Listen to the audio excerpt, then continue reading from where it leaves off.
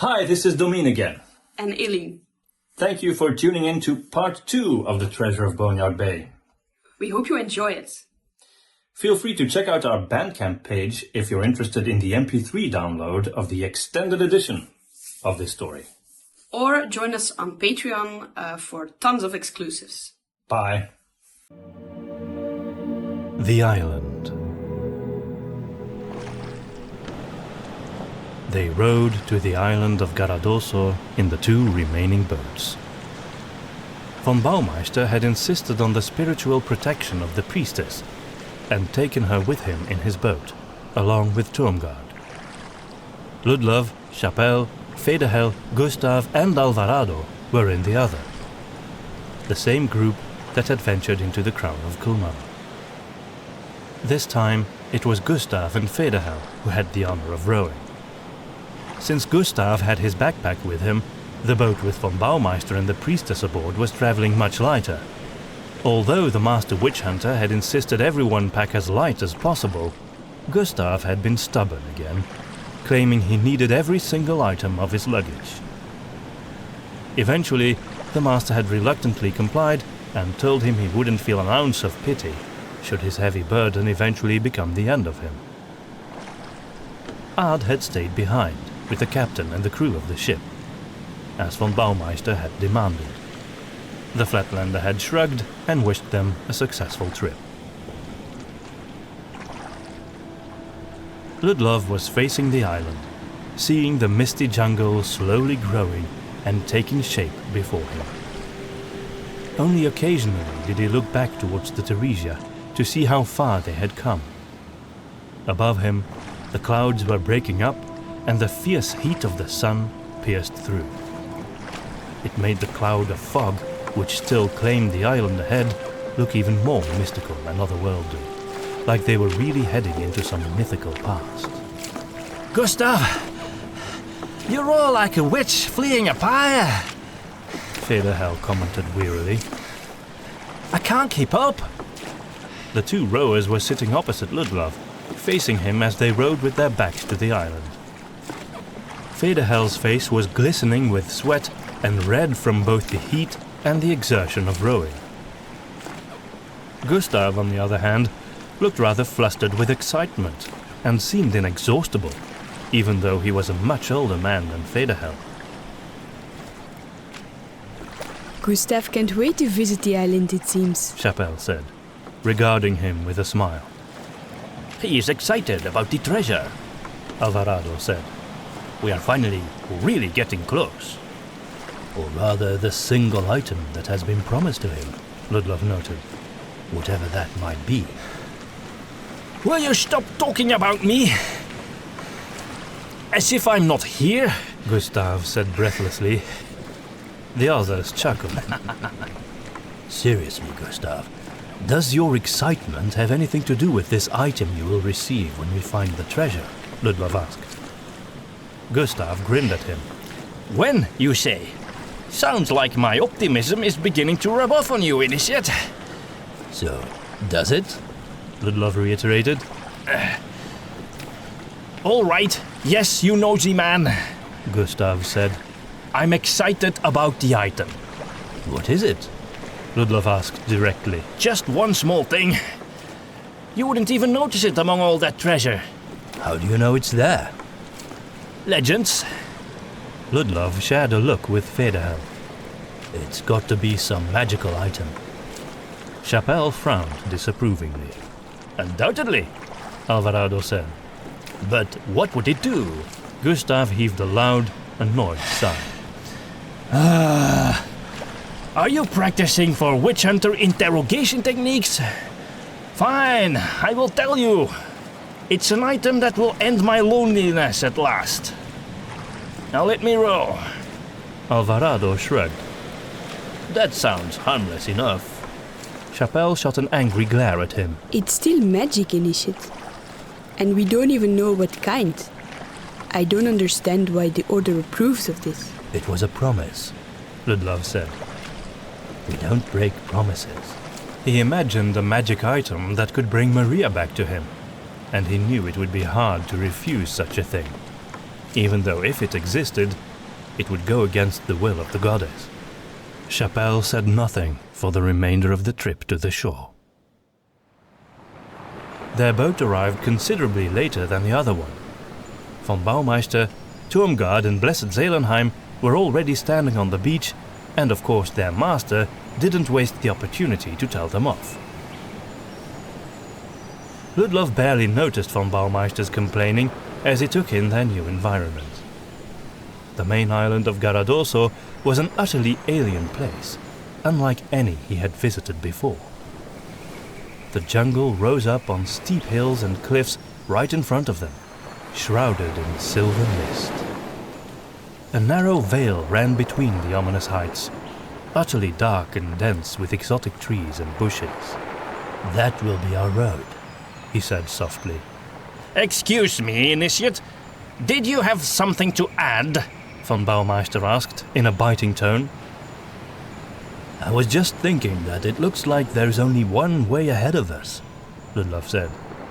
"And it will be through that pass, but it looks completely overgrown." "That will not be a problem," Gustav said, "as I had expected we might run into some dense foliage on our journey at some point."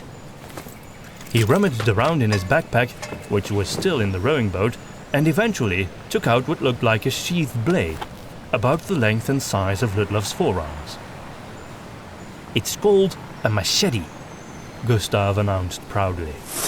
He drew the weapon almost ceremonially. It was broad-bladed and slightly curved. "Its primary purpose is hacking through vines and bushes, and perhaps the occasional opponent." "I assume you only have one of those," Turmgard said. "Actually, I bought one for each of you, which I will now gladly distribute." "No, of course I only have one," Gustav snapped. "That will be fine. Then you may take the lead," said von Baumeister. "And as Initiate Ludlov remarked, there is only one way to go. Draw your blades, all of you. We will make quick work of this jungle." They left the boats far enough on the beach and ventured into the dark wilderness. Gustav took the lead, with Alvarado and Ludlov slightly behind, followed by Federhel, Chapelle, the priestess, Turmgard and finally the master. The sea and the spike where the Teresia lay anchored soon disappeared behind the shadowy growth as they set forth. It wasn't long before the sky itself disappeared from view, utterly obscured by the forest canopy above.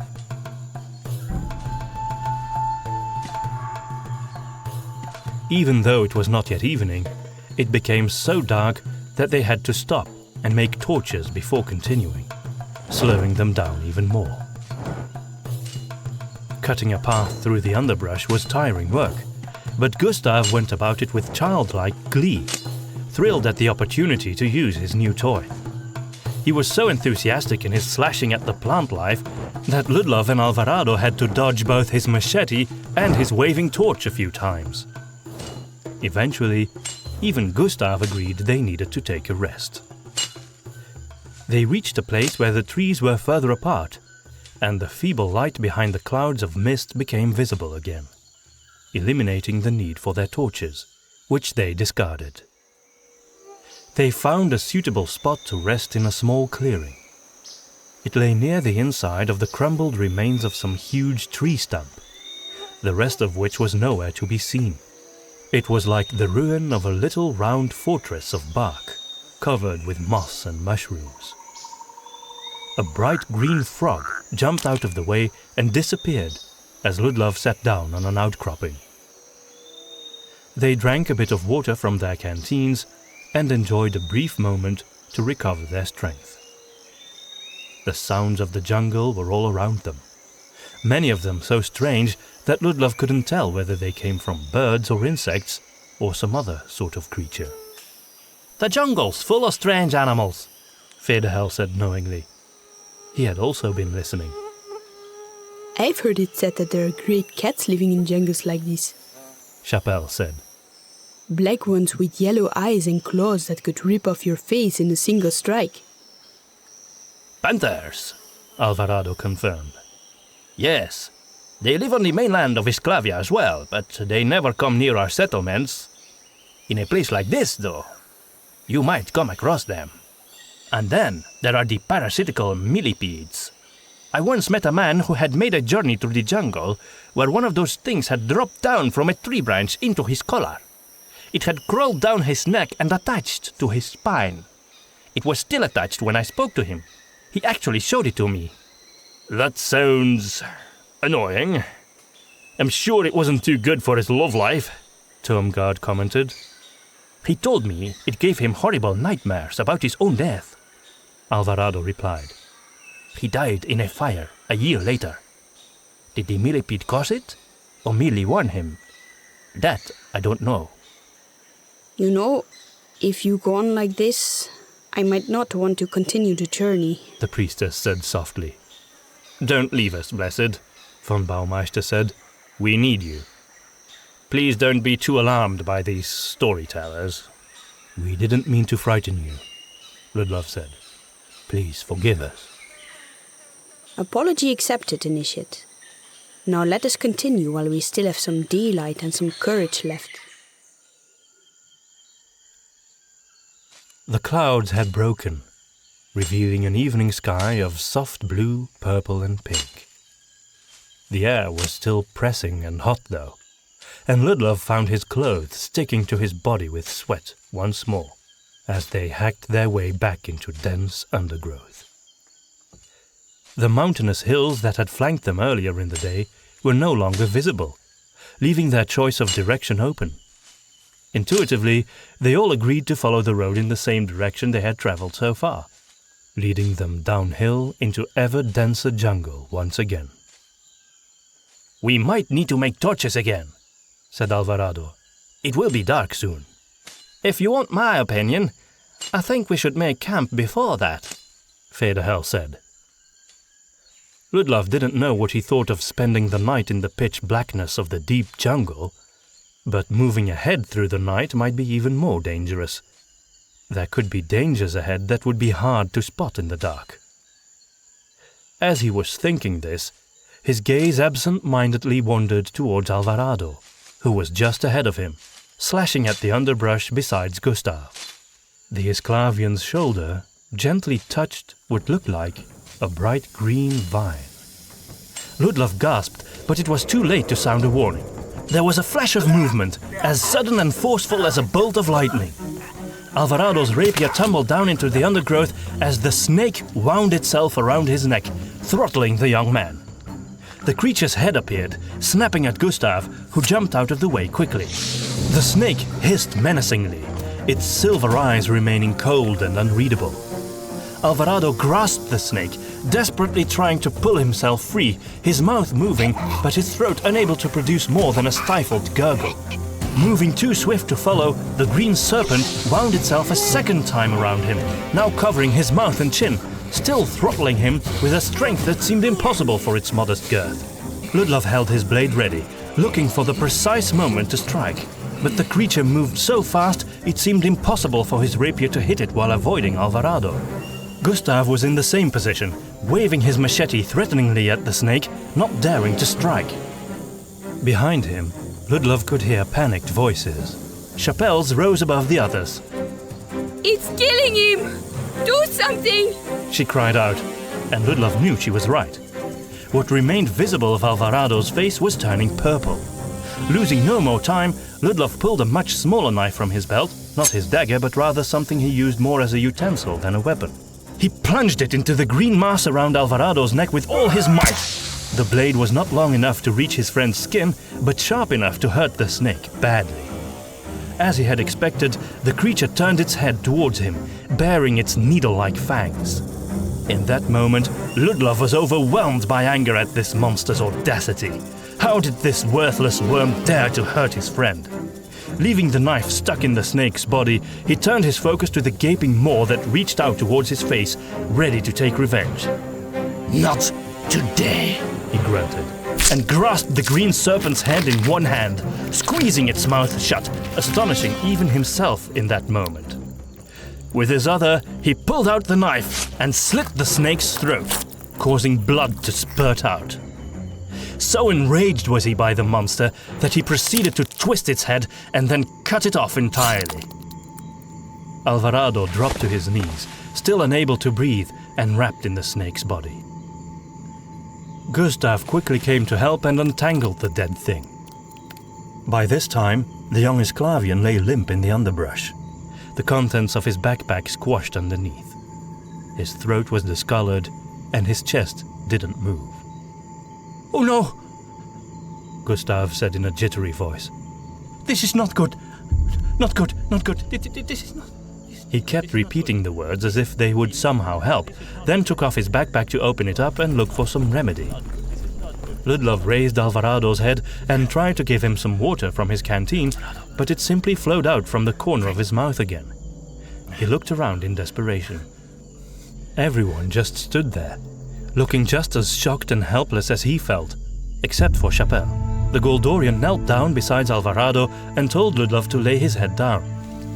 Ludlov obeyed, not sure what she would do next. To his shock, she proceeded to kiss the man, although not in a very gentle or romantic way. Ludlov could only hope this move was not naively inspired by some fairy tale, but then he noticed she wasn't kissing Alvarado, but blowing into his mouth. She sat upright again, waited a moment, and then repeated the action.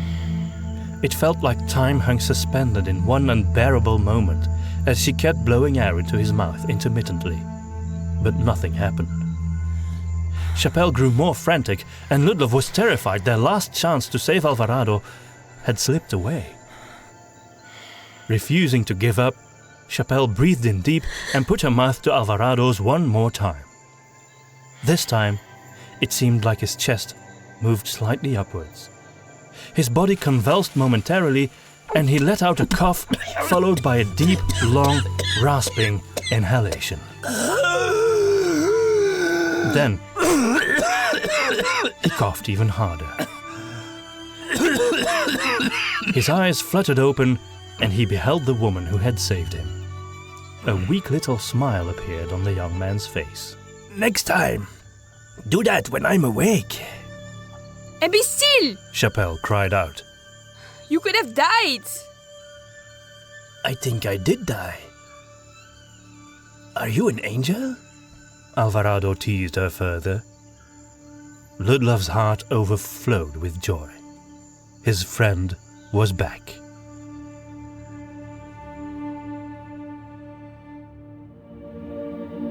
The flowers.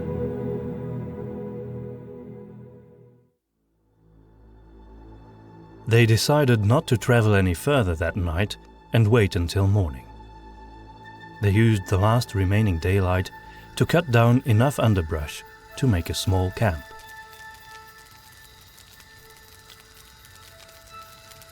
"What was that thing that almost got the Esclavian?" Tormgard asked no one in particular. "It was a snake, obviously," Federhel replied.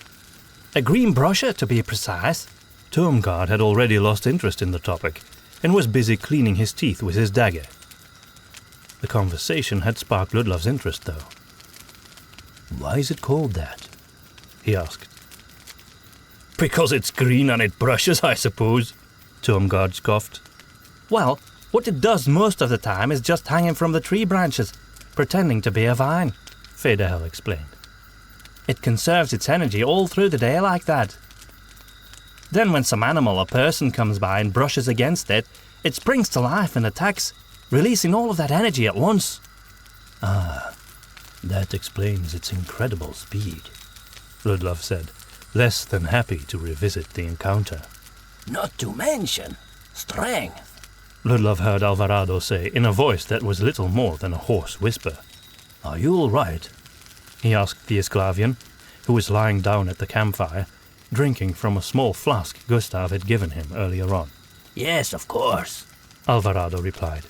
"Thank you again, amigo. You saved my life with your bravery. You are a hero. And whatever Master von Baumeister tells the Academy when we get back, you will get the highest marks from me." "And you from me," Ludlov replied with an earnest nod. "What is that you're drinking, anyway?" he asked, deflecting the rising emotion. I think it might be distilled goat urine, but it does wonders for my throat. Alvarado rasped, grinning. Ludlov gave his friend a supportive pat on the shoulder. It's you who are the hero, amigo. While Ludlov was preparing his bedroll, he noticed Blessed Zelenheim coming out of her night prayers. Ludlov, can you spare a moment? She asked. He stood up, walked past the fire and knelt down beside her, a little out of the way of the small camp. I want to ask you again if you would stand close and watch me as I perform the prayers of exorcism over the treasure. Of course, Blessed. Why do you ask me again? Ludlov said. She smiled a bit sheepishly. Interestingly, there is some common ground between performing an exorcism, fending off a demon, and even praying for the protection of a loved one. I would like to write a book on the subject, but I do not share your skill with words, she admitted. Ludlov was surprised but flattered. He had never seen himself as a particularly gifted writer. I am no great wordsmith, Blessed, and I don't know whether I would be of great help or not. But if it brings the glory of the goddess closer to the people of Yvenendale, then I will gladly offer my assistance. Wisely spoken, said the priestess. Would you like to learn then how a curse is lifted? Yes, I would, Ludlov said. He had been very tired and happy to go to sleep, but he felt privileged to acquire such rare and powerful knowledge, whether he was ever going to write about it or not. First, you must understand that ordinary people are mostly powerless against curses. We of the Vox Dei have a little bit more authority over them than normal folk, and in the past those who could apply arcanic had still greater capacity. But in the end, when a curse is lifted, it is not you or I who do the real work. It is the intercession of a great saint that moves the angels of the goddess to combat the evil infestation and do away with it. Our job is to procure this intercession through prayer. Is that really all there is to it? Ludlov asked, a little disappointed. Just prayer? Why can't anyone do it then? Because the words of different people carry different weight. When a peasant pleads with a king, it's not the same as when a nobleman does so, and a foreign nobleman will have less influence than a trusted friend. It is no different in the heavenly realm. We of the Vox Dei are closer to the heavenly realm than most, and through our ordination we carry just enough authority to curry the favor of the saints. The saints, in turn, are much closer to the angels, the archangels, the maiden, and ultimately the goddess herself. In the end, the power that lifts the curse always comes from her. She took out a small medallion of Sancta Gwendala and gently caressed it. I understand, Ludlov said. Thinking of the dangers of the jungle and the perils they had already faced, he quietly wondered whether the priestess's book would ever be written.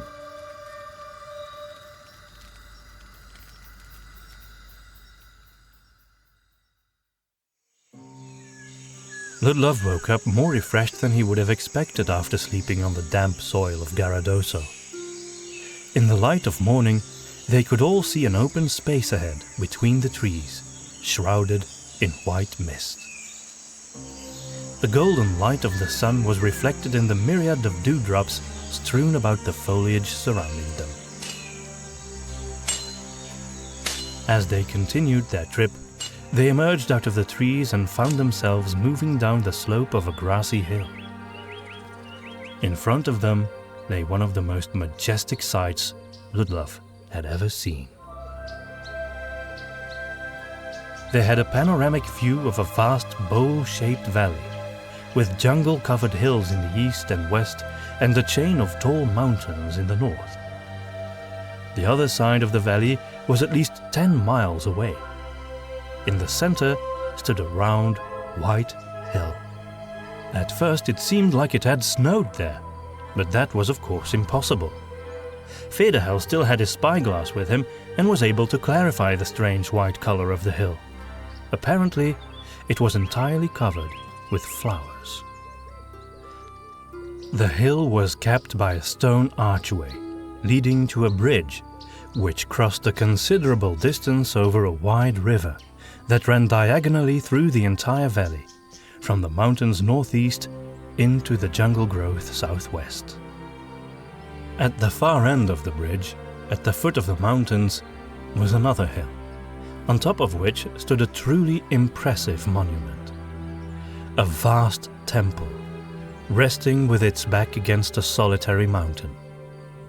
It was constructed in multiple square tiers, wider at the bottom than at the top, stacked on top of each other, each slightly smaller than the one below it, thus forming terraces that had been partially claimed by the jungle. Here and there, the massive roots of thick trees had pierced through the stones of the temple to take hold of it. On the east and west sides ran raised stairs, all the way to the top of the temple. There rested the most disturbing sight of all. An enormous stone head, facing the adventurers directly. The colossal work of ancient art resembled some majestic but wrathful, bearded figure. Its eye sockets were nothing more than gaping holes. Its mouth was closed in a dour expression. On top of the head was a forest of bushes and even a tree or two. The Temple of Kulmaron, Alvarado said, his voice still somewhat hoarse, but his mood remarkably bright. I assume that friendly-looking chap on top is Kulmaron himself, Tomgard said. The deities of the Matpatanians weren't friendly, I'm afraid. They were fickle and hard to please. That's why they constructed temples such as these, Federhel said. Beware, von Baumeister proclaimed. That temple will be full of dangers. It will be a maze in there, a labyrinth of utter darkness. And then there are the creatures that will have taken residence in it. Bats, scorpions, and the like. There will be things there that thrive in the dark. But also treasure, Gustav added optimistically. Let us not forget that these ancient gods were likely demons who enjoyed ruling over mortals, Blessed Zelenheim said. Their influence will still be palpable. Whatever remains of their evil, we will drive it out, Chapelle said, with barely contained fury in her voice.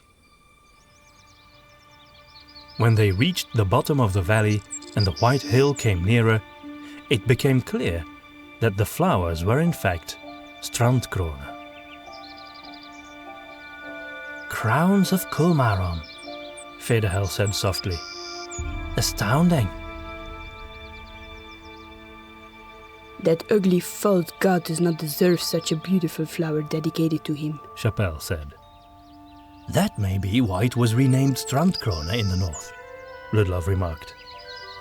Alvarado ran up the hill with the unstoppable enthusiasm of a child. It's unbelievable, amigos! He cried out in his broken voice. Strandkrone in full bloom! I haven't seen this in ages.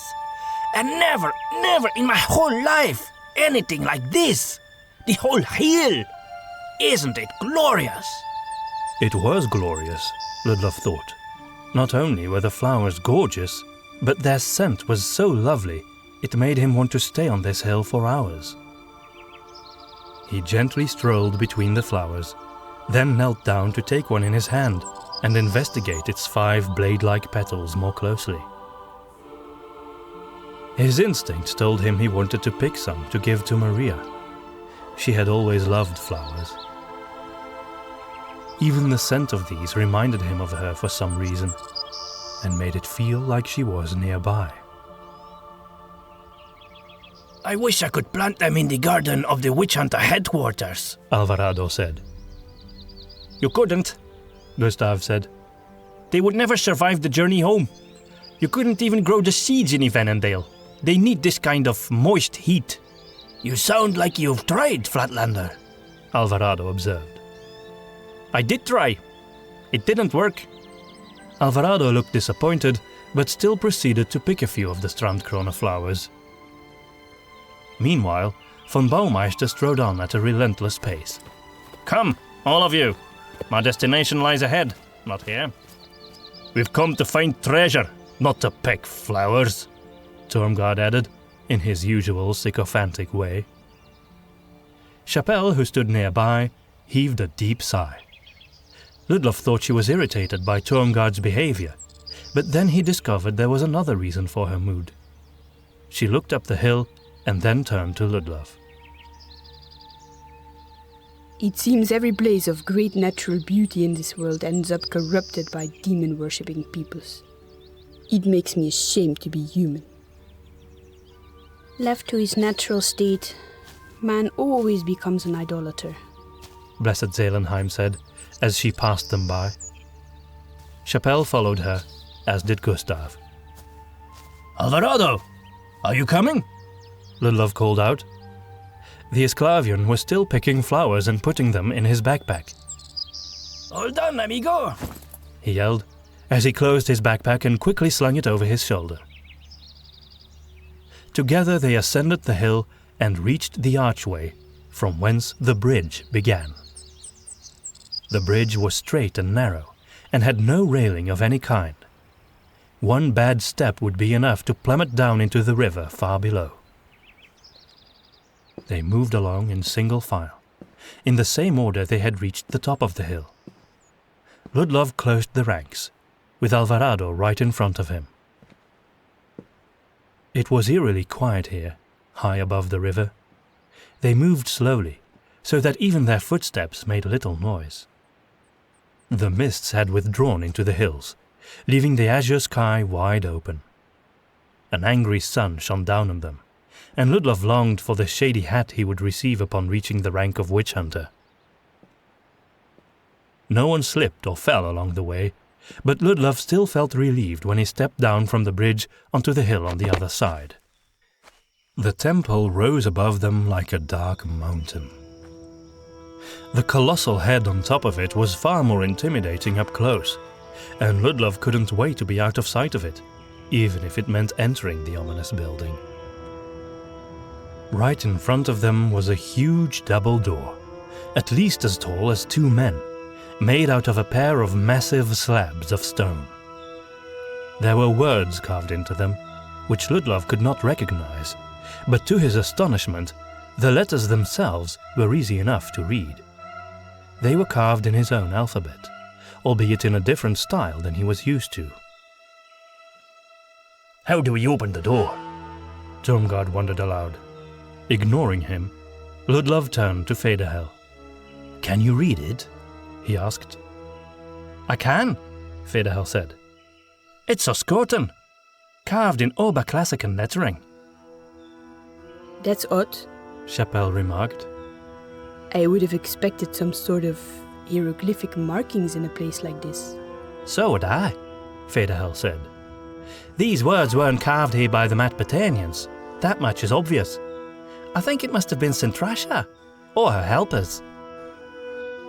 They used this temple to hide their treasure, von Baumeister said. What do the words mean, initiate? That's easy enough, the young man said. It says, those who seek riches must prepare to be tested in body, mind and soul. Good, Alvarado said. If they need a strong body, I have one. Federhel has the best mind in 7 Peaks, and Blessed Zelenheim can take care of our souls. Actually, I have all 3, Gustav remarked somewhat indignantly. I'm quite strong, remarkably smart, and very religious. Ludlov raised an eyebrow. Religious? You? I hadn't quite expected that. It's true, I am. I've participated in all kinds of religions, Gustav said, provoking a frown from the priestess. These words are a bit vague, aren't they? Chapelle said, ignoring the silly conversation. What exactly do they tell us about entering the temple? I should have known, Tormgard complained. Treasure hunts always have these annoying riddles and puzzles, at least in the tales I've heard. This may take ages. Then help us resolve them instead of whining about it. Chapelle shot at him. Honestly, you remind me of a child sometimes, Tormgard. The witch hunter could only respond with a quiet look of outrage. Ludlov found it more amusing than he should. Perhaps we have to say the right words, Alvarado suggested. We come with the approval of Crankor himself, He called out towards the door in his hoarse voice. We have been deemed worthy. Nothing happened. Well, it was worth a try, he said with a shrug. The words on the door speak of body, mind, and soul, Federhelm mused. Perhaps the challengers meant it in that order. Then opening the door is but a test of strength, Tormgard said. That I can handle, he continued, and proceeded to throw his weight against the stone. The door budged a little bit, opening just enough to allow a mouse to creep through. Ludlov was rather impressed. Tormgard did look like a strong man, he thought, but this was a remarkable feat. Well, it's a beginning, Tormgard said, a little out of breath. Meanwhile, Chapelle was looking at the vines and creepers that covered the temple walls around the door. Then, without warning, she leaped onto one of the hanging vines and used it to climb the wall. She was as lithe as a cat, Ludlov realized, as agile as Tormgard was strong. She was climbing up and to their right, in the direction of a small stone building attached to the temple. Its roof was overgrown with roots and vines, but then Ludlov realized what she was aiming for. There was an opening there, in between the roots of a strange, smooth-barked tree that stood right on top of the little building. Chapelle made her way onto the roof and disappeared into the hole. Chapelle? He called out. She didn't respond, but instead they saw the blade of her rapier appearing between the parasite plants that had entirely covered half of the small building. Everyone went towards her as she cut away the growths and appeared in an open doorway that had been entirely hidden by nature's embrace. Arriving first, Ludlov stooped as he entered the ruin. There was very little light, but it was just enough to see the heavy metal turning wheel that still looked to be in surprisingly good shape. It's a gatehouse, Chapelle declared. Then this must be our test of strength, Ludlov said. Indeed, turning the wheel proved to be much harder than they had anticipated. It took the combined efforts of Ludlov, Tormgard, and Alvarado, the three strongest men in the group, but eventually they managed to do it. With each quarter turn, they heard and felt something heavy and metallic falling into place. Von Baumeister returned to the door and confirmed that it had slowly been opening. Another few turns were enough to open it completely. Eventually, it allowed everyone to leave the overgrown gatehouse and cautiously enter through the massive doors into the temple of Kulmaron. The temple.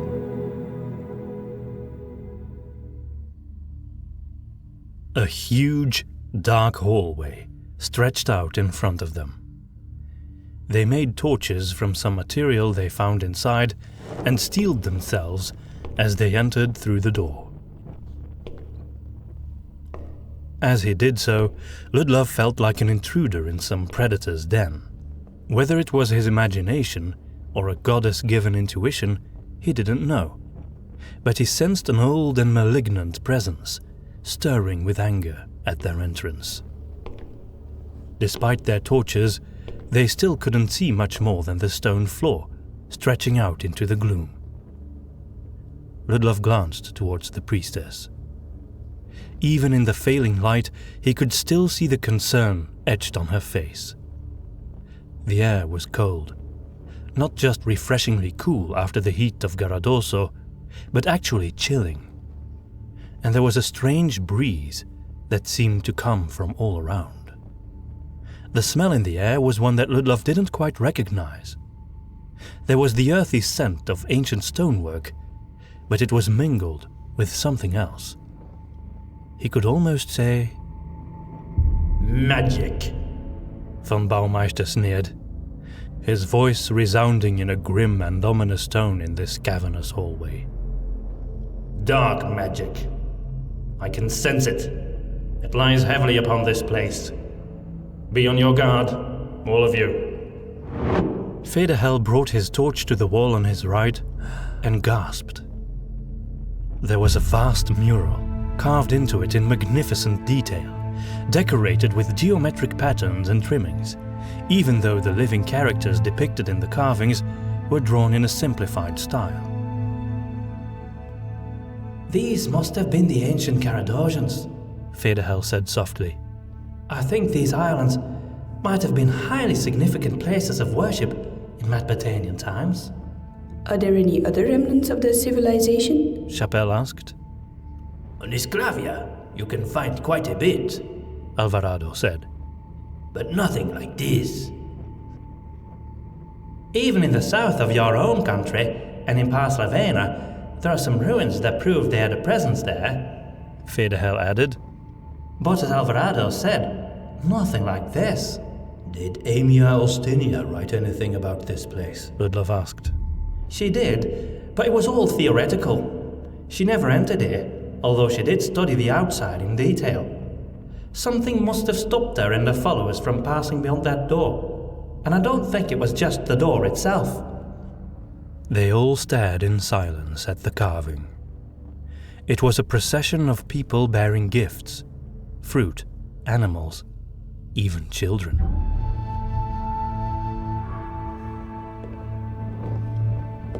As they continued, they left the small spot of sunlight from the doorway through which they had entered far behind them. Now it felt like they had truly left the normal world. The hallway very gradually grew narrower, Ludlov noticed, but the carving of the gift-bearers did indeed continue on both sides. They walked on for what felt like a long time, quietly and carefully, their torches now the only source of light. Suddenly, the corridor ended in a doorway that led into what was probably a wider hall by the feel of the air. The torchlight was too weak to show the walls on the other side, but as they stepped out of the corridor, they discovered that the stone floor beneath their boots had been replaced by a rusty metal grid. Careful, von Baumeister warned again. There could be a trap here. Everyone stood still for a moment. Spread out across the room, that we may see a bit more of it, said von Baumeister. But stay close to the walls. Ludlov followed Federhel, Alvarado and Chapelle to the right, while von Baumeister, Turmgard, the priestess and Gustav made their way along the wall to the left. Soon it became apparent to Ludlov that the room was actually octagonal in shape. The carving of the procession still continued, until they reached the far side, where they met up with the other group. Their torches revealed where the carving ended, and they all looked on in utter shock. The massive head of Kulmaron was the centerpiece of the carving, and into his wide-open mouth stepped the gift-bearers. Only, they weren't just the bearers, Ludlov realized with a sickening feeling. They were the gifts themselves. People were sacrificed in this temple, Ludlov said softly, to appease the sea god. Chapelle opened her mouth to react, but then looked up as a strange metallic sound emerged from above. There was a lingering groan, followed by a heavy clank, and then hissing. Were there snakes in this room? Ludlov clasped his torch more tightly, wondering what to do. Not again! Alvarado whined.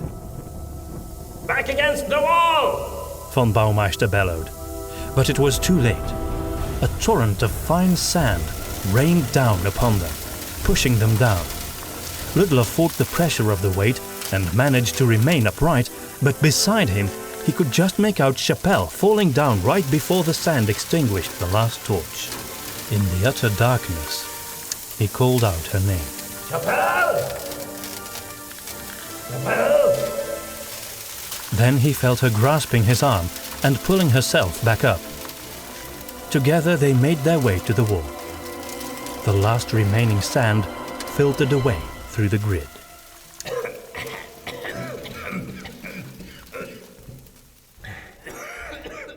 There was coughing and panting everywhere, and Ludlov could hear Blessed Zelenheim fervently praying for help.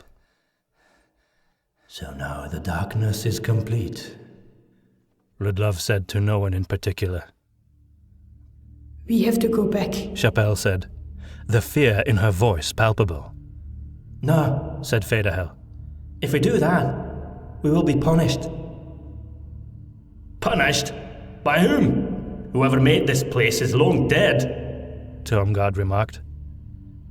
I mean, everything's been put here for a reason, Federhel explained, trying to remain calm. Either by the Matbatanians or by Queen Sintrasha. We are on this road now, and we have to follow it to the end. I'm sure of it.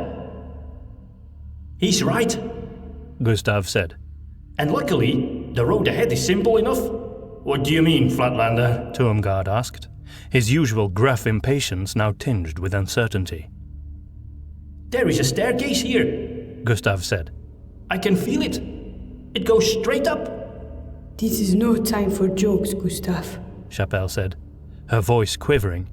I'm not joking, The shopkeeper defended himself. There really is a way up. I would take one of those glowing spheres out of my backpack to show you if I still had them, but I don't. Perhaps the sand has weighed down some pressure plate below the grid that opened up a hidden doorway leading to that staircase, Federhel theorized. I think it's right where the Kulmaran carving was. Gustav said. So the carving was the door. In any case, I vote for the staircase, Alvarado said. even if it does lead to some ancient sacrificial chamber. I agree with Federhel that returning is not an option.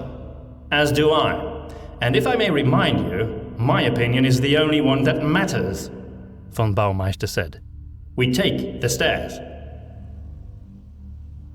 As Ludlov made to move towards the staircase, he found himself bumping into Chapelle.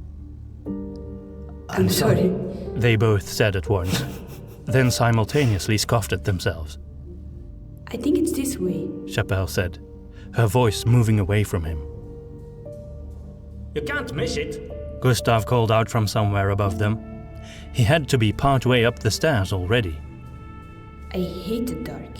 Chapelle muttered as she stumbled on. You know, if these ruins frighten you, just remember, I am here. Alvarado said, half joking. Clumsily, they all found their way to the staircase, Ludlov once again finding himself closing the line. They ascended slowly, refusing to be goaded on by Gustav, who didn't seem to notice the dark at all. A chill breeze traveled down to meet them, and it felt less than welcoming. Ludlov believed he could get used to the dark, but the strange movement of the air never ceased to disturb him, as if there were invisible ghosts hovering nearby, observing their every move. It was quiet, so quiet that Ludlov could hear the soft hissing of sand below them. The sand in the room below is shifting again, he said to everyone else, suddenly gripped by fear. I think it's moving out of it. It may trigger some other mechanism. Federhel called back. Up! Quickly! Von Baumeister shouted. We leave this staircase now! The corridor was filled with the noise of rushing clothes, clinking gear and hastening boots, but still Ludlov clearly heard the click when Gustav reached the top and stepped on a tile just beyond the last step. Behind him came the dark roar of stone scraping stone, followed by a booming thud. It was silent. What happened? Chapelle said. The door behind us. Ludlov said, trying to keep the rising panic out of his voice. It's closed shut. Gustav! What is up there? Alvarado asked. A room, it seems? Does it matter? Do we have any other choice besides entering it? Blessed Zelenheim asked, the patience and softness gone from her voice. No, we don't. Tomgard admitted. But I'm beginning to have the feeling these ancient heathens are toying with us from beyond the grave. I don't like it one bit.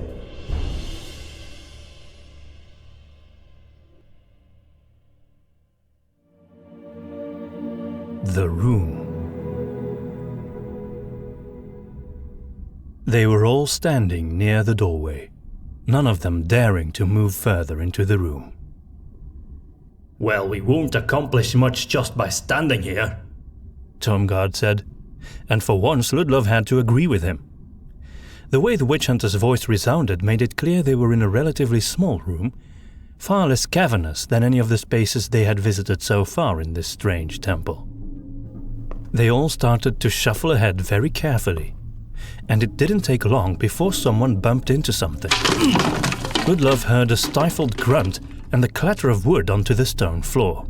By St. Engelbert, Von Baumeister hissed angrily. There's a pile of driftwood here, or something like it.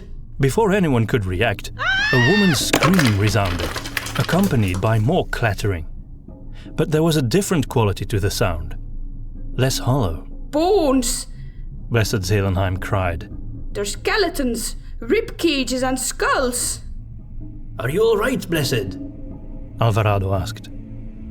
I'm fine, She replied, calming down.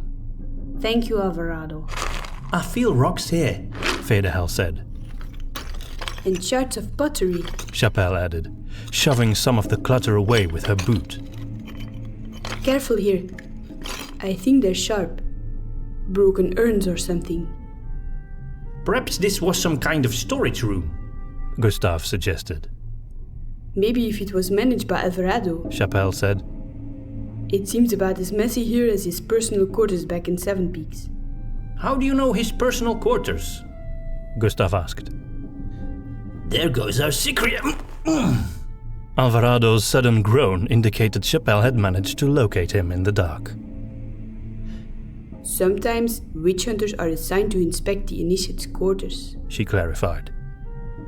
Actually, I think my quarters are fine compared to this. Alvarado said. But I am used to finding my way in messy places. Let me explore a little further. They heard more shuffling, clattering, sliding and thudding as the Esclavian skulked around the room. I think I found something significant over here. He said then.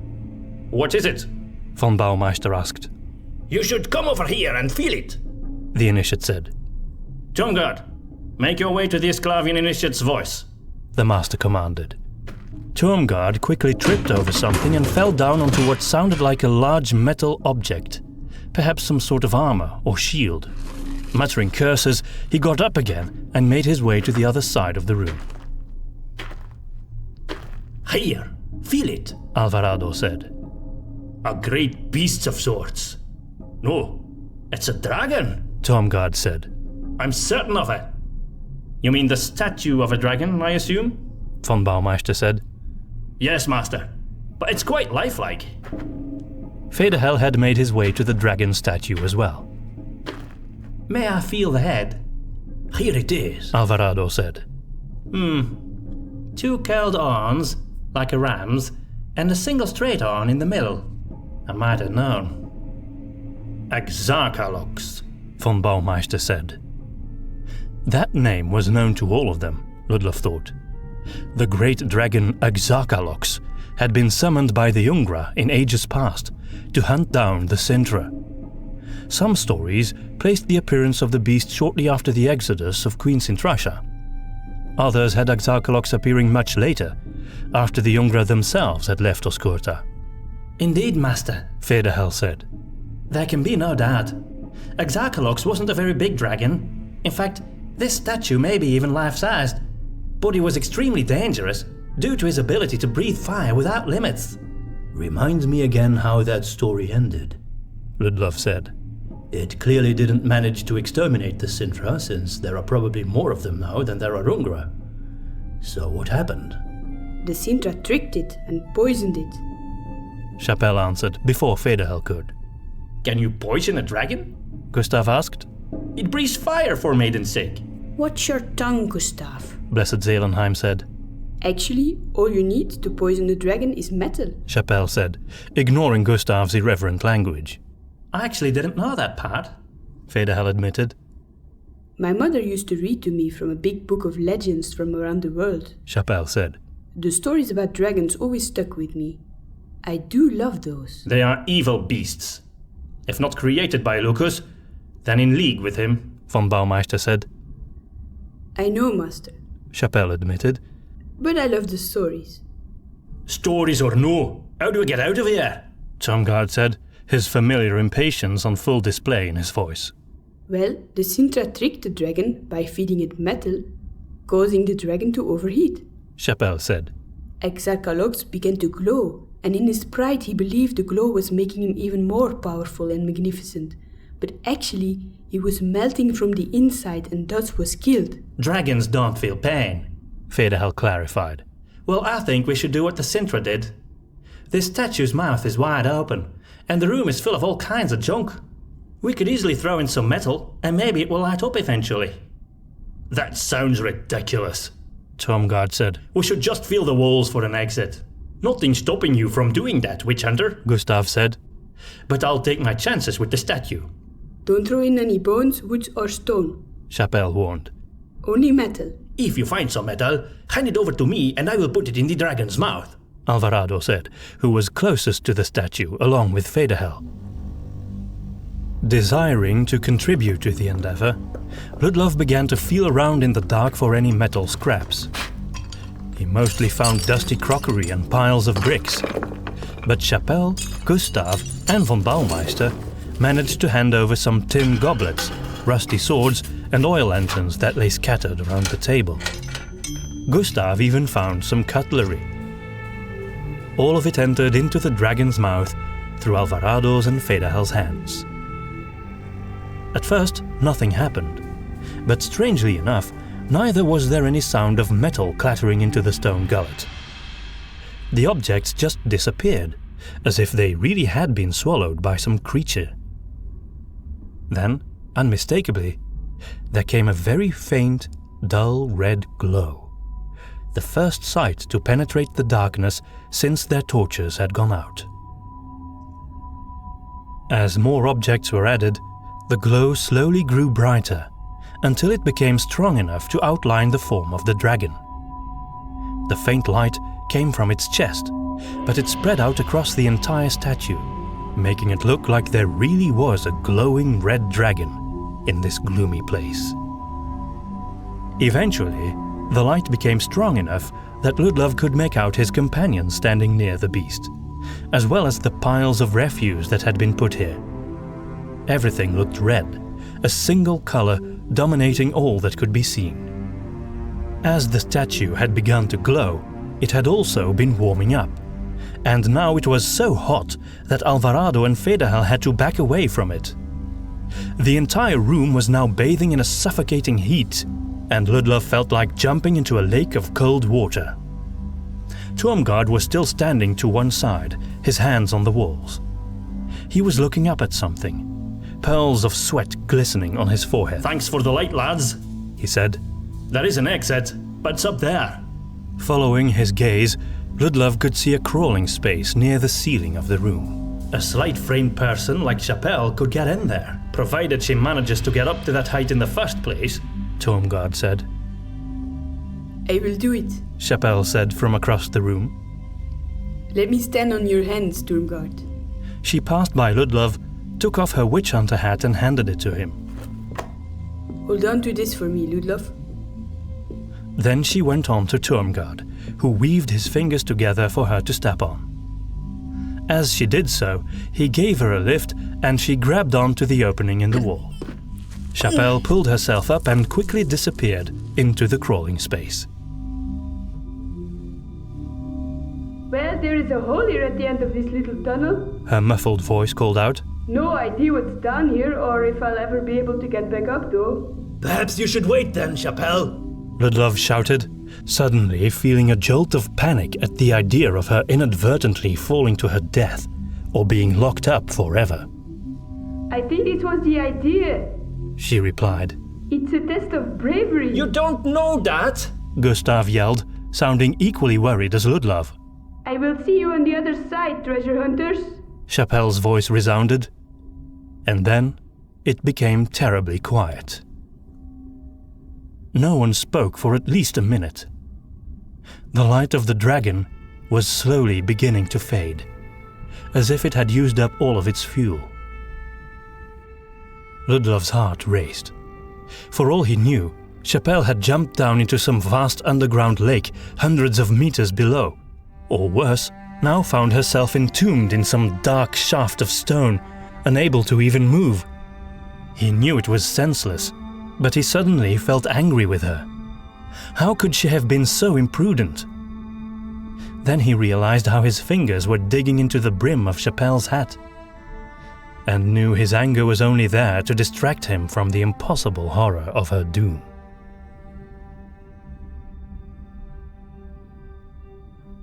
Then all of a sudden, there was a soft groaning of metal from behind the wall besides the dragon, ending in a dull clang.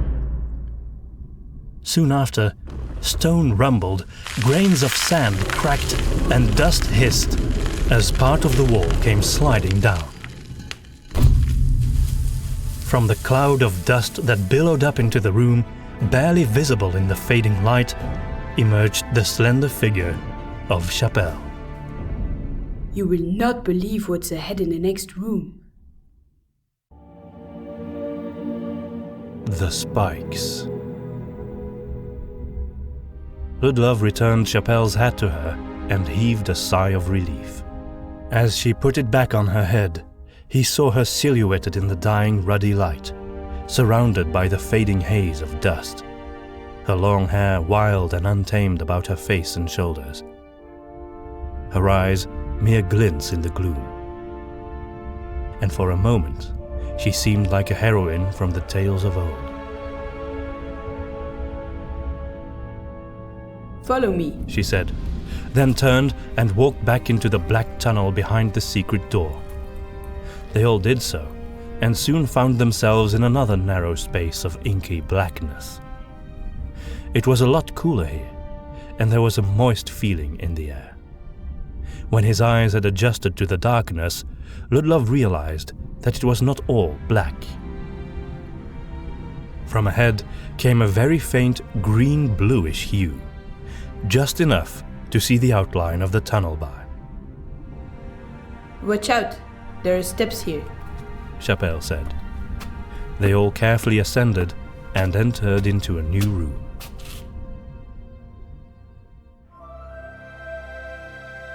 It became clear now where the glow had come from. Several in their company gasped at the sight.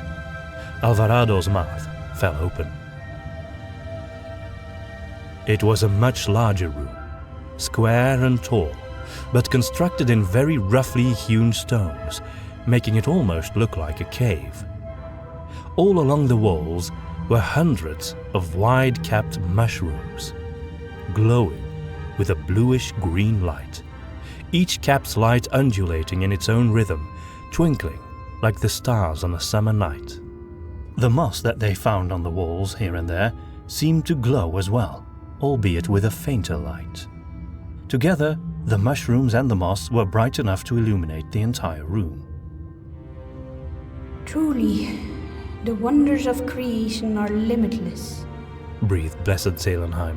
They sure are.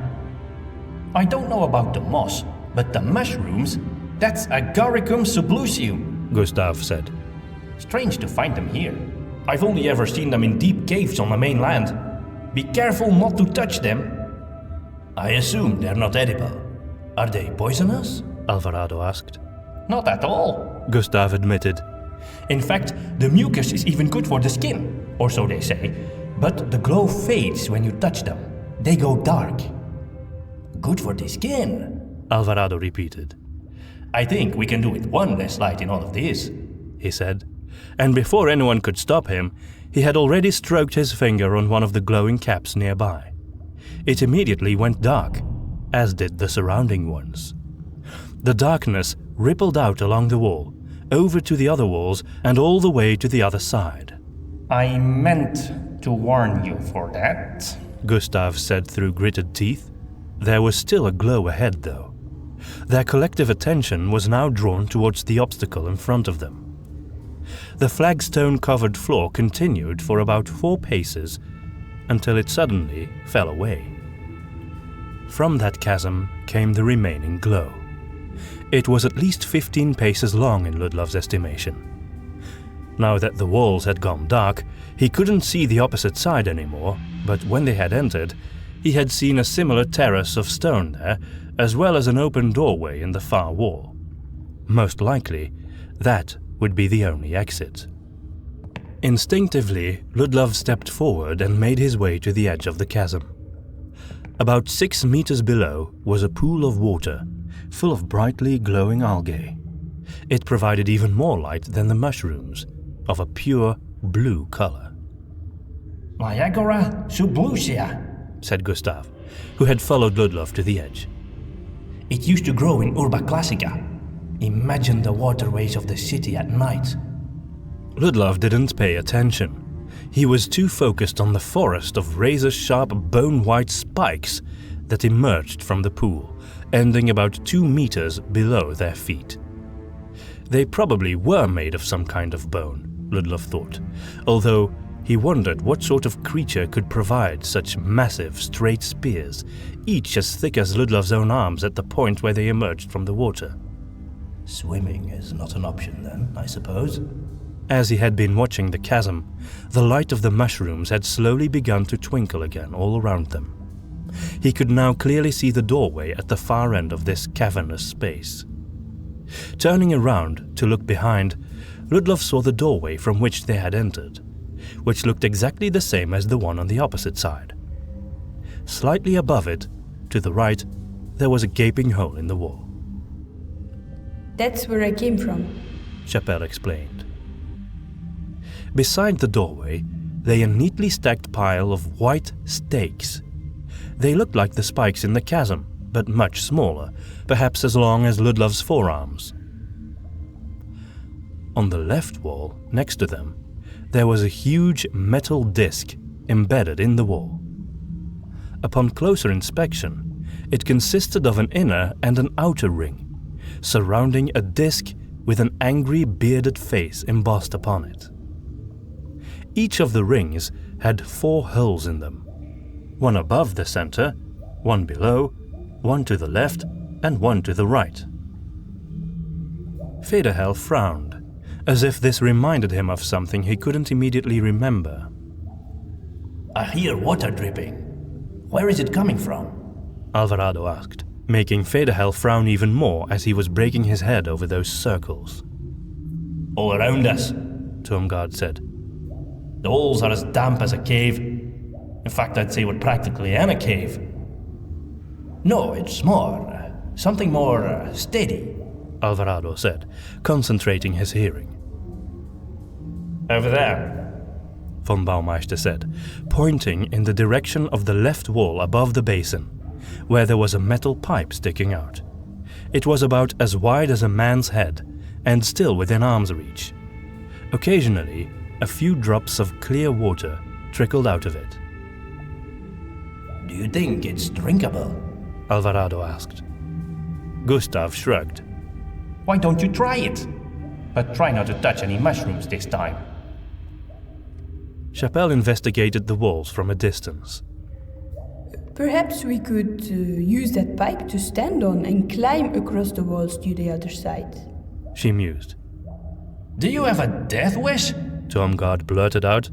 If you climb those walls, they'll go dark. And those walls must be slippery. You'll tumble down and impale yourself onto those spikes before you know it. And besides, not all of us will be able to make that climb. Can you imagine the priestess up there? No offense, Blessed. None taken, Blessed Zelenheim said with a crooked smile. Ludlov was quietly relieved that Tormgard had dared to say what he himself was thinking, and also that he didn't have to endure the glare Chapelle was now aiming at her peer. I was just thinking out loud, she said finally. I knew it! Cried out Federhel, who had been investigating the disc more closely. Do you see those 8 holes around the disc? That's a Nomaki lock. You will have to explain that to us, Initiate, said von Baumeister. I don't think any of us know what that is. Understandably, Master, Federhel admitted. It is a bit obscure, but the topic once sparked my interest. He looked at the circles in the wall admiringly before turning to his audience again. Well, the ancient Mesopotamians have always fascinated me. How did they build a thriving civilization over such a wide territory? Especially with all the sea travel between Garradoso and Esclavia. Get to the point, Tormgard said. Well, one of the customs of the Mesopotamians was to build massive cisterns to protect their water supplies, and they locked them with these combination locks, which they called Nomaki locks for some reason. I know why that is, Gustav spoke up. It comes from Virgasia. The Nomaki are a tribe of nomads. The Mesopotamians must have taken the whole idea from these desert dwellers. That would make sense, if Virgasia is indeed a real place, Federhel said, sounding a bit skeptic. Do you know how it works? That's all that matters now, von Baumeister pressed. Yes, Federhel said enthusiastically. We've got to insert spikes into the holes, but we've got to do it in the right order. And then what happens? The Master asked. Then the cistern behind this wall will be emptied into this basin here, Federhel said, gesturing with his chin to the chasm beside him. And when it's full, we can swim across, Ludlov said, as he realized what Federhel's plan was. If it's some kind of combination lock, do you know the correct combination? Asked Blessed Zelenheim. Of course, Federhel said.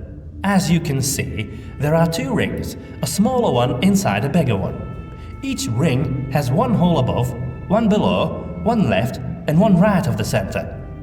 We've got to start from the outer ring, inserting a spike above the center, then 1 above the center on the inner ring, right below it, followed by 1 below the center on the inner circle, then 1 just below that on the outer circle, and then left and then right on the outer circle, followed by the same routine on the inner circle. After all of that, you turn the inner circle clockwise and the outer circle counterclockwise simultaneously. And then the water will come out. You know that by heart? You're a madman, Alvarado said with a shocked expression. But I'm glad you are our madman. Federhel basked in the compliment, which Ludlov knew it had been. What happens if we don't get the order right? Asked Tormgard. Then the water would seep out of the cistern via the wrong duct further down in the wall and it would be lost, Federhel said, nervously biting his lower lip. Maybe they'd rather have died of thirst themselves than have their enemies steal their water. I suppose it matches the queer logic of those people. But still, it's always fascinated me. Well, we'll never know if we don't try it, Alvarado said optimistically. I'm sure the spikes we need are the ones over there by the doorway, Federhel said. Chapelle had already moved over to the doorway to pick them up. I will stick them in, she said. I thought you would suggest that, Chapelle, but I think not, von Baumeister said. We need someone tall, with long arms. I think Initiate Ludlov will do. Yes, I think we all know we need a man for that sort of business, Alvarado said. Chapelle grumpily ignored his remark and handed Ludlov the 8 spikes. Ludlov took a deep breath. He wasn't looking forward to this, especially now that he knew what was at stake. Very well, he said reluctantly, and moved over to the 2 circles. He took 1 spike and handed the others over to Alvarado, who was standing nearby. Inserting the first one proved to be rather difficult. The hole was quite high, and Ludlov had to stand on his toes and stretch out his arm as far as he could. When he inserted the spike, he tried to push it in as deep as he could to make sure he had done it right. Then it felt like he had pierced something, like a piece of leather with a needle, and he heard a faint click. Ludlov hoped this was a good sign and looked self-consciously at the others, who held their breaths and gestured him to go on. He proceeded to insert the other spikes in the order Federhel had indicated. When it was time to insert the one in the hole on the far right, which was almost straight above the culvert, he ran into trouble. My arm doesn't reach that far, he said. You'll have to support your boot on the culvert then, answered von Baumeister. Isn't that too slippery? Chapelle said, still sounding a bit peeved. I'll have to hold on to one of you, Ludlov said, hoping his boot wouldn't slip on the metal pipe. When his foot touched the metal, he pushed himself up onto the wall, grabbing Chapelle's shoulder for support as she held on to his hand. Though her grip was firm, her hand felt surprisingly small and cold. While trying to find his balance, he accidentally kicked one of the mushrooms. The darkness rippled out across them, leaving him hanging with only the ghostly glare from the algae in the water below him. The wall was slippery indeed. Ludlov knew that if he fell into the basin, it would be a miracle if he were to avoid the sharp spikes. Even if he did, it would be a steep drop. It might end their entire endeavor for everyone. Trying not to think about that, he inserted the spike into the hole on the far right. As he tried to make his way back to the others, he almost slipped again. But Chapelle didn't let go, and Alvarado grabbed his arm and pulled him back. Now, Ludlov could insert the spike to the left of the culvert, which was much easier. To enter the one on the right, he had to climb onto the wall again, extending the darkness as he even managed to fully scrape off a mushroom with his boot. The fungus plummeted down into the water. Sorry about that. He inserted the spike and, feeling more confident this time, jumped back on his own from the culvert. I'll need some help with the turning, he said. Alvarado immediately came to his aid. Ludlov tugged at one of the spikes on the inner circle. He felt some resistance, but to his surprise, all four of them eventually moved in synchronicity. He proceeded to turn the inner circle, while Alvarado turned the outer one. When both were fully turned, there was a sound like a huge key being turned in a massive lock behind the wall. Then there were other things moving and stirring behind the stone. Some ancient mechanism was at work. All of a sudden, without warning, a great mass of water burst out of the pipe like a geyser. It was like a waterfall, powerful and thunderous. They all looked on as the light of the mushrooms slowly returned and the basin began to fill up. Federhel, you are a genius! Alvarado cried above the roar of the water. Ludlov was just happy he had survived the ordeal and enjoyed the feel of the fresh, cold mist and droplets of this artificial waterfall on his face. Someone patted him on the back. He turned, surprised to see it was Tormgard. Well done, Initiate, he said, without a hint of irony in his voice. Ludlov nodded, grateful for the rare but genuine compliment. Despite the enormous force of the water, it still took a very long time for the basin to fill up. They sat down on the stone floor and ate their rations. Ludlov didn't know what time it was outside, only that he was hungry and grateful for the chance to eat. When they were done, they just sat there, watching as the bony spikes were slowly being submerged. Eventually, after what felt like half a day, the strength of the water flow began to diminish, until it turned into a small stream, then little more than a trickle, before finally drying up altogether. The water reached to the very edge of the basin, even slightly spilling over onto the floor where they stood. It was quiet again. Now we swim, von Baumeister said. Are you sure there's no other way? Tormgard said in a small voice, inviting a cocked eyebrow from his master. Of course not, von Baumeister said. But our boots, our gear, how can we swim with them? Won't they weigh us down too much? I can get them across, Gustav said excitedly. Don't tell me you have a boat tucked into your backpack somewhere, Gustav, Alvarado said. Not in my backpack, no, but I saw a coracle in the room with the dragon. Made from a sea turtle shell, I think. Good work, Fatlander, said von Baumeister. Go and get it then. Without another word, Gustav left. All of you, take off your hats, your boots, your weapons, your belts, anything that would weigh you down, the master commanded.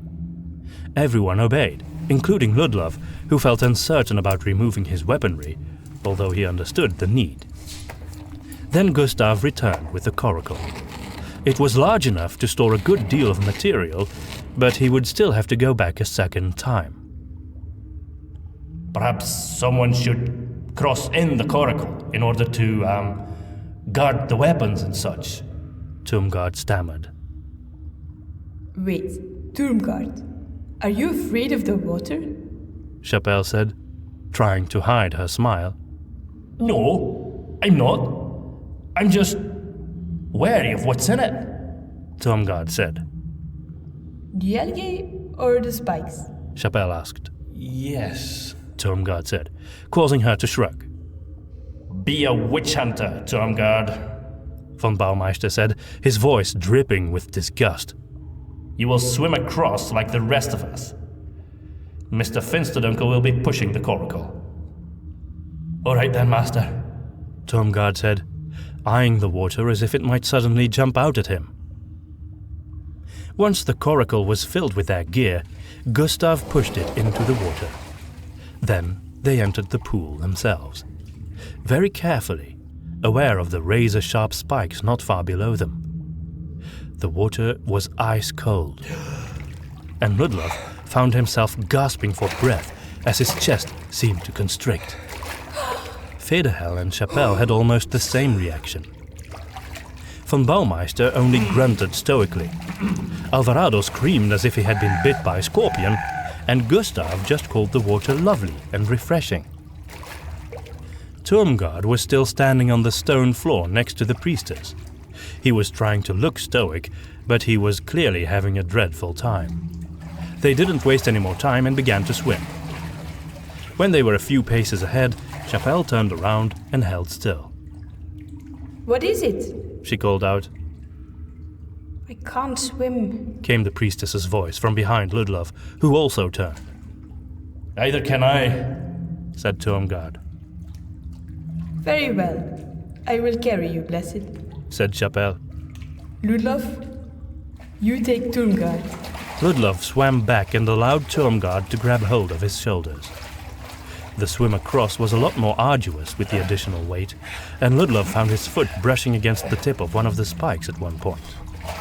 Still, they managed to make their way to the other side without any real trouble, albeit with a lot of effort. Emerging out of the water, Ludlov was more exhausted than he had been after the dive in Kulmaron's crown. He lay down on the stone, panting. How is it that a witch hunter can't swim? He asked Turmgard. It's not a requirement, Turmgard said defensively. I can still hunt witches on land. Plenty more to be found there than in the sea, don't you think? Ludlov couldn't help but laugh and sat up, resting his elbow on his knees. He saw how Alvarado helped the priestess out of the water. Chapelle climbed out on her own. Well, said Gustav, who had just unloaded the coracle. I'll go back and fetch the other things now. Ludlov took a look at the first load and noticed it only consisted of Gustav's own backpack and some boots. All the other things were still on the other side. He found his own pair among the footwear and was pulling them on as he saw Gustav arrive in the distance. The Flatlander proceeded to fill the coracle again with the remaining gear. It was piled on precariously high. Rapiers stuck out on the side, and witch hunter hats lay piled on top of each other in the middle. There was even a belt partly dangling in the water. Gustav shoved the coracle into the basin, letting it float on its own for a bit before getting in himself. He began to swim calmly, now and then pushing the coracle along. Ludlov had his boots on by this point, but lacking for anything else to do, he sat and watched the coracle float towards them. Gustav was halfway when he suddenly cried out in pain and grasped the coracle on the side, causing it to wobble. Ludlov veered upright when he saw his pistol tumble down from the pile into the water. Gustav! He cried out, but it was too late. He couldn't expect the Flatlander to go look for it between that forest of razor-sharp spikes. I'm all right, don't worry. Gustav called out. Just a cramp. Probably shouldn't have eaten so soon before swimming. My pistol! Ludlov cried out in horror. Oh, that? Gustav said. Sorry about that. I'll buy you a new one when we get home. The torches. Passing through the door on the opposite side, they once again found themselves in a gloomy, damp corridor. At the end of the dark passageway was another set of steps. We're moving up. That's a good sign, Gustav said. Ever the optimist. Alvarado commented with a smile. They emerged in a very tall space. Here too, the walls were aglow with hundreds of mushrooms. But these were bulbous in form, and they glowed with a sickly green-yellow glare, very distinct from the fungi that had illuminated the last room. Looking around, Ludlov realized this place looked more like a natural cave than the last one. The walls were slanted inward. They were rough and wet, and there were even small stalactites in some places, dripping water into little puddles. Instead of tiles or flagstones, they now treaded on damp gravel and dirt. There were several little mounds, mostly near the corners, where clusters of the strange new mushrooms were huddled together. Apart from the natural elements, the room was very sparse. In the middle stood a low altar, which amounted to nothing more than a massive granite slab with some simple decorative carvings on the sides. Next to it was a stone pedestal with a dome-shaped metal lid resting on it. In the low, strangely colored light, the entire place looked grim, ghostly, and decidedly unpleasant. As they entered, Ludlov also noticed the smell. It was pervasive and pungent, but he couldn't identify it. Wordlessly, they all spread out, each investigating a different part of the room. There are more carvings on the walls here, but I can't make them out. These mushrooms don't provide enough light, Federhel said. Don't touch any mushrooms. There's little enough to see as it is, von Baumeister warned. There are niches in the walls, Alvarado said. Tall and narrow ones, with sconces bearing unlit torches inside.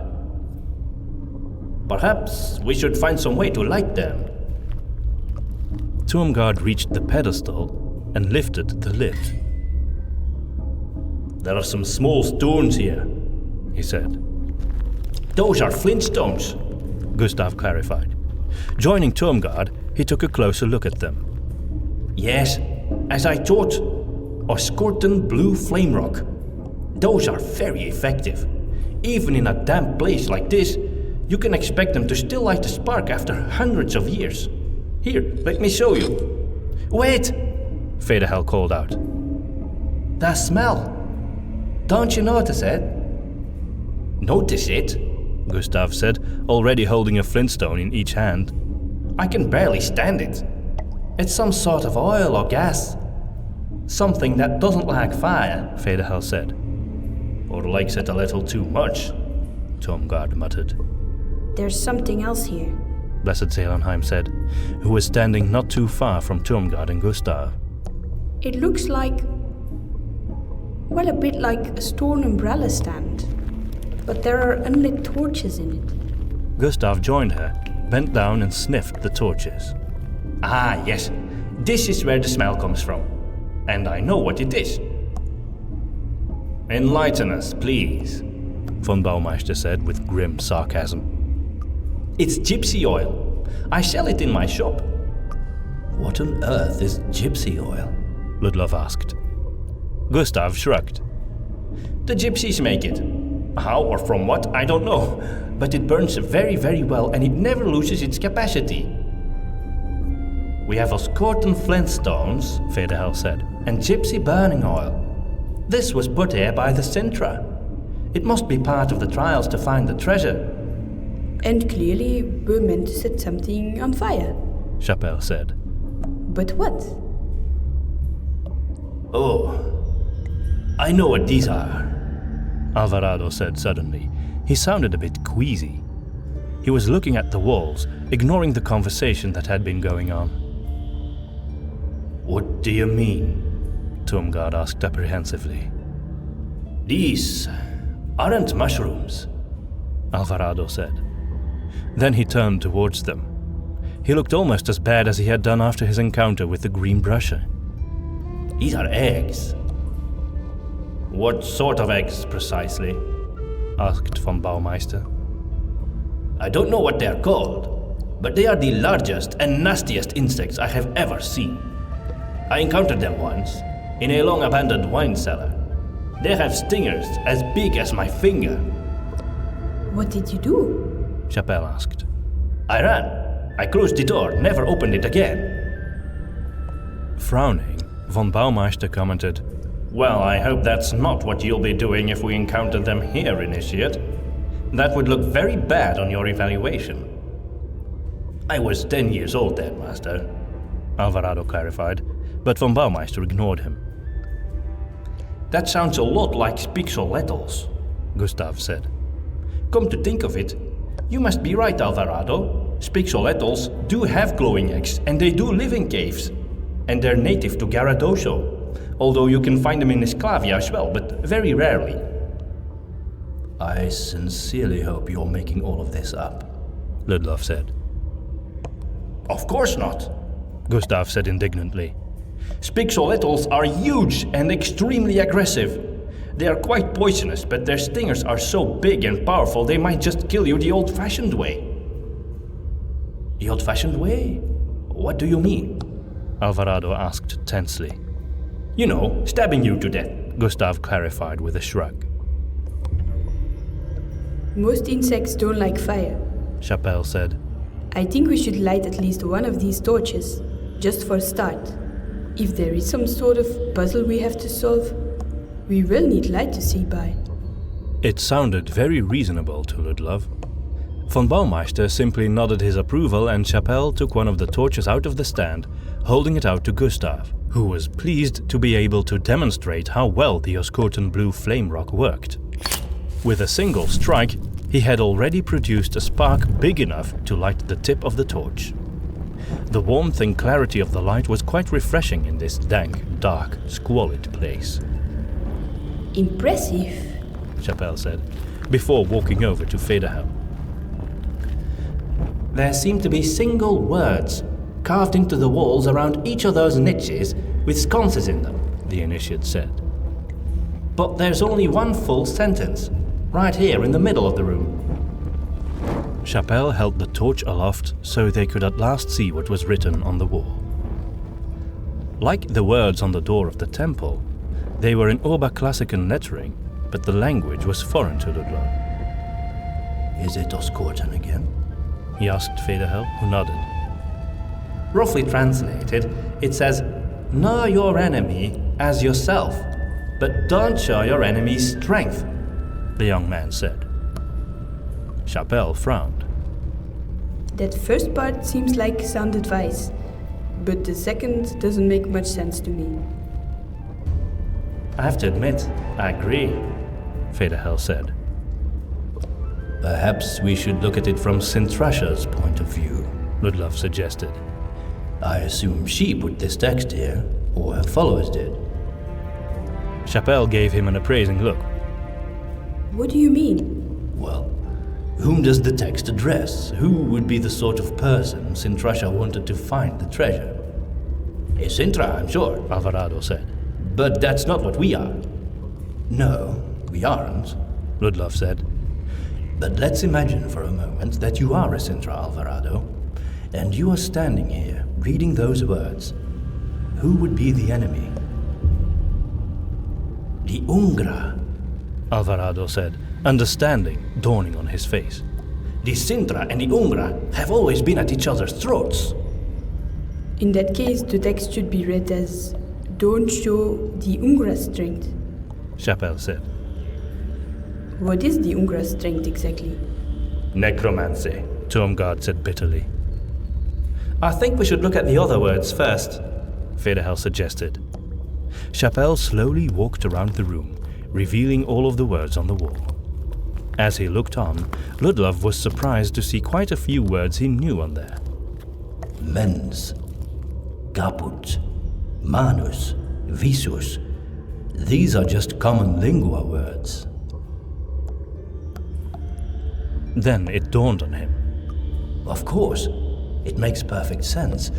We've been thinking in terms of Sintra versus Ungra, but I think Sintrasha had a different vision. She went back to Garradoso to hide the treasure. The original home of all Oscortans, Federhel said, and their enemy was Oba Classica, Plinius Novacula in particular. So, what was his strength? Alvarado asked. Necromancy again, Tormgard said.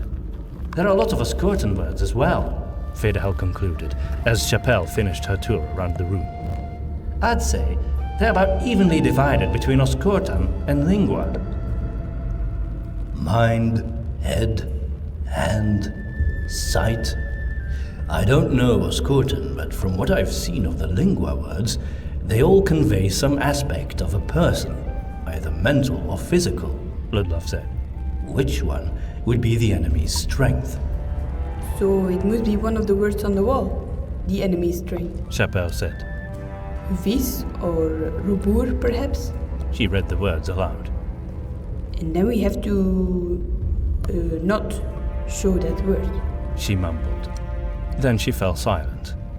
I've no idea what that might mean, Federhel said. I was thinking something, Blessed Zelenheim said quietly. They all looked at her.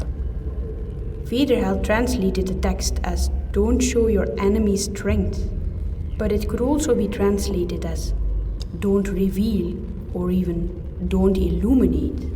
Aha! And there are torches in those niches beneath the words, Alvarado said. That must mean we should not light the torch beneath a word in lingua that stands for the strength of Orba Classica, or Plinius Novacula. So do we light all the others then? Tormgard asked. Ludlov wasn't sure whether he was being sarcastic again or not, but Alvarado simply smiled and nodded in response. Everyone looked to von Baumeister for confirmation. You have my blessing, he said, but there remains one problem. Where is the word we need? Everyone was quiet again, lost in thought. Chapelle slowly revisited each of the niches and held her torch high to illuminate the words above them. What does Otes mean in Oscortan? She asked Federhel. It means rock or stone, he said. I guess the enemy's strength would not be throwing rocks. Rocks or stones aren't aspects of a person, Ludlov said. That doesn't feel right. At least, I assume this is an O. Chapelle said, reading the word again. It's half covered by some of those glowing eggs. After what Alvarado told us, I don't intend to touch any of them. Oh no, indeed. I wouldn't remove those eggs, Alvarado said. You don't want anything to come out of it. Said Ludlov. It does appear like there might be another letter in front of it. Part of the S is covered as well. Allow me, said Gustav. I have experience with this sort of thing. He approached with his pocket knife in hand. He had to stand on the tip of his toes and extend his arms as far as he could to reach the eggs, but he began to scrape them off. There we are, Gustav grunted as he removed the eggs on both sides of the word. As he stepped aside and carefully put them back down on the ground, Ludlov smiled. There it was, the full word potestas. Power, in lingua, he said. Oh, yes. In fact, the Oscortan word for strength could also mean power, Federhel said. Don't illuminate the power of your enemy, Chapelle retranslated the sentence excitedly. It was not a trait, just a word in itself. Well, let's light all the other torches then, except this one, concluded Federhel. Everyone, take a torch and start lighting, von Baumeister commanded, jerking his chin in the direction of the stand with the torches. It surprised Ludlov the master was so willing to follow Federhel's advice. Most likely he was just getting tired of the endless riddles and darkness, and simply wanted to move on as quickly as possible. Ludlov took a torch and handed one to Alvarado as well. There were enough torches for everyone, leaving some to spare. Ludlov lit his torch by holding it to Chapelle's, then passed on the flame to Alvarado's and made his way to the wall. He lit the torches in the sconces underneath the words Oculus, Ater, which was Oscoten for face, according to Federhel, and Visus. Each time, the cavernous room became a little bit brighter and more agreeable. And each time, the smoke rose up and disappeared into a shaft inside the wall above the sconce. When he came to the fourth sconce, however, the smoke remained hanging in the room and spread outward. He bent down to look up into the shaft, wondering if something was blocking it. There was a black mass in there. He carefully tried to move it to the side with the tip of his rapier, causing the smoke to rise up in the shaft as it should. But when he removed his weapon, he heard an unfamiliar screech and the fluttering of wings. He darted back just in time before a monstrous creature emerged out of the shaft, buzzing into the room. It was as large as a cat, crescent-shaped and armored with a pitch-black carapace. It had 6 long, gangly limbs that ended in sharp hooks.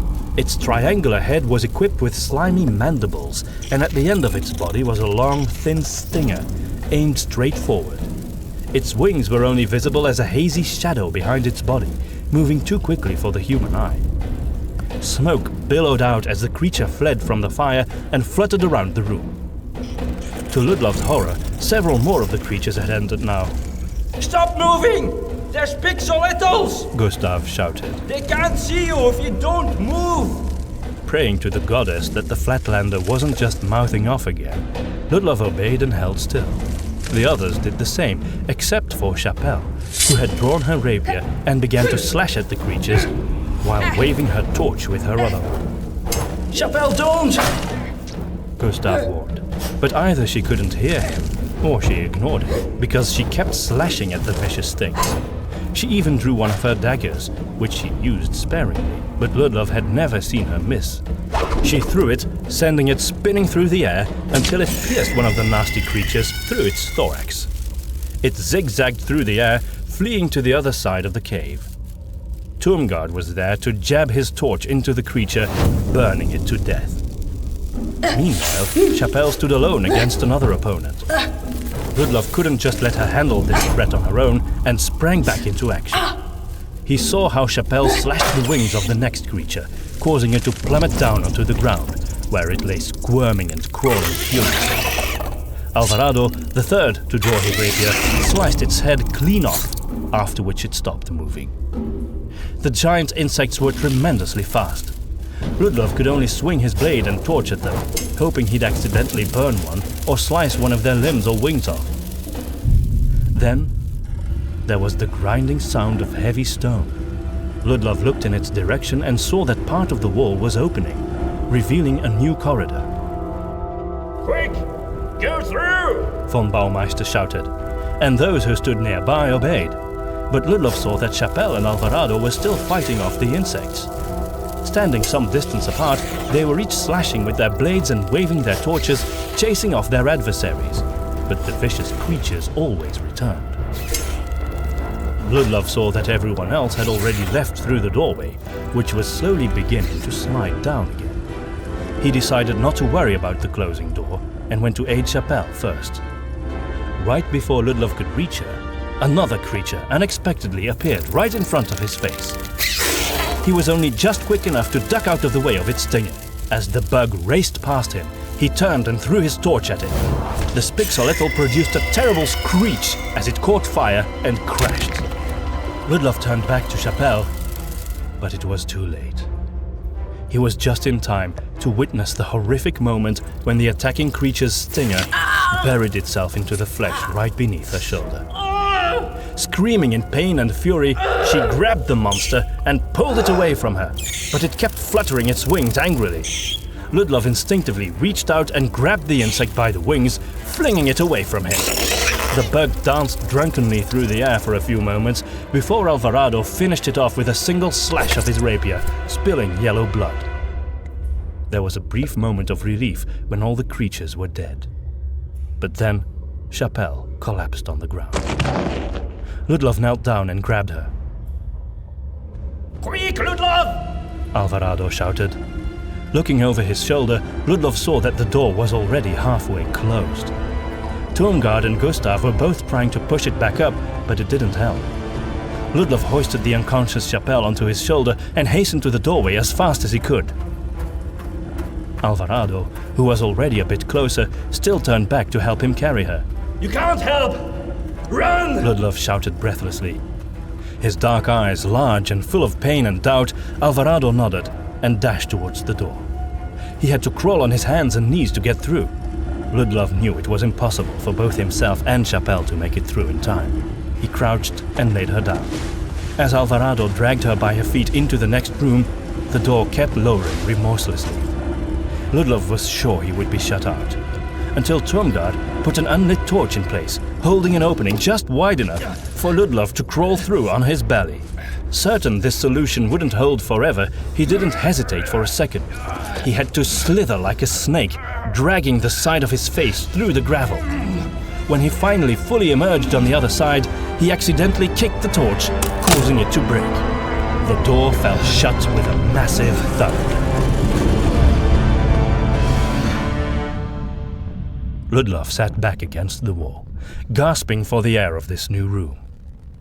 They were in a straight corridor, just wide enough for 3 men to stand abreast, slanted upwards. The only light now came from the torches held by von Baumeister, the priestess, and Gustav. There was no more trace of glowing eggs or mushrooms. The walls were bare and dry, and the floor was hard and even. Ludlov hardly noticed the environment, though. Once recovered from the exertion, his attention was fully focused on Chapelle, who lay motionless on her back, surrounded by the other treasure hunters.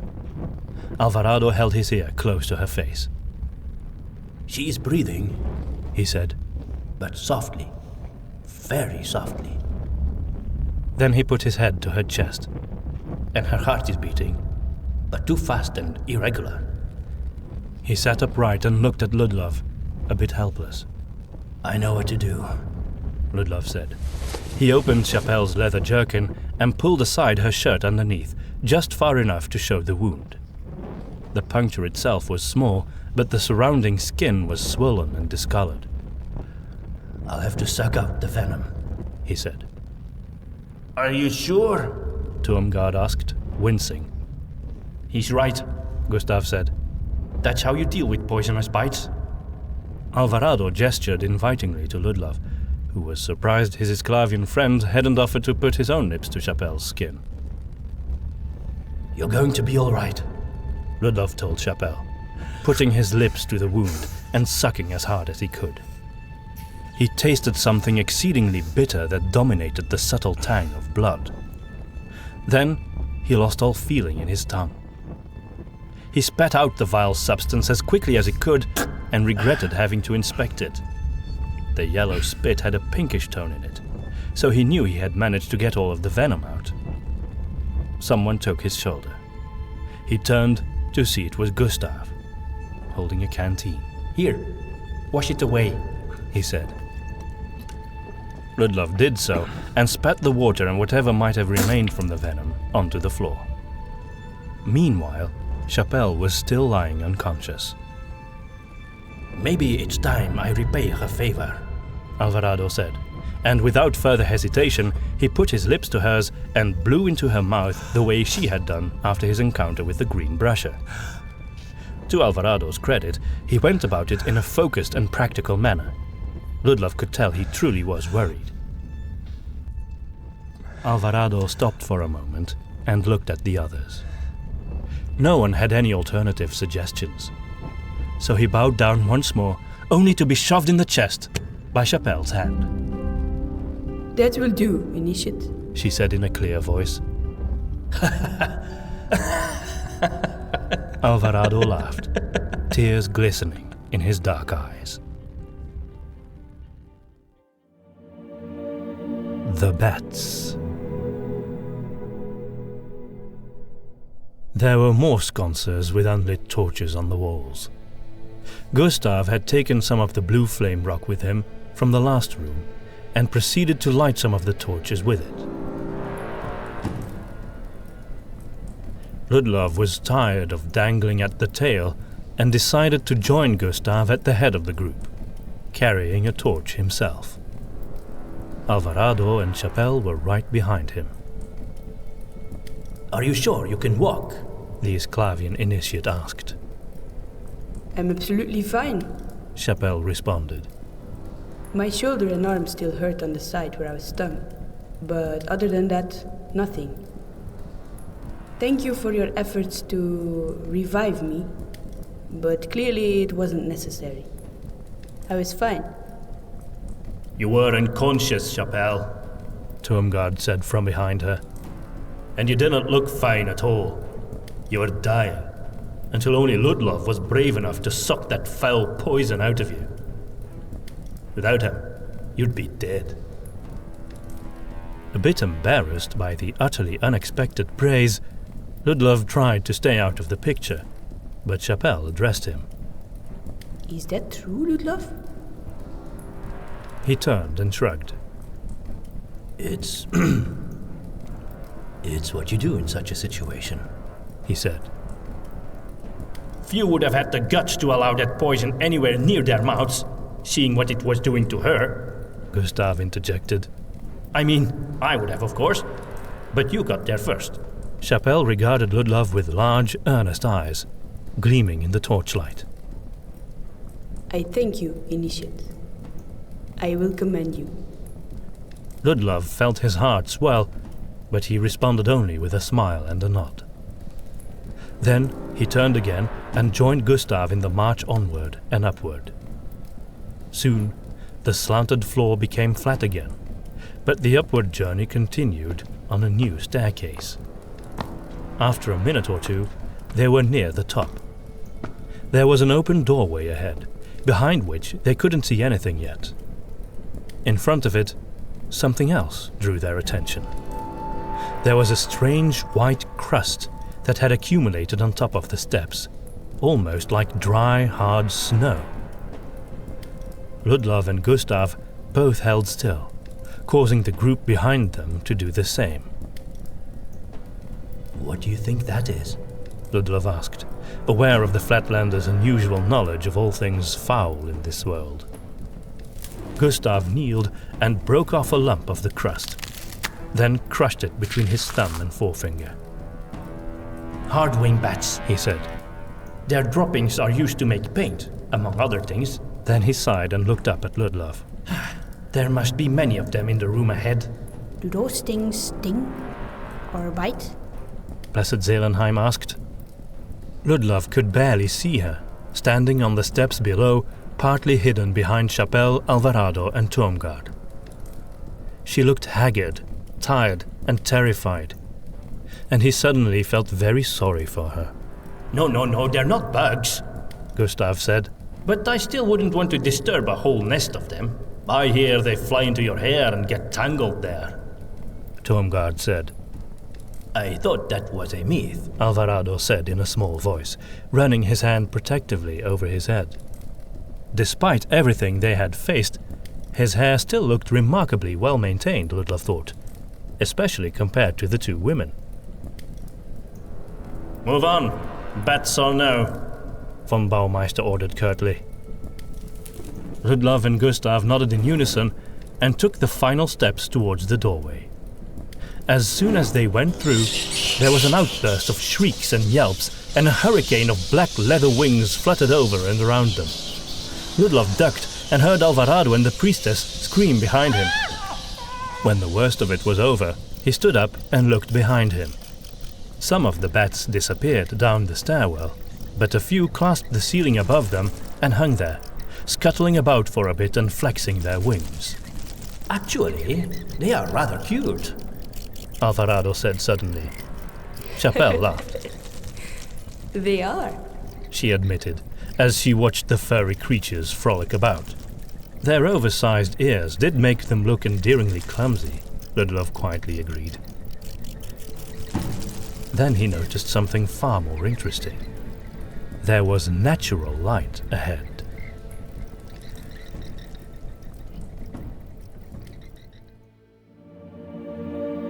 The tree. Ludlov found himself in a dark antechamber.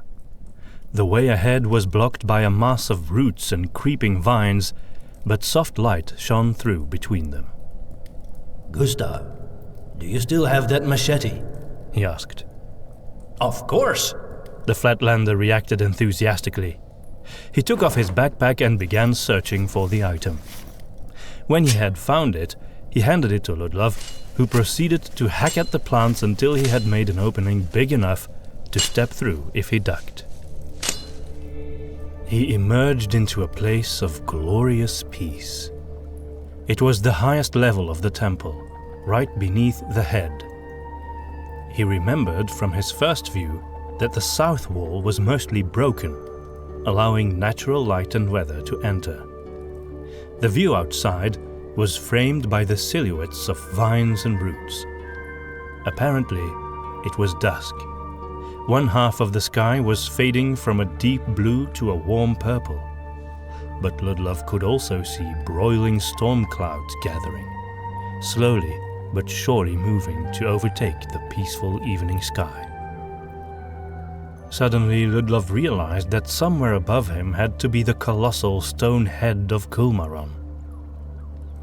Most of the room was taken up by a clear, still pond. It was full of the same luminous algae they had encountered before. He could see the water was quite shallow and wouldn't even reach to his knees if he were to wade through it. In the middle of the pond was perhaps the most beautiful tree he had ever seen. Its trunk was thick, its bark smooth, and its branches reached across the entire ceiling. Its leaves were lush and green, but it also bore hundreds of flowers, each the size of Ludlov's hand, glowing with the same soft light as the algae in the water, filling the entire room with a soothing, poetic scent. In the north wall was a shadowy opening, perhaps the beginning of another tunnel. All along the walls of the room grew thousands of purple bell-shaped flowers. As Ludlov was taking in the scene, Gustav appeared beside him. He gasped at the sight of the natural beauty. This is why I go on adventures, he said. Well, this and the treasure. I wish I could take this view home with me, Ludlov said. Take a good look, and you'll have a memory to take with you, Gustav replied with a shrug. Then he turned back to the opening through which they had entered. It looked like they had come out of a small, overgrown cave in a corner of the vast room. Come along! It's safe here! A little while later, the others emerged one by one. Everyone had the same look of awe on their faces. Even Master von Baumeister raised an eyebrow in appreciation. They all kept carrying their torches, unsure of how long they would be able to make use of the natural light outside. Truly, nothing we can make matches the work of the goddess, said Blessed Zelenheim. Well said, Blessed, replied Alvarado. Man did not make these flowers, nor that tree. It must be truly ancient, from before Sintrasha's time, Ludlov remarked. Gustav nodded. It's a wizard's mantle. You can find them almost anywhere in the northern continent, but always in a remote location, and always alone. They even grow below ground, Federhel added. There were several in the underground gardens of Oscorta. What are those purple flowers? Chapelle asked. I don't know them. Nepliana, Gustav said. you know plants and flowers quite well, Federhel remarked. Gustav shrugged. You pick up some things as you travel the world, he said. Are they edible? Alvarado asked. No, you gluttonous Sclavian, not everything is for eating, Gustav said. In fact, these might take a bite out of you. They're flesh-eating plants. Do they really bite people? Asked the priestess. No, not really, Gustav admitted. At least I don't think so. They only eat insects, lizards, mice, that sort of thing. They're lovely-looking flowers, though, aren't they? In truth, they're actually quite nasty. They have this corrosive sap inside. When they digest their prey, they make a horrible gurgling noise that will ruin your appetite. Ugh. That reminds me of a lady I used to, court, Alvarado commented. She was beautiful, but as soon as she opened her mouth, her voice ruined the whole picture. Still, she was amazing in board games. She was good at board games. No one is interested in the sordid details of your former fornication, initiate, von Baumeister said. The question is, how do we proceed from here? Ludlov noticed Alvarado smiling sheepishly towards the priestess. It was a long time ago. I have long since amended my ways, he heard him say. I think we should take a look at that tree, Federhel said. It must be here for a reason. Ludlov's own attention was drawn towards the dark opening in the north wall, and he made his way towards it. It was not a tunnel, but more akin to an antechamber, leading towards a metal door. In the middle of the door hung a strange lump of something that might have been clay, but it had a nastier look to it. It was crusty and brownish in color. It could even have been the beginnings of some insect nest that had never been completed, Ludlov mused. There was no key or handle anywhere, so it seemed impossible to open the door. Above it was a plaque with drawings engraved in it. On a stone pedestal beside the door was a large bowl with some objects inside. Ludlov emerged back into the main room and called out to the others. There's a door here. Come, take a look. Federhel was the first to join him, exploring the place with his torch. The firelight immediately revealed what the items in the bowl were: a brush and a spile. What does the plaque above the door say? Ludlov asked. As Federhel raised his torch, the images on the plaque became clearer in the flickering light. There was a tree on the left, 2 drops in the middle, drawn so that the lines partly overlapped, and then a flower to the right. It's a riddle, Federhel said. Ludlov agreed. We need to do something involving a tree, 2 drops and a flower, he said. Chapelle joined them in the antechamber. Aha! We need to take sap from the tree and from a flower to open that door, she said. You have a quick mind, Federhel said admiringly. In any case, your interpretation makes sense, Ludlov said. Since there is a bowl here where these saps might be mixed, but what would be the purpose of the spile and the brush? Federhel picked up the spile. This is a tree-tapping spile, he said. You can stick it in the tree's bark and sap will flow out. Well, that answers that question. Chapelle said. But what about the flower? The carving seems to represent Gustav's flesh-eating... what was it? Nepliana, Gustav completed for her as he approached. I once met a beautiful Vrosnikivan lady named after this flower, so its name is planted in my memory.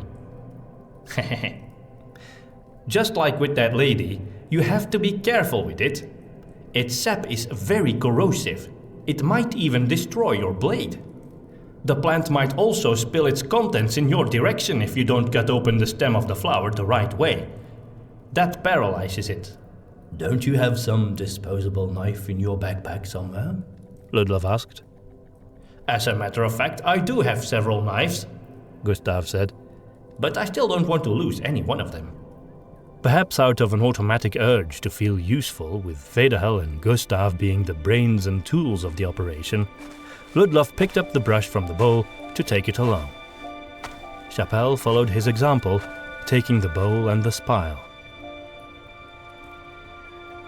Von Baumeister, Turmgard, Zelenheim and Alvarado were spread out over the area, investigating the details of the environment. The sky was darkening beyond them, but the luminescent algae in the pond, the tree flowers and the torches still provided enough light to see everything clearly. We know what we need to do. Chapelle announced, turning the heads of the others. There is a door in the wall that can only be opened using a mixture of saps from the wizard's mantle tree and the Nipliana flowers. Good work, Witch Hunter, von Baumeister said. Get to it then. Gustav rummaged around in his backpack and took out a pair of leather gloves. Never touch a Nipliana with your bare hands, he said. Then, eventually, he took out a small pocket knife. This will do, he said, and began walking around the room. What are you looking for? There are plenty of flowers, just pick one, Turmgard said. I want to find one that's a bit apart from the others, Gustav explained. Otherwise, I might get attacked. Attacked? Really? They're plants, Turmgard said. Flesh-eating plants, Alvarado corrected. Why don't you tap the tree already? Chapelle suggested to Turmgard, shoving the bowl and the spile into his hands. You just need some brute force to stick that spile into the bark. That seems like something for you. Aye, I can do that, no problem, Turmgard grumbled. Ludlov watched the witch hunter as he hacked the spile into the bark in the space above two large roots. Turmgard was attacking the tree as if it were a vampire, and the spile was his wooden stake. He quickly placed the bowl underneath, and shortly after, the thick sap came flowing steadily but slowly out of the spile into the bowl, like lava from a volcano. The remarkable light in the room even gave the almond-brown sap an orange glow. How much do we need? Turmgard asked. Chapelle only shrugged. Fill it halfway, said von Baumeister. The other half will be the sap from the flower. Turmgard sighed, staring at the slow stream of sap. Ludlov wandered around, once again taking in the splendor of this place, while absent-mindedly brushing his hand. The brush felt hard and firm. He inspected its tip. It looked like it was made of thick, bristly hair, unlike any he'd ever seen. Meanwhile, Gustav had found a lonely Nepliana flower, growing a bit apart from the others. He knelt down beside it, holding his knife in one hand. The flower turned towards him curiously. Gustav quickly grasped its base in his fist. The plant actually began to squirm, trying to break free. It moved like an animal. Then Gustav took his pocket knife and slashed the stem of the flower as if it were the throat of a sheep. The Nepliana stopped moving and gurgled like some horrid creature bleeding to its death as a thick drop of sap came out of the stem. We don't have the bowl yet, Vederhel said in a slightly panicky voice. No need yet, said Gustav. This was just to disarm the flower. I'm pretty sure it's the digestive sap we need from the calyx, as it's thinner. Vederhel brightened up. Of course, he said. The thin digestive sap will make the thick sap from the bark of the tree fit for applying it to a surface. They waited for Turmgard to bring the half-filled bowl, and then Gustav, still wearing the gloves, slowly but steadily poured the contents of the calyx on top of it. It was bright green and indeed much more liquid than the thick tree sap. The drops that splattered onto the side of the bowl immediately burned small holes into it, but where it mingled with the wizard's mantle sap, it quickly turned into some rather harmless-looking green ooze. Mingle it some more, Ludlov suggested. With what? Turmgard asked. My granny's soup ladle? Ludlov handed him the brush, feeling relieved he could contribute to the endeavor again. Good, said the Flatlander, accepting it. He stirred the admixture in the well-stocked bowl quickly but carefully, until it became a monochromatic sludge. When he pulled the brush out again, Ludlov expected it to be badly corroded, but to his surprise, it looked fine. So what do we do with this goo? Von Baumeister asked.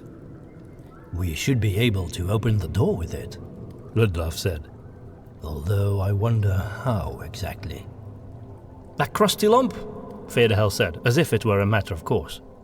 We'll have to cart it. Gustav moved towards the door as quickly as he could without spilling the contents of the bowl.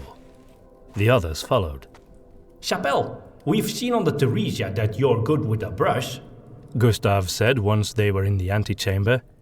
Maybe you should... All right. She replied apprehensively. Although this isn't quite like painting flowers. Chapelle carefully took over the bowl and turned the brush in the green sludge. She couldn't help inspecting it as she pulled it out. Then she started to apply to the lump on the door. It immediately began to bubble and foam. Well, it seems to have an effect, Gustav said. Go on. Chapelle continued her work until it became clear that the entire lump was being eaten away by the admixture. Splash some water on it, Von Baumeister commanded as the door was drenched in brownish-green foam. Gustav took off one boot and ran to the pool around the tree to fill it with water. He hopped on one foot on his way back and splashed the water over the door. As the foam washed away, a handle became clearly visible. It seemed to be made of jade. Gustav, still wearing gloves and still in one boot, immediately turned the handle and pushed. There was a crackling sound as the dust, grime and dirt that had accumulated over the ages was loosened and the door opened. Ludlov, Alvarado, von Baumeister and Blessed Zelenheim spread out and used their torches to shed some light on the place, while Gustav was putting his boot back on.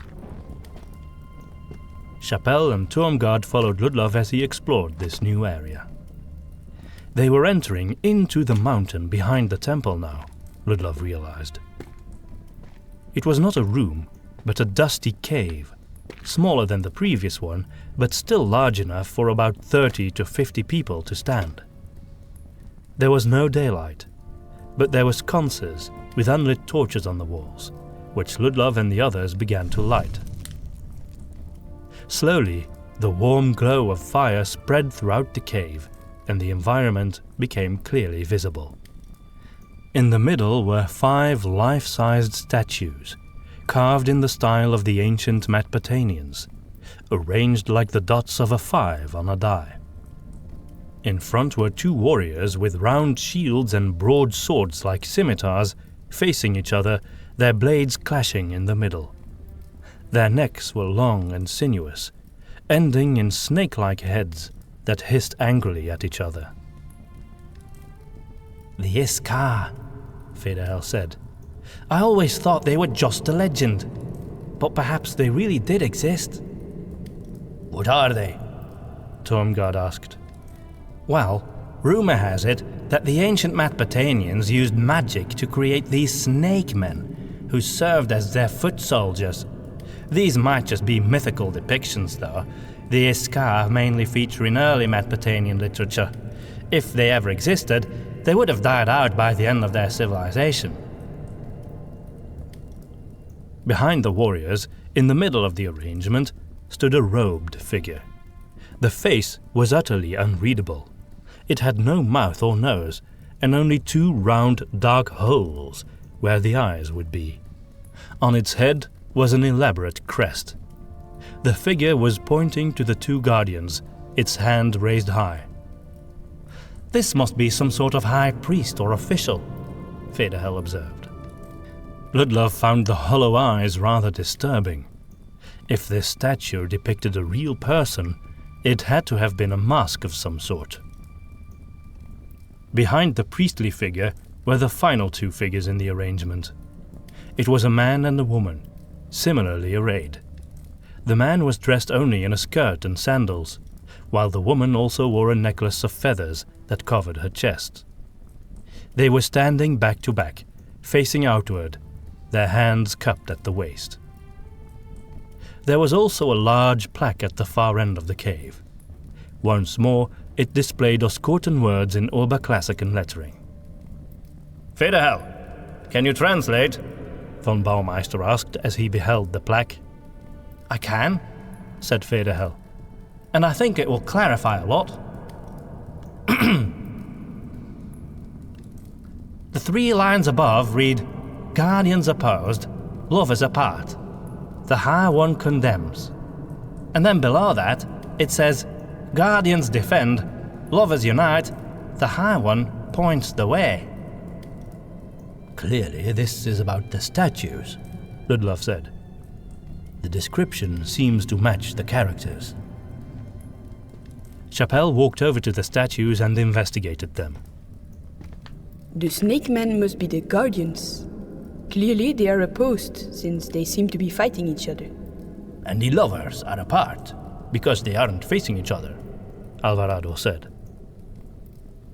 That means the robed man is the High One, and he condemns the soldiers for fighting each other instead of defending the people, Ludlov said. It seems to me that the 3 top lines describe the current situation, Federhell said, which means the 3 lines below describe what the scene should look like. Guardians defend, Ludlov repeated from the translation. He thought about it for a bit, and then made his way to the 2 snake soldiers. He took hold of the left one and pulled. To his surprise, it was actually quite easy to swivel the statue. Clearly, it had been constructed with that purpose. One by one, Ludlov turned both soldiers so that they faced forward, their swords held ready against anyone who would dare to harm the robed figure or the couple. I see, Alvarado said, and he moved to the couple, turning both statues so that they faced each other. When he did so, the 2 characters looked into each other's eyes, and it seemed like they were reaching out to hold each other's hands as well. Lovers unite, he said. Then now the High One can show the way, Tormgard said, as he entered the scene and turned the priestly statue around.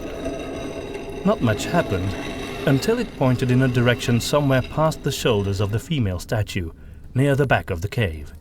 There was a metallic clank somewhere beneath their feet, followed by the rumbling of stone as part of the wall slid down there, accompanied by a cloud of dust that slowly spread through the cave. As the dust settled and they all approached, the torchlight revealed a rectangular doorway and a winding staircase beyond it, leading up. The final stage begins, said Blessed Zelenheim. The head. There was a sense of foreboding in Ludlov's heart as they ascended up the stairs. This time, he was in front, with Chapelle and Alvarado right behind him, followed by Blessed Zelenheim, Federhell, Gustav, and finally, Master von Baumeister.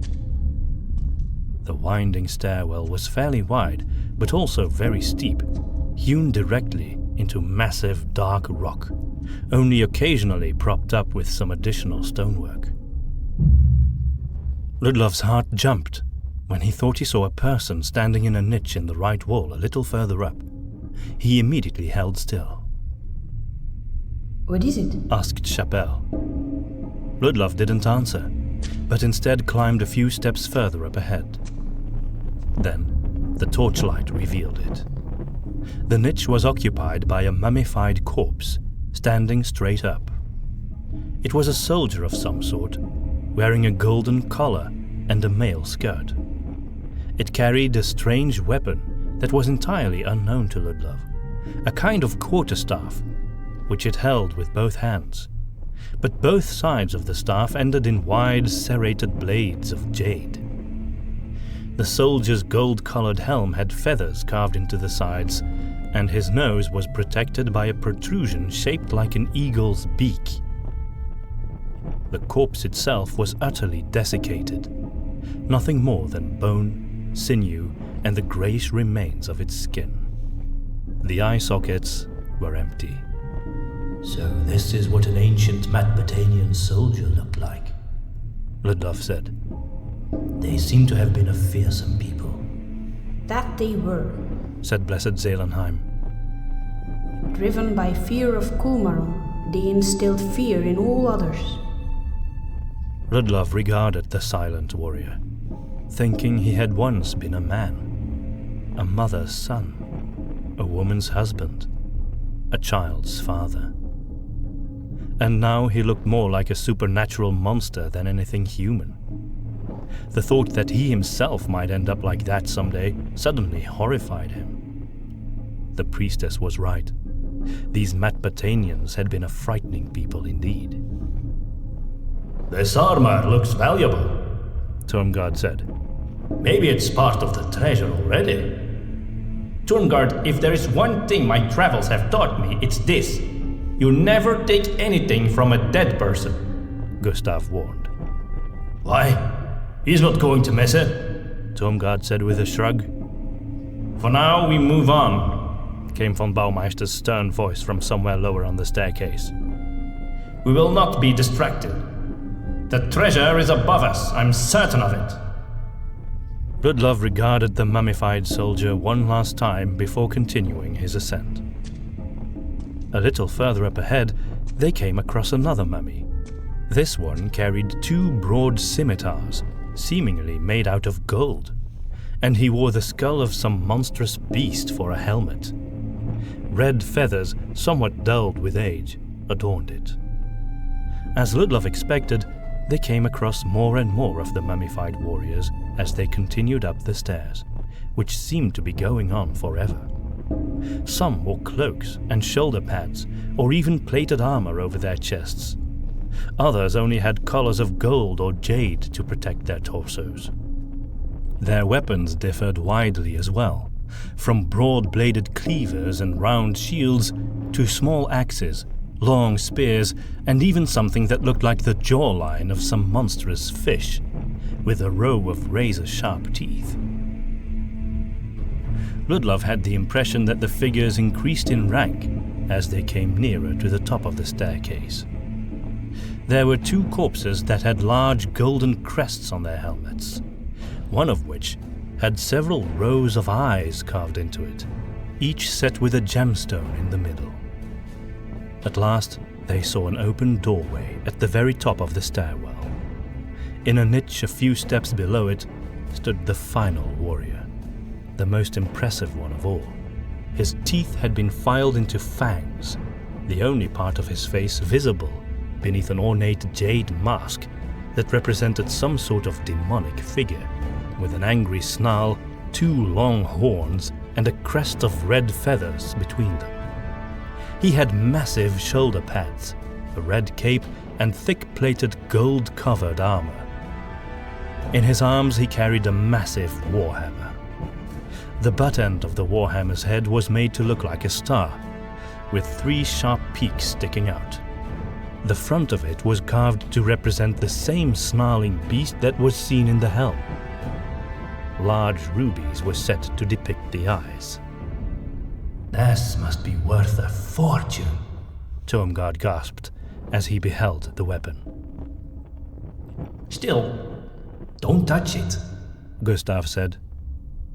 Suddenly, there was a flash of bluish light from beyond the doorway, and Ludlov quickly ascended the final steps to see what it was.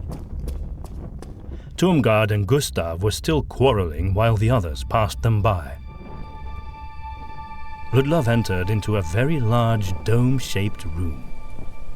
There were 2 huge openings in it, revealing only darkness and pouring rain, occasionally lit up in a flash of lightning. The eyes of Kulmaron. It was storming outside. The deathly quiet in this strange room made for an eerie contrast. As Ludlov slowly entered, he noticed a heavy chain which hung from the ceiling into a wide well in the middle of the room. We're inside the head of Kulmaron, Federhel said. Those 2 windows are his eyes. Ludlov turned to face the doorway from which they had entered. There were 6 more niches in the wall, 3 on either side of the doorway, each occupied by another mummified soldier. To Ludlov's right was a strange mural, painted on the wall in gold and blue. The shapes seemed to be completely abstract. If they had any significance, it was lost on him. In the middle of the mural was placed an incomprehensible clockwork mechanism of several interlocking metal gears, which struck Ludlov as equally puzzling. Chapelle, Alvarado and Federhel were with him in the room. Ludlov looked for the others and saw von Baumeister and the priestess entering through the doorway. Then he heard a loud cry from the stairwell. What did I tell you? Don't touch anything! It was Gustav's voice. Then Turmgard cried out loudly. Whether in rage or terror, Ludlov could not tell. Before he had any idea what had happened, his attention was drawn away from the stairwell by the sudden movement from the niches in this room. Lightning flashed as all 6 of the warrior corpses sprang into motion and stepped forward into the room, brandishing their strange weaponry. Watch out! He cried out and reached for his pistol, only to realize he didn't have it anymore. Thanking Gustav sarcastically in his thoughts, he drew his rapier instead. Alvarado and Chapelle did still have their firearms and made ready to shoot. Pistols were slow, however, and these undead creatures didn't waste any time. One of them slashed at von Baumeister with a huge bone cleaver. The witch hunter master managed to pivot out of the way, drew his rapier, and slashed the mummified soldier in the leg. 2 others approached on Chapelle, who was fast enough to shoot one of them in the head, causing it to fall back. But the other was still advancing on her, with 2 golden sickles, one in each hand. Ludlov barreled past her towards the attacker and threw his shoulder into its chest, falling down on top of the creature. His rapier was useless now and clattered to the floor. As the undead creature lay squirming on the floor, he could think of nothing better to do than push his still burning torch into its face. The thing only hissed and croaked, unable to produce another sound. Chapelle stood on its right arm, pinning it to the ground, but it still tried to slash at Ludlov with the other sickle. Fortunately, Alvarado was there in time to slice the arm clean off before the blow hit. With his free hand, Ludlov reached for his dagger, drew it, and slit the monster's throat. Grey smoke rose up from the wound, and the thing stopped moving altogether. The entire corpse, even its weaponry, turned to a black crisp, and then dissolved into a pile of ashes. Ludlov stood up and picked up his fallen weapon, standing with the torch in one hand and the rapier in the other. Everyone around him was fighting the undead. Alvarado kicked one in the chest, causing it to fall back into the well. Chapelle was slashed in the face by the dagger of another. Her left cheek bled, but she ignored the wound and repelled the attacker with her torch, simultaneously advancing on it with her rapier. Von Baumeister threw his dagger into the face of an approaching undead and then ducked just in time to avoid the swing of another scimitar. Blessed Zelenheim was slowly backing away against the wall, her hands folded in prayer. Ludlov moved in front of her to defend her against any oncoming enemies. He saw Gustav and Turmgard being thrown from the stairwell into the room, falling onto their backs as if there had been some explosion. A moment later, the heavily armored figure with a demon mask entered, swinging his warhammer sideways to make way, then raising it high when he found Gustav, who had only just managed to take off his massive backpack and was lying right next to it. The pudgy shopkeeper still had the agility to roll out of the way of the golden hammer's path, causing it to smash down onto the stone floor. From behind it, Turmgard shot his pistol at the great brute's back, but its heavy armor caught the bullet. The masked warrior ignored the shot and turned its attention to Ludlov and the priestess. When Ludlov saw the enormous warhammer being raised, he realized his flimsy rapier would be of little use against this behemoth.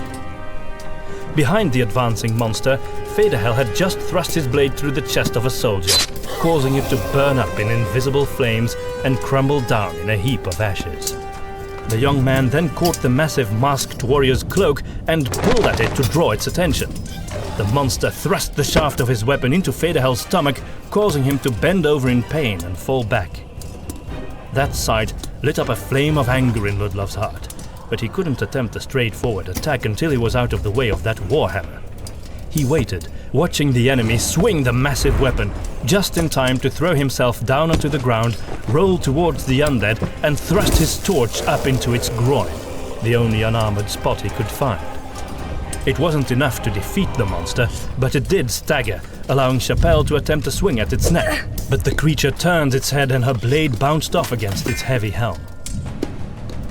Then Gustav appeared with his machete, just fast enough to slice the sinews in the back of the massive warrior's legs. It fell to its knees, loosening its grip on the warhammer. Alvarado tugged at the weapon and acquired it. The fallen undead turned towards him in anger, but Alvarado was well out of the way now, so it grabbed Chapelle instead, pulling her hand to its mouth to bite off her fingers with its filed teeth. Chapelle squirmed and tried desperately to escape, but the thing's grip was too strong. Alvarado, carrying the warhammer, climbed on top of the well, raised the weapon high, and smashed it down into its original owner's head. Chapelle just managed to pull her hand free in time as the warhammer broke the undead's masked helm. Alvarado had lost the leverage to lift the warhammer again, and the massive warrior still moved. The shattered remains of its helm tumbled onto the stone floor as it tried to sit upright. It clawed around wildly, looking for something to hurt. Ludlov had had enough. He aimed his rapier carefully and swung it. The blade caught the undead in the mouth and split its face. Ludlov swung again, slitting its throat this time. Then the crumbling and smoking set in, destroying all that was left of the creature. Ludlov wanted to thank his friends, but there was no time. There were still a few enemies left. The priestess was being attacked by a smaller, slighter and more agile undead. It had no armor and wore a feathered headdress. Its weapons were thimbles on each finger, from which sprang long, curved claws. The thing swung its claws wildly and managed to draw blood from the blessed's arm. As she cried out in pain, Tuomgard threw a dagger straight at the attacker's chest. It was planted up to the hilt in the thing's torso, and it reeled back, already beginning to smoke and crumble. Tuomgard's look of satisfaction quickly faded as one of the last warriors slashed at him from the side. It was the one carrying some creature's jaw as a weapon. Tuomgard sprang out of the way, but the undead monster kept advancing and slashed again. This time, the sharp teeth on the weapon landed on the witch hunter's face, and blood sprayed out. Von Baumeister shot the creature in the back, causing it to stumble and fall. As Tuomgard howled in pain and clasped his face, Alvarado made his way to the attacking monster and finished it with a single blow from the warhammer. Ludlov was surprised to see the weapon hadn't disintegrated like the others. Then he noticed that the last of the undead warriors had chosen him for a target and came at him with an axe, hiding itself behind a round shield. Ludlov jumped onto the well, out of the way of the approaching enemy. As the abomination raised its axe to swing at him, he leaped out of the way, landing behind the creature, turning just in time to kick it into the well. The thing grasped the chain in the middle and avoided falling into the depths, but Chapelle thrust her blade into its throat and killed it. As the creature finally disintegrated, flakes of ash dwindled down into the darkness below. All the undead had been destroyed now, and they were alone in this strange room. They discovered several empty sconces on the walls and placed their torches in them to provide lasting light throughout the dark night. Blessed Zelenheim and Gustav were kneeling next to Tuomgard, the former laying her hand on his forehead in blessing, the latter searching in his backpack. Tuomgard's hand was still in front of his eye, blood seeping through his fingers. "You still have your eye, but the skin around it is badly damaged," said Gustav as he applied bandages to it. "How are you?" Ludlov asked Chapelle, whose cheek was still bleeding. As if she hadn't realized it, she touched her face and looked at the blood on her fingertips. It's nothing, she said. "I think you should have them take a look at it," Ludlov suggested, indicating that he meant Gustav and the priestess. She nodded, but said, Tuomgard first. He's in a worse condition, I'm afraid. Ludlov had to agree. The witch hunter was looking very pale, his hair clinging to his head with sweat. "You still have that warhammer," Ludlov said to Alvarado, who smiled. Perhaps it didn't get destroyed because I took it before we killed that big masked warrior thing, he said. I think it was the leader of the group. It was the Bloodfather, Federhel said, who was still clutching his stomach. He was the leader of the High Priest's personal guard. Not anymore, Alvarado said. Remember why we are here, initiates, said von Baumeister. The treasure is near. Is there one more trial left? Federhel wondered aloud. I think so. Said Chapelle, pointing to the mural. And I think that is it. Everyone, Tuomgard said quietly, his voice subdued by pain. I'm sorry. This attack was my fault. I tried to take something from one of the corpses. That's when they came to life. You blundering fool, von Baumeister sneered. You have jeopardized us all. A wounded eye is too small a price to pay for your stupidity, if you ask me. The harshness of his words and the bitterness of his tone came as a shock, even coming from von Baumeister. Ludlov could tell by the others' faces that they had the same reaction. Tuomgard looked like he was fighting back tears. You couldn't know, Tuomgard. Blessed Zelenheim said softly. And you fought valiantly. You saved my life, and I thank you. Now the tears escaped from Tuomgard's eyes. The salt in his tears seemed to make the pain worse. He nodded in thanks to the priestess, at a loss for words, clearly trying to remain strong. Ludlov approached him and held out his hand. Can you stand? I think so, Tuomgard said, allowing Ludlov to help him upright. Von Baumeister had his back towards them, investigating the mural. Federhel, do you know anything about this imagery? He asked.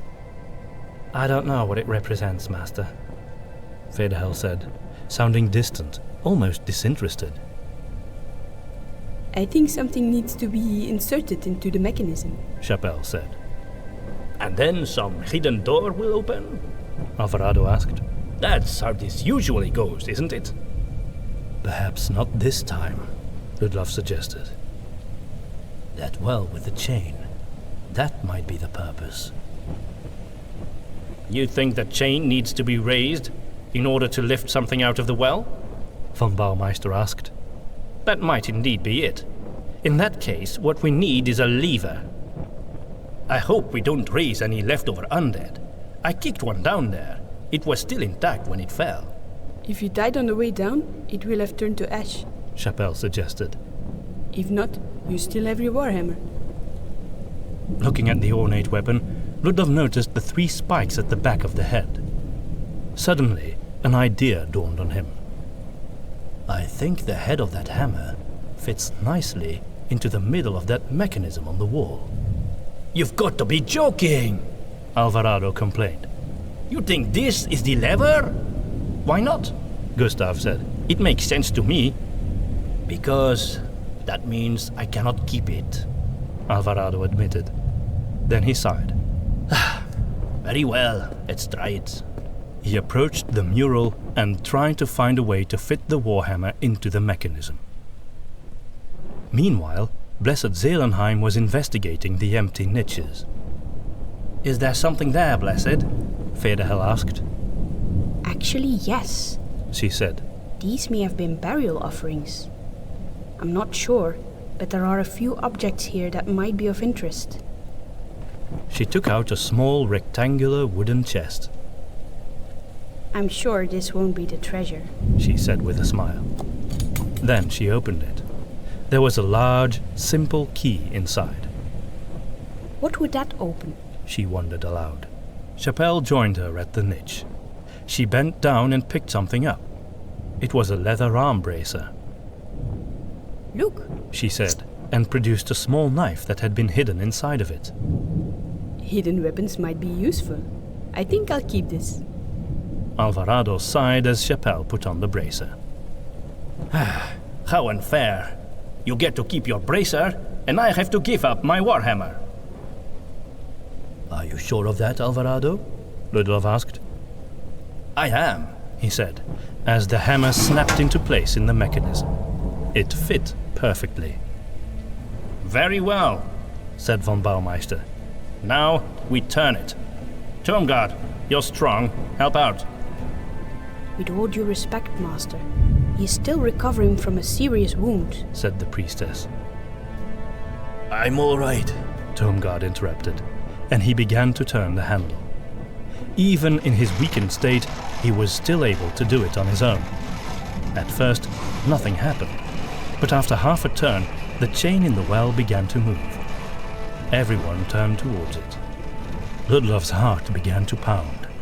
After all this time, all this effort, the treasure was almost theirs for the taking.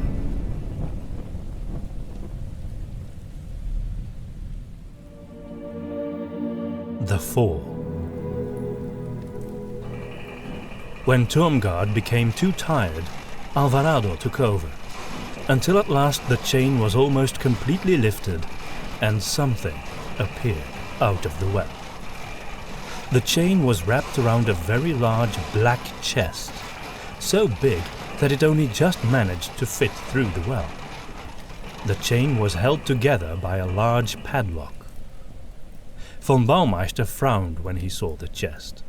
He seemed disappointed. Nervously, Ludlov, Alvarado and Gustav worked together to pull the chest down onto the floor next to the well. It felt extremely heavy. How do we unlock this? Ludlov asked when the chest was safely on the ground. Blessed Zelenheim arrived with the key she had found in the rectangular chest. This might help, she said with a smile. It might indeed, Ludlov replied as he took the key. It needed some pushing, but it did fit. With a bit of effort, Ludlov managed to unlock the chain. Together with the others, he removed it from the chest. Here we are, Ludlov said, and he looked at everyone around him. Do you sense anything, Blessed? He asked. She placed her hands on the chest, closed her eyes, and eventually nodded slowly. Yes. Yes, I do. Every face was tense, waiting for her next words. There is a spiritual presence, and it is bad. But the chest is not cursed. I think you can open it. But be careful. A bad presence? Gustav repeated anxiously. Not very encouraging. The evil is contained. I can sense that. Don't be afraid to open it, Ludlov.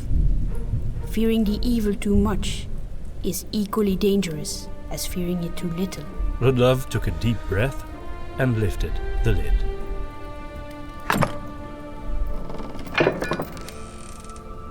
The chest was filled to the brim with fine white sand. Well, that is disappointing, said Alvarado, and he made his way back to the mechanism on the wall. What are you doing? Ludlov asked. I'm taking back that Warhammer. Alvarado grumbled. That way, at least we have something of value to take home. If you take that weapon, it belongs to the Witch Hunter Order, not to you, Initiate, von Baumeister said sternly. Ludlov turned his attention back to the chest. There must be more to this, he said. There must be something inside the sand. Before you touch it, let me pray over it first. Blessed Zelenheim intervened. Ludlov moved out of the way, allowing her to place her hands over the sand, close her eyes, and proclaim a litany of protection and blessing in lingua. Sicut deficit fumus deficiant, sicut fluit cera a face ignis. When she had finished the prayer, she gave Ludlov a solemn nod. Still feeling a little apprehensive, he reached with his hands into the sand, digging for something of value.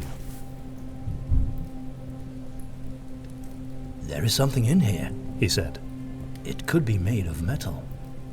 Gustav and Tomgard immediately began to help out to extricate the item from the chest. Working together, they managed to raise from the chest an enormous crown, carved out of some sort of clear crystal that reflected even the warm torchlight in a cool bluish hue. A casual observer might have thought it was ice, but not the ice one would find in the ordinary world. Rather, it seemed like a frozen sculpture from a realm of dreams. The crown was much too large to fit on any man's head, unless he were a giant, and it had 5 spikes, each of which ended in a tip of gold about the size of a Dugarim drinking horn. The crown of Comaron, Fedahel gasped. The real one. Is this the treasure then? Ludlov asked, holding one end of the majestic item, while Tormgard and Gustav held the other sides. I'm sure it has great value. Chapelle said, although she sounded a bit disappointed.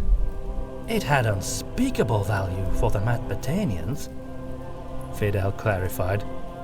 It was a crown worn by their god. If that is so, why did we find it in a well? Tormgard wondered aloud. I don't think the Matbatanians put it there, said Chapelle. It must have been Sintrasha or her followers. Can you hold this without me? Gustav asked Tormgard, who nodded. I think there must be more in this sand, the Flatlander said, and began to rummage around some more in the large chest. Von Baumeister stood with his arms crossed, looking at the crown. Put it down on the floor, he commanded. Ludlov and Tormgard obeyed, carefully placing the item next to the chest. Aha! Gustav cried out. I knew there was more! What did you find? Chapelle asked. A leather tube, he said, lifting the lid of the item. Inside was a rolled-up parchment, which Gustav immediately took out and unrolled.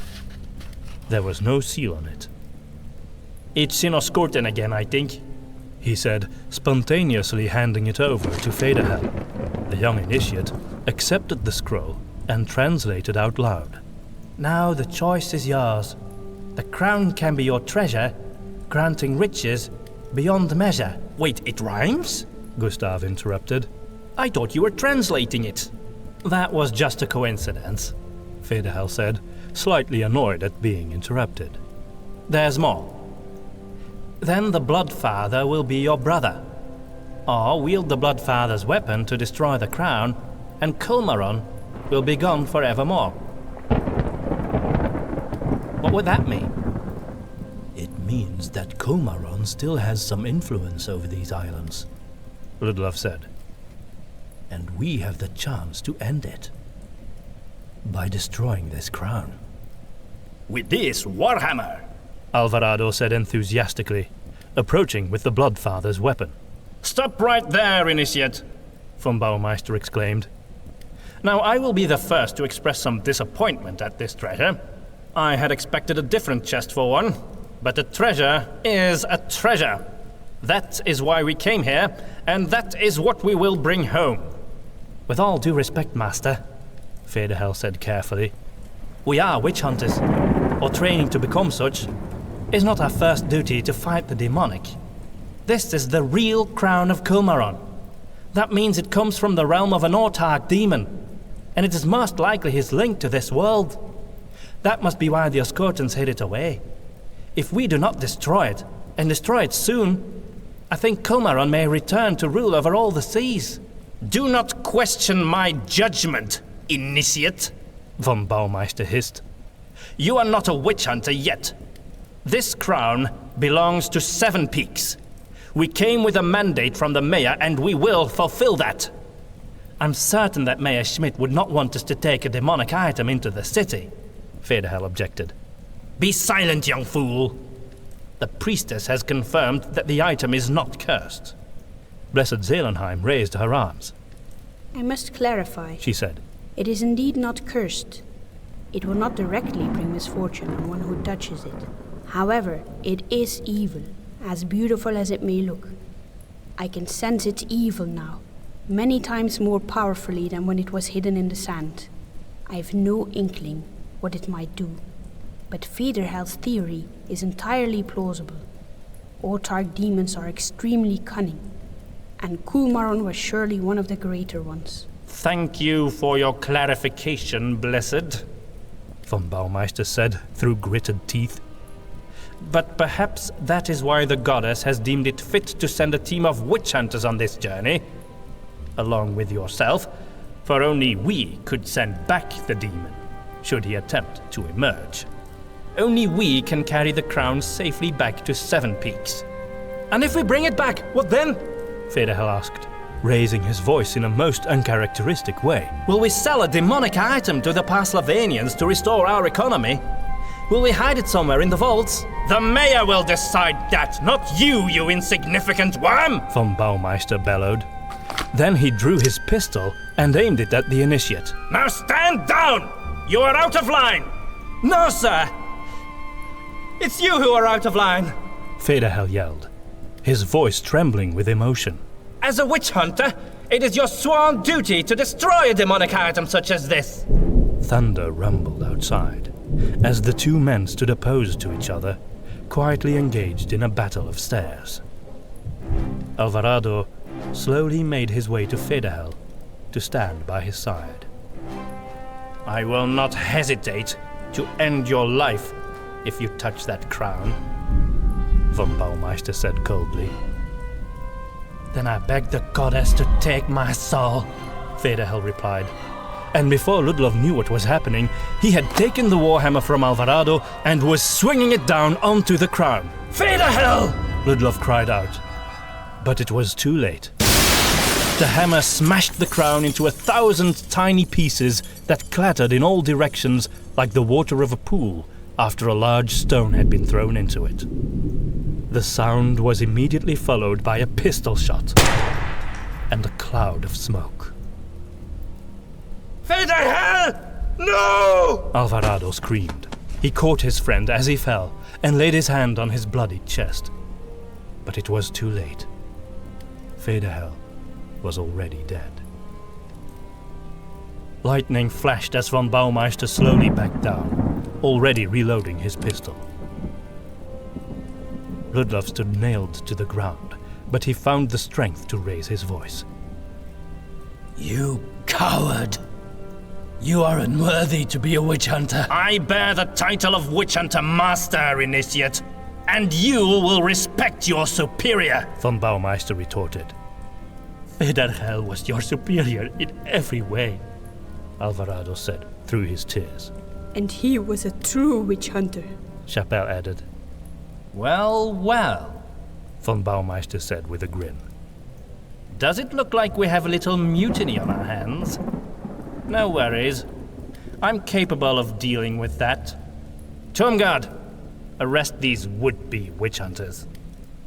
Tormgard gave Ludlov a stern gaze with his one unbandaged eye and drew his pistol.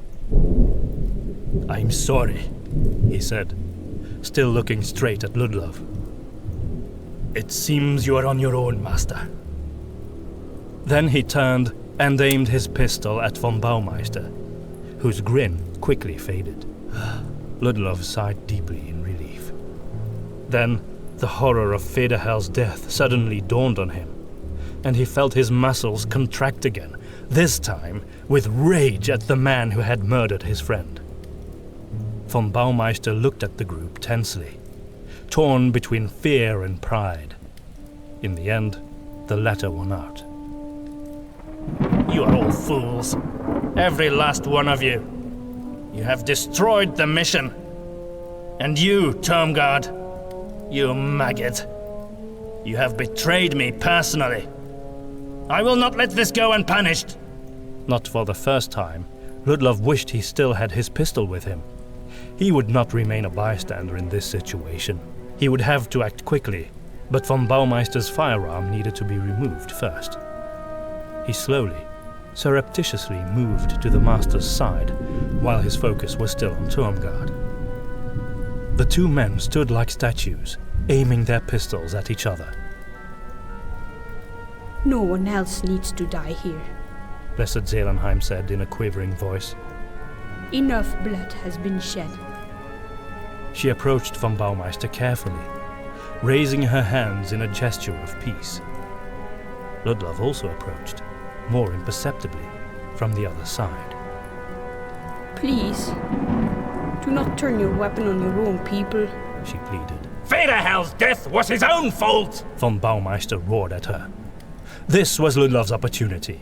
As quick as a viper, he grasped the barrel of von Baumeister's pistol and pulled it down. In a reflex, the master pulled the trigger, shooting harmlessly at the floor. The priestess jumped out of the way as Ludlov didn't waste another moment and punched von Baumeister in the face, causing him to retreat momentarily.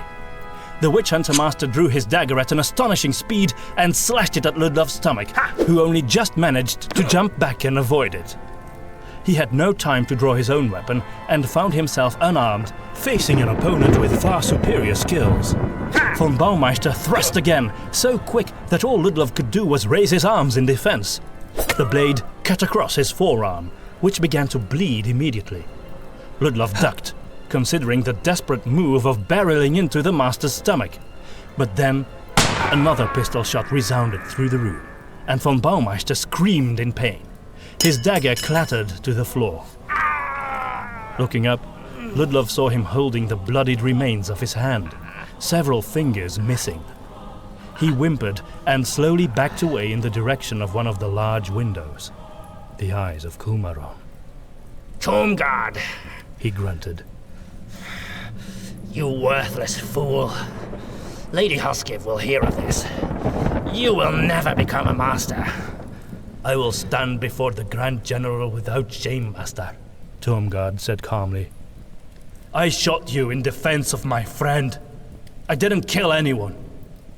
You, on the other hand. I am the highest authority here!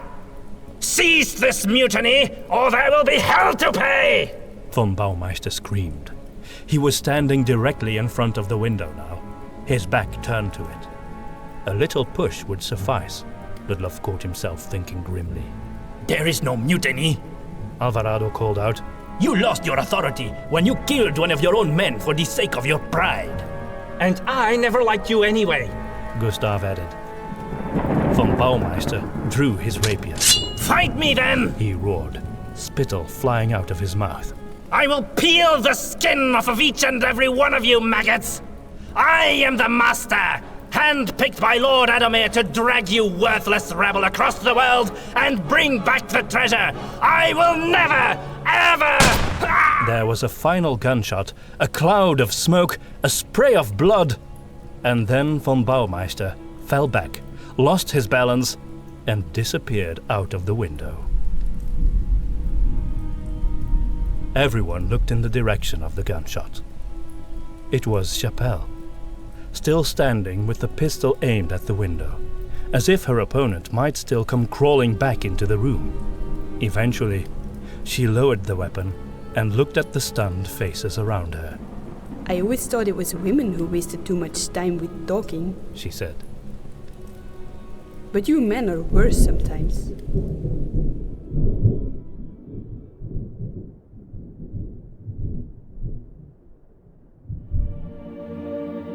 The ceremony. Ludlov and Gustav both ran to the window and tried to look down into the rainy darkness.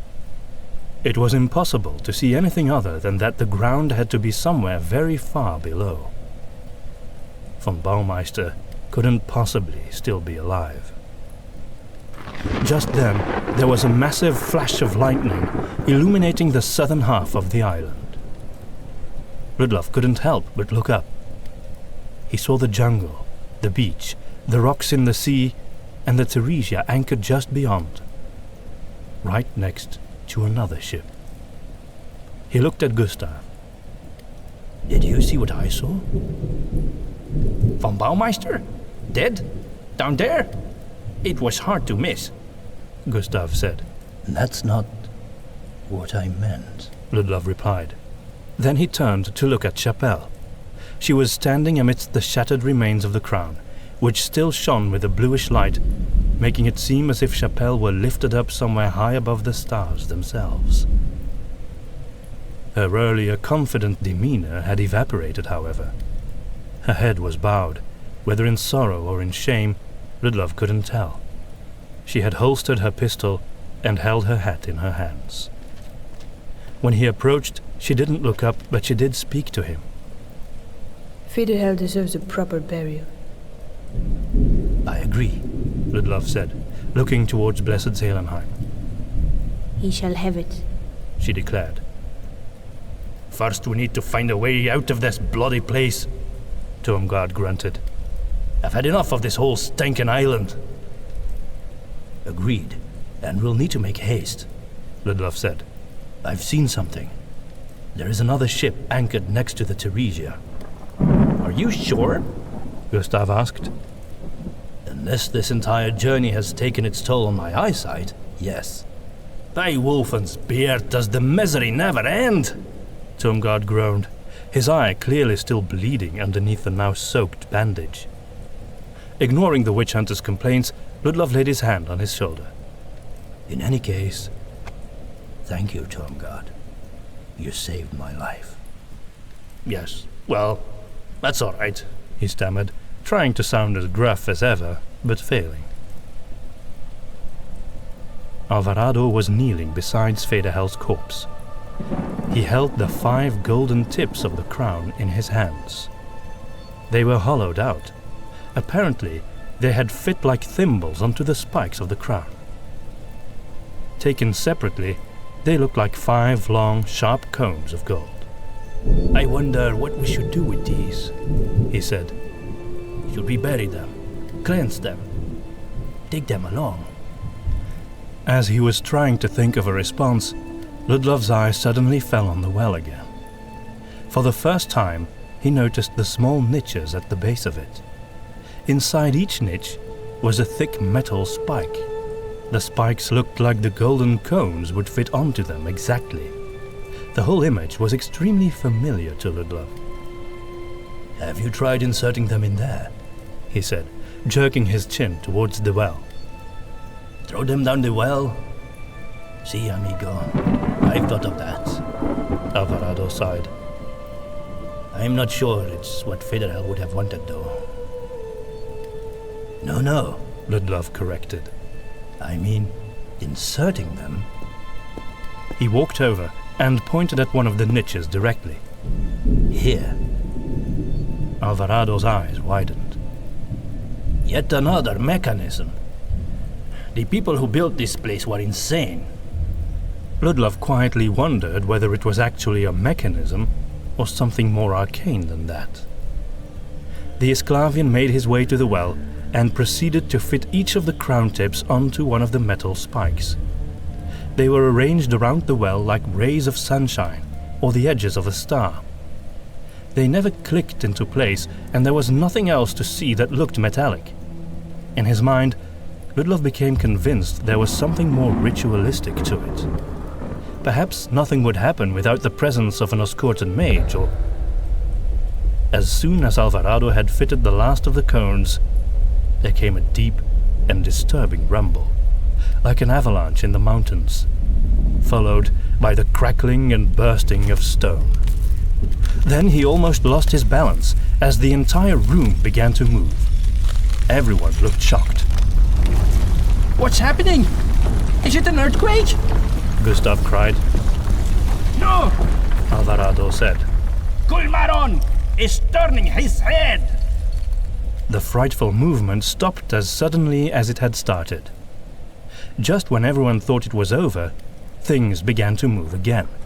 First, the well slid down into the floor. Then, portions of the floor itself began to slide straight down, forming steps. They all ran to the edges of the room where they could safely watch what was happening. Ludlov was able to drag Federhel's body to safety just in time, but he was unable to grab the warhammer that was being carried down on the newly formed steps. Then, as the dark, rainy sky became visible below, Ludlov understood what was happening. Kulmaron was opening his mouth, dropping his jaw onto the stairs on the west side of the temple. The golden warhammer tumbled down the steps, then fell to the side into the dark of the underbrush far below. When the movement stopped, the way was cleared for them to walk out of Kulmaron's mouth. Ludlov looked at Tormgard. You were looking for a way out? The witch hunter nodded thankfully. Alvarado looked in the direction of where the Warhammer had disappeared, his eyes reminding Ludlov of a child who had just lost his toy. Then he shook his head and offered Ludlov to help him carry Federhel with a gesture. Will you take the golden cones, Chapelle? Ludlov asked. Why, Ludlov? She asked. Do you think they are the treasure in the end? No, Ludlov said. the head has turned west. I believe that's a clue. The search is not yet over. Do you mean there is still a treasure? Gustav said, his eyes widening. But what lies to the west from here? Tormgard wondered aloud. The beach? Alvarado suggested. I think we have to look further than that, Ludlov said. Beyond the sea. Just like... All of a sudden, he knew where to go. His mouth fell open at the revelation in his mind. What is it? Do you know where to look? Chapelle asked. You were there with me, Chapelle, Ludlov said. Don't you remember? She looked at him, confused. He couldn't blame her. So many things had to be rushing through her mind concurrently. He was surprised she had even been present enough to ask him the question. Boneyard Bay, Ludlov clarified. the statue of Sintrasha. 5 niches, with spikes, just like here at the well. I think these cones will fit perfectly. Then he became aware of how everyone's eyes were on him. Boneyard Bay! Gustav gasped. Of course! Kulmaron's head is looking directly at Boneyard Bay. Ludlov shrugged. It seemed so obvious to him now. Well, it was always called the Treasure of Boneyard Bay, wasn't it? He said. That means Federhel had no other option but to smash the ground. It was never a choice. He was right all along. Chapelle said melancholically. And if he hadn't, the head would never have turned, so it never have escaped from here. Gustav suddenly exclaimed in a loud voice. That young man saved us, he said more modestly. Gustav looked like he was struggling very hard to curb his excitement in the light of the tragic turn of events that had just played out, but he couldn't hide it. Ludlov felt no resentment at it. If anything, Gustav's bright spirit made Federhel's death more bearable. Federhel would have loved it. Alvarado mused. The journey, the questions, the battle. And he would have been a great help. Tormgard added. You're right, Ludlov. We will take these 5 crown tips and bring them to Boneyard Bay for the last stage of our quest. Chapelle gathered the 5 cones, slid them into each other and placed them in the rectangular chest that Blessed Selenheim had found. The chest itself was stored in Gustav's huge backpack. It almost didn't fit, but then Gustav took out a blanket in which to wrap Federhel's body. He also considered throwing out the fake Sintrasha statuette, but somehow couldn't, even though the others couldn't think of a way it would still be of use to them. They also took their torches back from the sconces and made their way down the steps. Ludlov and Alvarado carried Federhel together, steadily and carefully, so as not to unwrap or drop the body. Every one of them preferred to be out in the dark, rain-drenched jungle rather than safe and dry inside Kulmaron's head. The thunderstorm was still going on as they emerged out of a round opening. In front of them began the western stairs, which ran straight down into the jungle, far below. The steps were too high to simply walk down. They would have to drop down carefully from each step. Climbing up would have been impossible. Tormgard took the lead down with Chapelle close by his side, lending him her eyes whenever necessary. Turning back for one last look, they saw how they had just walked out of Kulmaron's mouth, which had opened with the placing of the 5 cones right onto the stairway of his right shoulder. In his mind, Ludlov revisited the moment when they had first set eyes on the temple and realized what an impressive sight this was. The trip down was more frightening than they had anticipated in the torrent of rain. There was a thin layer of moss growing on it, making it even more slippery. On top of that, thunderstorms weren't exactly reassuring in these sorts of situations, especially not with a howling wind. After all they had experienced together, they wouldn't let themselves be deterred by any of this, though, and the party made their way down the stairway, still carrying Fedehel's body as well as their torches. Halfway down, however, those were doused by the rain. When they arrived down below in the jungle, they found the broken remains of what had once been a stone pathway, now overturned by roots and ages of disuse. They followed it as it slowly turned south. The storm had since died down, but once more they began to hear the sound of water.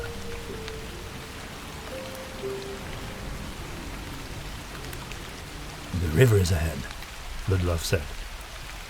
Not much later, they arrived at an ancient stone bridge, flanked by two enormous statues, guardians with crossed spears and heads that resembled those of serpents. The Iska again, Ludlov muttered. It reminded him of Fedehel. They crossed the bridge and found themselves surrounded by thick foliage once more. Eventually, the path faded and Gustav was forced to take out his machete again.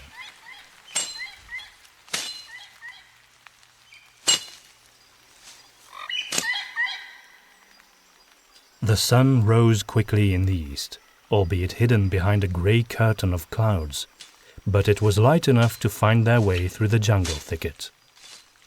At last they found a clearing between the trees. It was a small, peaceful place, steeped in the sound of birds and insects, seemingly undisturbed since the dawn of time. It was a good place and time to say their final farewells to Fedehel. They couldn't inter him in the ground without a shovel, so they built a cairn of stones which they found lying near the foot of the mountain. The battle in the head had damaged and torn their clothes, and as a result, Ludlov believed they were not at all dressed for a funeral. Apparently the others were also aware of that, since he noticed how Chapelle and Alvarado were adjusting their uniforms. Tormgard humbly asked Gustav to refresh the bloodied bandage on his eye. It probably looked in worse shape than it was, but Ludlov couldn't help but cringe when Gustav removed the dark red, soaked cloth. Then they all gathered in a semicircle. The sight of the cairn made Fedehel's death suddenly very real and irreversible in Ludlov's mind, and it came as a shock to him. He wished he had known his fellow initiate better. The heavy rain had turned into a subtle drizzle, as if the weather itself wanted to pay tribute to their fallen friend. As Blessed Zelenheim made her prayers, his mind wandered to his time back in Seven Peaks. How many opportunities had there been to make friends with the good soul that had now departed? He had squandered them all, too busy mulling over the black sickle to pay attention to anything or anyone. He regretted it deeply. Alvarado spoke warmly of his friendship with the young man, the beautiful memories they had made together, and his final heroic stand. When it was Ludlov's turn to speak at the ceremony, he took a deep breath and collected his thoughts. I wish I had known Fedehel better, and longer, he said at last. He was the youngest among us, but perhaps the wisest. May the goddess welcome him in her realm. Then it was Chapelle's turn. She didn't speak, but instead lifted her voice in a gentle Goldorian dirge. Ceux qui meurent vont ailleurs vers la lumière l'obscurité. Ceux qui meurent vont ailleurs vers la paix ou la dureté. Mais toi, mon ami, tu tomberas, je prie, dans les trentes de la déesse, dans les trentes de la déesse.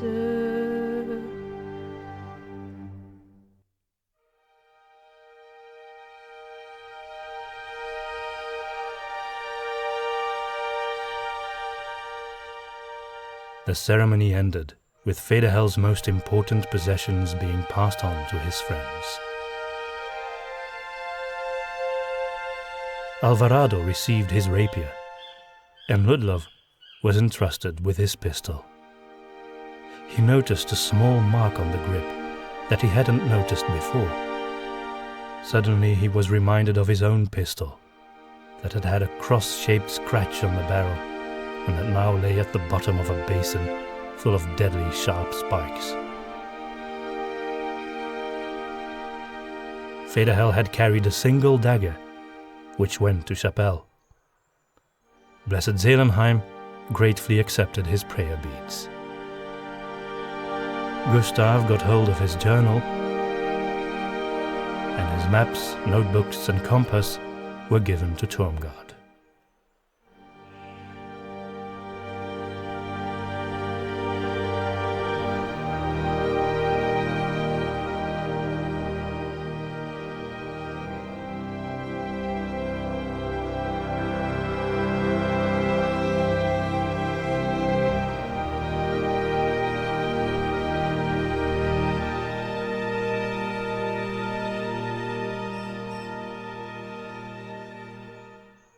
After Federhel's burial, Gustav was the only one to raise the question of whether they should have a ritual for von Baumeister as well.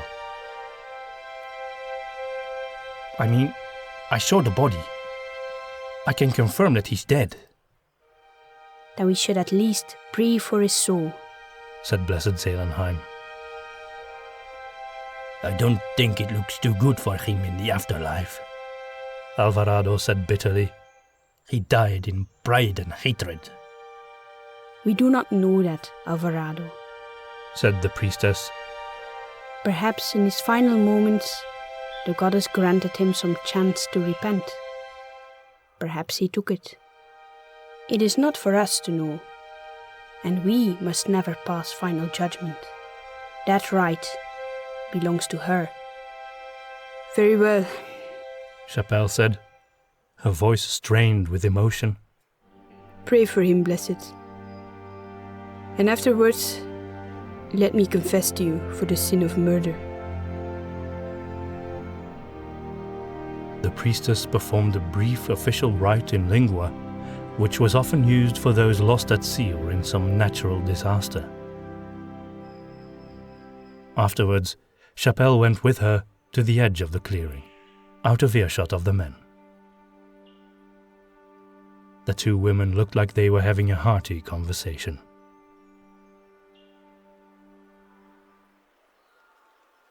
I don't think she murdered him, said Tormgard. He really would have killed us. If she hadn't shot precisely when she did, there would be at least one more grave here. Nevertheless, if Chapelle had murder in her heart, it is good for her soul to be cleansed of it, Ludlov replied. Why can't we hear the confession? Gustav said. You were all there. It's not exactly a secret.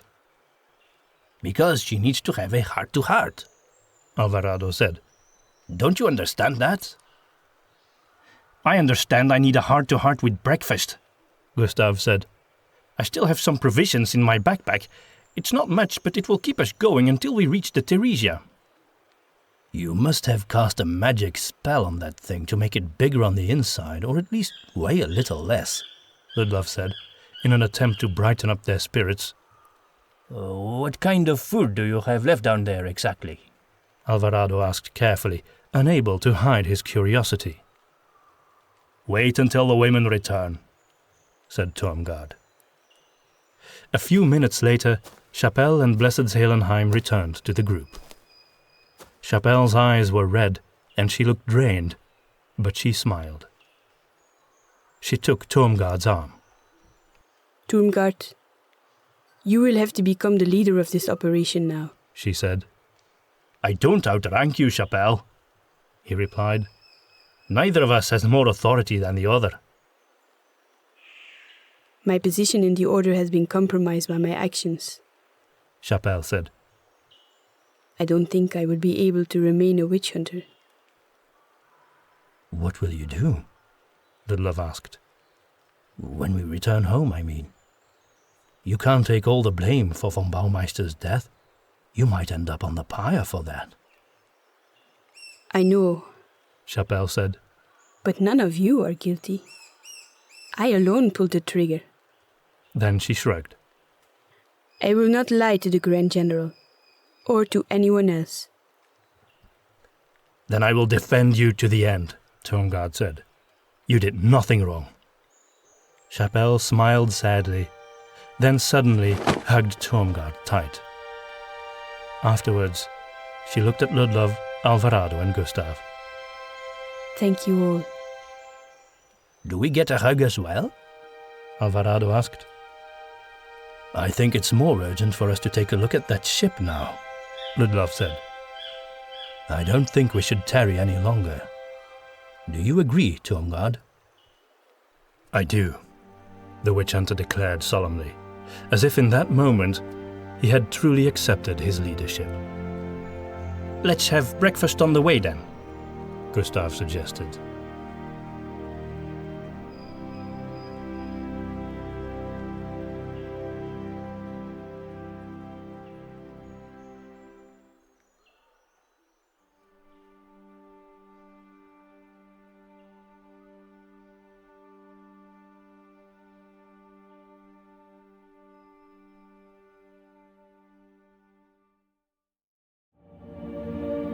The others.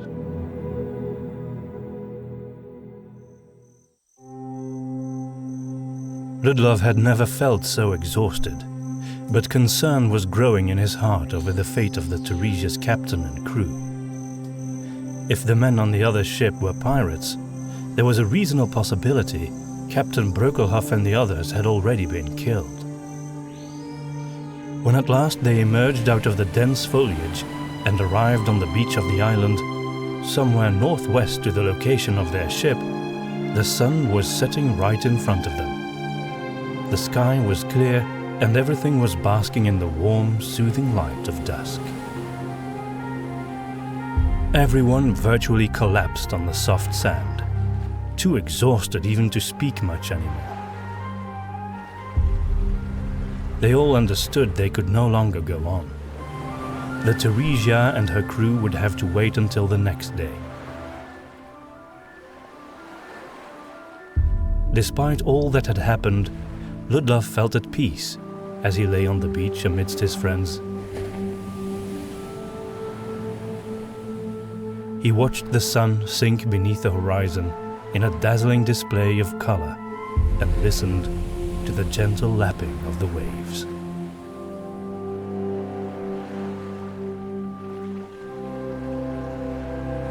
Before he could even summon the energy to think back on their journey so far, he had already fallen asleep.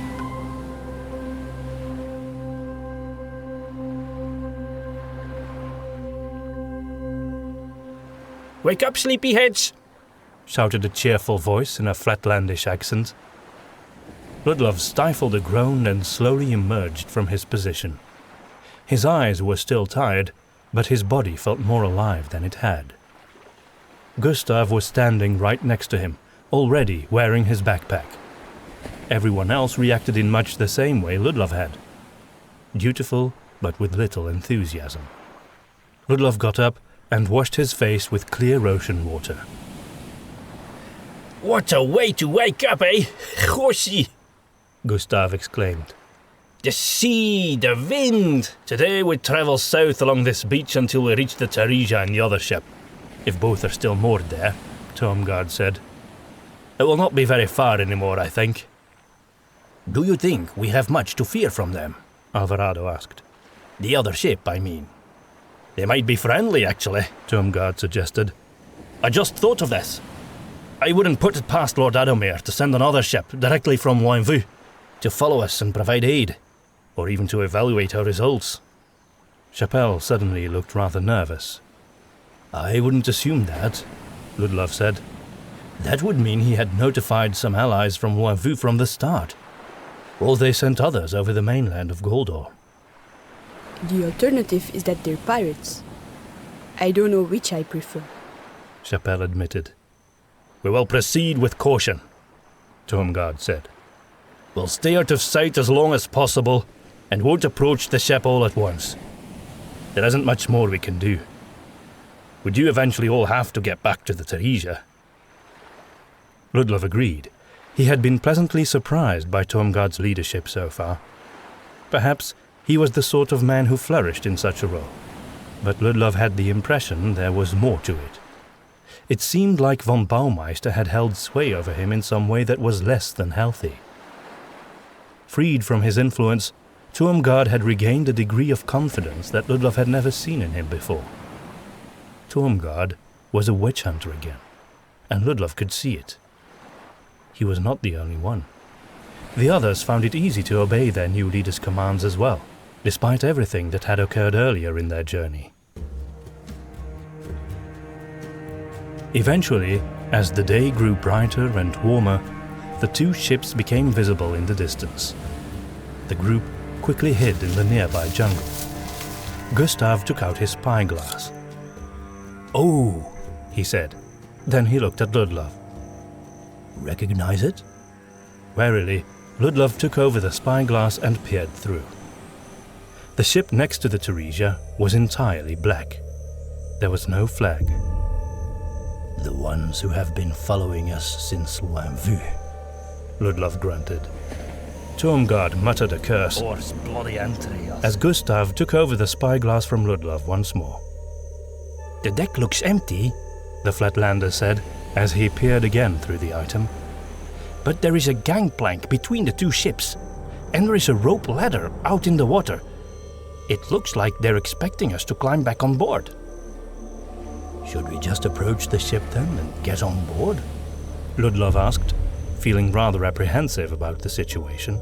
We could do that, Gustav said. The rowing boats we used are still on the beach. Isn't it a bit risky to expose ourselves like that? Alvarado wondered aloud. We don't know who these newcomers are. We can't hide forever, Alvarado, Tormgard said. We need to get back to the ship. Just be prepared for a fight, if it comes to that. Ludlov was grateful he had Federhel's pistol with him now. I think it's best if I go out alone at first, Tormgard suggested. "I will come with you," Ludlov said. Tormgard shrugged and stepped out of the jungle, Ludlov following closely behind. When they neared the two rowboats, they saw a curious sight. Further inland, on the edge between the beach and the jungle, was a third boat that had been dragged ashore. It lay on its side, and there was a man sitting in its shade beside the blackened remains of a campfire. When he saw Ludlov and Tormgard arrive, the man immediately veered up and came running towards them. Now Ludlov could see that it was Ard, smiling broadly. When their paths met, the Flatlander hugged Tormgard and Ludlov in a tight embrace.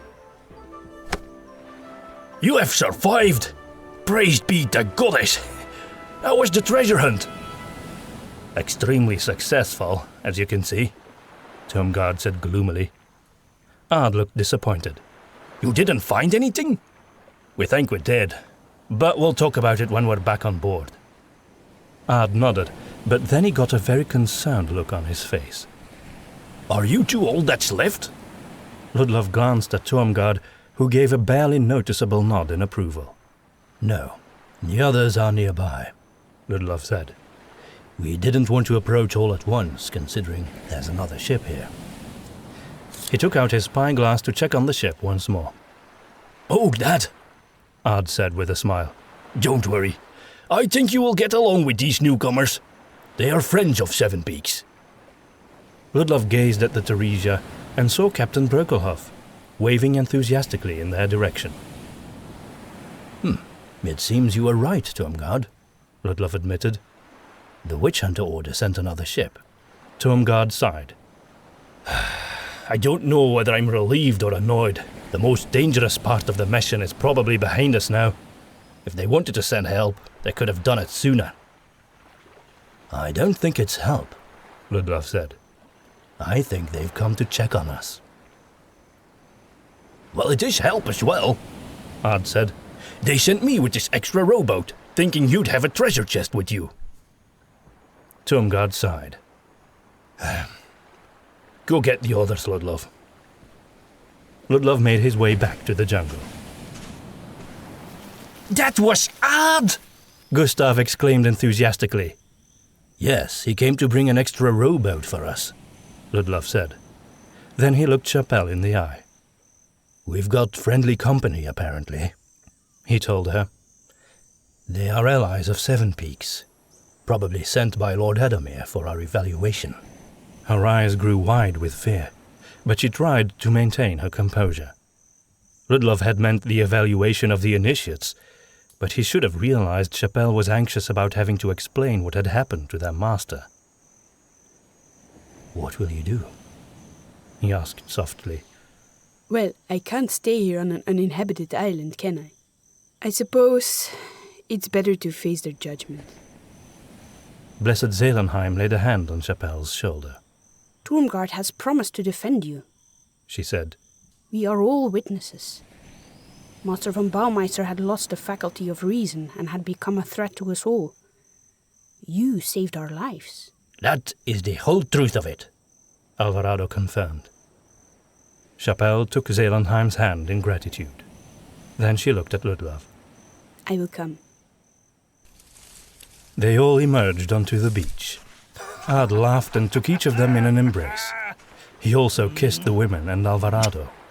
I know you men of the South like that sort of thing, he said. Alvarado looked a bit bewildered. Ard put his hands on his hips and gave the group an appraising look. Well, time to go, I suppose, he said. But where are the master and that younger fellow? They didn't make it, Tormgard replied somberly. I'm sorry, Ard said. You must have gone through a lot of hardship out there.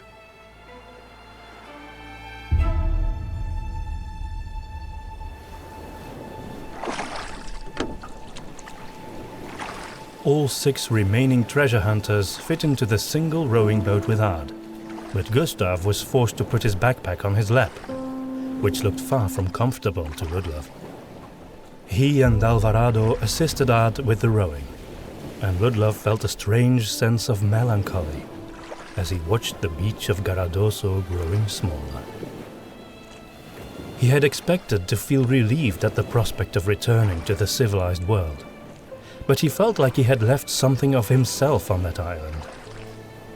Perhaps it was simply the final farewell to Federhel, and even von Baumeister, that was confusing his spirit. Tormgard was still clutching his eye. The moist heat on the island had caused the bandage to come loose again. Gustav offered him a large handkerchief that he reluctantly accepted. Don't worry, I barely used it, Gustav said when Tormgard tied it around his head to cover up his eye wound. The rowboat held still at the rope ladder hanging from the Theresia's hull. Ard was the first to climb it, with Ludlov following closely behind. When he arrived on deck, Ludlov was surprised to see that there was no one else there. Where is everyone? He asked Ard, who shrugged. Perhaps they're all below deck? That's odd. I thought Captain Brokilhoff was waving at us earlier. They might still be on the other ship to transfer some supplies. I suppose we'll see when everyone is on board, Ard said reassuringly. Alvarado came next, followed by Gustav, Chapelle, Blessed Zelenheim, and finally Tormgard. They all wondered about the abandoned deck as well. Odd. Captain Brokilov told me to get you. He was so eager to welcome you back, and now he's nowhere to be seen, Ard said. Odd indeed, Tormgard said. Let's go below deck and find out.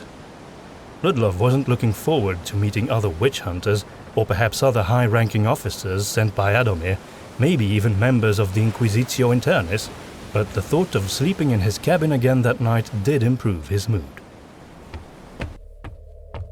As soon as they had arrived in the hold, Ludlov knew something was wrong. Beyond the stairs it was utterly dark, but the place smelled of sweat, leather, and strong drink. Weapons were drawn, and rough voices were chuckling viciously in the gloom. Instinctively, Ludlov reached for his rapier, but then a deep voice came from the dark. It spoke in a Goldorian accent. You are surrounded by 20 of us. If you draw your weapons, this will be a very short and very bloody encounter. And I don't feel like cleaning up this place. By the grim laughter that emerged from all around them, Ludlov could tell this man was not lying. Ard! Shouted the voice. Something was thrown to the stairs in Ard's direction. When he caught it, Ludlov saw that it was a weapons belt with a sheathed sword. Ah! Finally. Reunited, Ard said with a grin. He kissed the sword before putting on the belt. You're a traitor! Gustav cried out. Hou je kop, Gus, Ard replied in Flatlandish. He sounded annoyed. Raise your arms and give up your weapons, the deep voice commanded. Ludlov sighed and obeyed, not knowing what the others would do, but he knew this was not a fight they could win. As their weapons were being taken from them, several lanterns were lit around them, revealing the enemy. Right in front of Ludlov stood a man dressed in Captain Brokilhov's clothes. His face was stubbly and scarred, and bore no resemblance to that of the Teresia's true captain. Remember me? He snickered. Then he waved in exactly the same manner as he had done on the deck earlier. Out of the way, Yip, said the deeper voice Ludlov had heard earlier. Before Yip had a chance to react, he was already being shoved aside, and in his place appeared the owner of the voice. He was a relatively short man, but he had an air of authority in the way he moved. He wore a black coat with copper buttons and epaulets with gold tassels on his shoulders. His face carried the most arrogant and sadistic-looking expression Ludlov had ever seen, which seemed to be its permanent state. Above his arched eyebrows was perched a huge bicorn hat. Let me guess. You're a pirate captain, Tormgard quipped. Cotignac, he introduced himself. Well met, monsieur. Where's the Teresia's crew? Tormgard demanded. Immediately Cotignac slapped the witch hunter hard across the face. You will have some manners when you address your captain. Then he turned and addressed his crew. Throw them in the brig. I have not the patience for them now. Captain Brokilov! Where is he? Tormgard shouted again. You will see soon enough, Cotignac said with a mocking little laugh. Then Ludlov felt a pistol being shoved into his back. Into the brig with you, mate, said a rough voice behind him.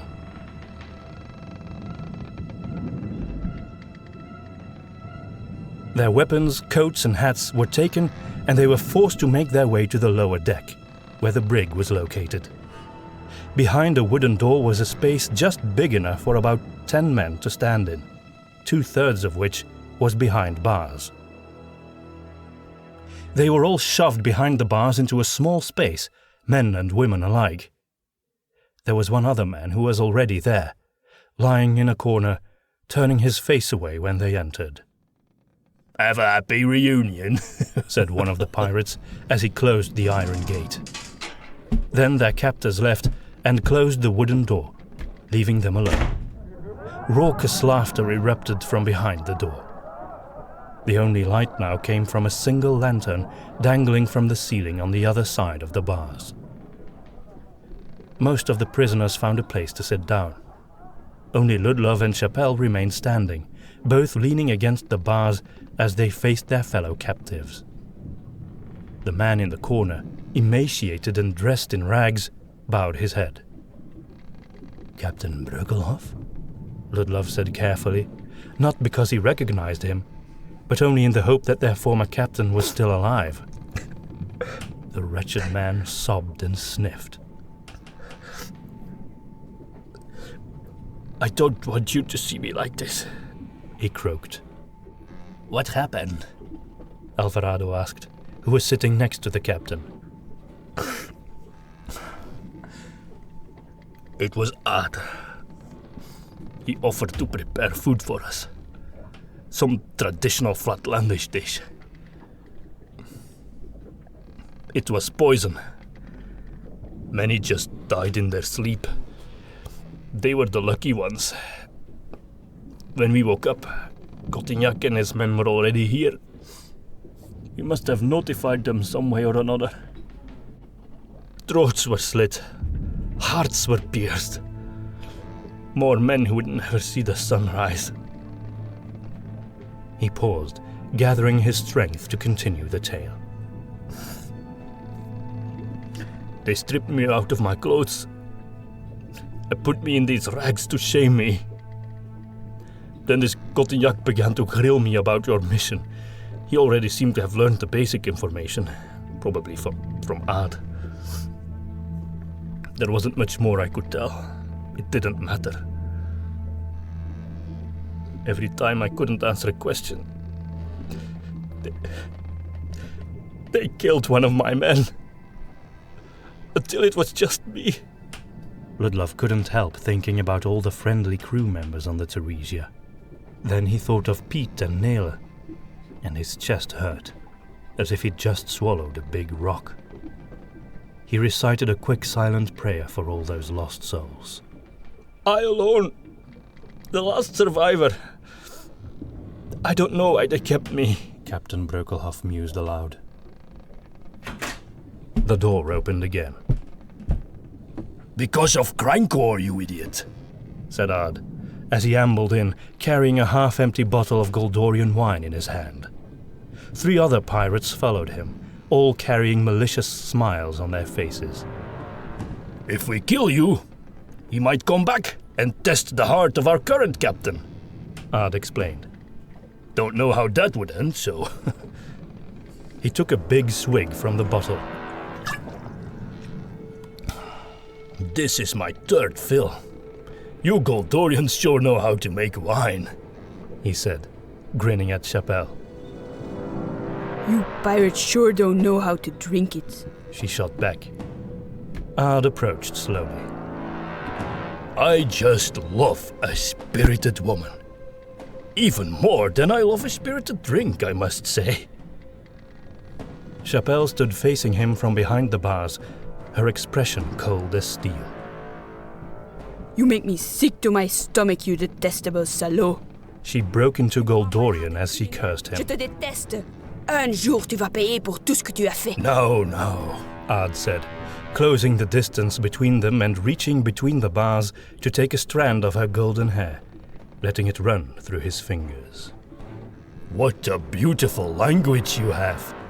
Perhaps I should ask the captain to translate what you just said to me, but I'm sure it was very romantic. The other man chuckled darkly. You don't intimidate me, you fool, Chapelle hissed.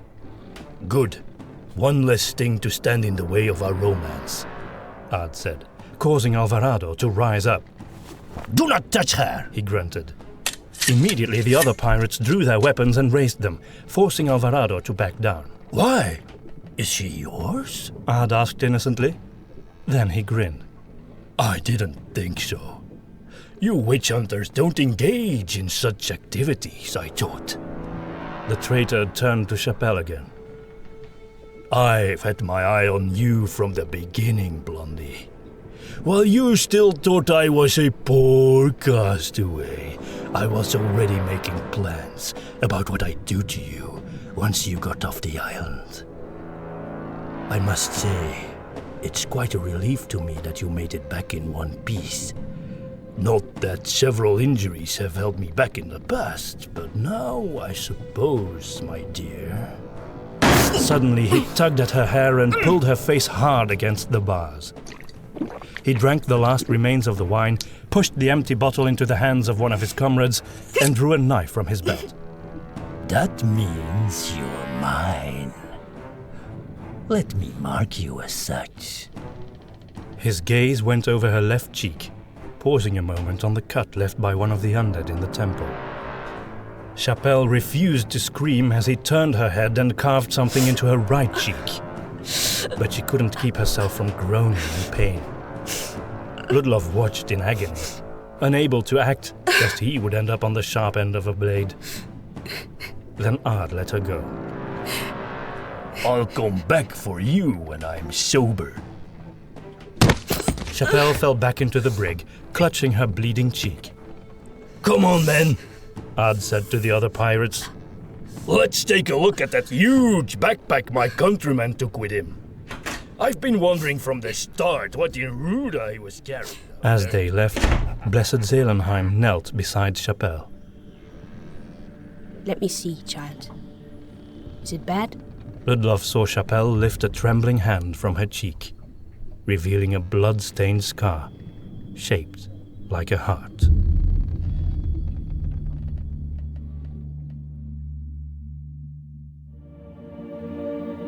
The sunrise. It was impossible to tell what the time was. Only the small lantern brought some light into the room, so they could at least see each other in the dark. Everyone looked demoralized. In that moment, Ludlov's hatred for Ard threatened to overshadow any other feelings he harbored. He was not even sure if he was hungry. Chapelle sat with her back to the hull of the ship, holding a bloodied piece of cloth against her cheek. It had come from the hem of the priestess's long flowing skirt, which had now turned into a tattered rag. Ludlov sat down next to Chapelle. I wish I could have done something, he said, feeling like he needed to apologize. There is nothing you could have done, except get yourself killed. Chapelle replied. There was bitterness in her voice. We will make him pay, Alvarado said. Yes, we will, she said. And there will be no escape for him. Suddenly, her eyes lifted up and she fumbled in one of her sleeves. She took out the small hidden knife and tried to pick the lock of the barred door. After a while she gave up and slid the thing back into the leather bracer she had found in the temple. It was apparently useless for lockpicking, but it might still come in handy afterwards. Ludlov had expected Gustav to tell them he was an expert at that sort of thing and to offer his assistance to Chapelle, but he hadn't. The Flatlander, who had been quiet longer than they had ever known him to be, bowed his head. How can this be? He asked in an agonized whimper. I thought I'd found a friend. He's just a masterful manipulator, Tomgard said. Just like our master was. Do you mean von Baumeister? Captain Brokelhoff asked in surprise. What happened to him? He died, was all Tomgard divulged. Ludlov had been wondering about Tomgard's attitude to von Baumeister and how it had changed so drastically. I used to think that Master von Baumeister was a great man, Tomgard said. Ruthlessly devoted, utterly committed to the causes of the Order. In truth, he was just devoted and committed to his own pride. And so was I. The more I followed him, the more I became like him. I'm sorry, all of you, for how I acted. I wish I could have stopped what he did, but I never expected him to actually... He swallowed hard. For what it's worth, That was the wake-up call I needed. It takes guts to lead, but to blindly follow whoever puts himself in that position, that's easy. He fell silent for a while. Ludlov could only imagine what it would be like to admire someone so much and see them fall so low. It's not your fault for liking Ad and vouching for him, Gustav. You could not have known, Tomgard continued. Well, Gustav said, sighing deeply. I never thought it was my fault, but thanks anyway. He smiled earnestly. Can I finally ask you something? All of you? Brökelhoff said. Everyone looked at him. What did you end up finding on the island? You don't have the treasure with you, unless it's in Gustav's backpack. So where is it?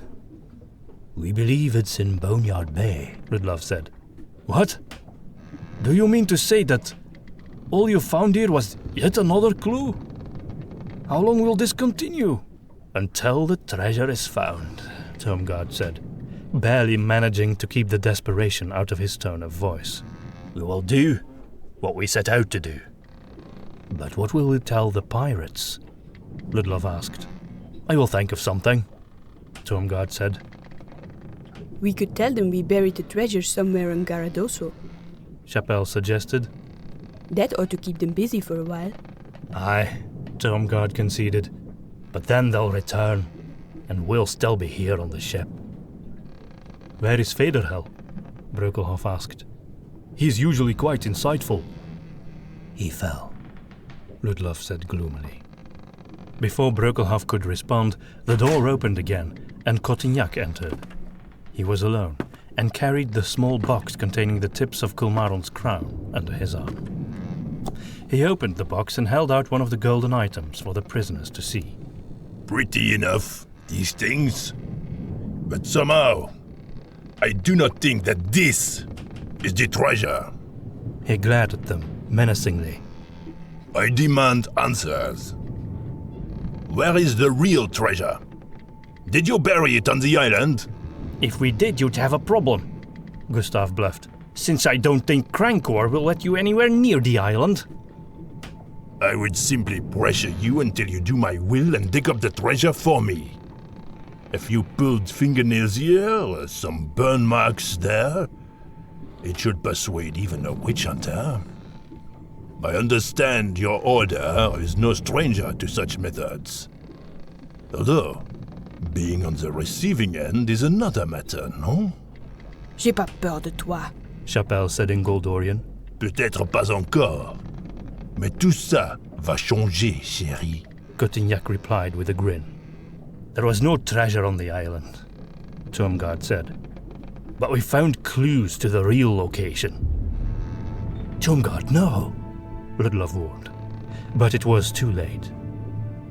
Good.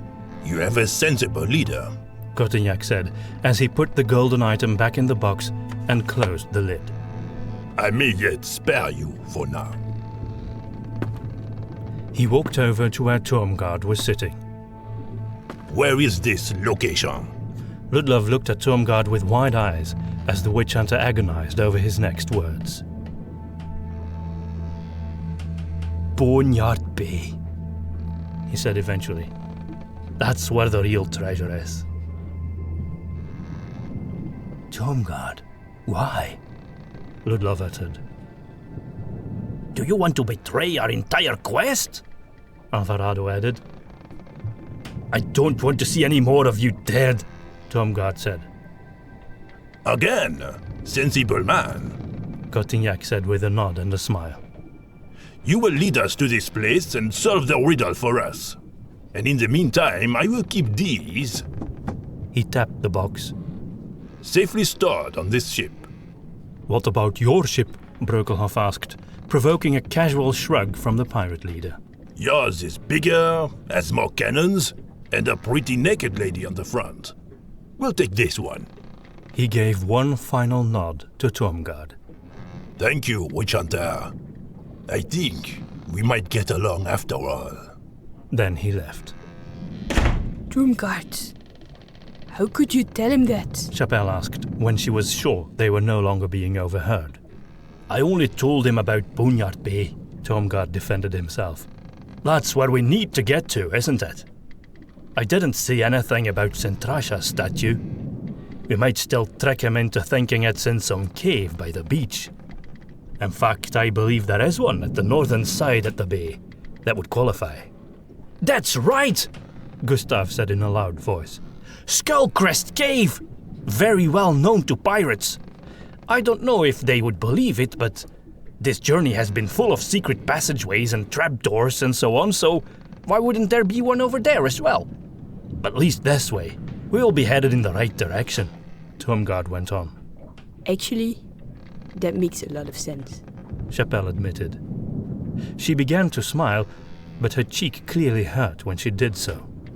The wound inflicted by the undead creature on her other cheek was slowly healing, but Ard's heart-shaped carving would probably leave a permanent scar. Ludlov felt sorry for her, but refrained from showing it, knowing it would only make things worse. Well, at least the mystery of the black ship is solved, Alvarado said in a vain effort to raise their spirits. Cotignac. I should have known, Captain Brökelhoff muttered darkly. It sounds like you know him, Ludlov said. Only by reputation. All he cares about is gold and jewels, they say. There is no room for anything else in his heart. He travels all along the coasts of the northern continent, always changing his ship, never flying the pirate flag. Ard's castaway routine was the sort of honorless trick only Cotignac would use. I should have known. He sighed, closed his eyes and rested his head against the wood behind him. Sleep came slow, mostly because Ludlov was ravenous. So was Alvarado, who wouldn't stop talking about it. I wonder what pirate meat tastes like. Ludlov heard the Esclavian mutter in the dark after the lantern had fizzled out. It became quiet after that. When at last sleep took him, Ludlov dreamed about Ard's head on a silver platter. The door flew open, startling Ludlov out of his slumbers. Several men entered. Sunrise, friends! Ard said cheerfully. He was wearing a witch hunter hat that was clearly too small for his big head. Upon closer inspection, Ludlov realized that it was Chapelle's. You can see it in here, but it's actually morning, and your presence is requested on deck. Blades and pistols were drawn, signifying there would be no heroics on the prisoner's part. Then the iron gate of the brig was opened, and Ludlov was dragged out by two of the pirates. They shoved him against the bars and harshly began to tie his hands on his back in a firm knot. The others were treated the same way. When they arrived on deck, Ludlov saw that the Theresia was already sailing away from the island. He had no idea how far they had traveled, since the island had to be somewhere behind them, hidden by the quarterdeck and the poop.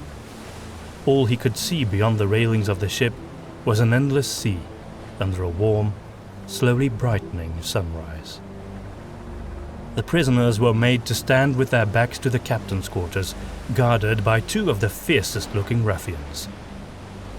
Ard ambled along the deck, taking a deep breath. These hats are nice, but this one is a bit small for me, he said, tugging at the brim. Why did you bring us here? Tomgard asked. If you mean to kill us, just get it over with. Don't you remember last night's conversation with our captain? Ard asked, sounding almost polite. We need at least some of you to lead us to the treasure.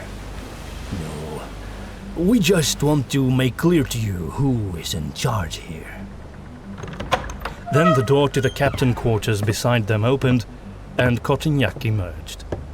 He walked with his head held high and his hands clasped behind his back, carefully taking in the sight of his prisoners. In particular, he gave Tuomgard a long, appraising gaze. I heard from Ads that your master von Baumeister did not make it. Did he get himself killed trying to get to the treasure? He asked eventually. Master von Baumeister? Aye, he's dead. Why does it matter to you? You didn't even know him. It does matter, at least a little bit. And yes, I did know him. Tuomgard, is that it? How did you know him? Tuomgard asked, in utter shock. Von Baumeister and I were business associates, that is all. Cotignac told Tuomgard. The arrangement was to follow you from a distance, for you to find the treasure, and for us to take it from you. All except for a black chest, which he was very keen on keeping himself for some reason. He also mentioned a small item, some piece of jewelry with magical properties. That was to be my reward! Gustav cried out. Right. The shopkeeper. Cotignac smiled. He told me about you, and how much you wanted that thing. He specifically wanted you not to have it, simply because he found you so annoying. This doesn't make sense.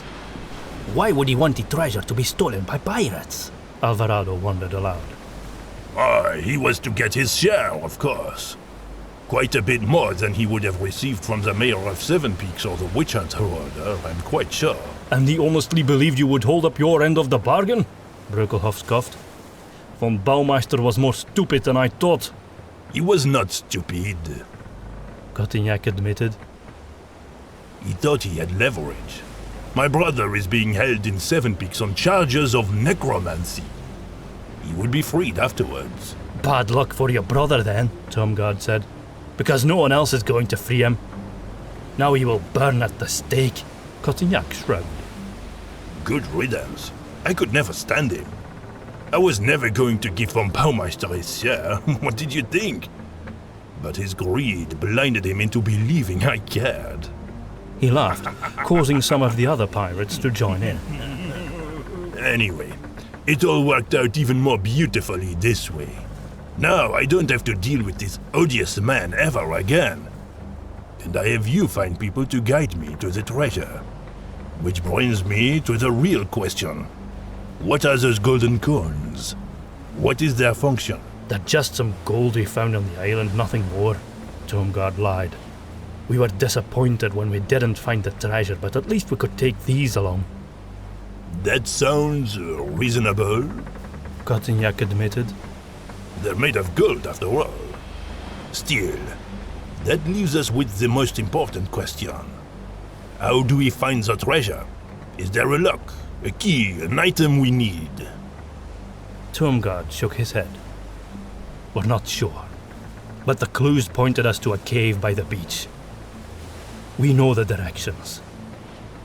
Which cave? The one to the northwest of the town? Tuomgard gave him a steely look. I won't tell. You'll need us to guide you. Cotignac nodded sagely. Then suddenly punched Tuomgard hard in the stomach, causing him to double over and fall to his knees. I pulled the strings here! I believe it is that one. Tuomgard managed to utter through the pain. Skull Crest Cave! He said excitedly. But then he frowned incredulously. We have been in that cave several times, as have many other treasure hunters. The captain said impatiently. We found nothing. If it is there, there has to be a hidden door or something, and a key to open it. Cotignac sighed in exasperation. Fetch me the Flatlander's backpack, he told Yip, who immediately obeyed and went to the captain's quarters. When he came out, he was dragging along Gustav's massive luggage. That is my private property! Gustav protested. The pirates ignored him, and as soon as Yip had managed to drag the massive thing a bit closer, he began rummaging around in it. If there is a key, you must have it with you, since you're obviously the pack mule of the party. Perhaps we should throw every item overboard until we come to it. Terribly time-consuming, but... All right! It's the statuette, Gustav said. That was a smart move, Ludlov thought. It would move the pirates' attention away from the real key, the golden cones. Statuette? Cotignac repeated. Then Yip took the statue of Sintrasha out of the backpack and held it up. It was the real one. Cotignac took it and studied it carefully. Let us go to an artistry. The sapphires themselves would fetch a nice price. It is valuable, this statuette. But how is it a key? I won't tell. I don't care what you do to me, Gustav said. It was both bold and strategic to keep the mystery alive, Ludlov thought. He admired Gustav's bravery. Very well. Perhaps Stormguard will tell us then. Yip. Yip dragged Tormgard back on his feet and shoved him against the wooden wall of the captain's quarters. I won't talk either, Tormgard said, playing along with Gustav's game. We could slice off your fingertips one by one, Cotignac said. Perhaps that will change your mind? Ludlov saw Tormgard swallow, but he kept his expression impassive. Then the captain smiled. Or perhaps I underestimate the stoic nobility of your order. In that case, I think there may be a better solution. One that might improve the morale of my men as well. Ad, what do you think? Ad grinned and raised his eyebrows, as if he had anticipated this moment for a long time. The women here might console our lonesome sailors' hearts, while the men reconsider telling us what they know about the treasure. Cotignac nodded thoughtfully. Yes, perhaps that would help. Let's start with the pretty Goldorian, said a tall, fat pirate, with red, sweaty skin and a forest of chest hair sticking out of his laced shirt. Chappelle winced. No, Uther, we will not be doing that, Ad said in an annoyed voice. She is mine, and I intend to take my time. You may start with the priestess. The priestess? The tall pirate repeated in shock. But isn't that... What? Ad retorted with a cocky smile. Are your religious sensibilities offended, Uther? Or is he just too old for your taste? Ludlov felt his blood boil at the men's lurid talk. Beside him, he saw Chappelle biting down so hard he could almost hear the gnashing of her teeth. Then he saw she was moving rhythmically, ever so slightly. At first he thought it was some involuntary nervous jitter, but then he looked down at her hands. She was still wearing the leather bracer. Of course, she was slicing the ropes. He felt relief washing over his heart, even though there was no way to know what would happen next. At the least, these men were in for a surprise. He quickly raised his head and looked ahead again. I hear it's bad luck to violate religious women, he heard Uther say. They're all religious, Ad countered. I mean, sisters and priestesses and the like. Ad shrugged. I had never taken you for the superstitious type.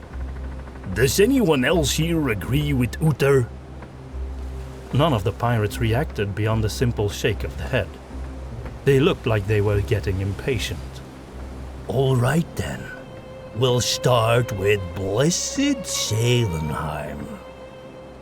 Ad pronounced her name as if it were inherently ridiculous, which infuriated Ludlov even more. Being the man who came up with the idea and who got you all on board, and who enjoys the captain's special favor, I think I get to go first. He drew a dagger and swaggered over to the prisoners. So, Blessed, tell me, are you one of those consecrated virgins, or do you have some experience? That might save us some... Like a lightning flash, Chappelle's arm reached out and the tiny blade she had held hidden stuck into Ad's face, gashing it open. Blood sprayed out as he cried out in shock and pain and stumbled back onto the deck. As the witch hunter hat fell from his head, Chapelle intercepted it and returned it to her own head in a single fluent movement. We're even now, you scum. The two guards tried to grab Chapelle, but Turmgard threw his full weight onto them, causing them to tumble over on top of each other. This was Chapelle's chance to escape, and she ran up the steps to the quarterdeck. Get her back here! Ad shouted in fury and agony, holding his cheek with both hands, blood seeping lavishly between his fingers. Cotignac suddenly burst out laughing, throwing back his head and smashing his palms together. Where will you go, chérie? We are on the sea! Ludlov could see Chapelle standing beside the steering wheel, looking around furtively. I will die before I let any of you touch me. The pirate captain's laugh had turned into an amused smile. He knew she had nowhere to go. The two fallen pirates scrambled back up and ran up to the quarterdeck. Chapelle kicked them in the chest before they could reach the top. It slowed them down, but they were angry now and would not be stopped. Ludlov tried to run after her, but he was grappled by a strong pirate who held him in an inescapable grip. From where he now stood, Ludlov could see clearly what was happening on the quarterdeck, but he could do nothing to interfere. May the goddess punish you all! Chapelle cried out as the two pirates approached her. Out of options, she ran towards the railing and jumped down. Ludlov saw her dive down in a graceful arc and disappear. Then he heard the splash as she landed in the sea. With renewed strength, born of panic, he wrested himself free from the pirate's grip and ran towards the railing, quickly scanning the water. But all he saw was a witch hunter hat, floating on the waves. Then the strong man grabbed him once more and returned him to his original position by the captain's quarters. You should have killed her, you fools! Shoot into the water! Ad shouted, but Cotignac restrained him with his hand, chuckling. Don't waste your bullets, man. Even if she were a mermaid, it would take her more than a day to swim back to Garradoso. And who is going to help her there? Ludlov felt his heart sink as he heard those words, knowing Cotignac spoke the truth. This is good news for me, actually. The captain continued. Now you men can put your lustful thoughts aside and focus on the treasure. There is still the priestess. Ad muttered darkly from the railing where he was standing. Ludlov wished he could push him over the edge. No! Cotignac said emphatically. I actually find rape to be most distasteful. I only allowed for it because I thought it might persuade these men to give us some more information, and perhaps remove some of the tension in this crew. The witch hunter wench has convinced me it's not worth it. Besides... He eyed Blessed Selenheim warily. I don't know much about this woman's goddess, but I don't want any divine wrath to come over our new ship. You will leave her alone. You will find out how to use this key in due time anyway. If our guests won't tell us, we will find out ourselves. Put them back in the brig. The Revenge. Back in the brig, they were finally given something to eat. It was only a bland bowl of gruel and some moldy bread, but it would keep them alive. Despite his urgent need for sustenance, Ludlov found himself barely able to swallow down anything, his mind still reeling after Chapelle's sudden disappearance. Chapelle escaped! Gustav said enthusiastically, when at last he suspected there were no pirates on the other side of the door. Maybe we could as well, once we get to Boneyard Bay. Ludlov shook his head and sighed.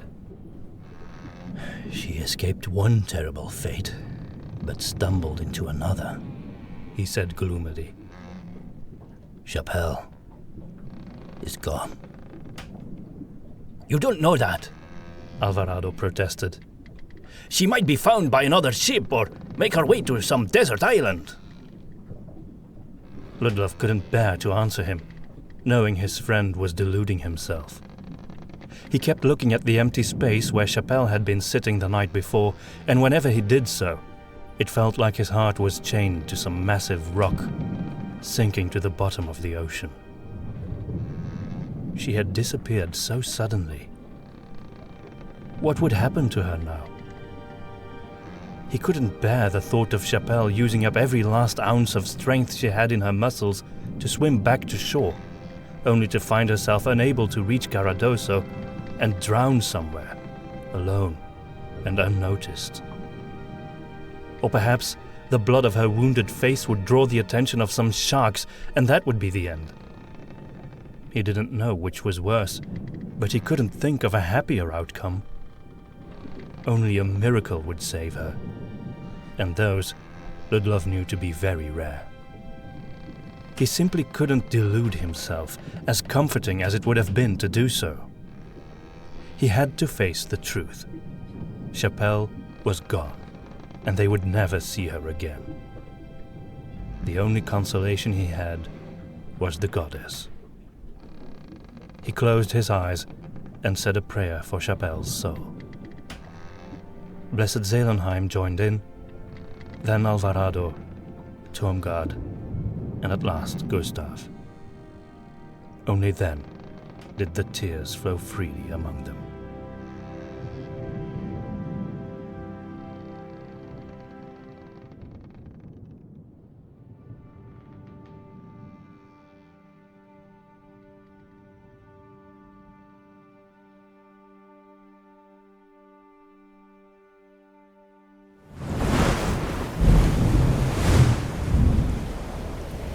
The journey felt like it lasted for 1,000 years, and each day was the same.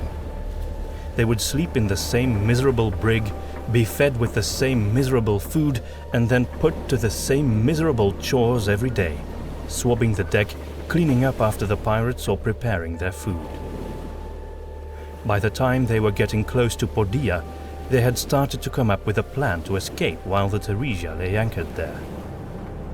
Unfortunately, Captain Cotignac had foreseen something like that and kept them locked up in the brig throughout their entire stay in the harbor, placing a watchman at their door for additional security.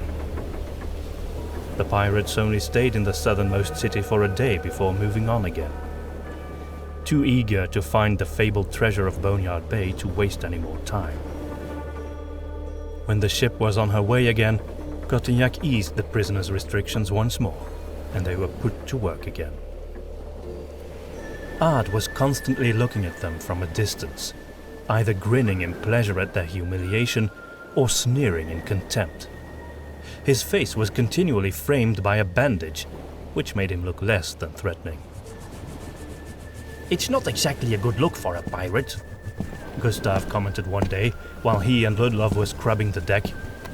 Ard was pacing around, twirling a knife, throwing it up and always catching it again by the handle. I thought they liked to display their scars proudly, Ludlov said. Some do, Gustav said, as if he knew everything about pirates. Maybe he did, for all Ludlov knew. Most seek out some kind of replacement or covering when they lose a part of their body. You mean eye patches, things like that, Ludlov said, grunting as he forced himself to remove a particularly stubborn stain. He had no idea why he did his genuine best to keep the ship clean. Perhaps it was because he would not give these pirates the satisfaction of seeing his humiliation. Or perhaps he simply wished to honor the ship that had brought them so far along on this journey. In the end, he thought he did it for Captain Brokelhoff. Ludlov saw the pain in the man's eyes every day. He had lost almost everything. This ship was all he had left in the world, even if she was no longer under his command. Actually, I once knew a former pirate who sailed with me, Gustav said. He had really gone all out. I mean, really. He had 2 eye patches, each hand replaced by a hook, and 2 peg legs. Impressive, Ludlov said wryly. What had happened to him? A malfunctioning cannon? Or a shark attack? Gustav shrugged. Maybe both, I don't know. He also wore an earring on each ear and kept a parrot on each shoulder, just to balance things out. Come to think of it, He was probably the most symmetrical pirate I've ever seen. He didn't do much around the ship, though. Well, there wasn't much he could do. What was his name? Ludlov asked. Simon, Gustav said. So I always refer to him as Simon the Symmetrical. Ludlov found himself chuckling softly, despite how miserable he was. He was grateful to at least have Gustav's nonsense around. That night, Captain Brokelhoff talked to them in the brig. "I've been inside my old quarters today," he said. "Cotignac summoned me there just to rub it in, I think. The place hasn't changed much, but I've seen something interesting. All of our gear is stored in there, not just Gustav's backpack." "If only we could find some way to get hold of it as we escape," Alvarado said, but he couldn't think of any way to achieve that, and neither could Ludlov. I pray to the goddess day in, day out, said Blessed Zelenheim. I believe she will not forsake us. Ludlov was quiet. He wanted to believe her, but they had already lost so much in such a short span of time, he simply didn't dare to hope anymore. The next day, they began to see other ships in the distance, indicating they were nearing another harbor.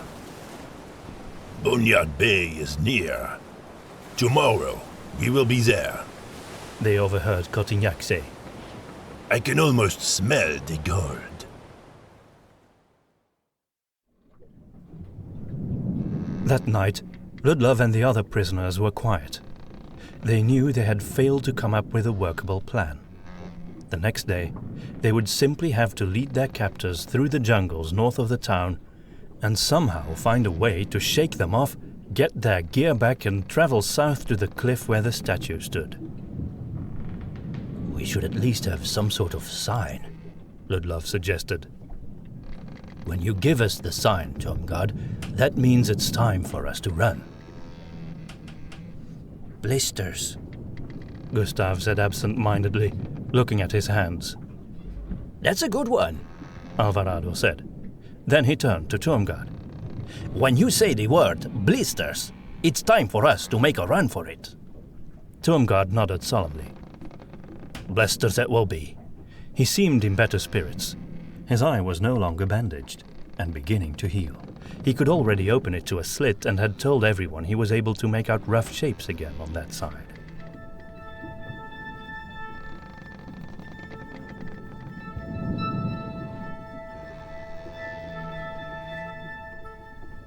Evening became night, and darkness fell.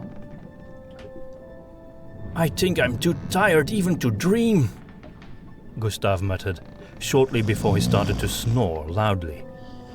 It didn't bother Ludlov, who closed his eyes as well and quickly fell into a dreamless sleep.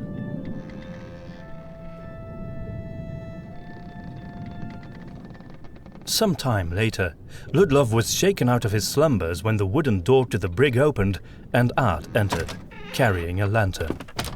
Yip and two other pirates were behind him. Time to bind your hands again. You're going outside, Ard said. Ever since Chapelle had repaid him for her scar, he had been considerably less cheerful and more terse when he addressed the prisoners. Ludlov underwent the now familiar hand-binding routine patiently, as did the others. Everyone still looked tired, even the pirates. When they arrived on deck, Ludlov saw that it was still night. We've sighted land, Ard explained. The shore of Isklavia is nearby. Come. He opened the door to the captain's quarters and gestured for the prisoners to follow him inside. The other pirates remained outside to guard the door. When they entered, Cotignac was standing at the window, apparently looking outside, even though it was too dark to see much. He was probably just looking at his own reflection, Ludlov thought. Then his gaze shifted, and he saw Gustav's enormous backpack in a corner, next to a large chest which probably contained their weapons, coats, and Tomgard's hat. Cotignac turned from the window and smiled. So, here we are, near the final stretch of our journey, he said. When we arrive, you will become our guides. But not all of you. His gaze passed over each of the prisoners. One at least must remain here, to make sure you don't try to run away. Ludlov had already feared this might happen. Another obstacle was about to be added to the already insurmountable pile. Leave the priestess here, Ad said. She probably won't be of much use in that cave. Cotignac shook his head. You can be devious, Ad, but sometimes you really are an imbecile. Why do you think they took her along in the first place? Ad shrugged. To bless the ship or something? I don't know. To lift the curse that may rest upon the gold, you fool. Cotignac said, which didn't quite impress Ad. Ludlov guessed the flatlandish pirate didn't believe in curses. Well, who would you leave here then? Ad asked. One of the initiates? The old captain? The shopkeeper? Obviously Tormgard has to come. I want to take along the initiates as well, Cotignac said. As for the captain, I don't know. It would do him some good to get off this ship. He's become far too attached over the years, I think. No. I would say keep Finsterdunkel on the Theresia. We won't need him in there. Just some of the contents of his luggage. Excuse me, but I'm actually very useful, Gustav protested. I know more about Boneyard Bay than any of these people. You don't get to have a say in this matter, friend. If Ad agrees, it's settled. Ad shrugged again. I still think we shouldn't take the priestess along, but if you disagree, Gus here will be fine as leverage. I think these idiots would actually come back for him. It's not Gus, it's Gustav, the shopkeeper muttered. Very well then, Cotignac said. We already know the location of the cave. On the beach, to the northwest of the town of Boneyard Bay. Once we're there, where do we need to go? Cotignac asked of his prisoners. We didn't find anything on our previous visit to that cave, so there must be some hidden doorway. I suppose we'll have to see, Tormgard replied with a shrug. It's not clear to us either. This entire journey has been a string of riddles. You're a villain, Cotignac, but you're smart. Perhaps you will be the one to figure this one out. Perhaps, Cotignac mused. We will see. Just don't play any tricks on us if you want to live. There is no need for desperate heroics. We will not kill you after you reveal your secrets. That wouldn't be the most profitable option to us. Just because Isclavia is no longer the Isle of Slaves doesn't mean I don't know of some places where a few good strong men like you would fetch a pretty price. In any case, you better get on to figuring out quickly how we get to this treasure. El Padre could be here any day for his annual visit to Governor Terramin. We didn't make this much haste at sea for nothing, you know. If we get the treasure for him, El Padre will reward us with all the privileges we want. Or even better, I might end up with more gold than the Pirate King himself, and you might actually be looking at the new Padre. Ad scoffed with disdain. You'll have to get past his little pet first then. And you know very well it only obeys. Ludlov couldn't catch the rest of the sentence as he heard a sudden cry from outside. There were voices shouting, followed by the sound of many boots as men were running in all directions.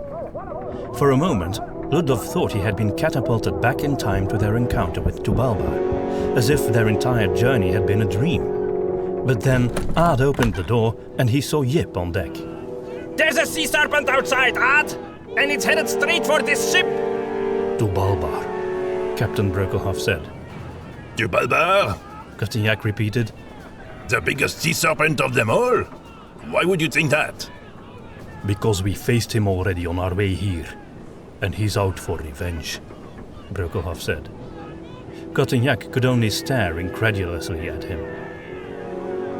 How did you survive that? Don't ask me, Brokelhoff said.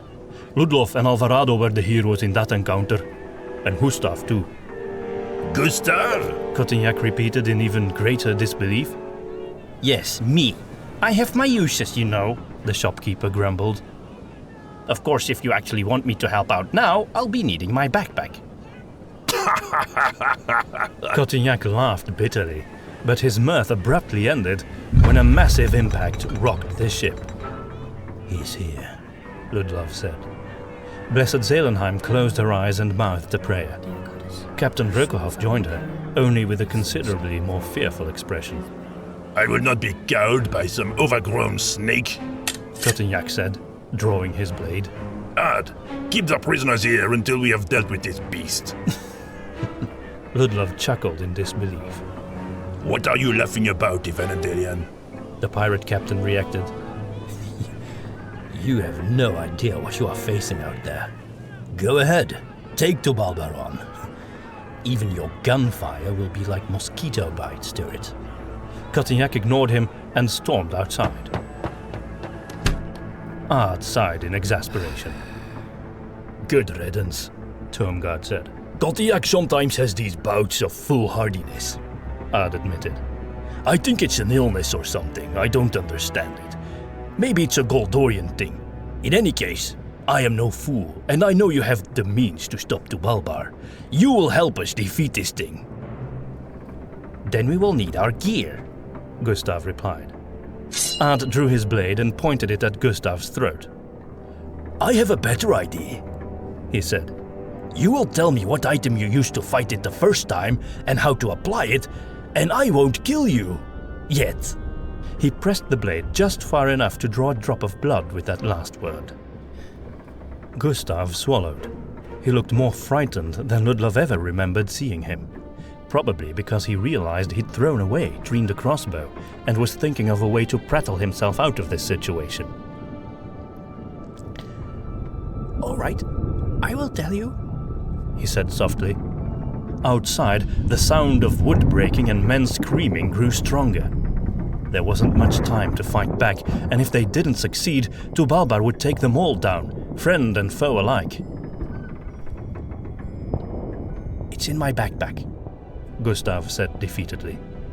Ard eyed him suspiciously, but then slowly took a step backwards, keeping his sword and his gaze pointed at him all the while. Ludlov, standing close by, analyzed the situation, took a deep breath, and decided to take a calculated risk. With Ard's gaze fixed on Gustav, he took the opportunity to act. His hands were bound, but his feet were not, and so he gave Ard's sword hand an upwards kick, causing the Flatlander to lose his blade. Seizing the momentum, Ludlov threw his full weight onto Ard, tumbling down onto the floor on top of him. You idiot! Ard hissed, turning them both over so that he was on top and grasping Ludlov's throat with both hands. The strength of his grip, fueled by anger and fear, was incredibly powerful, and Ludlov couldn't breathe at all. He desperately wanted to push Ard away, but he was powerless since his hands were still bound. All he could see was Ard's furious face, which began to fade as he started to see black spots. Was this the end? It couldn't be. He still needed to find the Black Sickle and avenge Maria. Maria. Would he return to her in the afterlife? Or would he be condemned? He couldn't think anymore and embraced the blackness and the silence that began to set in. Just then, there was a vague echo of shouting and screaming, and his vision returned. Someone was pulling him up by his shoulders. I had a plan, Ludlov, but yours was probably better. It was Gustav holding Ard's weapon, which he used to slice through the ropes binding Ludlov's hands. Did you kill him? Ludlov asked, with what little vocal strength he could muster after almost being strangled to death. Gustav looked down, somewhat ashamed. I couldn't. I'm not a killer, Ludlov. Especially not a killer of my own countrymen, no matter how bad. But I knew a way to knock him out that would keep us safe from him for a while. A little trick I once learned from the Nomaki tribe in Virkasia. A single blow to the neck with my elbow, perfectly timed and directed. Fascinating, Tomgard commented, as Ludlov reached for a dagger that had been stuck into the map on the captain's table. He used it to slice through the ropes binding his friend's hands. I'm tempted to finish the job for you, Alvarado said to Gustav. But if Tubalbar kills us all, I do not want to face the goddess with murder on my conscience. Perhaps we can lock up Ard in here. Blessed Zelenheim suggested. That way he can't hurt us anymore, and we would even be protecting him from Tubalbar. It was a good idea, Ludlov thought. He turned to the door and saw that there was a key resting in the keyhole, which he took out. Meanwhile, the others had already taken their gear, which had been stored in the large chest. Tuamgard had even retrieved his hat and was proudly wearing it again. Do you have the cones from the crown? Ludlov asked. Yes, Ludlov, they were here, Gustav replied. I just put the box in my backpack again. Alvarado threw Ludlov's weapon belt in his direction, which he caught and proceeded to put on. What about Chappelle's gear? Tuamgard asked. We can't leave it here, but... I will wear her weapon belt, the priestess said. Very well, Blessed, Tuamgard replied, and gave her the belt. It was the first time Ludlov had seen Blessed Zelenheim carry a weapon, and it looked strange to him. All right, now we get out of here before Art wakes up, Gustav said, hunching over under the weight of his ludicrously enormous backpack. He quickly put Federhel's pistol in Ludlov's hand and moved towards the door. Ludlov, holding the key, let the others leave the captain's quarters first. He had to push the bulk of Gustav's backpack through the door. Finally, before he left, he took one last look at Ard lying on the floor. He still wasn't moving. Gustav's elbow blow had been marvelously effective, he quietly admitted. Then he stepped out into the chaos on the deck and locked the door. The sight before him was familiar from Tubalbar's last visit. Parts of the railing were gone. One of the shrouds lay on deck like a big net with pirates underneath, struggling to make their way out like caught fish. Men were firing pistols and rifles to no avail, and there was screaming and shouting everywhere. Brökelhoff stood transfixed on deck, a faraway look on his gaunt face. Just then, a severed leg splattered down in a pool of blood. Looking up, Ludlov saw Tubalbar's colossal dark green head, somewhere far above, partly hidden behind the masts and sails of the Theresia. His tendrils were dancing around like whips under the remaining sails. Where his eye used to be, there was now a gaping black hole, which somehow made the beast look even more infernal. Cannons were being fired, causing the beast to look down in annoyance as clouds of smoke rose up on the side of the ship. Then, Ludlov saw Cotignac in the shrouds of the main mast, firing a pistol at Tubalbar's head. It wouldn't help much, but Ludlov had to admire the man's bravery. Gustav set his backpack down and began to rummage around in it. My pouch of herbs, Alvarado said, looking down. You want them? Gustav asked. Here. He put them in the Esclavian's hands, who tucked the pouch under his belt. Suddenly, there was a deep, mighty roar, powerful as a thunderstorm. It towered above the gunfire and the shouts and screams on the ship. Ludlov looked up and saw Tubalbar's one good eye looking straight at him, and the hatred issuing forth from it was a palpable force, aimed directly and personally at him. He remembers. Then the creature's head bashed into the main mast, breaking it in two. Several men came tumbling down. Cotignac drew a dagger and jumped onto the sail, sticking the blade through it, making a long tear to slow his descent. Tubalbar bit through the ropes of the shroud and threw his head back, flinging helplessly screaming pirates into the cold, dark sea behind him. He was only clearing the way to get to Ludlov. Everyone scattered as the head came down again, bashing into the deck. Ludlov only just managed to roll out of the way as timber burst and flew up. The beast's giant nostrils were right in front of him, hot and putrid breath steaming out of them. Ludlov ran to the steps leading to the quarterdeck as Tubalbar's next assault came. Trying to get to Ludlov, the creature bashed its head into the entrance to the captain's quarters, breaking open the door. Ludlov had laid himself flat against the steps, which had barely kept him from being crushed. I can't keep this up forever, he said to Alvarado, who came running towards him as Tubalbar raised his head far above once more, pieces of wood stuck in his bleeding snout. On the way, the Ur serpent found a pirate on top of the mizzenmast and plucked him away in his mighty jaw, breaking his spine with a single snap of his teeth. Raising his head, Tubalba let his victim slide down into his throat. Ludlov feared the monster had taken out its frustration on the first victim it could find, but Tubalba's real intention was to swallow down the man who had taken his eye. There was more gunfire now, but it didn't come from the Theresia. There was another ship, behind Tubalba, hailing from Boneyard Bay itself. Many harpoons were being fired at once, ropes tied to them arcing through the night sky. Some of the projectiles bounced off of the creature's scales, but a few of the barbs managed to take hold, especially in the softer flesh of the monster's throat and neck.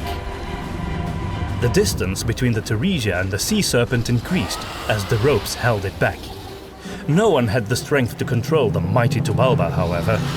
Furious and frustrated, the monster yanked its powerful body, snapping some of the ropes, but others resisted the strain, the barbs of the harpoon sinking deeper, drawing blood.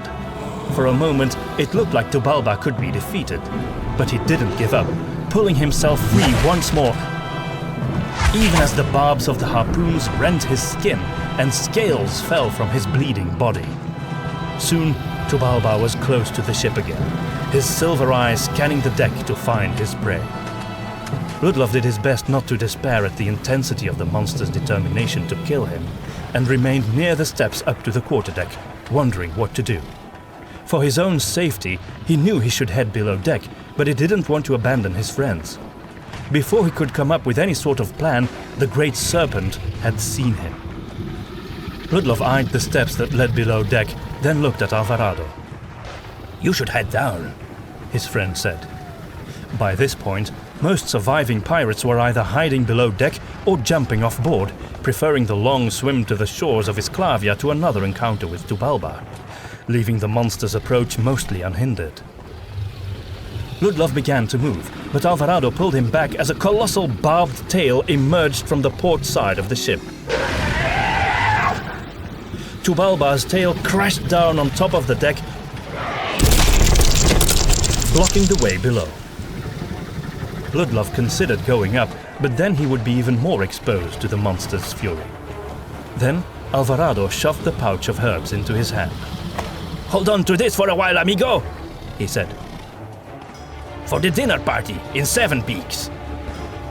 Ludlov looked his friend in the eye and saw the same determination he had seen in Tubalba, only fueled by care and friendship instead of hatred. He quickly put the pouch in his breast pocket as he watched Tubalba's head come closer on the starboard side. When Alvarado ran up to the quarterdeck, Ludlov saw that he was carrying a small barrel under his arm. He had no idea what the Isclavian intended to do with that, but suspected it was full of food ingredients he desperately wanted to salvage. Ludlov had no idea where Cotignac was, and with the door to the captain quarters broken, Ard could easily escape if he regained consciousness. Tuomgard and the priestess stood side by side on deck, near the front of the ship, pistols ready. Alvarado took a throwing axe from a fallen pirate and climbed up into the shrouds of the mizzenmast. Gustav took the shoulders of Captain Prokofov, who still stood nailed to the deck. When there was no response, the Flatlander made his way toward Tuomgard and the priestess. Ludlov wished he could join them, but Tubalba's tail blocked the way. He considered attacking the tail, not because he believed he could do any real damage, but because he thought the only option was to keep the monster focused on him while avoiding its attacks for as long as possible. When Tubalba towered over the Theresia once more and blindly swung his head down to the quarterdeck, Tuomgard and Blessed Zelenheim shot their pistols together. One of them managed to hit Tubalba in a spot where he had already been wounded by the harpoons of the other ship, and the creature winced and cried out in pain, but it had seen Ludlov and would not be stopped. The massive snout of the sea serpent crashed down into the quarterdeck, destroying the steering wheel and sending timbers flying in all directions.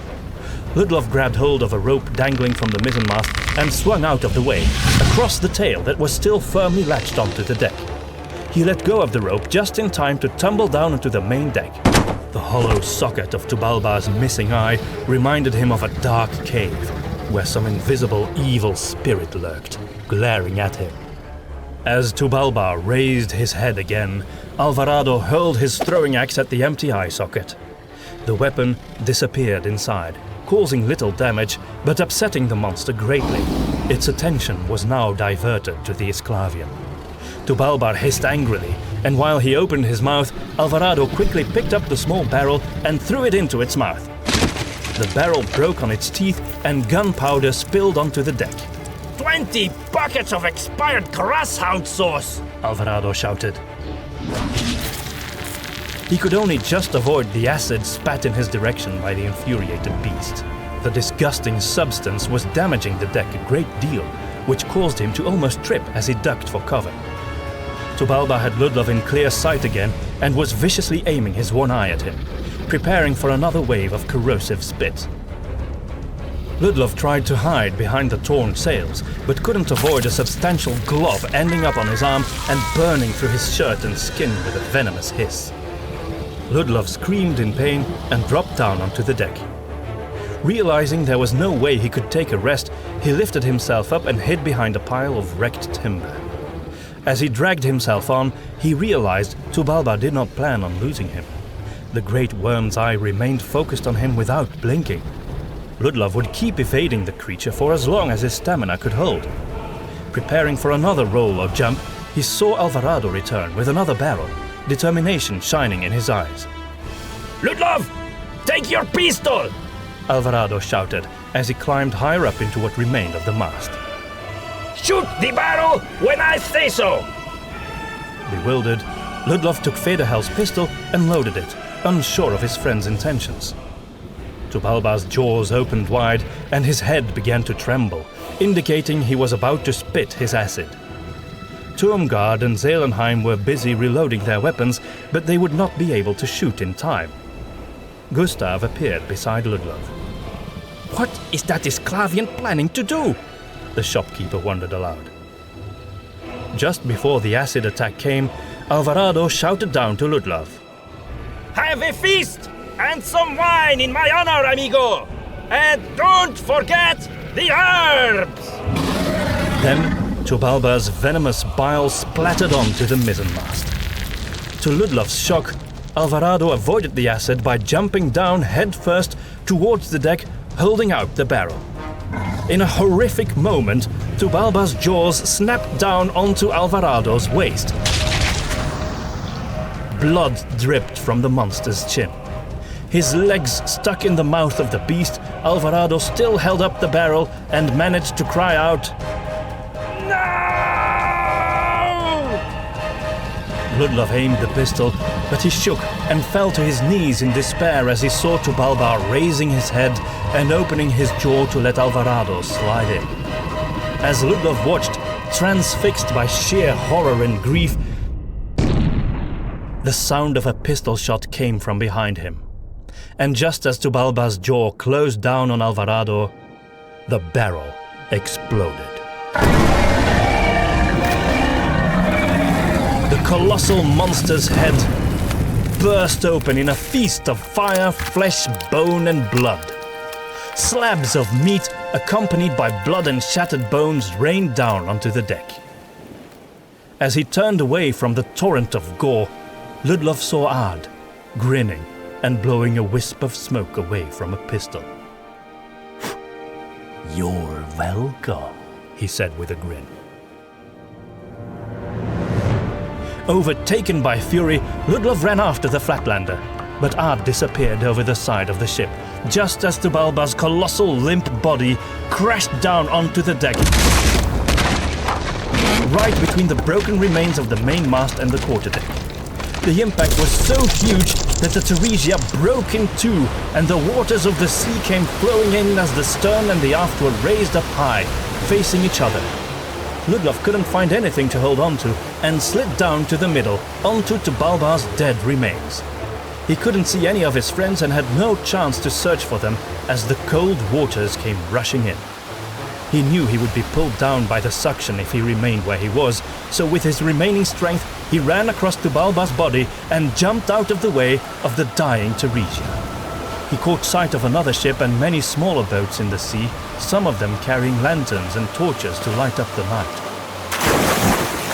Ludlov jumped into the water and swam as hard as he could to the nearest boat. The arm of a stranger reached out and pulled him on board the small vessel. It could have been one of the pirates, Ludlov realized, but by the way he was dressed, Ludlov guessed his rescue was an ordinary fisherman, and he nodded his thanks. Then he saw a familiar bulk on the boat, Gustav's backpack. A moment later, he was embraced by the Flatlander. They shared a wordless moment, unable to process what had happened, let alone speak of it. Then they both turned and watched in silence as the Theresia sank beneath the waves. The proud beauty of its golden figurehead momentarily remaining above the water as if she were bidding them her final farewell. Before the shining lady was lost as well, to the cold darkness.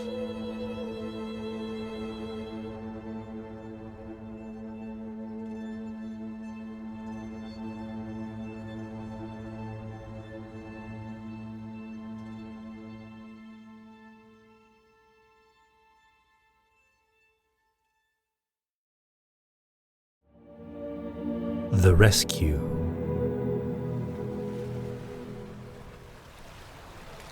It was a grey morning, and the sea was calm. Ludlov sat on the wreckage-strewn beach, surrounded by busy fishermen who mostly ignored him. He had learned quite a bit about the previous night just by listening to them.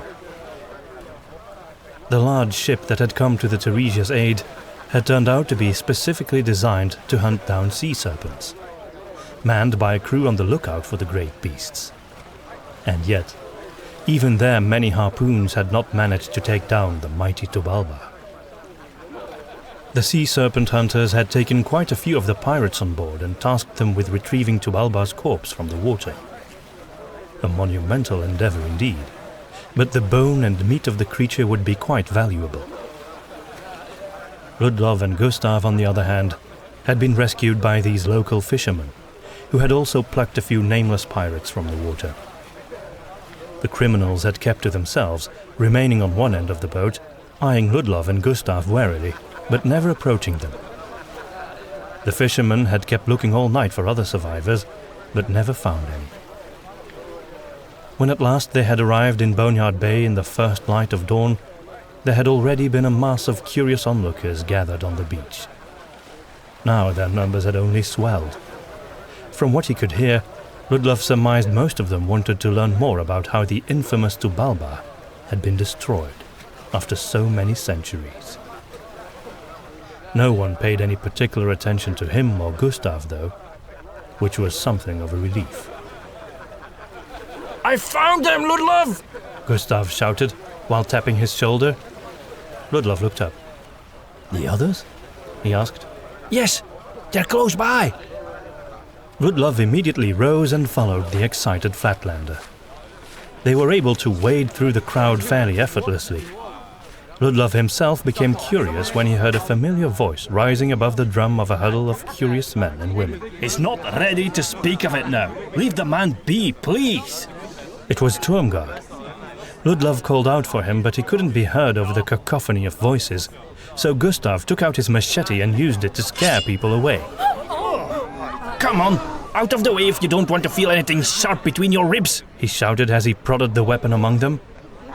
When the people began to scatter at last, the two men could make their way to the center of the throng, where they found the witch hunter, next to Blessed Zelenheim, both in a protective stance in front of Captain Brökelhoff, who was sitting on the sand of the beach, his face buried in his hands.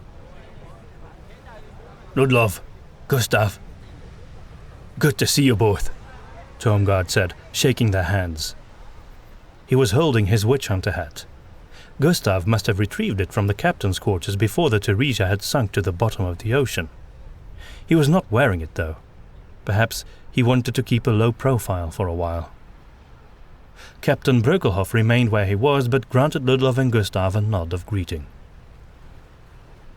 Goddess bless us, we have been reunited, the priestess said with a smile. Well, most of us, Gustav sighed.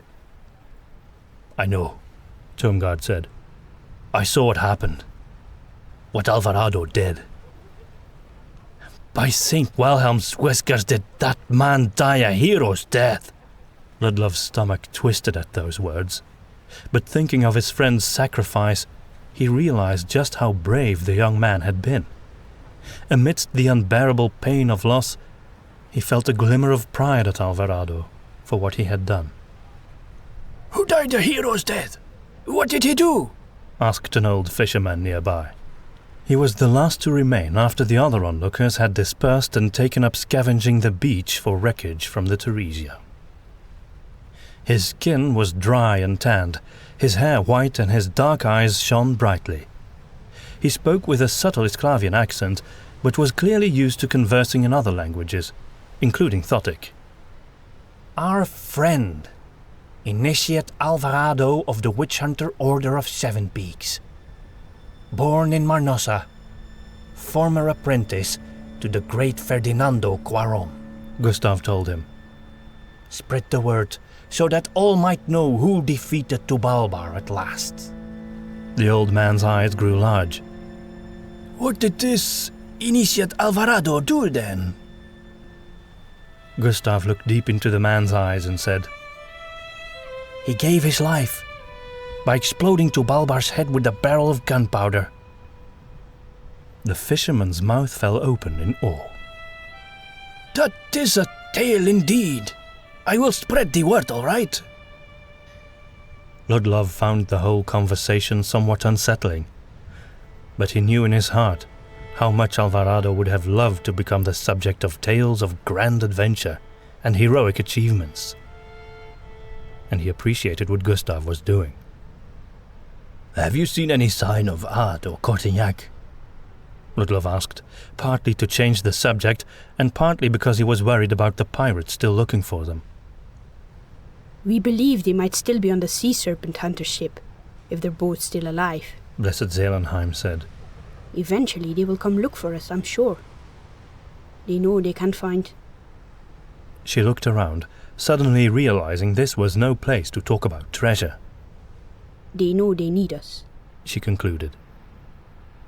Are you on the run from pirates? The old fisherman asked. I heard the name Cortignac. He is a well-known villain.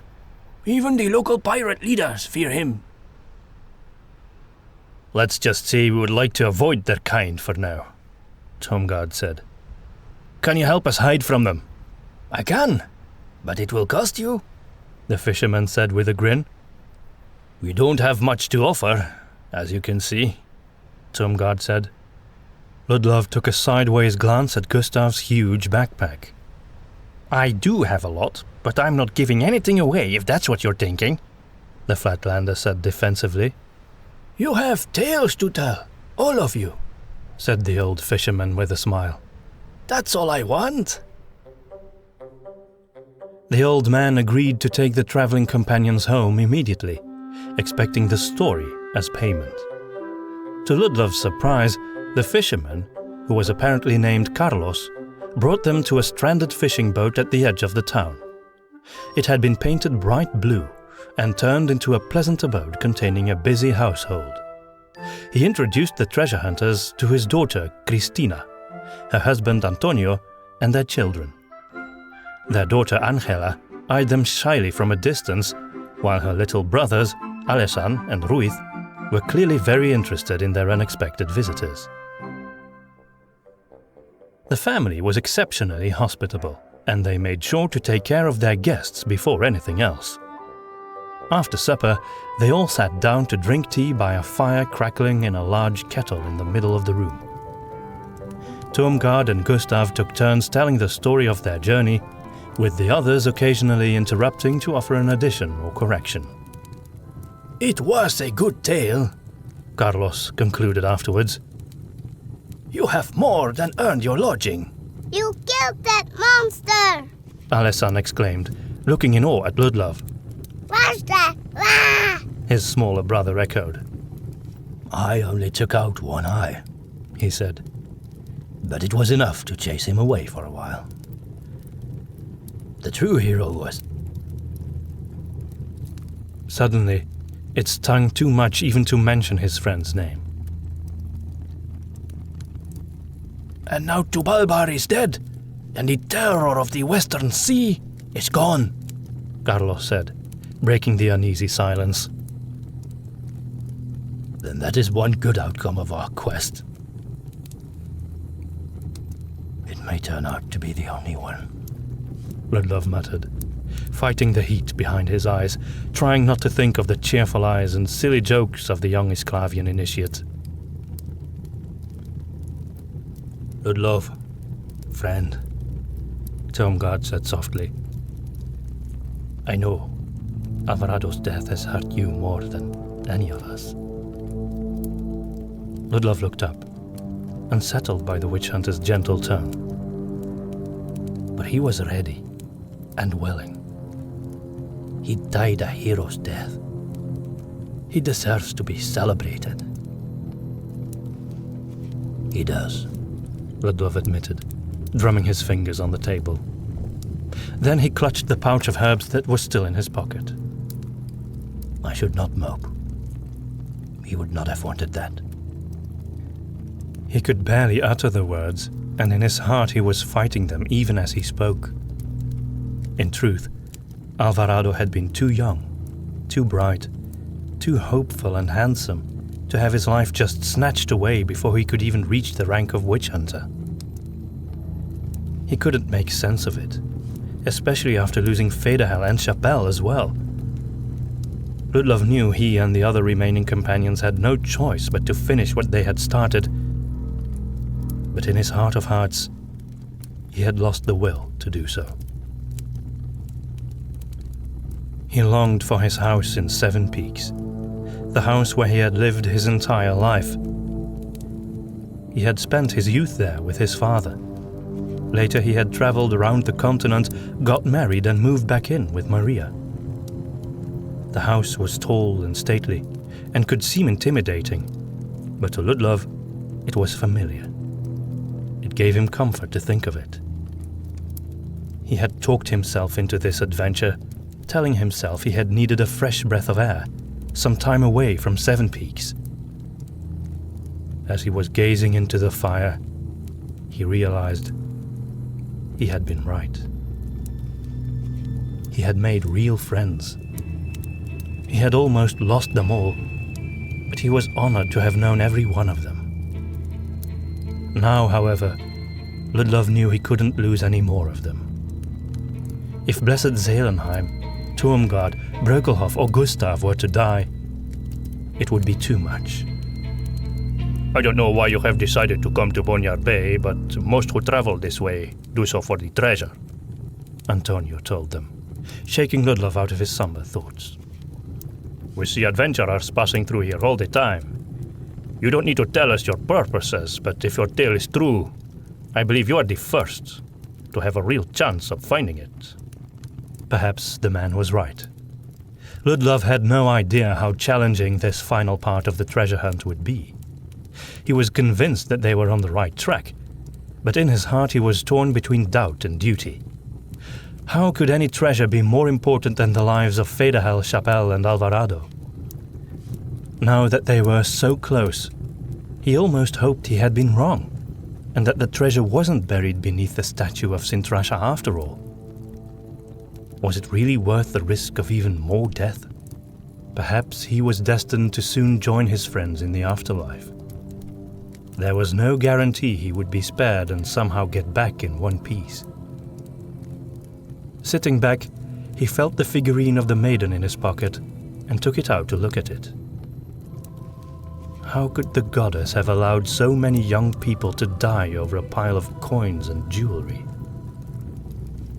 But as he looked upon her face, he remembered her own suffering at the hands of Lucus, and he knew ultimately he would find true comfort in her and nowhere else. The goddess, who loved every soul on Hruda, knew more than anyone what it was like to suffer loss. Her heart bled every day as she watched the men and women of this world. Ludlov cupped the statuette in his hands and looked at the people in the room. There was Gustav, who was rummaging through his backpack. Turmgard, who was absent-mindedly playing with a knife as he listened to Carlos talk about the local pirates.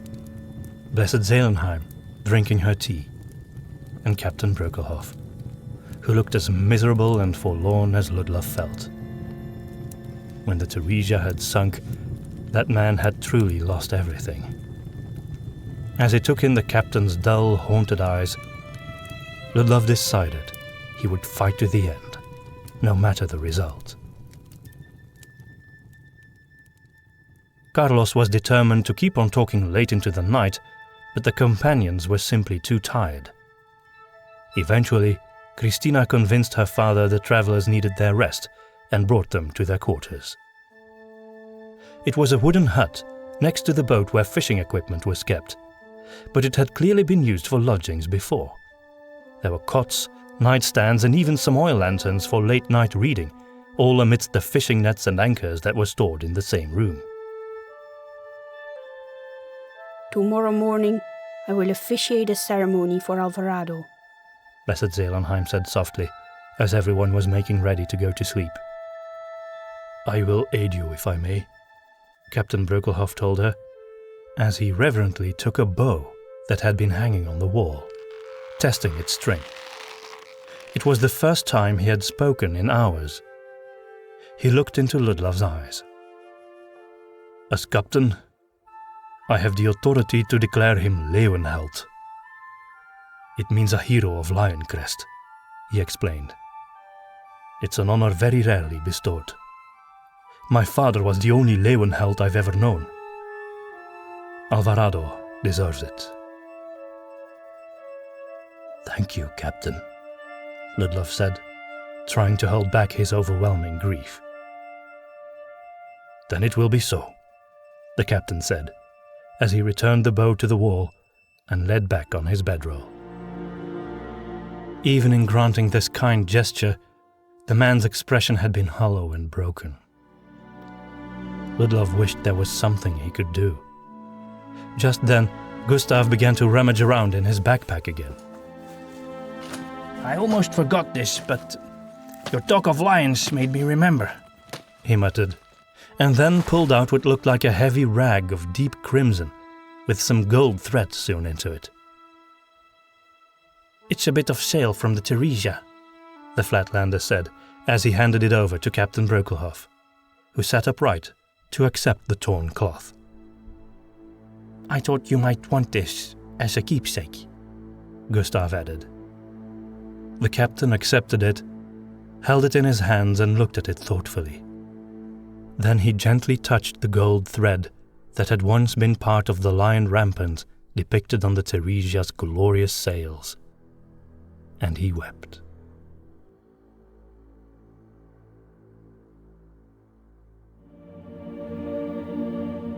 The key.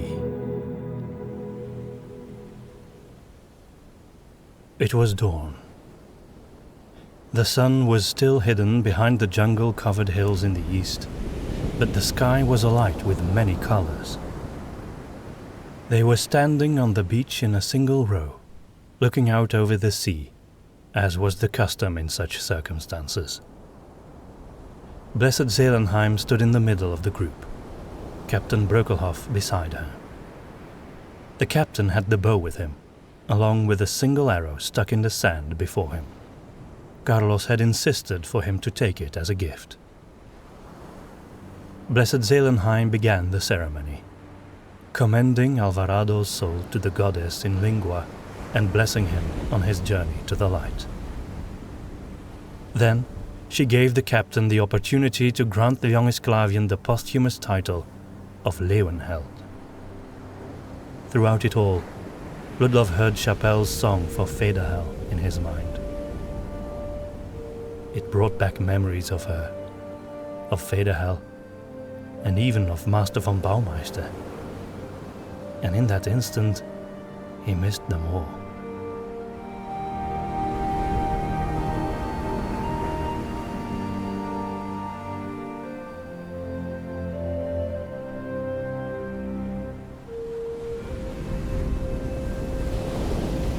After Alvarado's new title had been bestowed upon him, Captain Breukelhoff said, "In order to consolidate the honor, the officer who grants it must give up a prized possession of his own, granting it to the sea. I only have one to give." Then he took the piece of sail from the Theresia and tied it to the arrow. "Farewell, my love," he said, then drew the bow, aiming high and far. The arrow flew in a beautiful arc over the waves. The cloth raised up high once more, the colors of lion crest shining in the morning light. And then it dipped into the waters, never to be seen again. After a thoughtful silence, Blessed Zelenheim spoke again. Witch Hunter Chapelle's fate is not known to us, and I will refrain from a liturgy for the dead. But I will bless her, wherever she may be. Ludlov thanked the priestess quietly, bowing his head and listening as the ancient rite of blessing was spoken. "Farewell, Chapelle," he thought.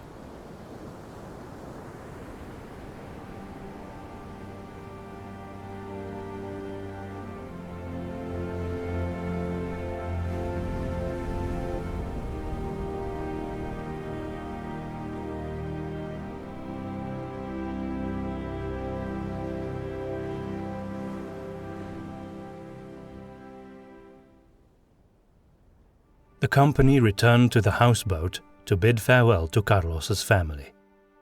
Tomgard promised they would eventually be rewarded for their hospitality. The old fisherman laughed and said,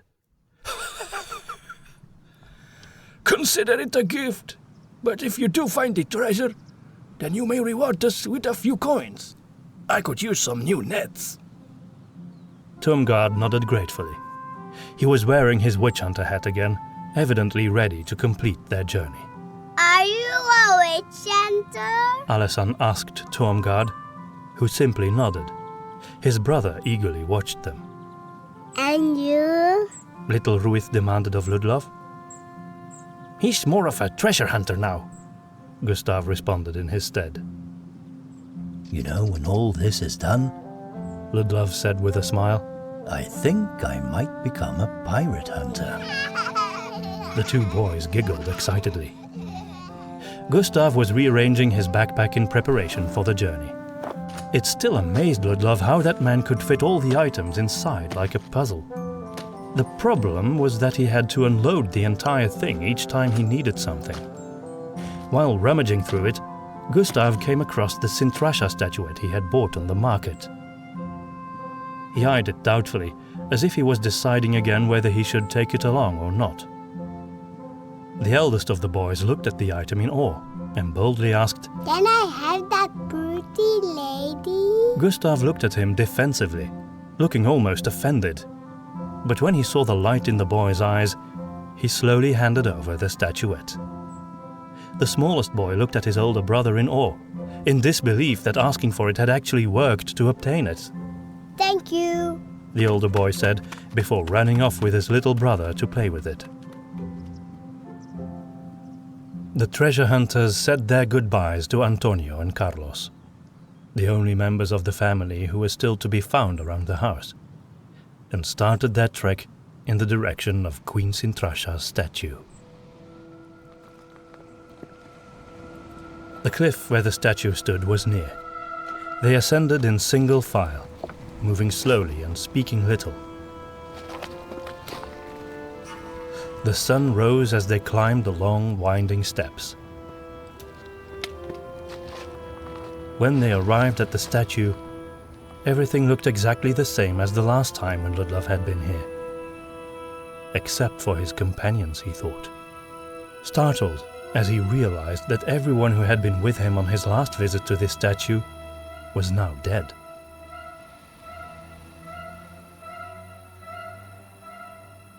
He looked around at his companions. Gustav and Tomgard had a look of fierce determination on their faces. Blessed Zelenheim seemed more apprehensive. Captain Brökelhoff was harder to read. Carlos's bow was still dangling from his belt, although it was rather useless without any arrows. They all sat down to rest and enjoy the view before they would proceed with their quest. "How are you doing, Captain?" Ludlov asked gently. "Better than before?" The Lion Crester said. "I miss my ship a great deal. I know it's hard for you to understand." Ludlov remained silent. He had never been a mariner or owned a ship, and indeed the love such men held for their vessels puzzled him. But it was clear to him how much the Theresia had meant to her captain.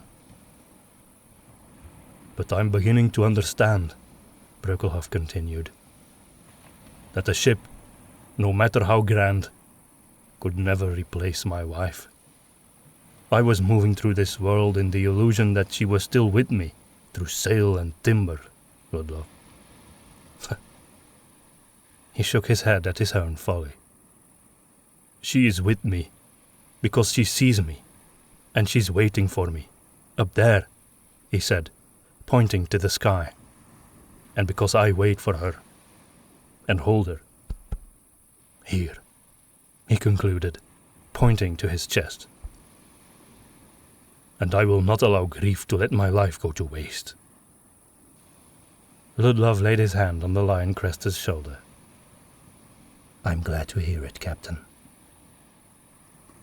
Well, you are right, Ludlov. Tomgard called out from near the statue. There are 5 niches with spikes in the base of the statue, and it looks like the pieces from the crown will fit. "There are 5 of us," Gustav commented. "Maybe we should each take one and insert them all at once." "I don't think it's necessary, but it couldn't hurt either, I suppose," Tomgard granted, clearly too tired to contradict the Flatlander. Gustav opened his backpack and began to pull out items from it to get to the box tucked in deep inside. One of the items he removed from the pack was the statuette of Sintrasha. He left all the items on the ground as he took out the box, too excited to wait any longer. Then he lifted the lid and distributed the golden cones among the companions. They arranged themselves in a circle around the statue, knelt down, and slowly placed the cones onto the spikes. They fit perfectly, but there was no mechanism that any of them could see, nothing that clicked into place. "Are you sure this is all there is to it?" Tomgard asked Ludlov, who shrugged and looked around. He saw the statuette of Sintrasha, which Gustav had left lying on the ground, and suddenly realized something. "It will not work," he said. All heads turned towards him in shock. "Remember, it was your idea to return here, Ludlov," Gustav said in a warning tone. "I mean, it will work, but we have to change something first," Ludlov clarified. Then he took hold of the statuette on the ground next to Gustav. "Remember when you were convinced this was the key to the treasure, Gustav?" The Flatlander shrugged. "It was in a way. It was the key to the stone crown of Kulmaron, where we found the clue that led us to the temple on the island, where we found the actual crystal crown of Kulmaron, which you had to break in order to get the golden cones that now serve as the key to the real burial place. Simple enough." "I think you were right from the beginning. It still serves as a key here," Ludlov said, pointing to the statue. "Look, Sintrasha's arm is raised up towards the sea there. In the statuette, she's pointing down, which is incidentally where the treasure is buried." Gustav's eyes widened as he took in Ludlov's meaning.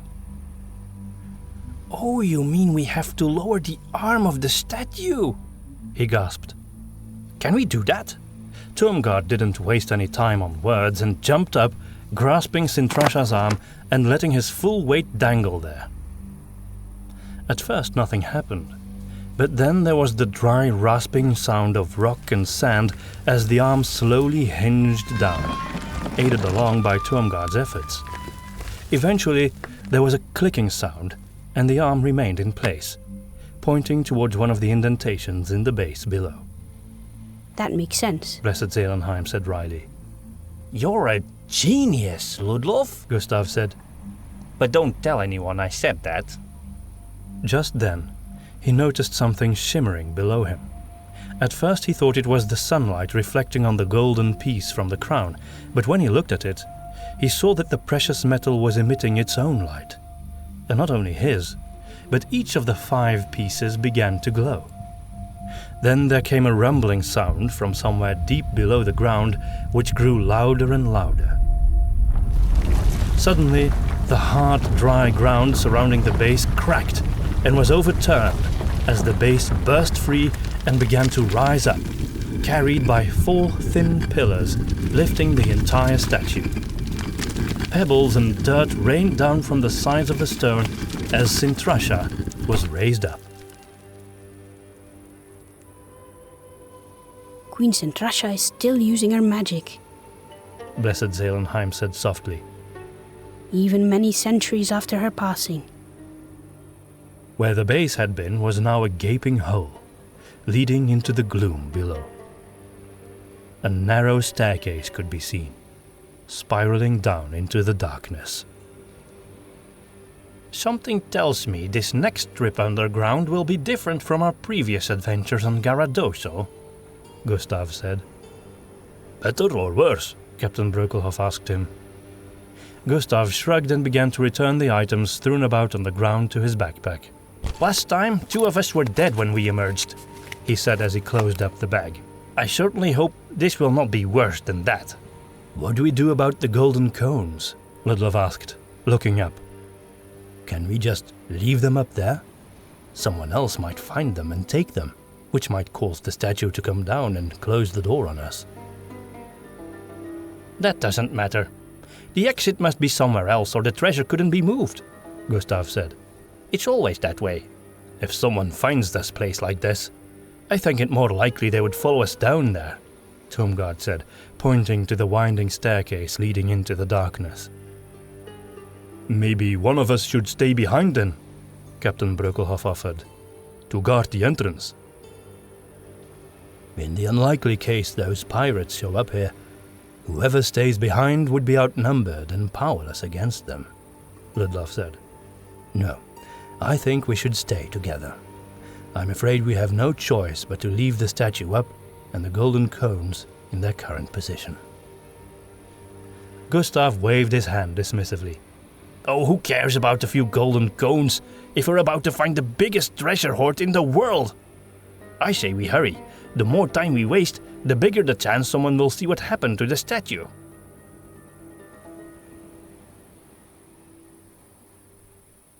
No one could argue with that, and so they began their descent on the narrow stone steps winding down into the darkness.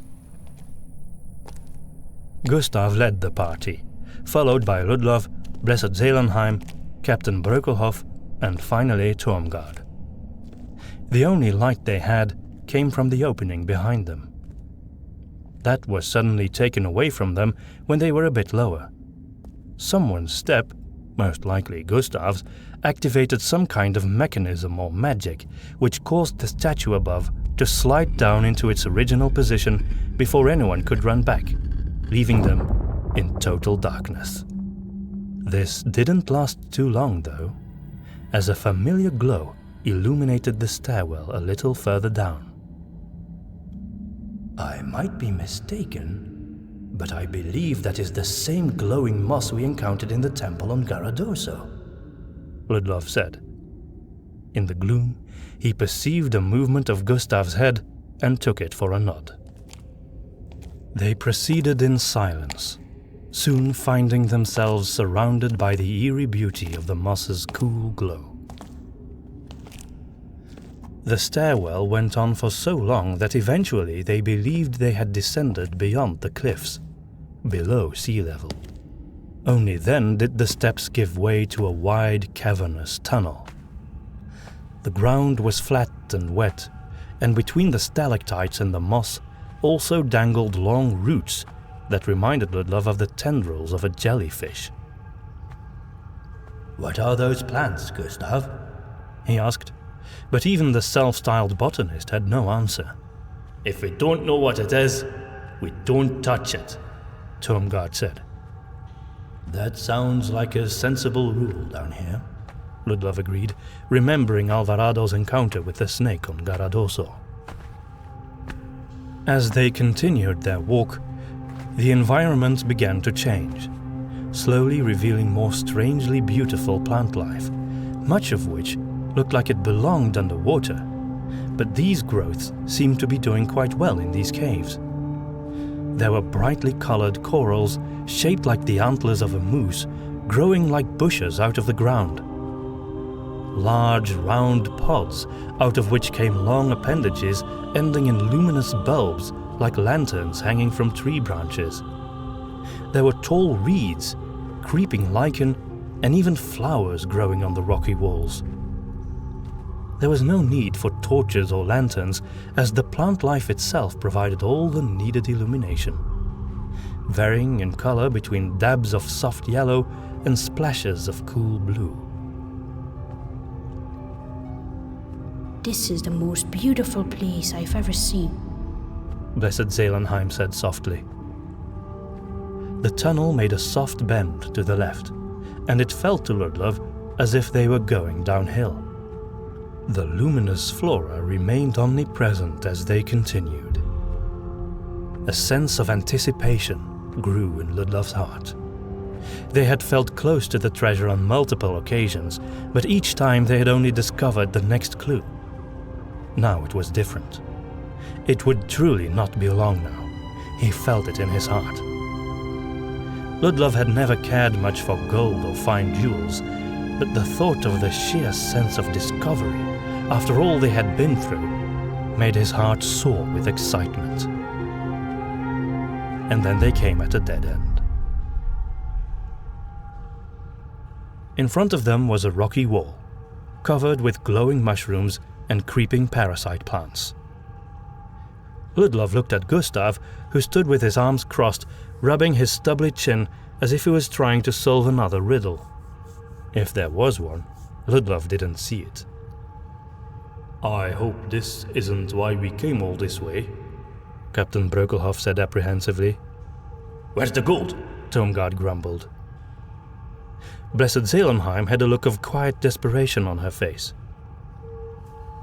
It's behind this wall, Gustav said.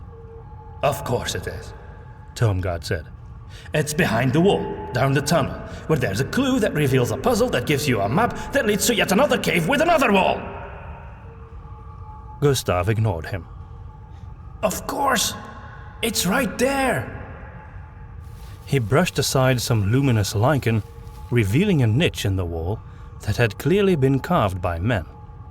In the bottom of the niche was a star-shaped indentation.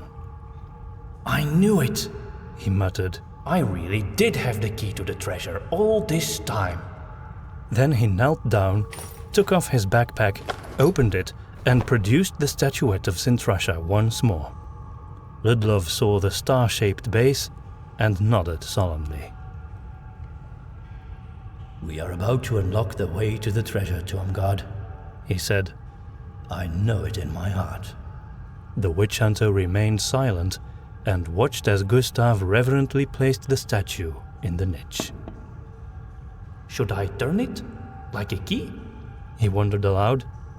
I mean, that's what Chapelle did back at those Kulmaron stones in the sea. Perhaps, Ludlov replied softly.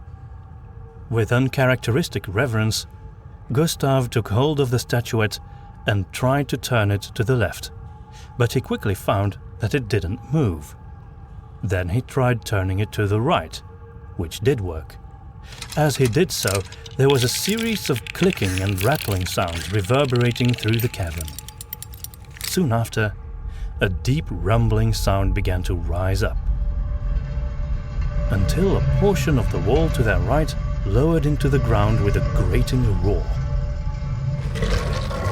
revealing another tunnel full of glowing plant life, spiraling down to the left at a steep angle. Ludlov proceeded to inspect the new opening. Some of the creeping plants still hung from the ceiling of the cavern, like a curtain between here and what lay beyond. There was more rattling as of gears turning, and Ludlov went back to the niche to see how the statuette slowly returned to its original position. In that moment, seeing Sintrasha framed in that niche, surrounded by luminous plants, he believed the statuette had at last arrived where it belonged. Should we leave it here? Ludlov wondered aloud. My key, Gustav protested. It came with me all this way. I know, it has grown dear to you. But when I see it, I think it has come home, Ludlov said. Perhaps it's time to let it go. The key is not the treasure itself, after all. Here? In these gloomy tunnels? Gustav said. But then he took another look, and by his changing expression, Ludlov guessed the Flatlander saw what he had seen. Reluctantly, Gustav nodded. He gently stroked the statuette's head as if it were a living being. Goodbye then, little Sintrasha. Then he joined Ludlov and the others into the tunnel.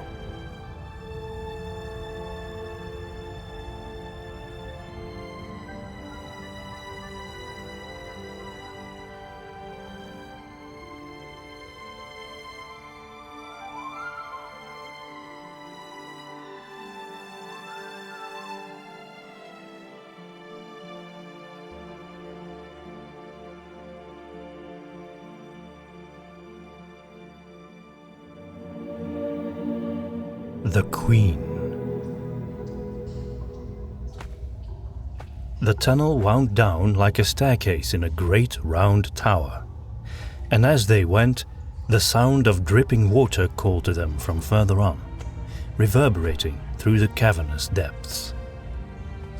Then at last, the ground became flat once more, and the tunnel continued in a straight line. No one spoke as they walked the last small distance until their path opened up into a vast cave, large enough to fit in an entire village. Gustav, who had apparently been distracted on their way, was the last to enter the cave and take it all in. For the first time, the Flatlander's mouth was wide open, but no sound emerged from it. 4 massive columns, each as wide as the wizard's mantle tree they had seen on Garradoso, seemed to hold up the cave like tent poles. Around them grew enormous vines, as thick as trees, sporting dark serrated leaves with luminous edges. There were thick bushes in the cave as well, with flowers as large as Ludlov's head. Mushrooms as tall as palm trees dotted the edges of the cave, their wide caps aglow. Incandescent dragonflies fluttered about the place, curiously exploring their surroundings. High above was a single shaft of sunlight from some crack in the rocks, probably too remote for anyone to have ever come across it. It shone down in the middle of the cavern into a wide, clear pool. The water was shallow enough to wade through, which was immediately clear to all of them, since it was full of golden coins, shimmering like stars in the light of the sun and the luminescent flora that surrounded the pool. On the shores and strewn about the cave amidst all its natural splendor was the largest treasure hoard they could have ever imagined.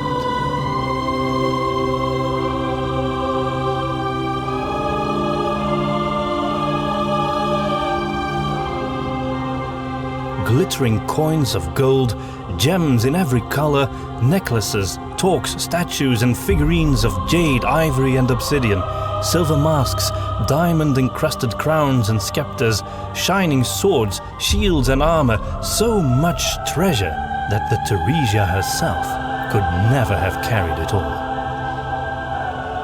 Ludlov wished he could have shared this moment with Alvarado. He knew his friend would have loved to set his eyes upon yet another legend on this journey. No one spoke.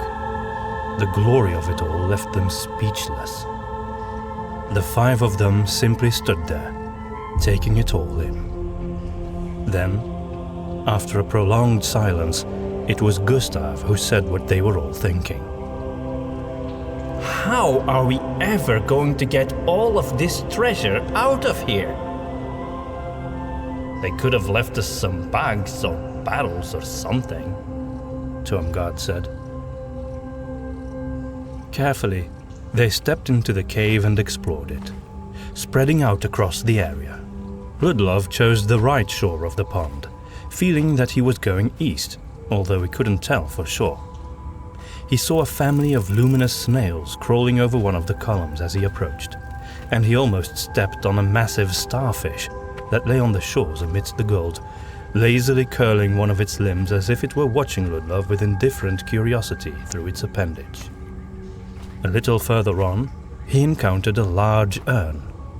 Thinking it might serve to collect at least some of the coins, he lifted its lid, only to find that it was already filled to the brim with rubies and emeralds. He laughed, overwhelmed by the absurd wealth that surrounded him. I found something, Blessed Zelenheim called out from the other side of the pool. Unwilling to walk around again, Ludlov waded through the water towards the other side. As he crossed the shaft of sunlight, he enjoyed its natural warmth, which came as a pleasant diversion after spending so much time underground. When he arrived, he saw that the others had already followed the priestess past a curtain of vines into a cove. He hastened to catch up. When he entered the cove, he understood why she had summoned the others.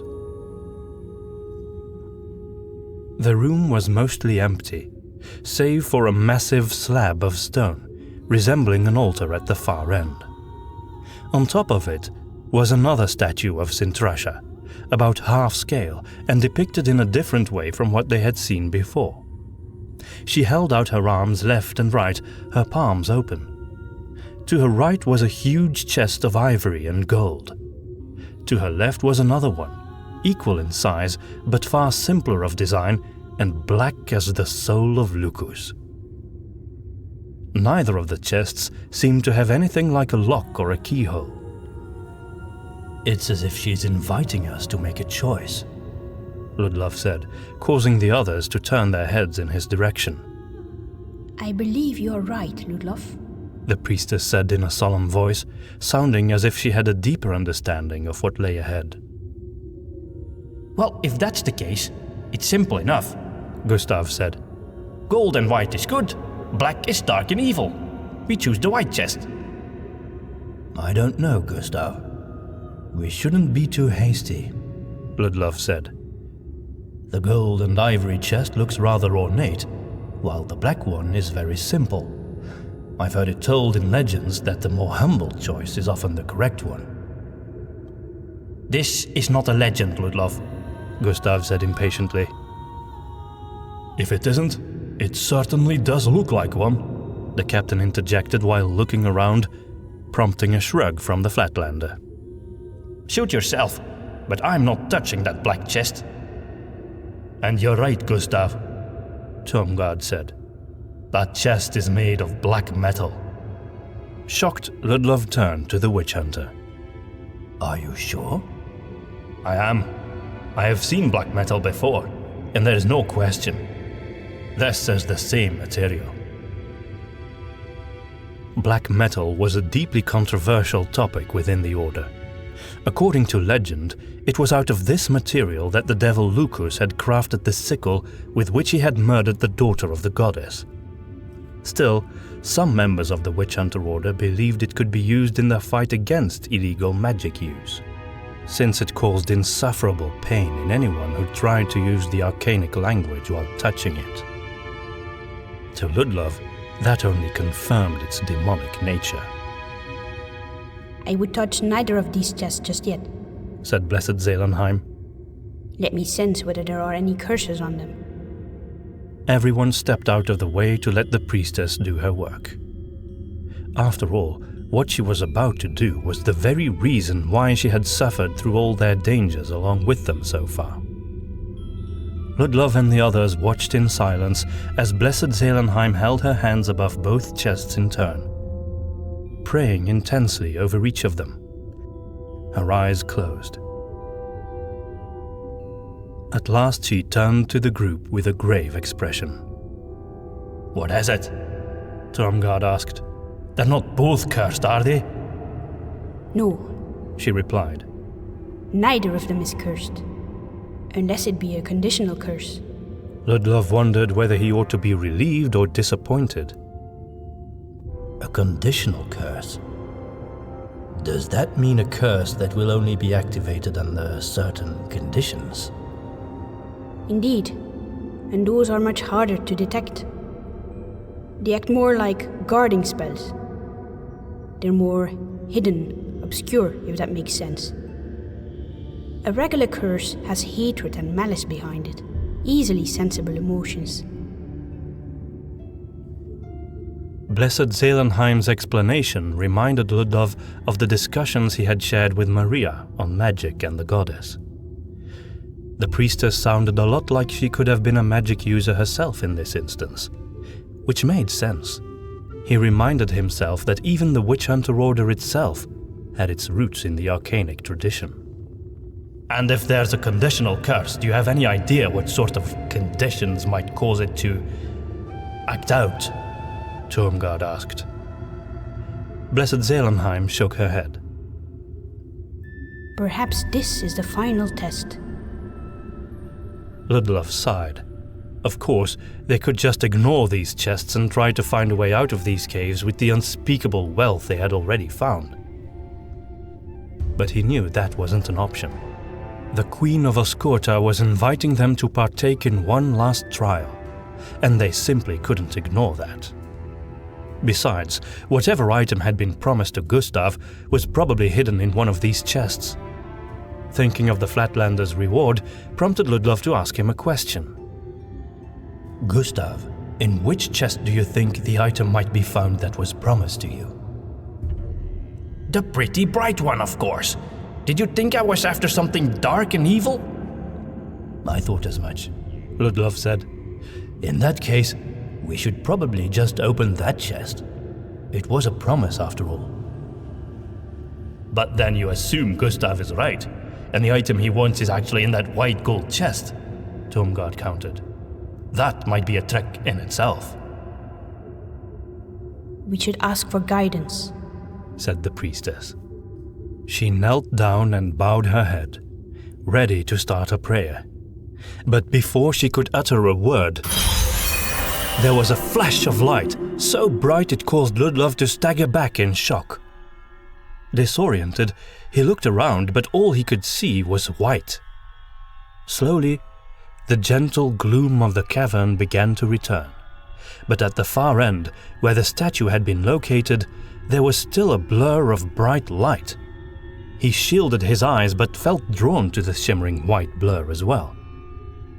Gently, the searing brightness subsided, until it became a soft glow, revealing the figure of a woman clad in a white cloak. Her skin was a coppery tan, and her hair was black, bound with a deep blue circlet in which a single bright star was set. There was a regal pride to her poise, but also gentle warmth in her gleaming dark eyes.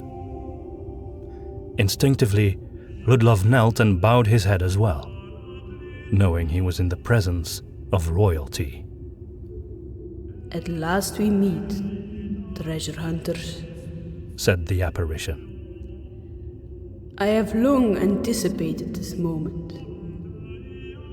I have been with you throughout many dangers, though you did not know. Now, let us converse. Queen Sintrasha? Gustav said. Of course, brave Gustav, though I am no longer queen. Where I live, there is only one queen. Then you are a saint, gasped Blessed Zelenheim. When we return to Seven Peaks, I will petition the Cardinal for your canonization at once, Your Holiness. Sintrasha lifted a calming hand. Be at peace, blessed Zelenheim. For my sake, it is not needed. However, for the salvation of the Sintra people, my canonization in the Church of the Goddess could be an avenue of grace. I fear many of my people still mingle the forbidden arts with their faith in the goddess. She is patient, but this cannot go on. Blessed Zelenheim nodded in understanding, but then she sighed. I have so many questions. I cannot answer them all, child. Sintrasha replied. I am not allowed to, and I come to you now for specific reasons. Then she looked kindly upon Gustav. I thank you, Gustav, for keeping me close to you. The statuette you carried was very special. Not only the key to this treasure, but also my eyes and ears in your world. You did well bringing it here. Gustav gave her a shy, nervous laugh and bowed his head like Ludlov did. Now, hear my tale, all of you. Sintrasha continued. Everyone looked at her and listened intently, and as she spoke, it was as if time itself ceased to exist. After my departure from Skurta, I and those who followed me journeyed throughout the northern continent. Many of my followers sought refuge in Venendale, but others came with me as we traveled further south. I knew my treasure was too great for my people to keep. Such wealth would have corrupted us once more, as it had done in Oskurta. And yet, I knew that one day the treasure would be needed to help those in need. And so, over the years, I and my followers placed it here, keeping it hidden from the outside world with arcanic spells.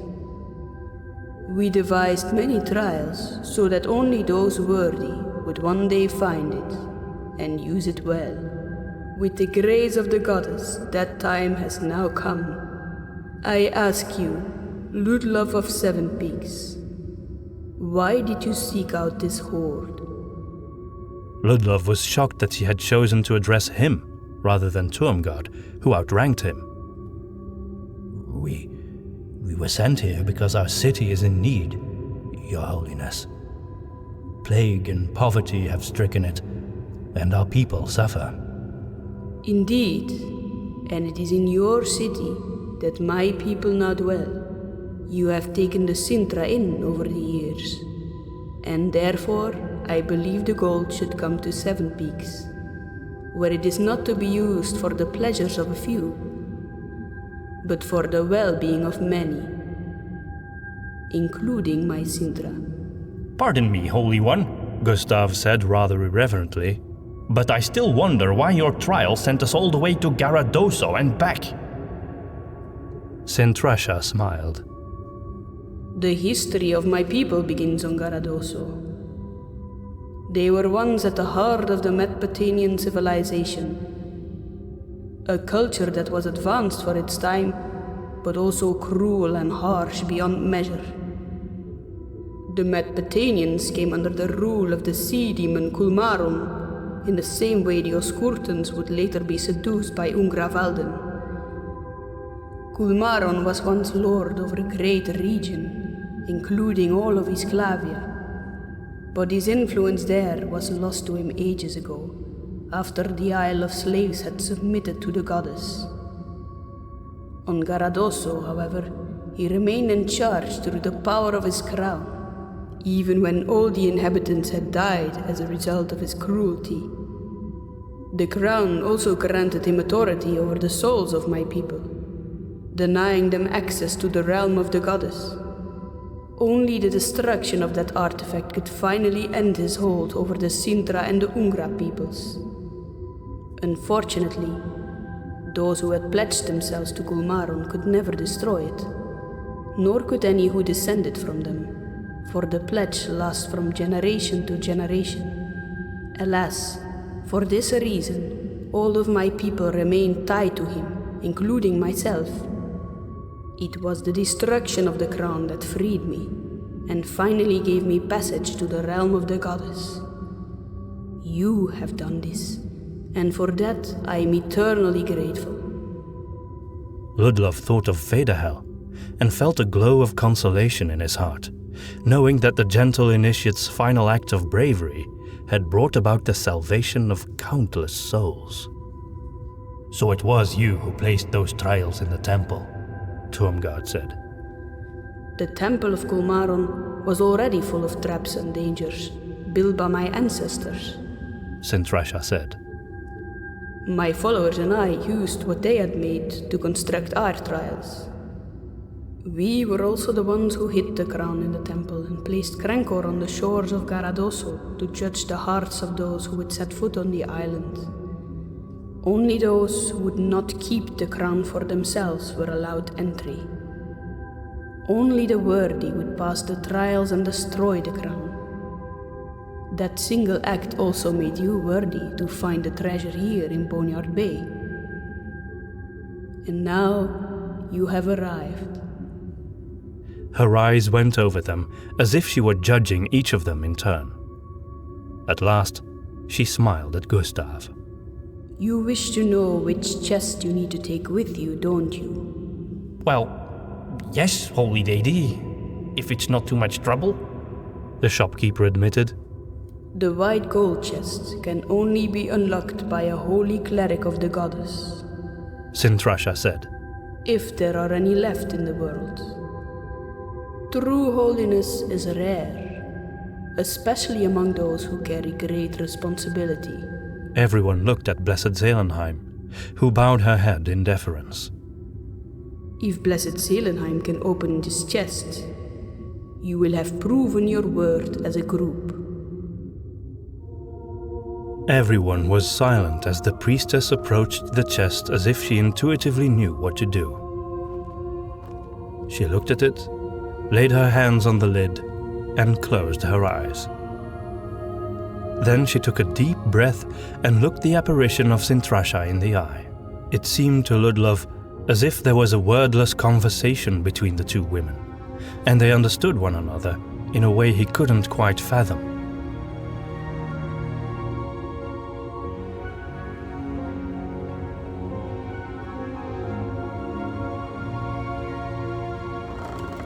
Then the Blessed Zelenheim lifted the lid of the chest with the same ease she would open her own personal box of belongings. He could only catch a glimpse of what was inside. Gustav stretched his neck to see more, but managed to resist the urge to do anything more than that. The chest is unlocked, Sintrasha said simply. Now anyone can open it. Be careful, therefore, in discerning whom you allow to touch it. What would you have us do with this chest, my lady? Blessed Zelenheim asked. Take it to Seven Peaks, Sintrasha answered. There, I only ask that it will be put to good use, and in particular to serve the needs of the Sintra people. If the heirs of Wulfen ever betray their duty to protect my people, nothing will guard the city of Seven Peaks against evil anymore. Not even the sacred stones? Tormgard asked. Ludlov's heart skipped a beat. Here was a saint from heaven who might at last divulge the truth about the stones, a topic on which he had written. Nothing will protect the city then, she repeated.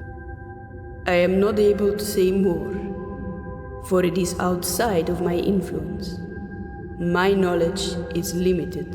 Ludlov felt somewhat vindicated by that response, but he was disappointed that he still didn't know anything more. Why would the sacred stones be insufficient to protect Seven Peaks? Was it because that power had nearly been drained? Or because they had never had any power to begin with? There was still no answer.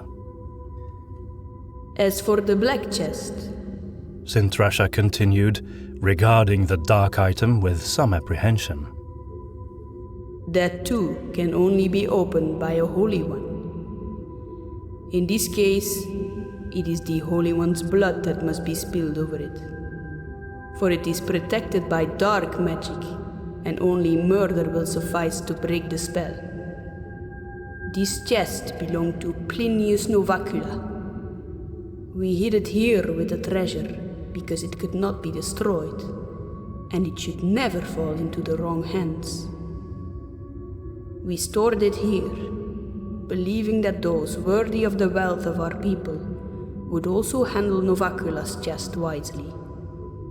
The true finder will have to take both chests along. It is the only way to leave this cave. That thing should certainly not fall into the pirates' hands. That's as clear as daylight, Tormgard said. We will take it along and lock it up safely with the other artifacts in the vaults in Seven Peaks. I trust you will guard the dark secrets and forbidden knowledge of Plinius Novacula with your lives, the apparition of Sintrasha said. Blessed Zelenheim gave her a terrified look. Do not fear, Blessed Zelenheim. The chest will also remain closed to anyone except Plinius Novacula himself. Then it will never be opened, Ludlov said. For Novacula died many centuries ago. Sintrasha's gaze into his eyes made him feel small, and he had to fight the urge to look away. Novacula was the greatest dark sorcerer who ever lived, she said. And he had discovered a great and terrible secret. There was a look of faraway terror deep in her eyes now, as if she was remembering some great atrocity. Novacula learned to migrate his soul after death, to take possession of another body, far away. He has done this many times throughout the ages. Before he was Novacula, he was another man. And after Novacula's death, he became another one still. He may yet still roam your mortal world, cloaking his identity with dark magic. The implications of what she had been saying startled Ludlov. He imagined some dreadful sorcerer figure wandering through the wilds, gathering more and more dark power to himself over the centuries in ancient and forbidden places. If such magic existed, the world was an even more frightening place than he had thought. Then suddenly, he was reminded of Chapelle again, and what she had found in the Bodwag forest. Maybe Novacula was somehow attached to that place. He thought about sharing his insight with her, but then it dawned on him again that she was not with him anymore. You have suffered much to come here, the apparition said, looking at them all with great compassion. The friends you have lost will soon meet with me as well. And after that, a greater adventure awaits them than any on the world of Hruda. Ludlov thought of Fedahel, Chapelle, and Alvarado, and wondered how it would be if he could join them. Not yet, he thought. I may yet be of some use here. Now I entrust the treasure of Boneyard Bay to your care, Sintrasha said, stretching her arms with her palms open just like her statue. Use it well. And with those words, the apparition disappeared.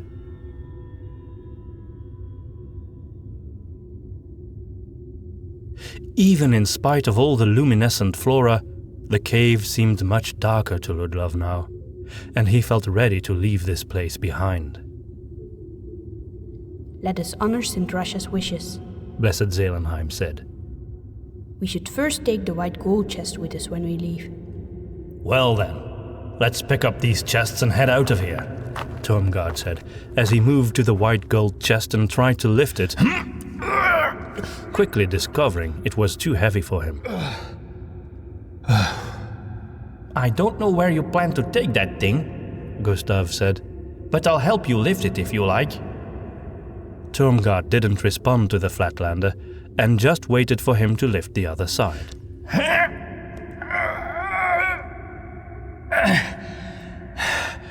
This is ridiculously heavy, Gustav panted after an initial attempt. We need 4 men. Or maybe we could take some items out to make it lighter, he suggested, unable to hide his eagerness to take a peek inside. Lord Adomir clearly instructed to deliver any treasure chests unopened. Don't worry, shopkeeper. You'll get your little trinket if it's in there. To a witch hunter, a promise is a promise, Tomgard reassured him. Gustav nodded in understanding. Wordlessly, Ludlov and Brökelhoff joined him and Tomgard, each of them pulling at a corner of the chest. Once they had finally managed to lift it slightly from the slab, they noticed it had been resting on a pressure plate, which began to rise up. Simultaneously, a hidden doorway began to open up behind the stone slab with the now familiar dull rumble, revealing another gloomy tunnel. That's where we take it, Tomgard cried out. The doorway stopped moving once it had opened up to the height of Ludlov's waist. That's a problem, Tomgard admitted. No worries, Brökelhoff said. Remember what the host said.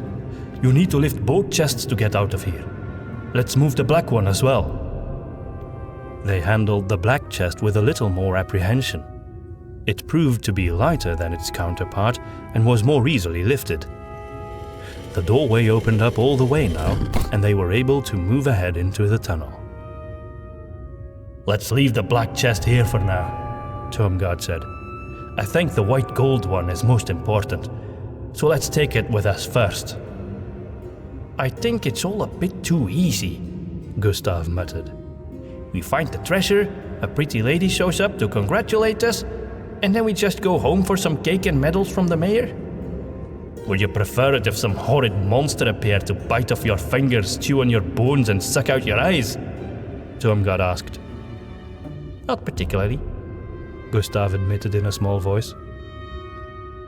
I, for one, welcome the thought of returning home, Ludlov said.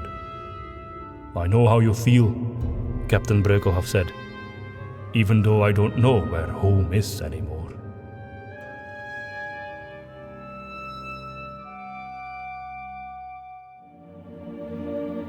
The tunnel. This tunnel is not as nice as the previous ones, Gustav said as they made their way through the gloom. The 4 men carried the chest, the priestess walking beside them. Ludlov looked around. The Flatlander was right. The luminescent plant life was limited to vein-like lichen creeping along the wall, providing a glow only just bright enough to see where they were going. They followed the pathway as it gradually sloped down, pausing many times along the way to set the chest down and take a breath. Eventually, Blessed Zelenheim began to lag a bit behind, and when Ludlov turned to take a look at her, it was clear she was simply exhausted. Perhaps the journey was taking its toll on her, or perhaps her interactions with the chest had somehow drained her. Occasionally, he caught her wincing and looking around in fear. What's wrong? He asked eventually. I think I heard something. Did you? She asked, her eyes wide with distress. Ludlov hadn't heard anything. It could be anything. Who knows what sort of things live in a place like this? Gustav said. You're not exactly reassuring her, Flatlander, Tomgard remarked. We've still got our weapons. If a giant cave rat or a throttling snake tries to bother us, we'll be prepared. Do those exist in places like this? Zelenheim asked. You know a bit about that sort of thing, don't you, Gustav? No, Gustav said after a pause. Of course not. It was just a figure of speech. A bit further on, Ludlov heard the sound as well. Something seemed to be scratching at the rocks. He decided not to mention it, but he noticed the other 3 men quickened their pace as well. The road through this tunnel was longer and more arduous than they had expected. As they continued, the air became more moist, and the taste of salt landed on their lips. They had to be close to the sea. Just when Ludlov was about to suggest another rest, he saw they had reached a dead end. Even the luminous creepers had thinned to the point where it took some squinting to make out their surroundings. But it was impossible to miss the wall in front of them. No! Tomgard panted as they lowered the chest. Not another dead end. This is the last one. I'm sure of it, Gustav said. I can smell the sea. Ludlov was about to comment on the Flatlander's relentless optimism, but then he had to admit the man was right. They were almost out of this goddess-forsaken place. He thought of Fedahel, who had had a sense for these things and would probably have been able to confirm if the sea was actually near. Instinctively, he began to inspect his surroundings, feeling the wall in front of him. It was wet and slippery, overgrown with moss. Then he looked to the right, and in the sad remnant of light that was left to them, he thought he saw a large steering wheel, with a skull carved into the middle. Inspecting it from a bit closer, Ludlov saw that it had a heavy chain attached to it, which ran diagonally upwards and disappeared in a hole in the cave. He turned to face the others. I think I found it, he said. Tomgard approached and looked at the wheel. It's just like the entrance to the temple on Garradoso. He took a deep breath and then grasped two of the handles. Sancta Agnes, let this be the last doorway mechanism we ever have to face. Together they pulled. It took some effort before the chain began to move, but eventually it came out of the wall and began to wrap around the wheel. Gustav and Brökelhoff had found a similar mechanism on the other side and were turning their wheel as well. Slowly but surely, the wall in front of them began to rise up, and a dim light crept through underneath. Ludlov couldn't resist the urge to bend down and look at what lay ahead. He saw a large cave, but at the end of it was bright daylight. And in the distance beyond, he could vaguely make out the shape of something enormous. When the wall had finally risen all the way to the top and the noise of rattling chains and grinding stone had stopped, Ludlov realized that the huge shape in the distance beyond the mouth of the cave was a ship, resting in the water. The cave itself opened up into a beach, and its floor was soft with wet sand. There were also many rocks and boulders spread out throughout the cave, and for a moment Ludlov thought he saw huddled shapes of men sitting there, waiting in silence. I think this is Skullcrest Cave, Captain Brökelhoff said. Do you mean the cave where I told the pirates they would find the treasure? Tomgard said. Well, that's uncanny, he muttered to himself. The sound of scratching returned behind them, but Tomgard and Gustav refused to pay any heed to it, too excited to finally face the daylight with a treasure chest in their hands. Both of them began to walk into the cave. Reluctantly, Ludlov followed them, with Brökelhoff and Zelenheim close behind him, leaving the chest behind. You know, I thought I saw shapes of men here, Brökelhoff said, echoing Ludlov's own thoughts. Gustav and Tomgard stopped to look around. Figures began to rise up from behind boulders and stalagmites, brandishing cutlasses and pistols. Pirates, Ludlov said with a sigh. Of course.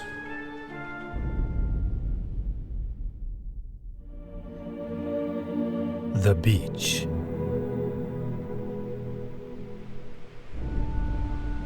Ludlov wished he had time to think, but he only had time to react. They weren't far into the cave yet, and most of the pirates were still some distance away, but that was changing fast. Some came crawling up, drawing pistols or swords. Others were already moving, their cutlasses raised. Gustav tried to dash back to the tunnel, but Ludlov pulled him down as he ducked for cover himself. They only just avoided a pistol shot from one of the pirates. Don't go back! They'll have us trapped, Ludlov told the Flatlander. It would be a massacre in there. Tomgard was already locked in combat with a sword-wielding pirate. Brökelhoff and the priestess were hiding behind a large boulder. Ludlov and Gustav remained exposed where they were. Looking for a place to hide, Ludlov saw how Tomgard had managed to kick the attacking pirate into two other approaching ones, causing the three of them to tumble on top of each other. Still, so many more enemies came his way that Tormgard had no other choice but to turn and flee back towards the passageway. Ludlov feared for him, but he had no time to think now. Crawling through the wet sand on their bellies, he and Gustav managed to find a large boulder to hide behind. Ludlov quickly looked over the edge to see what was happening to Tormgard. A pirate had thrown an axe at him, which the witch hunter had managed to avoid by falling to the ground. Just then, a huge, white spider-like creature, almost as tall as a man, with legs like swords, came jumping out of the blackness over Tormgard, catching the axe blade in the middle of its ugly head. The monster fell over, dying with a shriek as it landed between the witch hunter and the pirates. Ludlov saw Tormgard crawling upright and disappearing back into the gloomy tunnel. The pursuing pirates stopped dead in their tracks right before the entrance, refusing to go any further. The scratching sounds they had heard before returned, only much louder this time, causing terrified screams from the pirates. Then there was a bone-chilling scream that emerged out of the darkness. Ludlov guessed it had been Tormgard's voice. A moment later, at least 6 or 7 of the enormous spider-like creatures came rushing out of the gloom. They were almost as tall as a man, with 8 malevolent eyes bulging out of their misshapen heads. Their pale, hairless bodies were thick and covered with warts and pustules. Their long legs were unlike those of any spider Ludlov had ever seen, each of them a huge scythe-like blade from the knee down. Those things could easily tear through a Dugarim's torso by the look of them. The creatures scuttled over the cave ceiling and the wet sand at a terrifying speed. Ludlov saw how one of the spiders dropped down from the cave ceiling, piercing 2 pirates at once with its blades. A sharp appendage of some sort emerged out of its bloated, sagging thorax and immediately began to suck out all the fluids of its first victim. By the sound of it, many more of these spiders were coming out of the tunnel behind them. A quick scan of the cave showed Ludlov that the creature's interest was drawn by those men who moved either towards or away from them. But they ran right past the few pirates who simply stood frozen in fear. Tunnel slicers! Gustav cried out. Tunnels! These are tunnels! Unwilling to alert the enemy, Ludlov covered the Flatlander's mouth with the palm of his hand, ignoring his frantic, muffled cries. Pistol shots were fired into the heads of the monsters, causing yellowish blood to burst out. Other pirates slashed at the legs above the knees, some managing to slice them off. Not all combatants were as effective, though. Those who attacked the spider's blade legs were easily parried and then killed, and those who ran were rarely fast enough. Within the blink of an eye, the cave had become a battlefield of pirates and tunnel slicers, as the creatures were apparently called. Ludlov had a gut feeling it was better to stand down and keep a low profile. For all he knew, the creatures followed wherever there was movement. He slowly tried to reach Federhel's pistol without drawing too much attention, but as he looked down he remembered he didn't have any gunpowder. He had noticed it earlier underground and had wanted to refill, but after their encounter with Sintrasha, he had completely forgotten about it. Von Baumeister would definitely have told him that such negligence would have negatively influenced his evaluation. Although he wasn't sure it would make a difference, he readied his rapier instead. Gustav, who had sensed his preoccupation with his gear, suddenly bit down on Ludlov's palm, causing him to jerk his hand away reactively. Blisters! The Flatlander cried out, and off he ran, spraying sand behind him as he dashed headlong towards the pirates. Ludlov saw how Blessed Zelenheim had recognized the code word and left her hiding place as well, quickly followed by Brökelhoff. Blisters it was then, Ludlov thought, and he darted for the exit as fast as he could. As he was running towards the daylight, a pirate jumped in front of him, swinging a cutlass to behead him, only to be cut down himself by a tunnel slicer before he could hit Ludlov. Ludlov let the creature enjoy its meal and simply ran past it as fast as he could, but the soft sand underneath his feet seemed to be actively opposing his escape. Shriveled corpses and bloody limbs lay strewn about the ground as he passed. Some of the dead pirates looked vaguely familiar from the time he had spent in captivity aboard the Theresia. In front of him, Gustav was moving at a speed Ludlov had never expected from the rotund shopkeeper, especially with all of that luggage still on his back. Behind him, he heard horrible noises of death and carnage, but all he could think of was his need to get out of this living nightmare. Finally, he reached the mouth of the cave, but he kept on running, fearing both the creatures and the pirates. The beach was vast, spreading out left, right, and in front of him. The ship that lay anchored in the sea was equally enormous, larger and more opulent than the Theresia, and it was flying the pirate flag. The Pirate Lord, Ludlov realized. Gustav stopped running and just stood there, in the middle of the beach, panting as he looked ahead. Ludlov joined his side. His heart sank. A dozen rowboats carrying vicious-looking pirates were making their way across the waves towards the beach. And even to the left and right, Ludlov saw scores of the thugs approaching. He had never seen so many pirates in one place. Gustav fell on his knees, raising his arms in despair. Brökelhoff and the priestess joined Ludlov and Gustav, all drawing their weapons and standing back to back. It was hopeless, of course. They were outnumbered by 20 to 1 or more. Even if the tunnel slicers were to emerge from the cave and attack the pirates while leaving Ludlov and his friends alone, they wouldn't stand a chance. And it looked like those creatures shunned direct daylight, since they were nowhere in sight. As the enemies drew nearer, Ludlov wondered where Tormgard was. Had he been killed by the tunnel slicers as well? As we near the end of life, dear goddess, have mercy. Blessed Zelenheim said softly, holding Chapelle's blade ready. Bless us in our final hour, and grant us in thy infinite kindness what no soul can deserve. Thy final embrace. The pirates were all around them now, enclosing them like a pack of wolves surrounding a tiny huddle of lost sheep. The four of them stood in a small circle, with enemies in every direction. Any last words? Asked a burly, bearded pirate as he raised his pistol at them. Don't shoot us, please! Gustav cried out. The big man chuckled darkly. Funny that. Same last words as the last man I shot. Then a shot resounded in the air. However, it hadn't come from their assailant. Someone else had fired a pistol. Stop! Cried a voice, and several of the pirates made way as someone important was clearing a path towards the four. Ludlov's stomach turned as Ard appeared in front of them, wearing his familiar grin. These maggots are mine to kill. It would be a waste to grant them a quick death. Oh no. He swaggered intimidatingly close to Ludlov, looking into his eyes. They deserve special treatment. Ludlov responded to Ard's grin with an icy stare. He wouldn't give this scum the satisfaction of seeing his fear and anger. Ard's expression turned more grim the longer he held Ludlov's gaze. Eventually, the pirate looked away and addressed them as a group.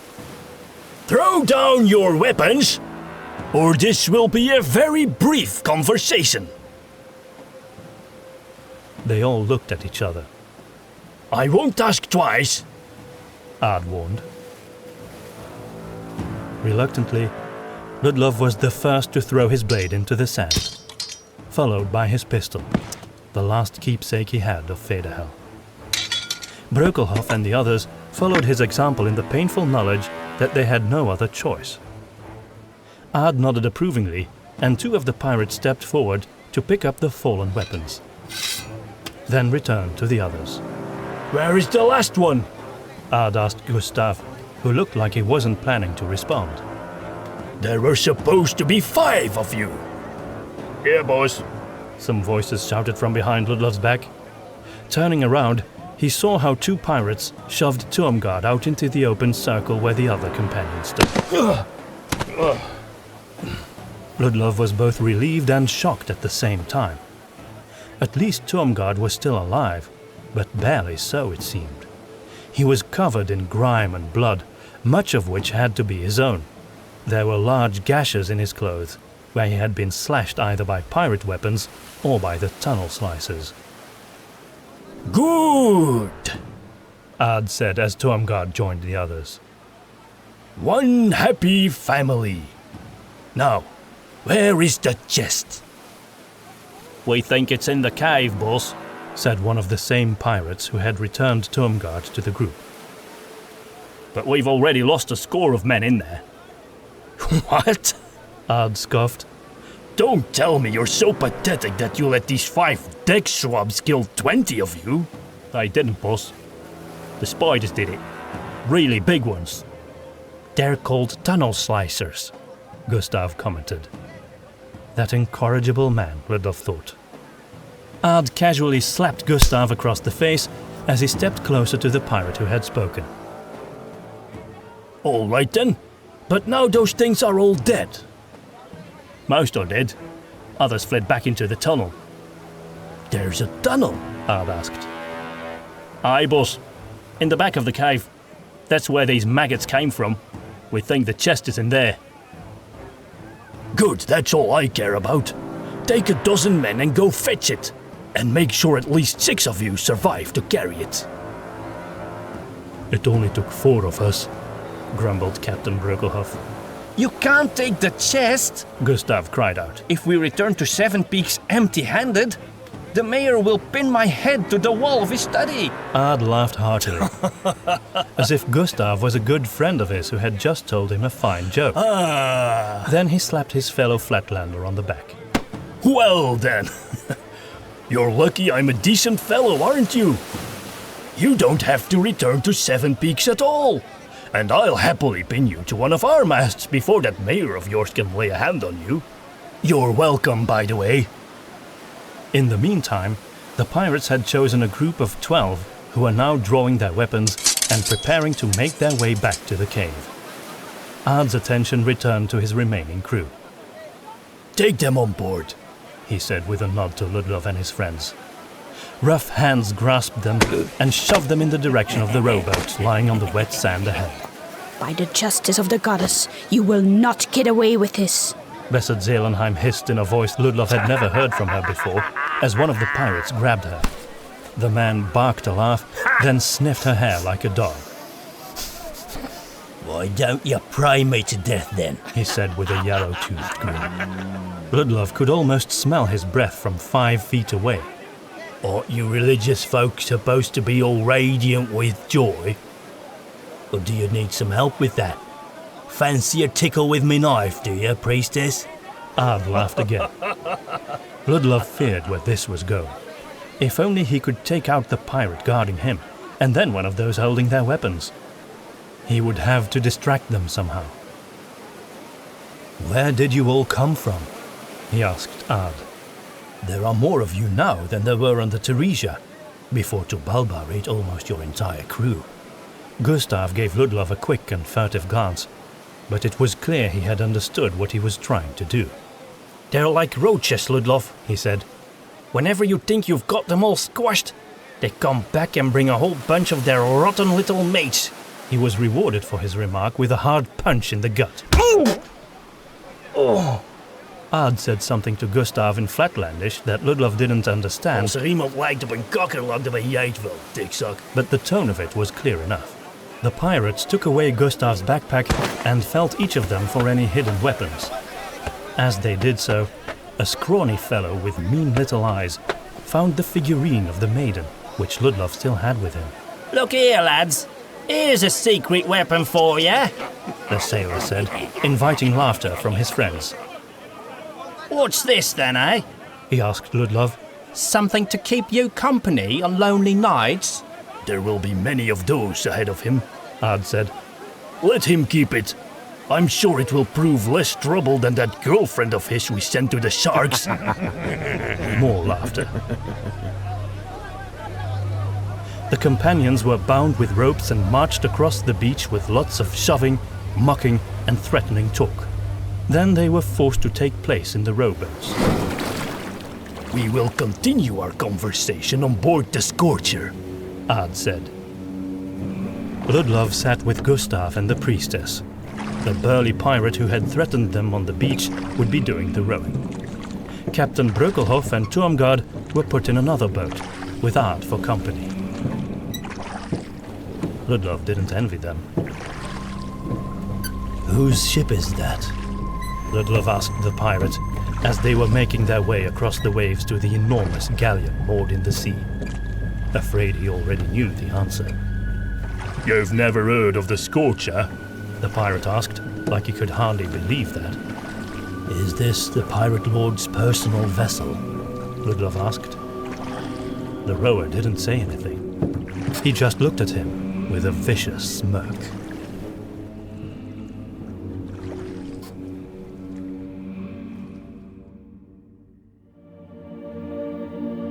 The Viper. Ludlov remembered the stories he had heard of the Pirate Lord of Torgusan. He believed that many of the other captains were under his thumb and paid him tribute. However, some of the tales were clearly embellished with exaggerated myths, such as the terrible beast that this great leader supposedly kept as a pet, and his personal cavalry of gorehound riders. Still, the Pirate Lord was undoubtedly a grim and dangerous figure. The lavish ship where Ludlov was brought aboard provided some evidence of that. It was entirely black, like Cotignac's ship had been, but unlike the previous pirate vessel he had seen, this one had gilded decorations everywhere, all of them in a macabre style. A lacquered wood carving of two skeletons bearing scythes framed the door to the captain's quarters, and there were lanterns attached to the masts held by bronze claws with long nails. Pleasant fellow, this pirate lord must be. Ludlov quietly commented to Gustav and the priestess as they were shoved to the mainmast. His companions from the other boat joined them soon after. A few men were put on guard with the party, while the other pirates went about their business. Even Ard ignored them for what felt like a very long time. Eventually there was some commotion as another rowboat arrived, bringing the white gold chest. It was hauled on board with considerable effort and eventually put in the middle of the deck, in front of Ard, who licked his lips as he approached it. Did you have any trouble getting it? He asked the pirates who had brought the chest. Henri and Victor became spider lunch, grumbled one of the men with a shrug. But we drove those beasties back into the tunnel. Small price to pay then, Ard said. Then he lifted the lid and looked inside. Ludlov shared a worried glance with Blessed Zelenheim. Ever since she had unlocked it, even as vile a man as Ard could open the chest. He could see the regret in her eyes. Shouldn't we be waiting for Cotignac? Said the scrawny fellow who had mocked Ludlov's maiden figurine.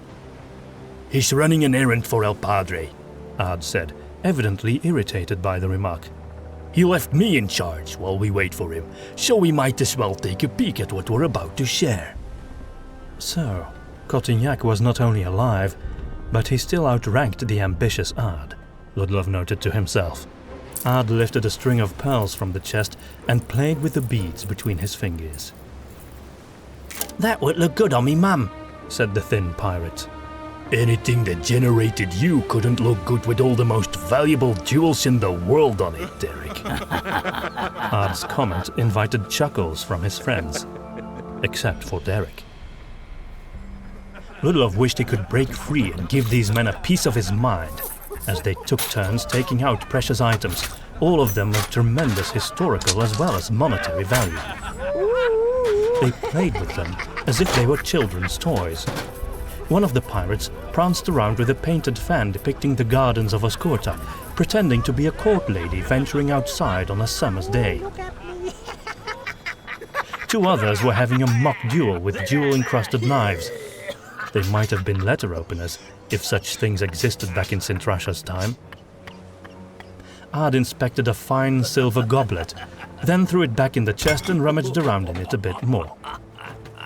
Even Gustav seemed disgusted at their careless behavior.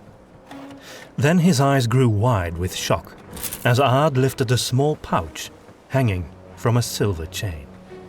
It was made of black silk and had a mysterious symbol embroidered upon it in silver thread. Ard had noticed Gustav's reaction and grinned in his direction. So, This must be the little trinket that was promised to you then, he said. I hope you realize now that Von Baumeister was never going to give it to you. And since you won't be alive for much longer, I'll just consider it part of my inheritance. Ard hung the chain around his neck, proudly displaying the pouch on his chest. You wouldn't leave your best friend and favorite countryman out of your last will and testament, would you? He added with wide, innocent eyes. By this time, the laughter of the other pirates had begun to strike Ludlov as somewhat forced and sycophantic, indicating that Ard's high status among them would not last forever. These men accepted the Flatlander as their leader for now, but they didn't really look up to him. Cotignac's position remained unchallenged, and it would be wise for Ard to keep it that way for now.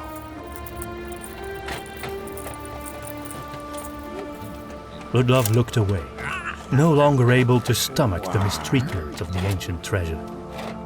As he turned his gaze towards the sea, he saw a colossal galleon, even more impressive than the Scorcher, sailing by in the distance. He sighed inwardly.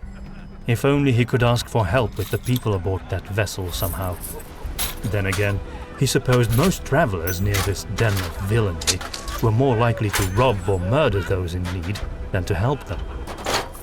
The pirates paid no heed to the other ship in any case. Even when it turned in their direction and began to approach the beach, they were too busy looking at the treasure, drinking, laughing or gambling to care. Eventually, they put all of the items back in the chest and Ard closed the lid. He quickly slid the pouch around his neck underneath his shirt. We'll decide how to divide the loot as soon as Cotignac returns, he said with a smile that seemed almost genuine. Now, Derek, he went on as he locked eyes with Gustav. What do you think? Should we clear the deck of vermin before our captain arrives? It'd be the polite thing to do, for sure, Derek said with a toothy grin. Ard nodded as he appraised the group. Very well then, Derek. Since you're the bard of our clan, which one of these pests would get a eulogy from you first? Derek, who didn't strike Ludlov as the literary type at all, took out his dagger and recited a rhyme as he pointed at each of the 5 companions in turn. Toad or roach, worm or rat, each of you will soon be flat. With a slash or a bite or the shot of a gun, death by our hands will quickly be done. He ended the rather pathetic rhyme with his blade pointed at blessed Zelenheim, then shrugged. Seems to me like the bird is first to go. All right, Ard said. Boss! A stocky, angry-looking man with bulging muscles on his tattooed arms looked in Ard's direction. You look like you could do with a kill. I'll give you a nice shiny priestess in a moment. How would that be? Thanks, Ard, Buzz said, as if he had been offered a drink. The Flatlander drew his knife. But first, I need to express myself a bit. Derek's poetry has inspired my creative side. He nodded to blessed Zelenheim and watched in glee as Buzz grabbed her by her hair and shoved her in front of him. Smiling at her, Ard softly turned his blade on his fingertip and held his head askew, as if he were an artist wondering how he would approach the subject. I think I'll make a funny drawing. Experience has taught me women love that sort of thing. How about I draw you something bawdy, blessed? I'm sure you'll secretly treasure it for the rest of your life. The priestess tensed, but remained quiet as Buzz tightened his grip and Ard came very close to her. With one hand, he held her chin in a firm grasp. With the other, he had his knife ready. Ludlov couldn't help himself and made a vain attempt to wrest himself free of the rope tying his hands together. The hand of an unseen pirate held him in check, and he could only watch as Ard traced an upwards curved line in the air, like an artist in rehearsal of what he was about to do to Blessed Zelenheim's face. She closed her eyes, preparing to undergo Ard's diabolical routine. Ludlov forced himself to keep watching. He wouldn't let her go through this horror alone. Ard! A voice screamed from the crow's nest directly above. What? Ard reacted, annoyed at being disturbed. It's There was a deafening boom and a massive impact as a cannonball was fired directly into the hull. Ludlov looked towards the sea again. The enormous ship that was approaching had bright red sails, gilded railings, and a huge cannon mounted on the bow, right above the intricate and impressive figurehead depicting a winged and armored angel bearing aloft a flaming sword. Smoke rose from the cannon, and the ship slowly turned to sail parallel with the Scorcher, revealing 2 rows of broadside cannons. The pirates screamed in panic, running around and looking for weapons or hiding as crossbows and rifles were fired from the deck of the other ship. The man in the crow's nest of the Scorcher was hit by a crossbow bolt and came crashing down onto the deck. "Blisters!" Gustav cried out, jumping out of the way. Ludlov saw how Blessed Zelenheim escaped Bass's grasp and let herself fall onto the deck. Ard was already out of sight. Running to the railing, his hand still tied to his back, Ludlov's heart soared as 3 great flags unfurled at once above each of the attacking ship's masts. The all-seeing eye of the Church of the Goddess, the 7-spiked crown of Evanendale, and the closed fist of the Witch Hunter Order. The Vermilion Viper, Ludlov said out loud, recognizing the great man-o'-war that had come to the aid of Middendam against the Hornfolk long ago. For too long, the Viper had lain anchored in the harbour of Seestad, as Chapelle had mentioned during their stay in Brughaven. The sight of the great ship cleaving the waves was glorious. Ludlov's original excitement at the arrival of the Witch Hunter Order quickly turned into worry and fear. He assumed their rescuers had no idea of who and what was actually aboard the Scorcher, besides the pirates. Perhaps they would continue to wreck the ship with cannonballs and only discover that they had drowned the original party and an essential part of the treasure afterwards. He considered jumping into the water, but getting back to the beach was not an option with his hands tied. He would have to draw the Viper's attention somehow. Meanwhile, the pirates were doing their best to get organized and respond to the unexpected attack, but they were clearly outmatched. The Witch Hunter ship was larger, better armed, and had the advantage of surprise. Ludlov was confident their side would win. He just didn't want to go down with the pirate crew. He felt someone grabbing him and feared one of his enemies intended to take him hostage. But when he turned, he saw Captain Brokelhoff, armed with a large, curved dagger. Blessed Zelenheim and Tuomgard were right behind him. "Captain, where did you get that?" Ludlov asked.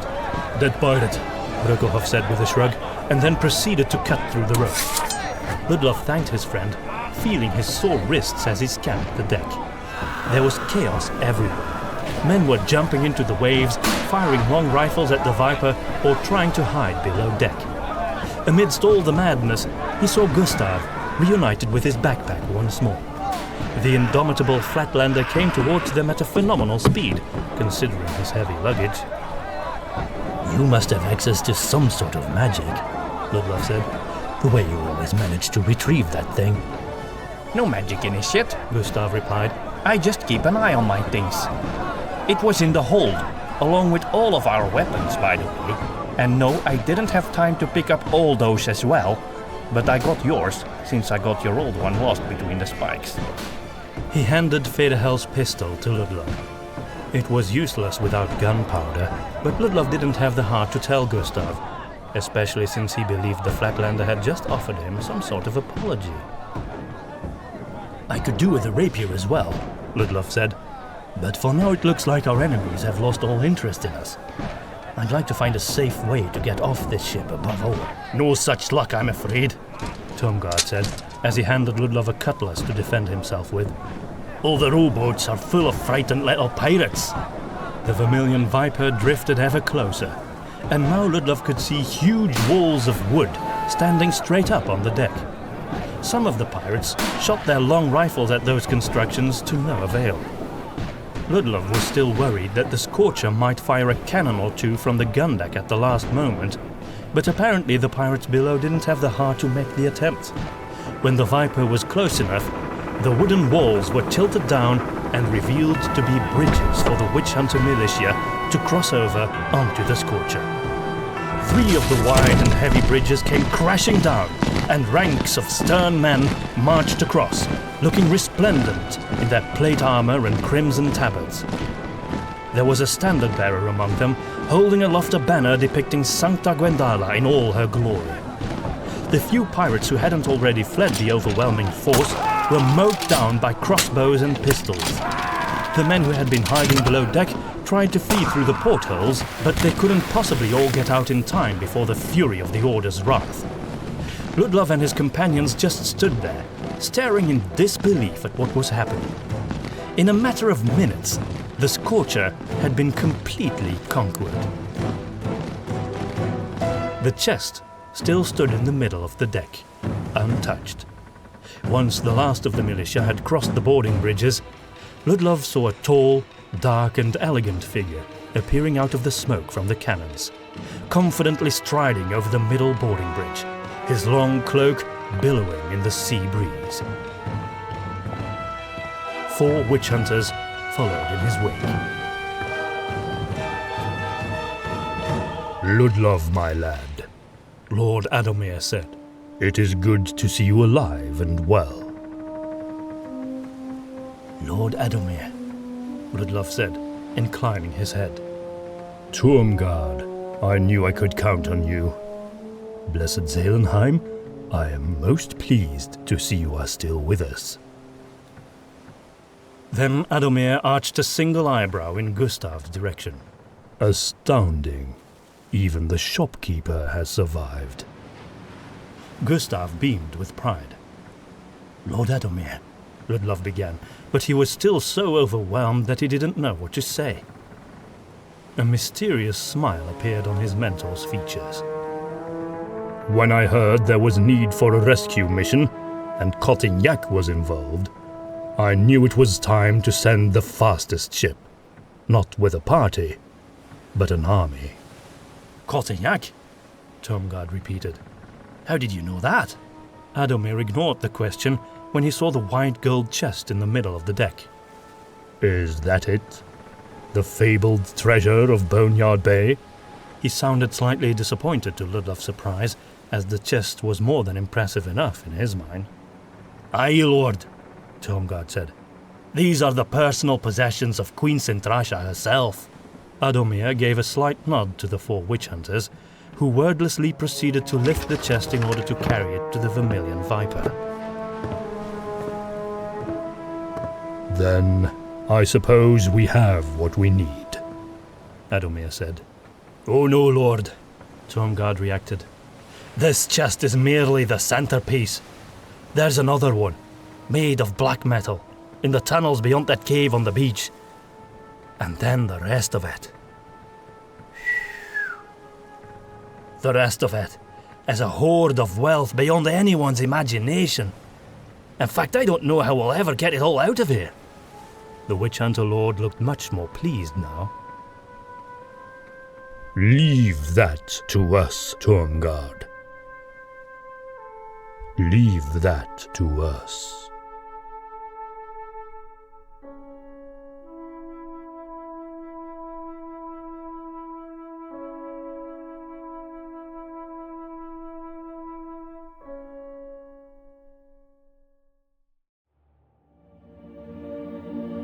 The Beast.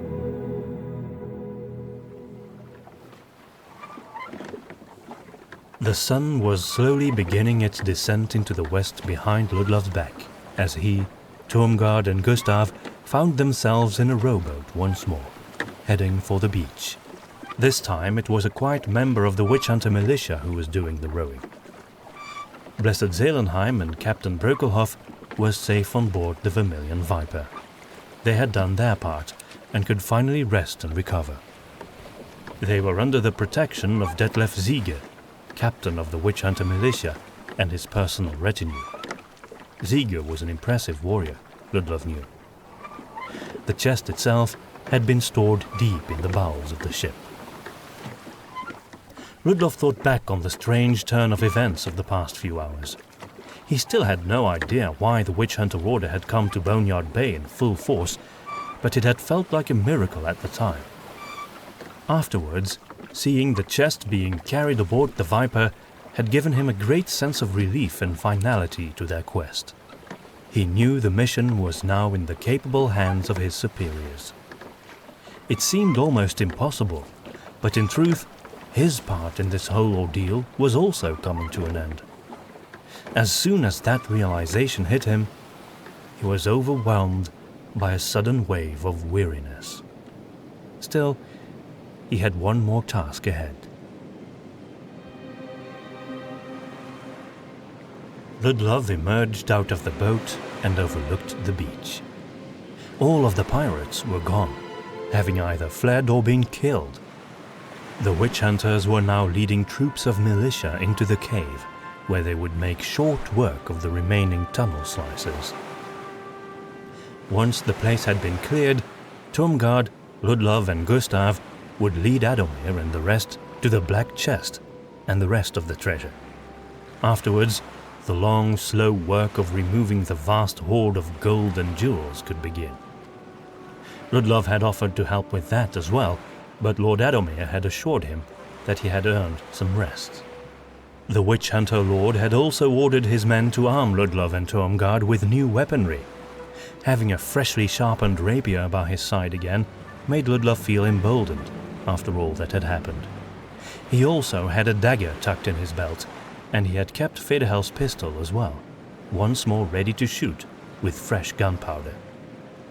Tormgard's wounds had been treated and bandaged as well. The stodgy witch hunter was actually still remarkably vigorous, considering everything he had gone through. Despite his substantial aid, Adomir had not asked about the journey, nor had he told them anything from his own perspective. Ludlov had assumed the man's focus would be on the task at hand, and accepted that. Without monsters on his heels and enemies ahead, the beach seemed much wider to Ludlov now, as they marched towards the cave. It was almost as if they were crossing a small desert. At last they held still before the gaping mouth of Skull Crest Cave. It looked like the gateway to some ancient fortress, painted red in the warm golden hues of the light that shone directly upon the rock. As he looked up, Ludlov saw something flash above the cave, lighting up like a shooting star before it came down. He took a step back when he saw it was a sword, which landed with a chack in the sand, right in front of the entrance to the cave. The sword stood upright, a black ribbon tied to its handle, with skull and crossbones fluttering in the breeze like a miniature flag. So you sent your big witch hunter daddy a message to come and pick you up? Said a familiar voice from above. Ludlov couldn't see him clearly, but he knew right away that it was Cotignac. I thought I'd pay my pirate daddy a visit as well, since he happened to be on this peninsula anyway. Cotignac continued, as more and more figures appeared on the hood of the cave.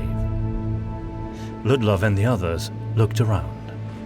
An army of pirates approached from both left and right, streaming towards the cave like ants to a piece of dessert that had been left behind after a picnic. A few were riding on the backs of wolf-like creatures, almost as large as horses. The thick fur of the animals was reddish-brown, and on their heads they sported long horns, pointed forward like those of a bull. Apparently, gorehounds did indeed exist, and the pirate lord's men did ride them. Looking behind him, Ludlov saw dozens of militiamen, led by a small group of witch hunters. They were hastening across the beach to meet the enemy. Several rowboats full of reinforcements were making their way across the waves as well. It didn't look like there would be nearly enough to withstand these pirates. Into the cave. Adomir told one of the witch hunters who had joined them. Tell them to come out and meet us. The man dashed forward, but stopped dead in his tracks as a truly colossal shape appeared on top of the cave. It was a monster, covered in matted grey fur, as tall as a house. Its head reminded Ludlov of an enormous rat, with yellow rodent teeth the size of spears, one of which was curled to the side. As it stood up on its powerful hind legs, it spread out its arms, long and muscular like those of an ape, with massive three-fingered talons that looked like they could effortlessly pull the head off a bear. Its wrists were manacled and heavy chains ran from them towards the creature's hunched shoulders, where its rider was seated. He was a striking figure, weathered and tan, with deep dark eyes under bushy eyebrows. His hair was long and black, his forked beard equally impressive. He wore a deep blue coat with shining copper buttons and gold tassels on his shoulder pads. As he raised up a gold saber, the enormous maw of his steed opened, revealing more jagged, oversized teeth and a long, curling tongue, dripping with saliva. Then a thunderous roar emerged. Powerful enough to shift the sand beneath Ludlov's feet. Once the witch hunter who had been sent out by Adomir had recovered from the shock, he tumbled ahead into the cave again, losing his hat along the way. Stone crumbled as the enormous creature jumped from the top of the cave and thundered down onto the beach, blocking the way into Skullcrest Cave. The giant monster was right in front of Adomir, Ludlov, Gustav and Tormgard. From up close, Ludlov saw that its eyes had been sewn shut, and its snout was covered with scars from years of mistreatment. The Pirate Lord, I presume, Adomir said, as he looked the rider in his one functioning eye, since the other was entirely veiled by a milky white cataract. Please, senor. No one calls me that, the rider retorted. They know me as El Padre, and this mighty beast here is the Rotochayania. It comes from the Grand Forest, south of Barslavena, Gustav said. From what Ludlov had heard, that place was known as a border between the world of men and the Dragonlands. It was a seemingly endless forest where the strange and impossible monsters of nightmares lived, breathed, and ate. I've heard of this beast, Gustav tried to whisper, failing to keep his voice low so everyone could hear him. It has supernatural powers. Wherever they bring it, they win the fight. It's over. Thank you for that little motivational speech, Gustav, Tormgard said. For the second time that day, Ludlov found himself trapped on the beach, surrounded by a host of pirates. Unlike the first time, though, he was suddenly truly overwhelmed by despair. The mere sight of the Rotochayania summoned images of defeat and torture in his mind. Captain Cotignac and a selection of his men had descended from the hood of the cave and come down to gloat. The enormous beast shifted its hind legs in the sand, sniffing the air nervously, but was still held in check by its rider. Behind Ludlov, the men from Seven Peaks stood ready for battle. Even though they were clearly outnumbered, Ludlov knew every last one of them would lay down his life for his fellow men, if it should come to that. Well then, what will you do now? Cotignac asked. Adomir stepped forwards and pulled the sword from the sand. I believe this belongs to you, he said, throwing the blade to Cotignac, who caught it by the handle. And now I think our transaction is complete, Adomir concluded. You have nothing we want. Feel free to leave. El Padre grinned. I'm afraid you have something we want. Forget the treasure, Tomgard said. It's safe aboard the ship. You can't get to it. Cotignac shrugged. Looks like we'll have to commandeer some of your rowing boats then. Besides, I think El Padre will want his ship back. My loyal friend makes a good point, said the pirate lord. We don't really need to keep any of you alive to get what we want, and we feel quite confident that we will win this fight. So unless you can come up with another bargaining chip, I think we can move on straight to the killing. There's a much bigger treasure inside the cave. More vast than you can imagine. Gustav blurted out. If you let us live, we can show you the way. I think you already did. Since you came out with one chest, the road must be clear towards the rest of it. Should you already have any companions inside, my army will eagerly take care of those. Anything else before we slaughter you all? There was a tense silence, which couldn't have lasted long, but to Ludlov, it felt like an eternity. I only have one thing to say, Lord Adomir said, as he threw back his cloak and drew his resplendent rapier. His eyes lit up like coals in a forge when he met El Padre's gaze. Death to the enemies of Seven Peaks. And with those words, all hell broke loose. Blades were drawn, pistols were fired, and the giant beast charged. Adomir rolled out of the way of the monster's trajectory. The lumbering colossus simply continued its rush in the direction of the militia who had gathered on the beach. With a single swipe of its arm, it swept away men like a cow would swat flies with its tail. Meanwhile, witch hunters and militia from Seven Peaks came pouring out of the cave, attacking Cotignac's men. Ludlov, Tuomgard and Gustav found themselves in the middle of the violence. Several pirates attacked them at once, seeing their chance to kill the treasure hunters now before they could reunite with the main witch hunter force. Ludlov drew his rapier as fast as he could, just in time to parry the blow of a tall, gaunt pirate with long, greasy hair who was wielding a scimitar. Ludlov kicked him in the gut, sending him falling back, drawing his dagger simultaneously, astonished at his newfound energy. The pirate recovered quickly and attacked again, but Ludlov could tell his approach was one of brute force, not tactics. He ducked below the swing of the blade, then shot up like a snake, sticking his dagger below the man's ribs.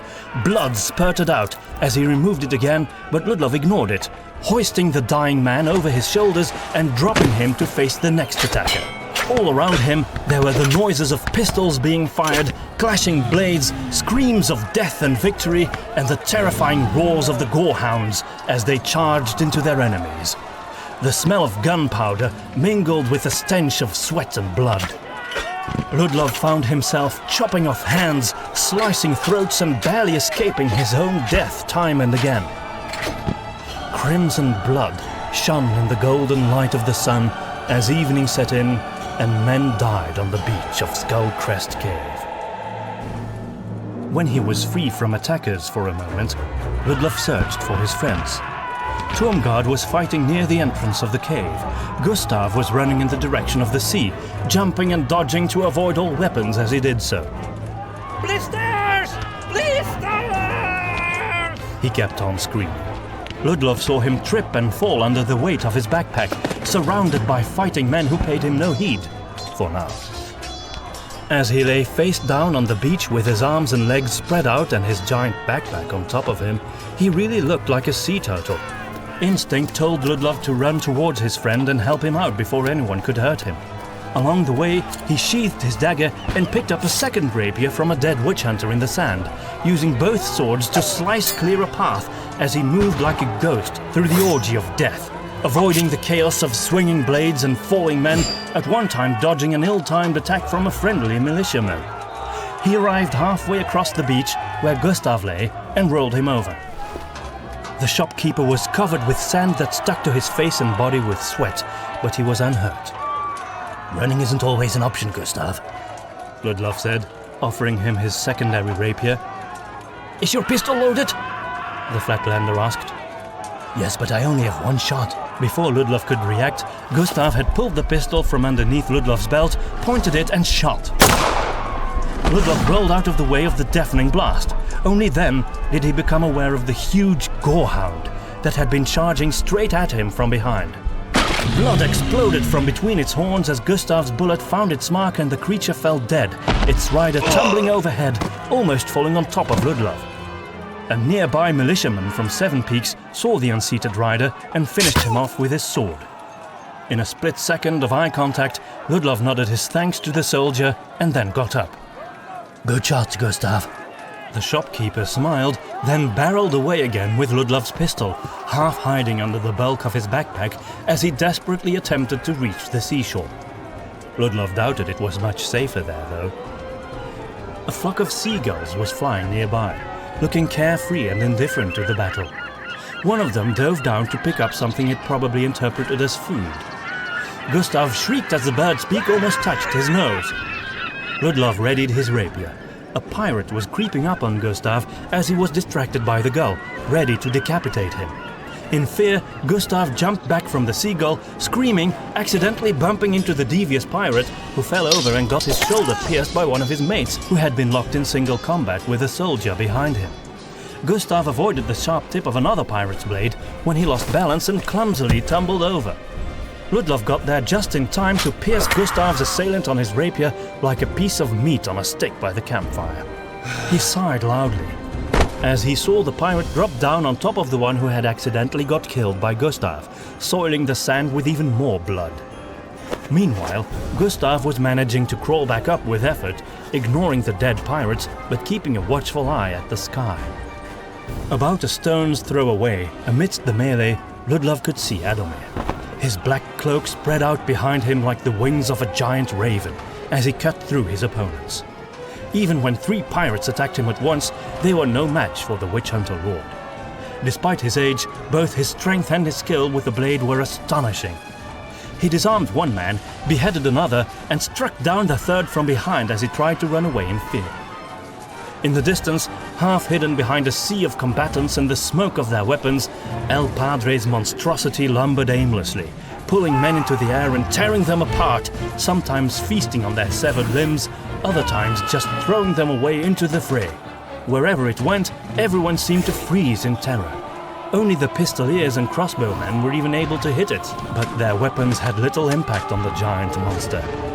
Ludlov refocused on his immediate surroundings as another attack came. It was Derek, sprinting straight towards him. The pirate bard was small and thin, but he fought like a maniac.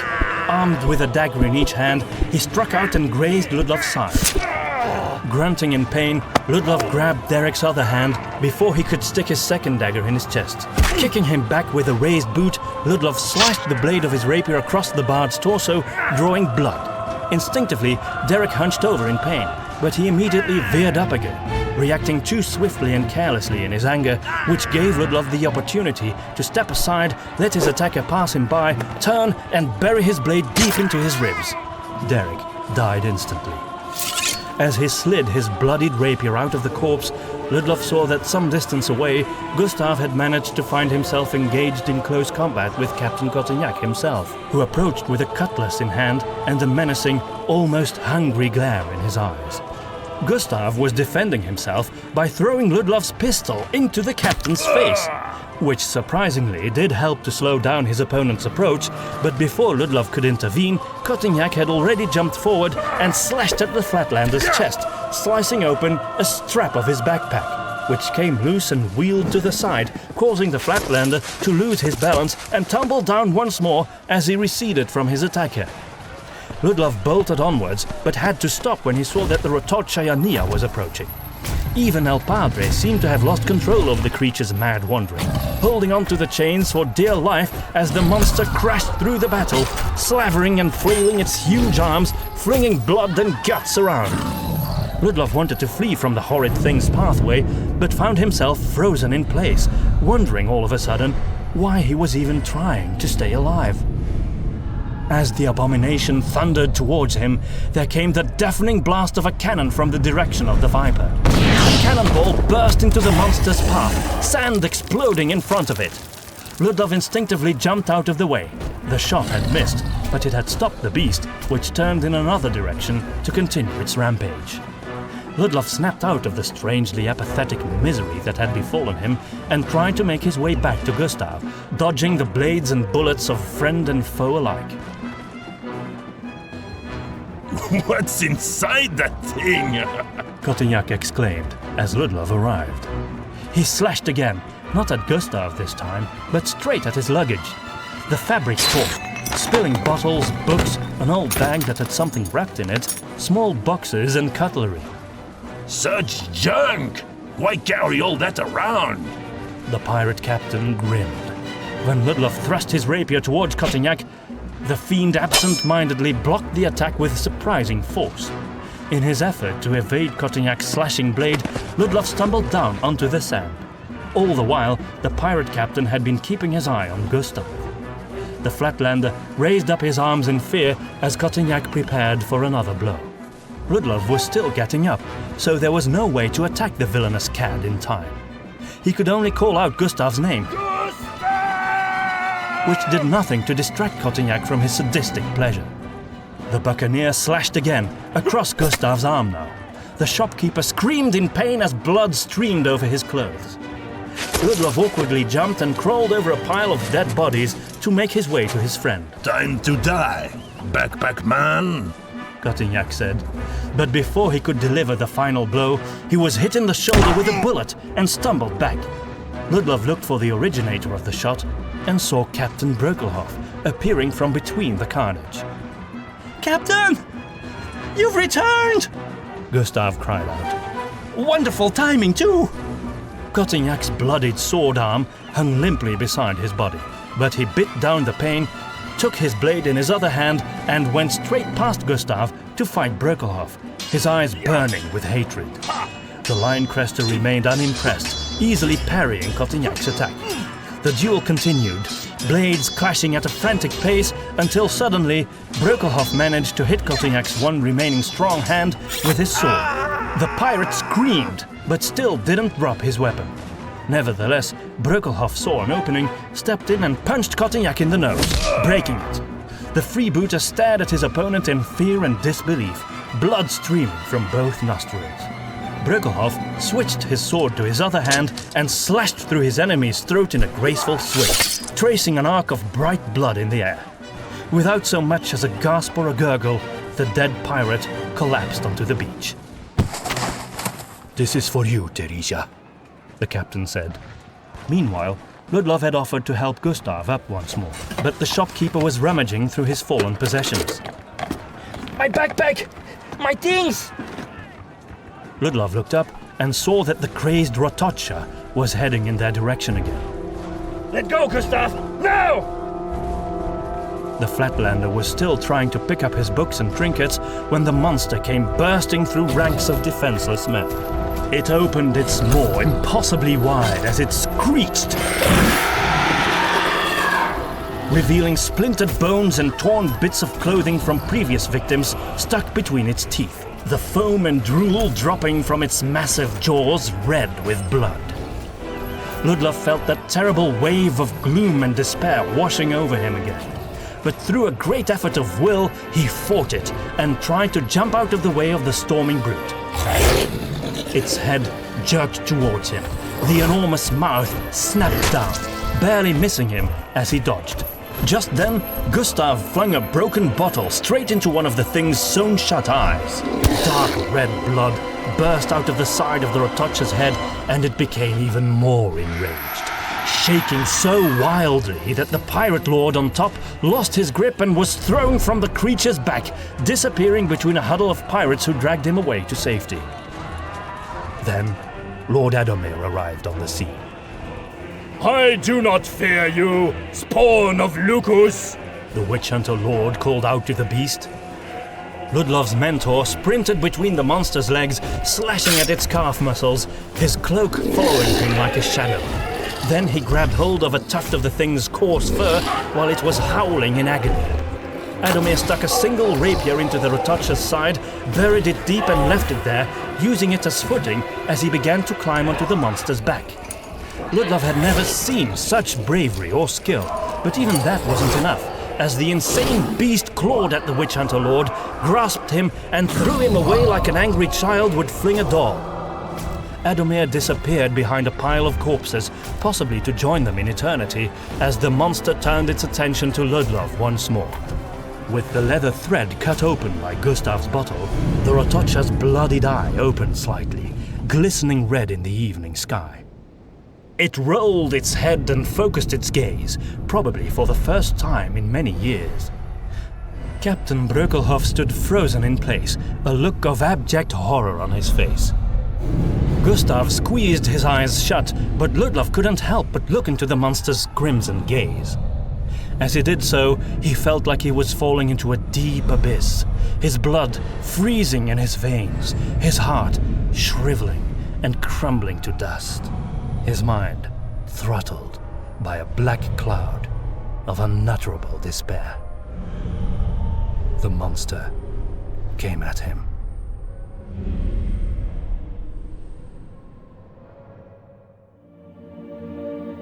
The Confrontation.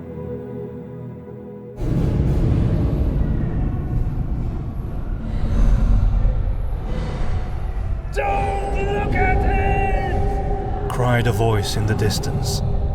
It was far away, so far from the endless abyss into which Ludlov's mind was falling as he looked at that one terrible eye. Then he felt he had unwittingly been holding something tucked in his pocket. It was the figurine of the maiden. Without thinking, he pulled it out and held it out in front of him. As he did so, Ludlov felt like he was being pulled ashore after falling into an icy lake. The insane despair streamed away, and he became aware again of his real situation. Death itself was barreling down towards him, but he did not have to die. When its horrible gaze met the bronze figurine, the thundering colossus suddenly stopped dead in its tracks and turned away from Ludlov, as if it had come upon an invisible wall that had sprung out of the ground in an instant. Someone pushed Ludlov to the ground, nailing him there as the infernal leviathan thundered past, still lost in its mindless thirst for death and destruction. The man who had pushed him was Detlef Ziege. You've been incredibly lucky there, Initiate. "I'm sorry," was all Ludlov could say as he crawled upright, but he knew it had not been luck. This thing can't be fought, Ziege said, and the despair in his face was entirely natural. It stops men from doing anything at all. Lord Adomir was able to withstand its powers, but he's nowhere to be seen. Possibly killed, said another soldier near Detlef. "You can attack it from a distance," Captain Brökelhoff said. "With pistols and crossbows. We've been trying that, Captain. Such weapons barely slowed it down." Ziege watched in horror as the maddened Rotocha Yania tore through everything and everyone on the beach, even the pirates and the gorehounds. "The creature spreads despair," Ludlov said. "That's its power. What we need is a rekindling of hope." Detlef scoffed sourly at that remark. "Look around, Initiate. Hope is long gone." Ludlov clasped the figurine in his hand and kissed it.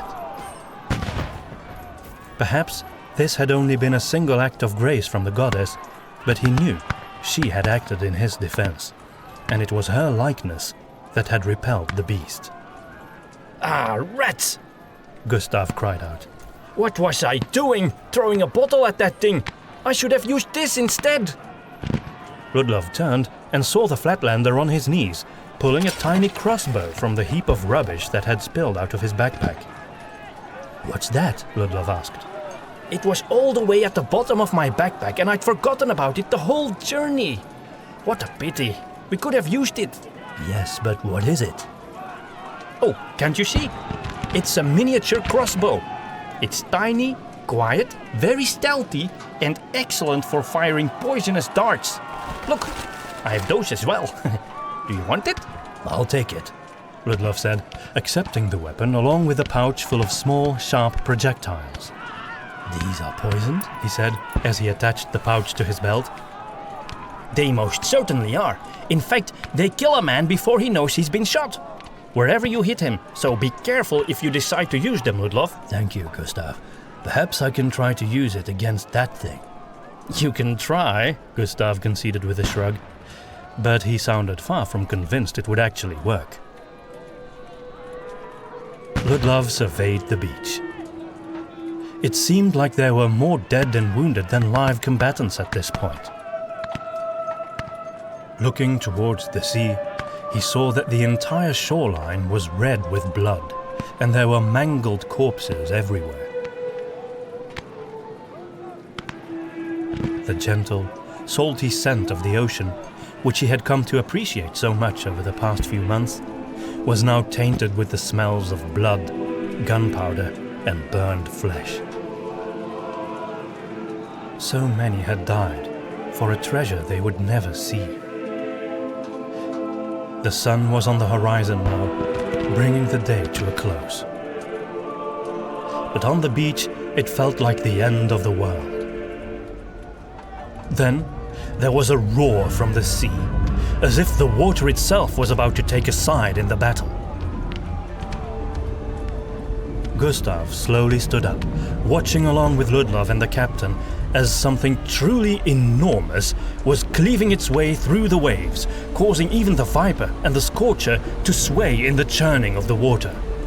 It looked like a small island was making its way straight towards the beach at a phenomenal speed. Then 4 huge shapes emerged from its sides. As the entire thing came closer, those shapes were revealed to be gigantic pincers, like those of a crab, but these were the size of fisher boats. In the reddish light of the setting sun, Ludlov could just make out something small and bright on top of the enormous thing, like a golden shimmer. Gustav dropped the books and trinkets he had been holding when the vast form of Krankor emerged out of the sea. The single great eye set in its mighty 5-horned head surveyed the battlefield as water streamed down from his huge body on all sides. Riding on his back, standing tall and fair as she held on to the horns, was Chapel.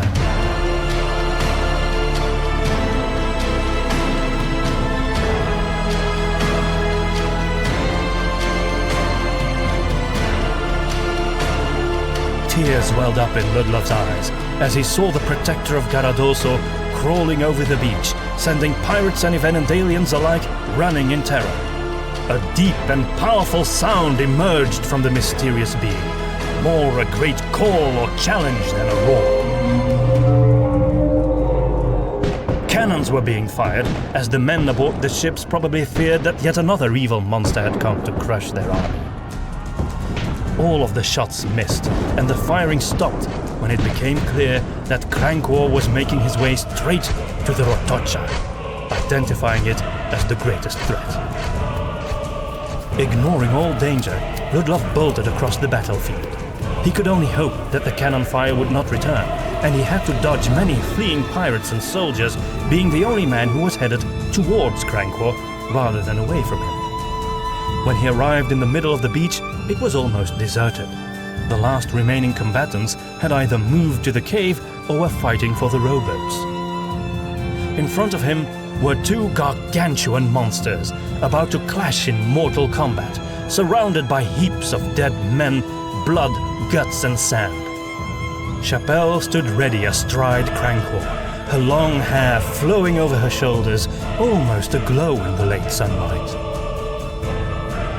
Ludlov drew the miniature crossbow, opened the pouch, and carefully loaded the weapon with a poisonous dart. He knew he would have to aim just right to inflict any damage at all. The Rotocha leaped up, its enormous talons soaked in blood and gore, but Krankor grasped the behemoth's arm with one of his great pinchers, clamping down, piercing through its fur. The furious beast grasped its opponent's carapace with its other claw, snapping its jaws, aiming for the soft flesh of Krankor's head. The deformed teeth of the Rotocha bit into one of the tentacles beneath Krankor's face, tearing at it and drawing dark blue blood. The ancient being's moan of pain was like the melancholy call of a horn resounding in the gathering dark. But the guardian of Garradoso did not back down and continued to assail the Rotocha with his pincers. Chapelle barely managed to hold on to the webbed horns on Cranquor's head with one hand. With the other, she threw daggers at the enemy creature, one after another. One pierced the beast's already scarred snout, remaining almost unnoticed. Another was deflected by its huge incisors and came spinning down. A third throw landed inside the Rotocha's mouth, piercing its worm-like tongue. The thing shrieked and recoiled as a thick compound of blood and drool dribbled out of its maw. Cranquor seized the momentum and clasped the monster's neck with his pincher, but this only enraged the Rotocha so much that it threw its full weight against Cranquor, digging its claws into his head, tearing the webbing between his horns. Close enough now, Ludlov followed the shaky movement of the Rotocha around in an attempt to aim at its eye. But then the titanic struggle between the two creatures caused Chapelle to lose her grip and topple down onto the beach, just like the pirate lord had lost his steed earlier in the battle. The leviathans moved to and fro across the sand, locked in a fierce and intimate battle of tooth and claw. Ludlov dropped the little crossbow and ignored the beasts, moving straight towards Chapelle, who was crawling upright when she saw him. Her eyes lit up, and she sprinted towards him. When they met, she grasped him by the back of his hair, pulled him down, and kissed his lips. Utterly bewildered, Ludlov almost lost his balance. When she let go of him, they dashed out of the way together as Cranquor came crashing down onto his back. The Rotocha had overpowered him. Cranquor's legs dangled helplessly in the air as the monster crawled on top of him and began to tear into the softer flesh of Cranquor's underside with its long, curved talons. Still, Cranquor would not give up. Bending the joints of his pincher arms backwards, the mighty guardian used those limbs to lift himself up with a colossal effort. The Rotocha was too strong, however, and kept pushing Cranquor down. Chapelle darted off towards the fighting giants. Ludlov knew better than to try and stop her, but he feared she was headed for her doom once more. Then he saw her pick up one of her daggers from the sand and aim it at the Rotocha. The creature ignored her, too involved in its fight with Cranquor to notice her. That gave Chapelle the opportunity to carefully consider her throw. Ludlov picked up his crossbow again as well, trying to aim for the Rotocha's eye, the way he had done with Tubalba once. He halted when suddenly Cranquor lifted one of his pincers, and with remarkable speed and precision, the guardian of Garradoso clasped the Rotocha by the throat, pushing its head to the side. The beast opened its maw as wide as a snake swallowing its prey to let out a terrible screech. It reminded Ludlov of their first encounter with Tubalba. This gave Chapelle the opportunity to throw her last dagger straight into its mouth. The blade stuck in the back of its throat, causing the creature to gurgle and hack. Cranquor loosened his grip momentarily, and the Rotocha stumbled backwards, clawing at its own mouth, frantically trying to reach for the dagger. Cranquor seized this chance to lift himself up, shift his weight, and land with a boom on his legs again. Then he used his two back pinchers to lift himself higher up, and with tremendous speed and power, he grasped the Rotocha once more by the throat with one front pincher, the other clasping down on its ape-like arm, keeping the monster locked in a tight grip. Then the pincher around the Rotocha's throat began to sink deeper and deeper into its flesh, until blood began to spurt out, and Cranquor finally tore open his foe's gullet with a fountain of crimson blood spraying in all directions. The hellish beast's head rolled back and hung as dead weight from its hunched shoulders, while blood kept spurting out.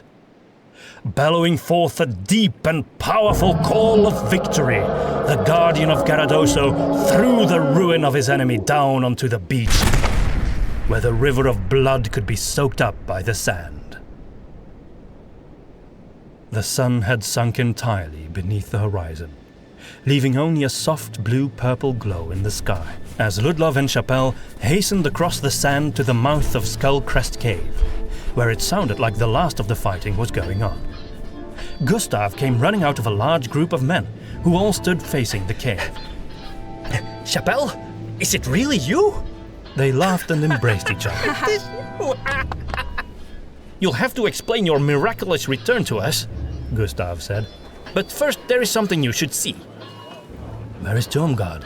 Ludlov wondered aloud as they made their way to the huddle of men, all friendly troops from Seven Peaks. He and Brökelhoff were taken back to the Viper. They're safe with the priestess now. Safe? Are you sure? Chapelle asked. You don't have to fear the pirates anymore. In its madness, El Padre's beast destroyed half of their force as well as ours. Only pirates aren't as loyal. Most of them fled, giving us the advantage at last. Then, while the two beasties were facing off, El Padre and his last followers tried to sneak into the cave. Tormgard and Brökelhoff defended it with a few men. Tormgard almost died, fighting while bleeding from half a dozen wounds. Fortunately, he was dragged away from the battle when Lord Adomir arrived. Lord Adomir was alive then, and so were his other friends, at least for now. Ludlov quietly thanked the goddess. Gustav led Ludlov and Chapelle through the gathering until they could see what was going on right before the cave entrance. Lord Adomir and El Padre were in the middle of an intense duel, the clash of their blades reverberating in the night sky. The pirates gave up. They refused to fight for El Padre any longer, Gustav explained. But that man is an Esclavian. Freebooter or no, he lives for his honor. And so he challenged Lord Adomir to a personal duel. And of course he accepted. Lord Adomir stood tall and proud as always. His swift and elegant motions with the blade seemed almost effortless. Meanwhile, the pirate lord was looking exhausted, his brow glistening with sweat, his chest heaving as he drew deep, ragged breaths. Nevertheless, the duel had clearly been going on for some time now, and he was still alive. "Give it up, Padre," said Lord Adomir. "Return to your ship, and take the last of your men with you. I will grant you mercy." El Padre shook his head as he lifted his golden saber. A duel to the dead! It's a duel to the dead! For all the horror the pirate lord had unleashed, in this moment, Ludlov couldn't help but respect the man. Adomir shrugged, then sighed as he casually disarmed his opponent, sending his golden blade flying. El Padre stood facing the witch hunter lord with cool defiance, closing his eyes as he accepted his fate. Then Adomir took his shoulder almost as if he were a friend, about to whisper a word of wisdom into his ear. Then he thrust his blade between the man's ribs, right into his heart. His rapier glistened with fresh blood as he slid it out, and El Padre's dead body fell face down onto the beach of Skullcrest Cave. It was quiet. No one cheered or applauded. "The battle is over," Lord Adomir declared.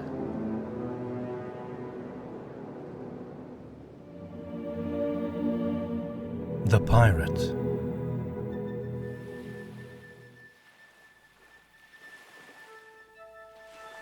The stars and the moon shone down on a quiet sea, where two great ships lay side by side. Ludlov was sitting near the cave, overlooking the battlefield. Here and there, the survivors wandered between the bodies of the fallen, some looking for lost friends, others already beginning to carry the dead to a great pyre. Further on, he saw Chapelle, standing next to Crankor. His great eye was fixed on her, and although Ludlov couldn't hear anything, or see a mouth moving beneath those tentacles, he believed they were having a conversation. He had been trying to puzzle together what had happened. When Chapelle had left the Theresia near Garradoso, she must have been rescued by the island's mythical guardian. That in itself was astonishing. Most likely, the great being had never before ventured so far from its shores. It showed that things really had changed in the Southern Sea with the destruction of Kulmaron's crown.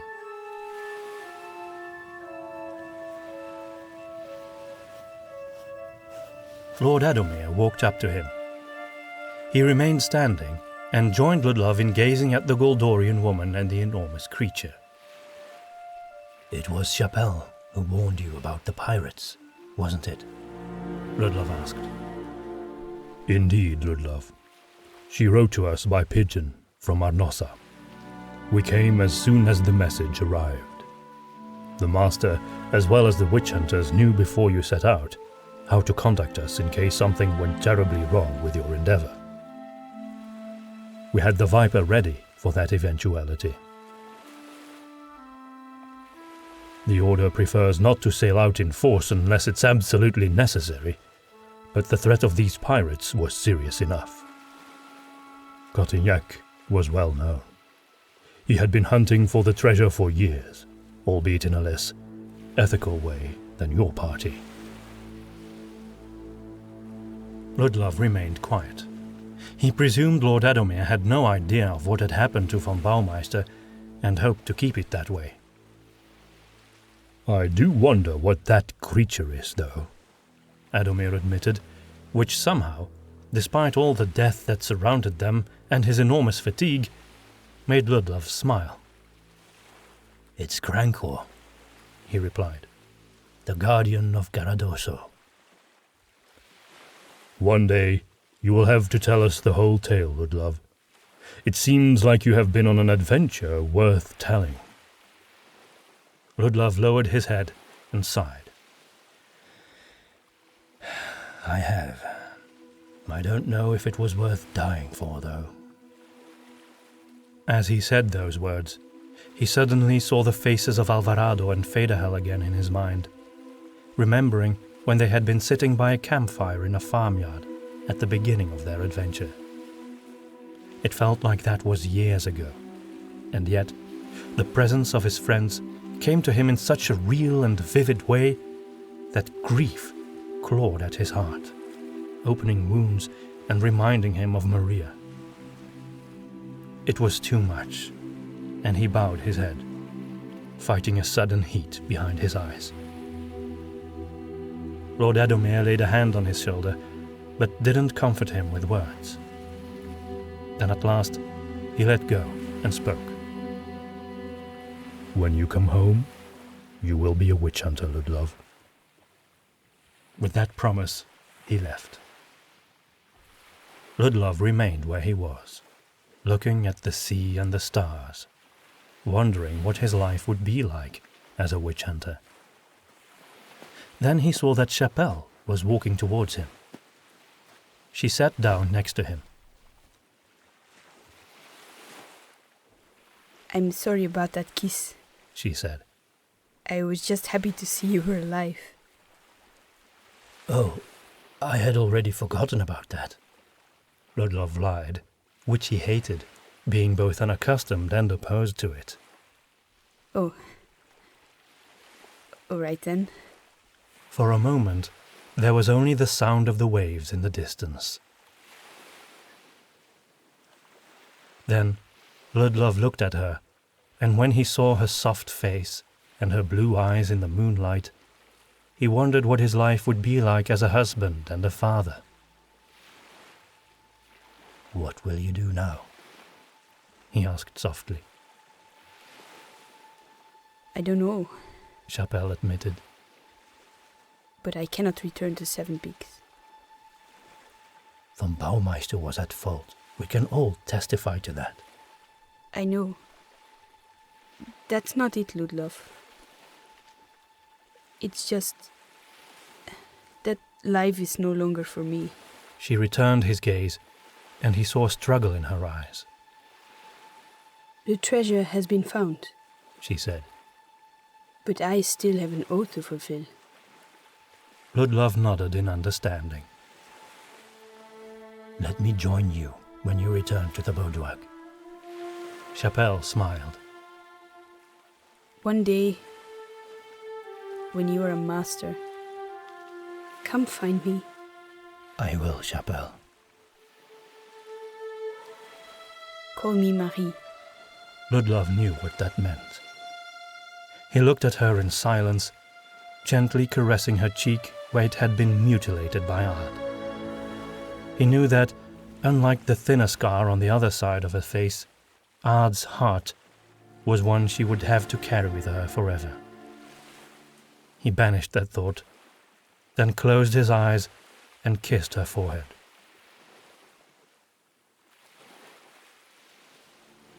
I pray the goddess you will find joy in your life, and not just revenge, Marie.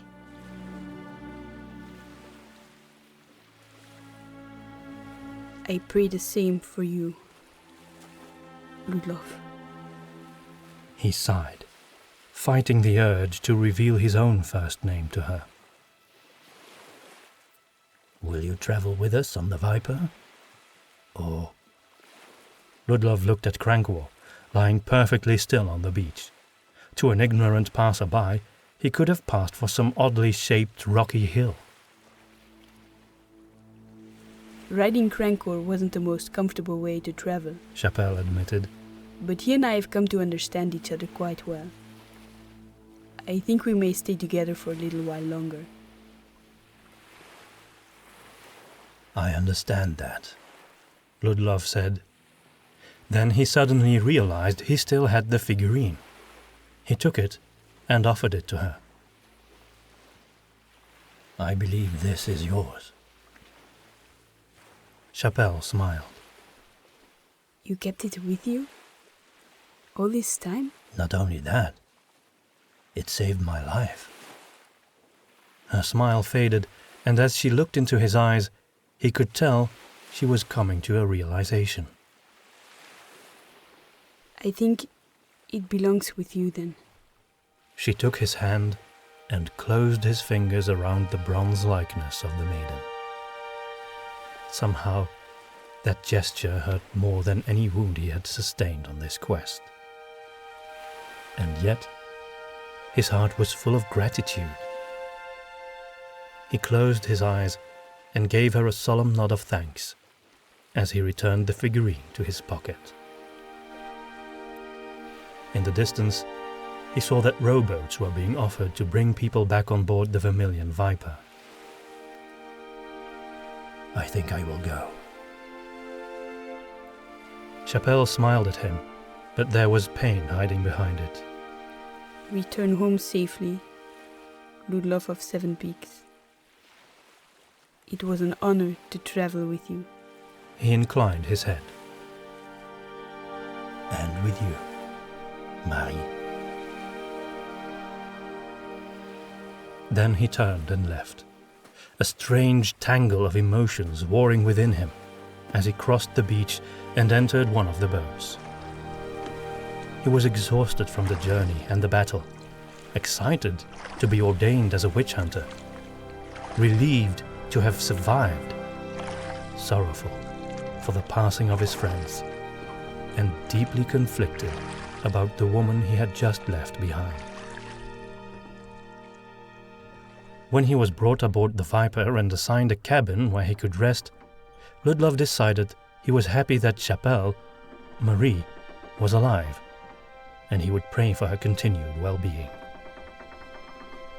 There was no hammock in this cabin, but there was a cot with fresh sheets, and it felt like heaven when at last he allowed himself to lie down on his back and rest, still fully dressed and armed. He closed his eyes, listened to the soft creaking of the ship's timber, and fell asleep.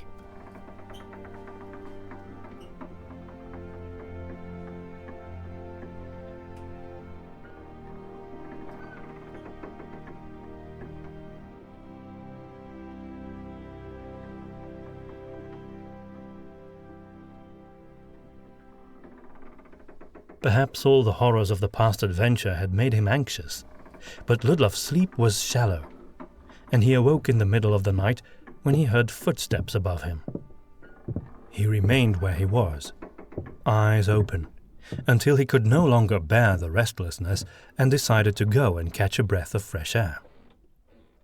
Having grown more vigilant after all the setbacks they'd had on their treasure hunt, he decided to hide his dagger in his sleeve and readied a poisonous dart in his mini crossbow, which he really liked. In fact, he was already beginning to become quite attached to it after such a short time. If only Gustav had thought of it sooner after Ludlov had lost his pistol. Perhaps the Flatlander had just felt a tiny bit guilty for dropping his original weapon. Only that could explain why he had allowed him to keep it. When he arrived on deck, the stars were still out and the salty night air was still and clear. He breathed it in deep as he ambled along the deck of the Vermilion Viper, thinking back on all that had happened to him since leaving Seven Peaks. Then his thoughts were distracted by the sight of two silhouettes, male and female, standing at the railing. Considering how close they were together, Ludlov's thoughts went back to Pete and Nela. But it couldn't be them. By the shape of her flowing robes, he realized the woman had to be Blessed Zelenheim. She must have come to look at the sea. You couldn't sleep either, Blessed? Ludlov asked as he approached her, but she only responded with a stifled gasp of pain. One step closer, and she will sleep forever, said the male voice in a Flatlandish accent. Odd. So this is where you've been hiding this whole time. Only now did Ludlov see that he was holding her head and keeping a knife at her throat. I was never gone, you Seven Peaks scum. As soon as your countrymen all boarded the Scorcher, I knew no one would be looking for a pirate on the Viper. It's only logical. This ship is full of your enemies, Ad. What do you hope to accomplish? It's simple enough, really. I'll be taking this priestess with me, knowing how touchy you religious types get about that, and then I'll take her to Torgusan. I heard they're looking for a new pirate lord there. Do you think they'll accept you as their leader, just because you brought them a woman? Not a woman, you idiot. A treasure. The greatest ever. Ludlov remained quiet. I know you'll want her back, and I have no use for her, so it will be a fair transaction. You folk will bring me the treasure to Torgusan, and I'll return her to you alive. What do you say? I say no, Ludlov said without flinching. I've seen the way you handle women and that treasure. You will never touch it again. What will you do now? Kill her? She's your only bargaining chip. Zelenheim looked like she was trying to say something but couldn't. Ad tightened his grip around her. The treasure is all I have left to live for. If you refuse, I'll kill her right before you have the chance to take your revenge. Is that so? Ludlov said, as calmly as he could, stalling for time. I thought you didn't care for money. Ha! You're right. I care about having men who follow me. Money in itself is boring, just like this conversation. I have a boat ready right behind this railing. Raise up your arms and keep them in the air, and I'll take this wench with me. It's either that, or the priestess gets to meet her goddess. Decide now. Ludlov saw both terror and determination in Blessed Zelenheim's eyes. He knew she was prepared to die. The air was still, the sea was calm, and nothing moved as Ludlov's gaze pierced the gloom. He would take the risk. With lightning speed, he raised the miniature crossbow and shot it from his hip, right next to Zelenheim's throat, into Ad's hand. He dropped the knife and hunched over in pain. The priestess rushed out of the way towards Ludlov, but to his surprise, Ad managed to grab her before she could reach him. She pulled herself free and skidded back towards the railing of the ship, grasping it firmly as she watched her assailant. Ludlov waited in vain for Ad to collapse, considering whether to use another one of those darts. Either Gustav had exaggerated the properties of the poison, or Ad was even tougher than he had proven to be so far.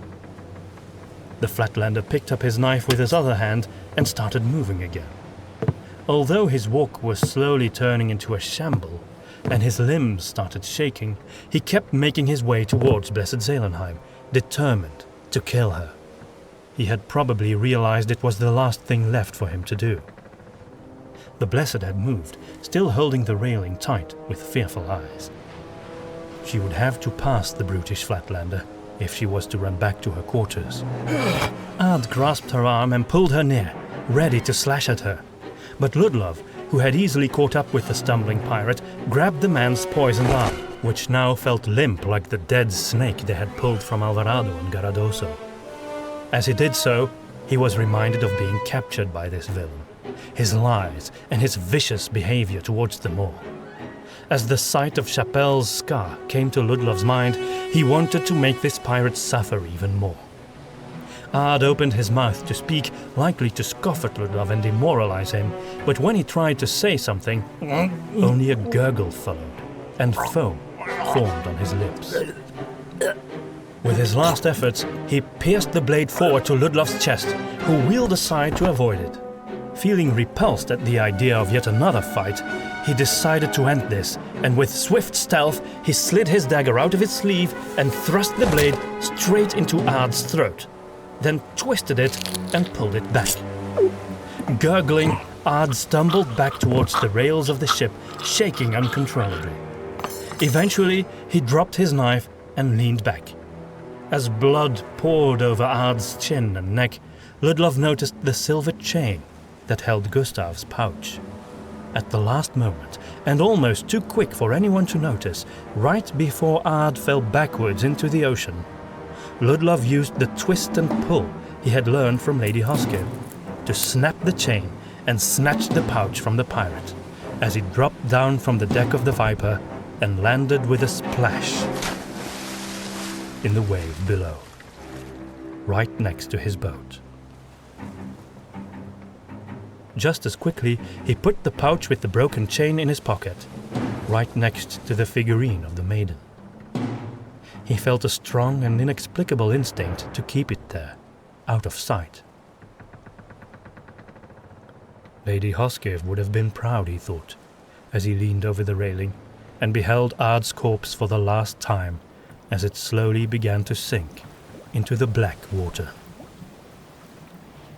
In the end, Ludlov could only feel pity for him.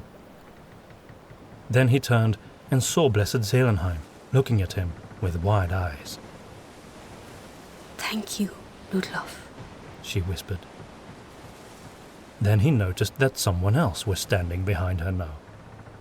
It was an imposing figure in a tall hat.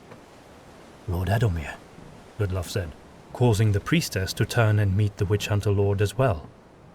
"I saw what you did there, Ludlov," Adomir said. Ludlov felt sweat break out all over his body. "It is fortunate that I was here to witness it," Adomir continued as he walked past the priestess to meet Ludlov up close. The witch hunter lord looked at him with an unreadable expression. "That was a brave deed. You have more than earned the hat. I will be keeping a close eye on your career." Relief washed over Ludlov as he bowed his head in thanks. "I merely did what I had to, Lord Adomir." "You took a well-calculated risk. In the heat of the moment, you refused to compromise and saved both Blessed Zelenheim and the treasure. That is the mark of a true witch hunter." Blessed Zelenheim nodded. "Lord Adomir is right, Ludlov. You are to be praised for all that you have done." Ludlov didn't enjoy this sort of attention at all. "Thank you both," he said, "but the success of our mission was due to every member of our party, including you, Blessed. Without any of us, we would not have survived. And we must also honor and thank Captain Brokelhoff, who did not act out of duty, but friendship." "That is true, and he will be well rewarded," Adomir granted.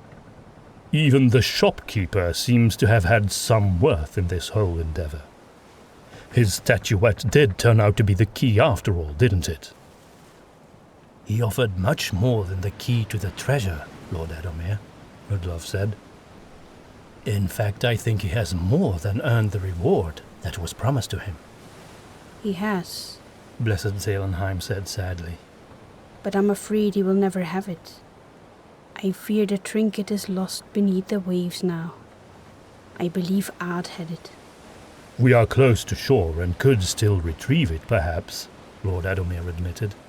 But it would cost us time and resources, and I had my misgivings about entrusting that Flatlander with a magic item from the beginning. You would not even try? Ludlov said.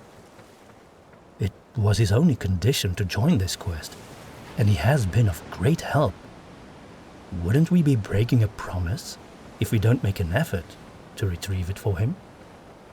Adomir smiled like a proud father, but not without a hint of condescension in his expression. He laid his hand on Ludlov's shoulder. You are a good man, Ludlov, but you still have much to learn about the world. As witch hunters, we have a responsibility.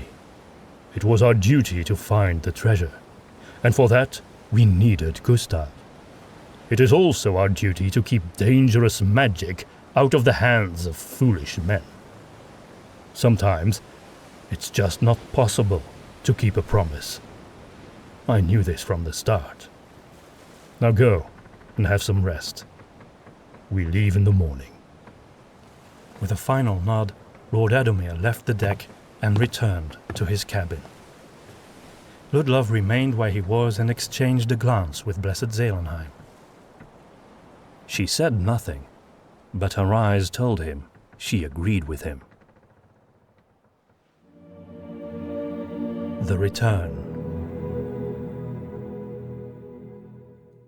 It was well past sunrise when Ludlov awoke. The deck of the Vermilion Viper was buzzing with activity as the treasure was being brought on board. The surface was littered with goblets, urns, boxes and baskets full of gold coins and gems. Even with the hold stuffed full of treasure, Ludlov knew the Viper alone couldn't possibly carry it all. Fortunately, they had a second ship available to them, which had a lot of room to spare now that its original crew was gone. Ludlov found Gustav near the mainmast of the Viper, his familiar oversized luggage on his back once more. In one hand, he was holding a large burlap sack that looked almost as heavy. Did you spend the whole night repairing your backpack? Ludlov asked as he approached. What's wrong with that? The Flatlander said. It's my lucky pack. Or maybe I should call it my lucky luggage. That has a nice ring to it. There is nothing wrong with it at all, Gustav. The shopkeeper opened up the bag and showed it to Ludlov. Look what they let me keep, Ludlov. To Ludlov, it seemed like the Order had granted Gustav all the items that no one else wanted. There were ivory figurines in there, strange wooden medallions, a green glass skull, an obsidian sword that looked like something from Garradoso, and even the preserved talon of some monstrous bird. These curiosities will do wonders for my shop, Gustav explained. I'm sure there is a fascinating history behind each of them, and if not, I'll make one up. Ludlov smiled at the man's enthusiasm, but he couldn't help but feel sorry for him. Aren't you a bit disappointed that you don't have the one thing you wanted most? Gustav shrugged. I am. I mean, I thought it would end my loneliness once and for all, but blast it all, I'm alive. And I've got a sack full of treasure and an amazing story to tell. Complaining doesn't seem right to me. Ludlov looked around and saw Adomir nearby, talking to Captain Brökelhoff. His mentor threw a quick glance in his direction and then returned to his conversation. If you're happy, so am I, Gustav, Ludlov said. Oh, and something else, the Flatlander went on. I heard what you did last night. He gave Ludlov a playful punch in the shoulder and laughed. I wish I could have seen that snake's face when the dart hit. Good riddance. Art was a disgrace to my people. In a sense, Ludlov was relieved Gustav could take it that way. But he remembered how he had once befriended Ard and suspected the man was hiding how he really felt. By the way, mending my pack wasn't the only thing I did last night. Ludlov raised an eyebrow, wondering what sort of bizarre story would follow next. I took a trip back to Boneyard Bay and left a note with that nice fisherman who took us in. I told him there are 5 golden spikes on top of that cliff for him to pick up. Might finally help him buy those new nets he was talking about. Ludlov's heart ached. I pray that one day the goddess will give you what you deserve, Gustav. All the gold and jewels in the world, if you ask me. You're the only man I know who truly loves treasures for the sake of the adventure and the mystery surrounding them, rather than the riches.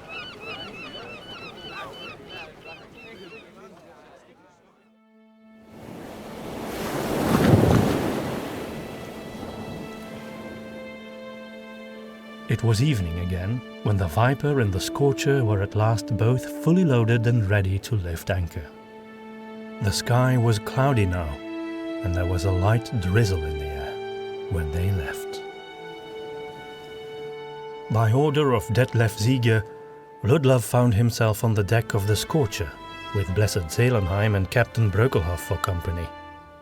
The Scorcher would be the first to return to Lioncrest. Gustav and Tormgard, who was still recovering from his wounds, remained on the Viper and would set sail shortly after. The uncharacteristically gloomy weather for this part of the world reminded Ludlov of 7 Peaks, and he suddenly felt a deep desire to return home. Ludlov was not sure why Adomir had separated them, but he appreciated the fact that the Witch Hunter Lord had placed him on the first ship back. The ship couldn't sail fast enough as far as he was concerned. The journey home was quiet. Even though they had found the treasure, and it had far exceeded all expectations, the mood on board the Scorcher was contemplative and mournful, rather than victorious. Captain Breukelhoff spoke little, spending most of his time wandering the deck and staring out over the sea. Blessed Zelenheim, on the other hand, rarely ventured out of her cabin, lost in prayer and meditation. This left Ludlov somewhat forlorn, with far too much time on his hands.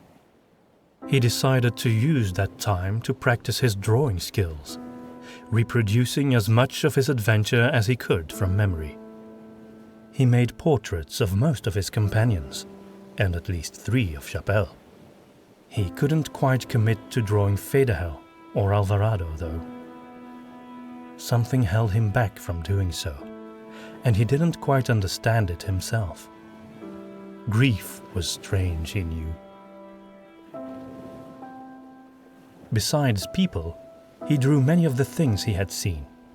The Strandkrona flower, the rock formation known as the Crown of Kulmaron, as well as the actual crown, the temple on Garradoso, the Spixoletals, the statues of the Yiskar, Krankor, and even the Rotochayania.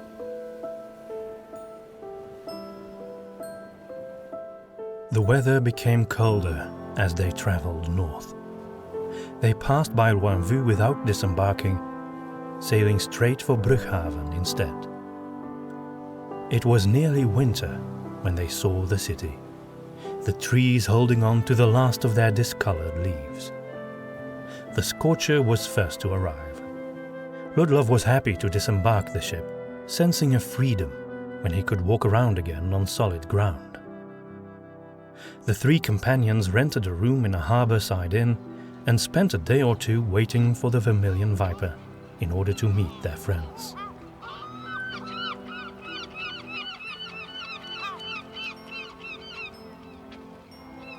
Ludlov was sitting on a bench, watching the seagulls float through the overcast sky and occasionally dive into the grey waves, when the Viper arrived at last, still looking magnificent, even in the dull northern daylight. When their friends emerged, Ludlov was happy to see that Tormgard had fully recovered and looked like he was ready to fight another army of pirates. Gustav was quieter than usual when they went for a drink in a local tavern. Ludlov guessed the Flatlander had finally come to realize what he had lost. While they were recovering in the inn from the tiring journey, Adomir gathered them all together in the common room and explained the plans for the remainder of the journey. The members of the Order would have to take the quicker road, travelling back along the same route they had taken on the way to Boneyard Bay, so that they could arrive early in the headquarters, since Lady Hoskiv wanted Adomir to be back in Seven Peaks as soon as possible. The others would travel with a caravan transporting the treasure. Theirs would be a longer road, passing by Caerleon, where they would be aided by an escort of knights. Involving them had been a brilliant idea, Ludlov thought. There were no more reliable guards in the world than the Knights of Caerleon. The caravan's path would follow the river Midrim and then the Yvenen.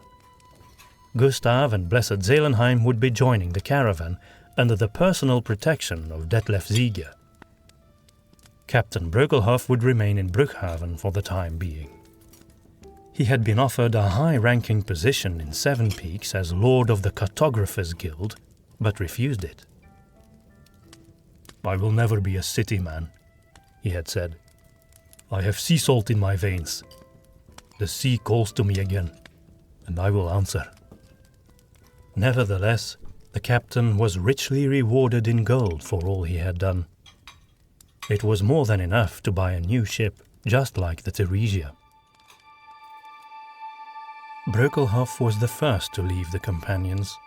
Shortly after, the members of the Order shared a subdued farewell with the priestess and the shopkeeper, and then they left the city of Brughaven on horseback. The remainder of the return journey felt rather hollow to Ludlov. Lord Adomir and Tormgard were both taciturn and reserved, leaving Ludlov in a similar mood. Part of him wished he could have seen Caerleon and perhaps even visited the Boduag forest. But in truth he was relieved to take the quicker, more familiar road.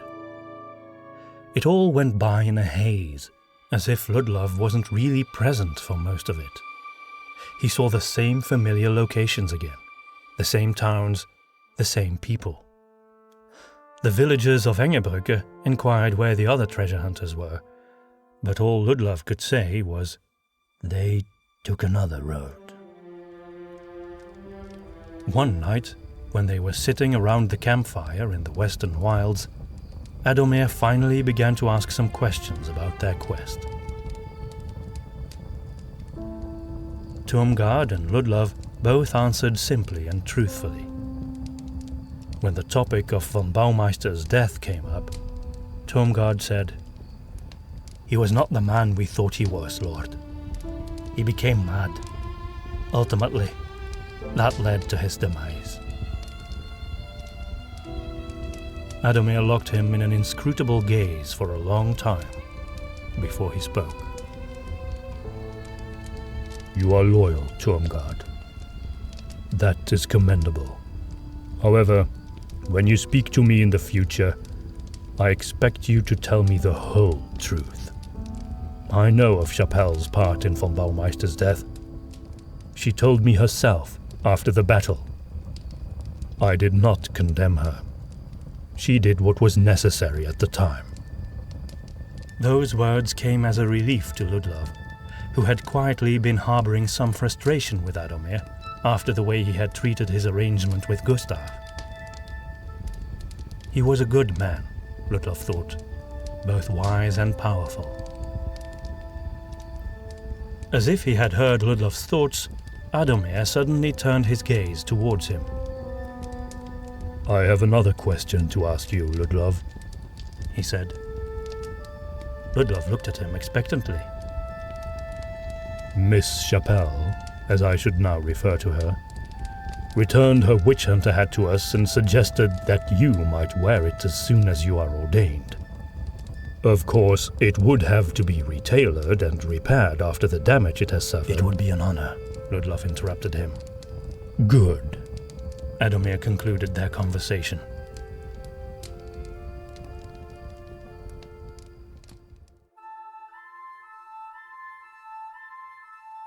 Despite the onset of winter, Ludlov's mood brightened up during the last stretch of their journey. Perhaps it was the knowledge that he would soon be home again, or perhaps he was just relieved to know that Chapelle would never be judged by the Order. But his heart soared when at last the snow-covered majesty of the great city of Seven Peaks became visible in the distance. A red sun was setting behind the cathedral when they arrived in the witch hunter headquarters. Lady Hoskiv welcomed them and congratulated them on their success. She also told them that she had received word from the knights that the treasure was safely on its way. When Ludlov mentioned Queen Sintrasha's wishes, Lady Hoskiv laid a reassuring hand on his shoulder. Fear not, Ludlov, she said. Blessed Seelenheim has already written to me. I will ensure that the Queen's wishes will be honored. She granted both Ludlov and Tormgard a few weeks' furlough to rest and recover. Grateful for the opportunity, Ludlov retreated to his home. When he entered his bedroom, he threw his coat over a chair, then sat down on his bed and removed his boots. It was cold here, and he ought to light a fire. But he was too tired. He laid down on his silk sheets. The scent of the lacquered wood of the bedposts suddenly reminded him of Maria, and he closed his eyes. "I'm home, darling," he whispered. Then he felt the pouch in his pocket and took it out. Inside was a golden ring, set with a single ruby. Gustav's trinket. He opened the drawer of his nightstand and put it in there. Then, with great effort, he got up to light that fire, undress and wash himself, and finally go to sleep. The Ordination.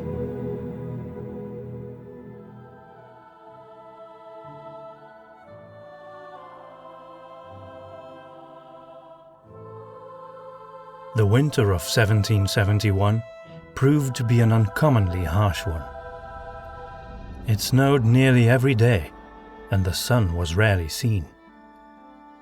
Nevertheless, spirits in Seven Peaks were higher than they had been in many years. Vast wealth had come to the city, and it would surely bring good fortune. Already, trade with both Parslavena and the Untronian Empire was thriving. Statues were being erected, new buildings were planned, and old ones were being renovated. The future held great things for Seven Peaks.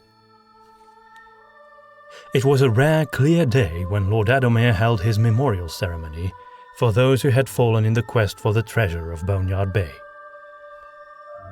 Great icicles hung from the eaves of the roofs, glistening in the sunlight as citizens gathered on the grand markets. Ludlov was not among them. He had chosen to remain home, rather than hear the names of Alvarado and Federhel proclaimed from a list of the dead.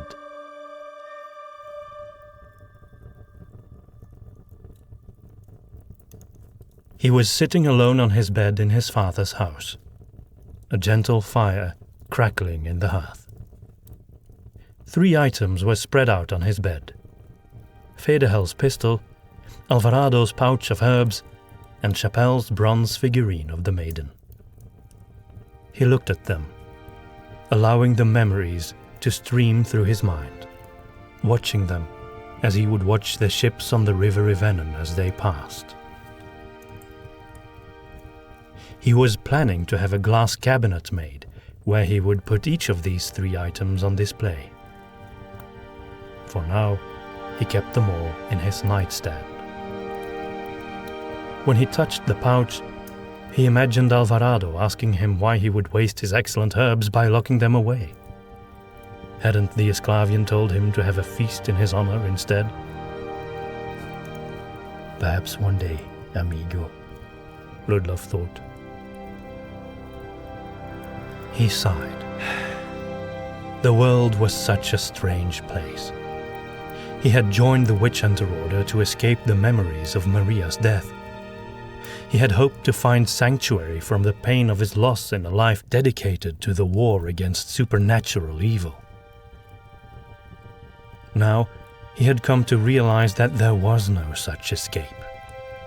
Even within the Order, he had come to love and lose all over again. Perhaps only revenge on the Black Sickle would mend his heart. He still furiously longed for that revenge. But he also knew that it would not bring Maria or any of his friends back from the dead. So be it, he thought. Then he would live with the pain. As he opened his drawer to return the items, he saw the black pouch and came to another realization. He had made at least one friend who was still alive and present.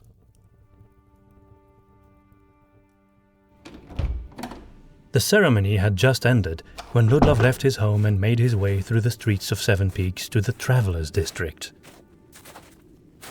There, hidden in a dark alley between the warehouses, hung a colourful shop sign. Gustav Finsterdunkel's Wondrous Emporium of Occult Devices and Sundry Artifacts of the Bizarre. Ludlov shook his head and smiled. Only one man would ever give his shop a name like that. When he entered, he was pleased to see the Flatlander behind the counter. He was dusting off a crystal ball. There were boxes and chests everywhere. Loose pages with notes and sketches littered the ground, and books lay piled up in dangerously tall stacks. The shop was full of stuffed animals mounted on the walls, suspicious amulets dangling from the ceiling, and colourful potions, candles and statuettes on the shelves. Perhaps Gustav was in the middle of a reorganization, but Ludlov suspected this was what the Emporium always looked like. Ludlov, the Flatlander said with a smile. I thought you'd be at the ceremony.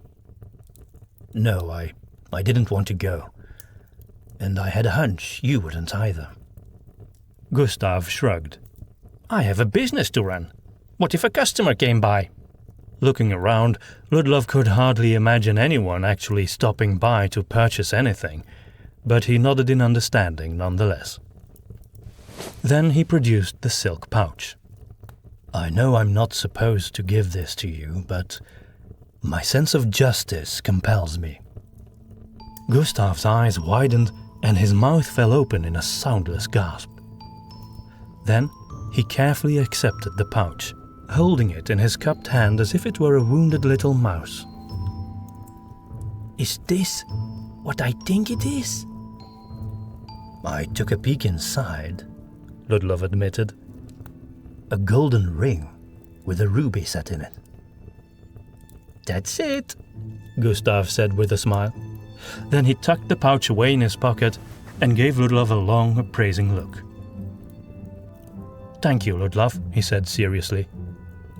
You are a man of rare integrity. Perhaps the only trustworthy man in Seven Peaks. Ludlov smiled. You've earned it, Gustav, was all he could say. Gustav crossed his arms and leaned against the wall. Now tell me, when will you be ordained as a witch hunter? Next week on Praising Day, actually. I'm afraid the ceremony is exclusive to members of the Order, but I could stop by the shop the following morning before you open. Perhaps we could go and have a drink in a tavern if you like. In the morning after your party? I'd like to see that, Ludlov. Witch hunters don't have parties, Gustav. In that case, I'll see you next week, friend. Ludlov smiled, turned, and left the Emporium. As he stepped into the snowy street, he was hit by a realization. Even though he had lost several friends on this journey, he still had more now than before he had left.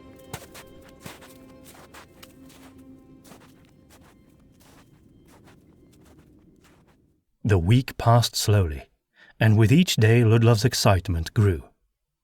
Then at last, praising day actually came.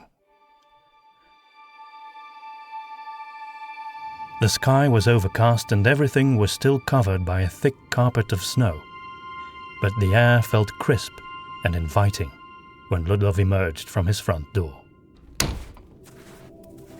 The ordination was preceded by a long praising day service in the cathedral, held by Cardinal Falkenberg himself, which was free for all to attend.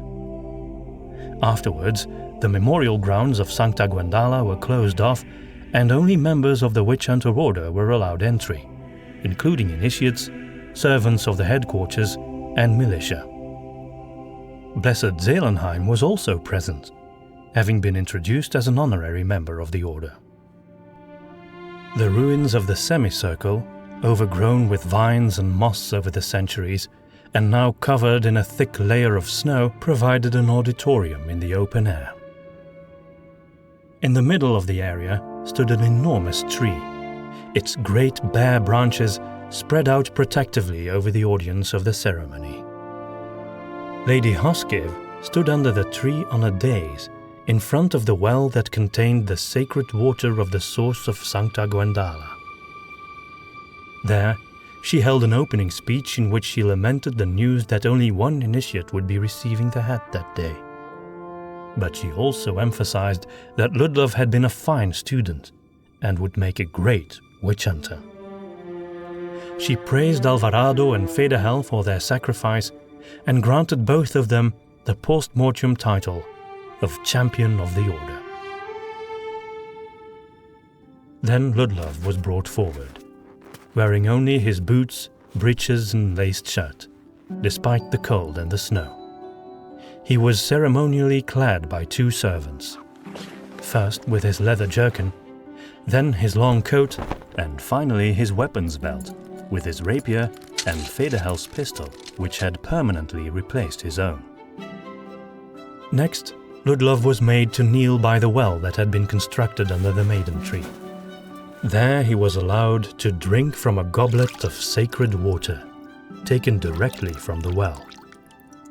Still on his knees in the snow, Ludlov then had to repeat a long oath as Lady Hoskiv proclaimed it from a scroll. After his solemn dedication to the protection of Seven Peaks, the pursuit of truth, and the resistance against Lucus and all other demons, Ludlov stood up. Then Blessed Zelenheim emerged from the audience, bearing a silk cushion, on top of which rested a tall, broad-brimmed buckled hat, the leather greased with sacred oil. Chapelle's hat, Ludlov remembered. In a sense, he was to become her successor now.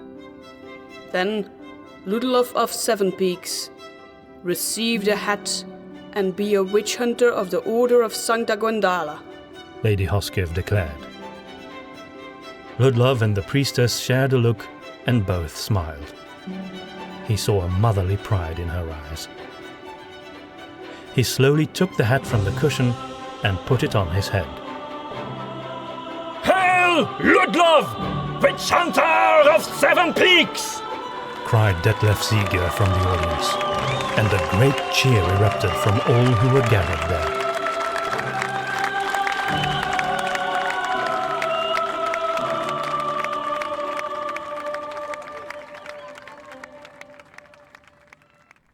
After the ordination, Ludlov was allowed to spend some time alone.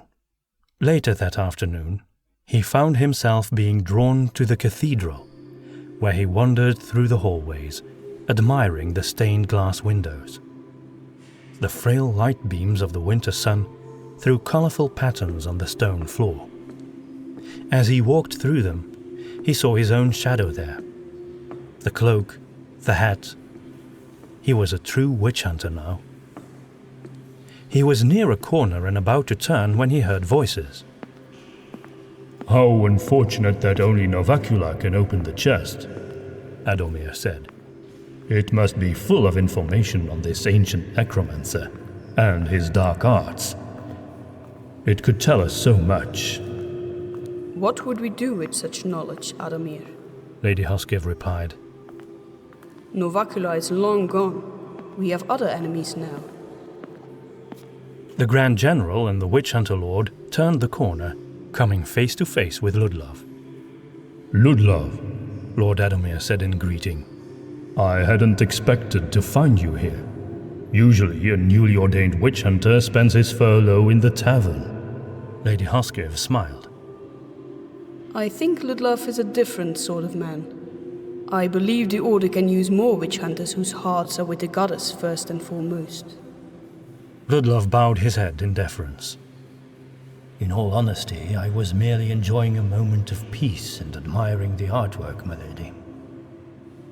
Then you must have overheard something of our conversation. How much did you pick up?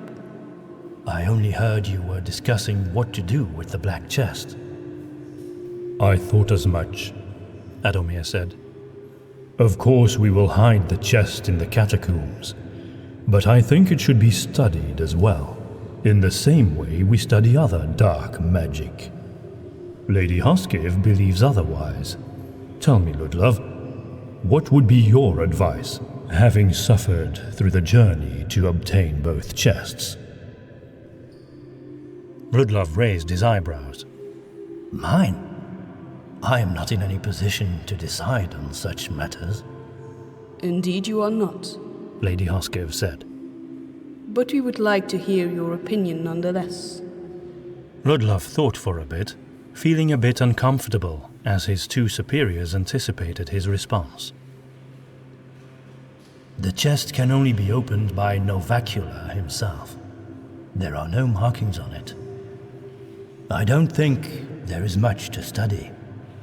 Let it rest in the darkness where it belongs. Did not the poet Vigilus write that at the center of every man's eye is a black circle? There is darkness in the midst of our gaze that expands when we look into darkness. Even when we gaze into the light, the darkness in our eyes will recede but not disappear. I don't think we should put our souls to the test. Lord Adamir and Lady Hoskiv shared a look. There is something else, though, Ludlov said, taking advantage of the attention of both of his superiors. I believe it is confirmed that Queen Sintrasha is a saint now. I think the Order should petition the Cardinal for her canonization. He will take your suggestions very seriously, and it would do much for the salvation of the gypsies. Silence fell as the two witch hunters' superiors took a long, stern look at this freshly ordained member. I think your advice is worthy of consideration, Ludlov, Lady Hoskiv said.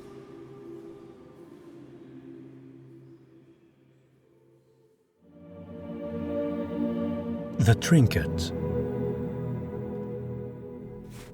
The next morning, Ludlov made his way through the snowy streets of Seven Peaks once more to Gustav's wondrous emporium. He hadn't realized it the first time, but it struck him now how much the inside of the shop reminded him of the chamber with the dragon statue in the temple on Garradoso. A disorganized pile of strange and mysterious items of every kind, ranging from books and scrolls over jewelry, weapons, strange orbs and devices, and even some unidentifiable animal bones. He was immediately greeted by the pudgy shopkeeper who embraced him in a fierce hug. Ludlov of Seven Peaks, witch hunter. Gustav beamed. He crossed his arms and took in the sight of his friend once more. The hat becomes you. Truly it does. Ludlov took a look at himself in a nearby mirror. He agreed. The hat made him look taller and more intimidating, as it was intended to. Thank you, Gustav. How have you been this past week? The shopkeeper shrugged. Oh, you know, the same as usual, I suppose. That surprised Ludlov quite a bit. Really? I thought you had just achieved your dream. What about your treasure, the magic item? Haven't you been able to use it? Oh, that... Well, I suppose it worked the way they had said it would. That it would end your loneliness? I seem to remember something like that, Ludlov said, trying to hide his growing curiosity. Gustav absent-mindedly stroked the skull of some giant monster as if it were a live pet. He stood with his back to Ludlov and shrugged again. Well, no. That's what I thought it meant. But it turned out I was wrong. You sound disappointed, Ludlov commented. But perhaps it is better this way. Magic is dangerous. Very dangerous. Gustav turned around and showed Ludlov the golden ring with the smooth red stone set in it. I suppose you don't want it then? Ludlov raised a single eyebrow. There had to be more to this. Gustav wouldn't just give away his long-coveted treasure item. Why do you want to give it to me? Ludlov asked. You were a friend to me during this whole journey, even when your superiors discouraged it. I want to thank you. You can have my ring. Thank you very much, Gustav, but before I even touch that thing, I have to know. What does it do? Is its magic arcanic or something else? You know that well enough, Ludlov. It's from Queen Sintrasha herself, after her leaving Oscorta. So I think it's clean, if that's what you mean, Gustav said casually. As for what it does, well, apparently you can summon a bird with it who will be your companion for life. A bird? Ludlov repeated, as he gingerly accepted the ring and studied it in the ruddy light of the many candles and lanterns in the shop. Yes, Gustav said. When they said that, I thought they meant a woman, you know, like I've heard some of the sailors say, a bird, a woman. You might have noticed I don't really get along so well with actual birds.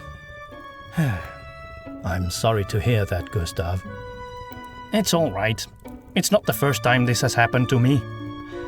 I bought an enchanted marble once that would summon someone cute as a bug's ear, they said. But all I could get out of that marble after trying and trying was an actual bug's ear. So, it happens all the time. I'm fine. Ludlov didn't respond. Gustav sighed again and sat down on a nearby stool. You know I can't stand birds, Ludlov. If you accept it, I would at least know it's in good hands, and some of the disappointment would go away. What kind of bird came when you used it? Ludlov asked. Gustav shrugged. I don't know, one with feathers. I don't know anything about those things because they give me a rash and make me sneeze. Ludlov thought he probably shouldn't be asking this, but he couldn't resist it. And how does one summon this bird? That's simple enough. You simply whisper its name to the stone. Do you mean the word engraved on the inside of the band? Gustav rose from his stool again. You know, if you want to try it out, you can, Ludlov. Just preferably not in my shop. I just got rid of my last rash. But you could try it on the street. I'll watch from the doorway. Ludlov thought about it for a moment. As a witch hunter, he ought to be wary about magic items, but when he looked at the gleaming ruby, he felt a sense of destiny, almost as if the thing was calling to him. Are you sure, Gustav? Ludlov looked around nervously. Sure, go ahead, Gustav said. You're lucky. This is the most quiet time of the day. Hardly any customers at the moment. So go ahead, before the streets are crawling with people again. Ludlov couldn't remember the last time it was ever crowded in this street. But when Gustav offered him the pouch as well, he looked at the broken chain and remembered how this ring had almost ended up at the bottom of the sea. He touched the door handle to open the door and paused. He felt a bit nervous. Although he wasn't doing anything wrong by using a magic item as long as it was arcanic, he still wasn't sure if his superiors would approve of it. He didn't want to jeopardize his new title. Then his eye caught a familiar-looking object on one of the crooked shelves in the shop. It looked like an old statuette, which he wouldn't normally have noticed, since it was partially hidden behind a collection of other figurines. Nevertheless, what drew his gaze were its eyes, glistening in the gloom of the dusty shop. They were sapphires. Ludlov looked at Gustav. He had no idea how or when the Flatlander had smuggled the statuette of Sintrasha back home, but apparently he had changed his mind after they had left it in the cave. Gustav smiled sheepishly. I couldn't leave her there, Ludlov, in the end. I regretted it right away, so I had to go back for her. I've been keeping her tucked in my backpack, wrapped in an old ragged bag. I was afraid the Witch Hunter Order would eventually claim her. Ludlov understood, especially after Gustav's disappointment with the ring. Little Sintrasha was a worthy consolation prize. She's not for sale, Gustav said. I'm cleaning up in the back to give her a more honorable place to stay. He gestured towards a door in the back of his shop, where he presumably lived. Ludlov shook his head, smiling. He didn't doubt that Sintrasha's statuette was in good hands now. It would probably find its way onto Gustav's nightstand. The shopkeeper looked at him nervously, as if wearing the witch hunter hat would morally obligate Ludlov to take the statuette away from him. Then Ludlov joked, I think it's a great idea to have a holy woman watching over you, Gustav, especially when you're up to no good again. Gustav just chuckled. All right then, Ludlov said hesitantly. Let's try that gift of yours. You're welcome, Witch Hunter, Gustav returned with a crooked smile. Just promise me one thing, he said. If you do manage to summon a pretty lady, you will return it to me, yes? I promise. Would you promise me something too? All right then, Gustav uttered reluctantly. If we ever meet and there is someone else with us, don't mention the ring. Or if you must, don't mention where it came from. Witch hunters have different opinions about these matters, no matter the origin of the magic. It would be best if no one else knew about this. Ludlov thought about the conversation he had shared with Lord Adomir about Gustav's trinket, and quietly hoped the topic would never be raised again. That's not a problem, Gustav said.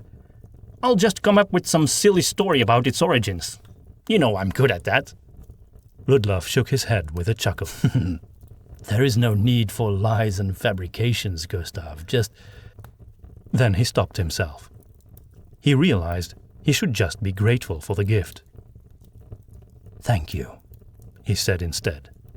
Ludlov opened the front door of the shop and stepped into the deserted street, which was lined with sludge. Icicles were dripping, melting from the eaves of the rooftops. It looks like the weather has turned, Gustav said, carefully sticking his head out of the door. Well, the new year is near, bringing springtime along with it. Ludlov ignored his friend's comments, focusing on the strange ring as he held it in both hands. For the first time, he took a good look at the name engraved in the ring. Although he had never heard it before, it felt familiar, as if it were a friend's name. He memorized it. Then he gingerly slid his wedding band off his finger, placed it in the pouch, and tucked it away. This was the first time he had taken it off since he had lost Maria. Perhaps it was time to find a good place to treasure it at home and grant it rest. When he replaced it with the magic ring, he sensed the power of Gustav's gift right away. It was as if the ruby subtly turned to a slightly different shade of red. Or was that his imagination? Well, Gustav said, what are you waiting for? Just say the name. Ludlov's heartbeat quickened, and he felt a strange sense of anticipation, as if he were about to do something very important. Perhaps he was. Then he closed his eyes and whispered to the ruby, "Falkrin." The cry of a falcon echoed in the distance.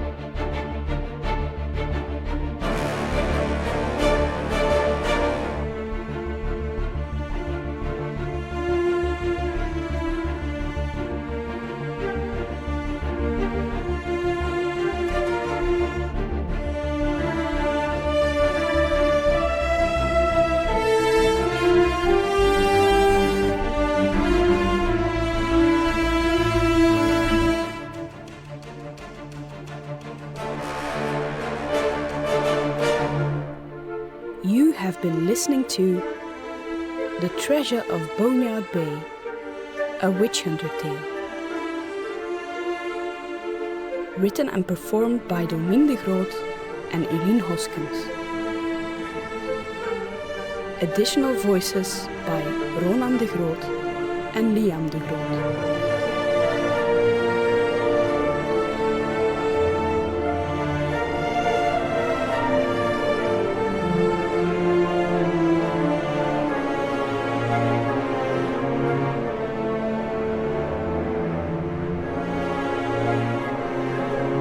Main theme by Peter van Riet. Music score by Ivan Dutch, Peter van Riet and Dane Leonardson. Sound mixing and post-production by Domien de Groot.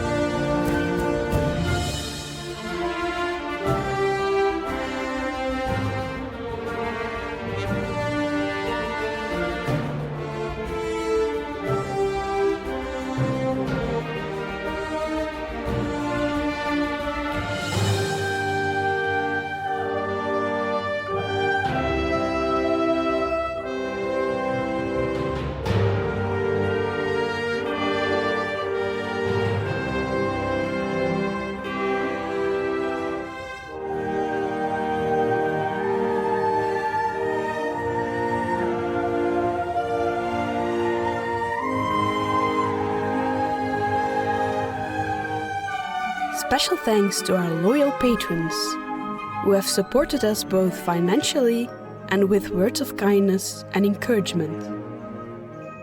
Many thanks to our creators, Amy and Dallas Austin and Matt Patain. Thank you to our saint, Peter Strandkrone.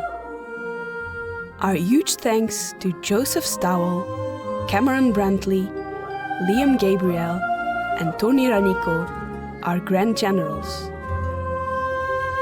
We're grateful for our Witch Hunter Masters, Mix and Match, Yiji Dusht, Cody Haich, and Kadir Hussein.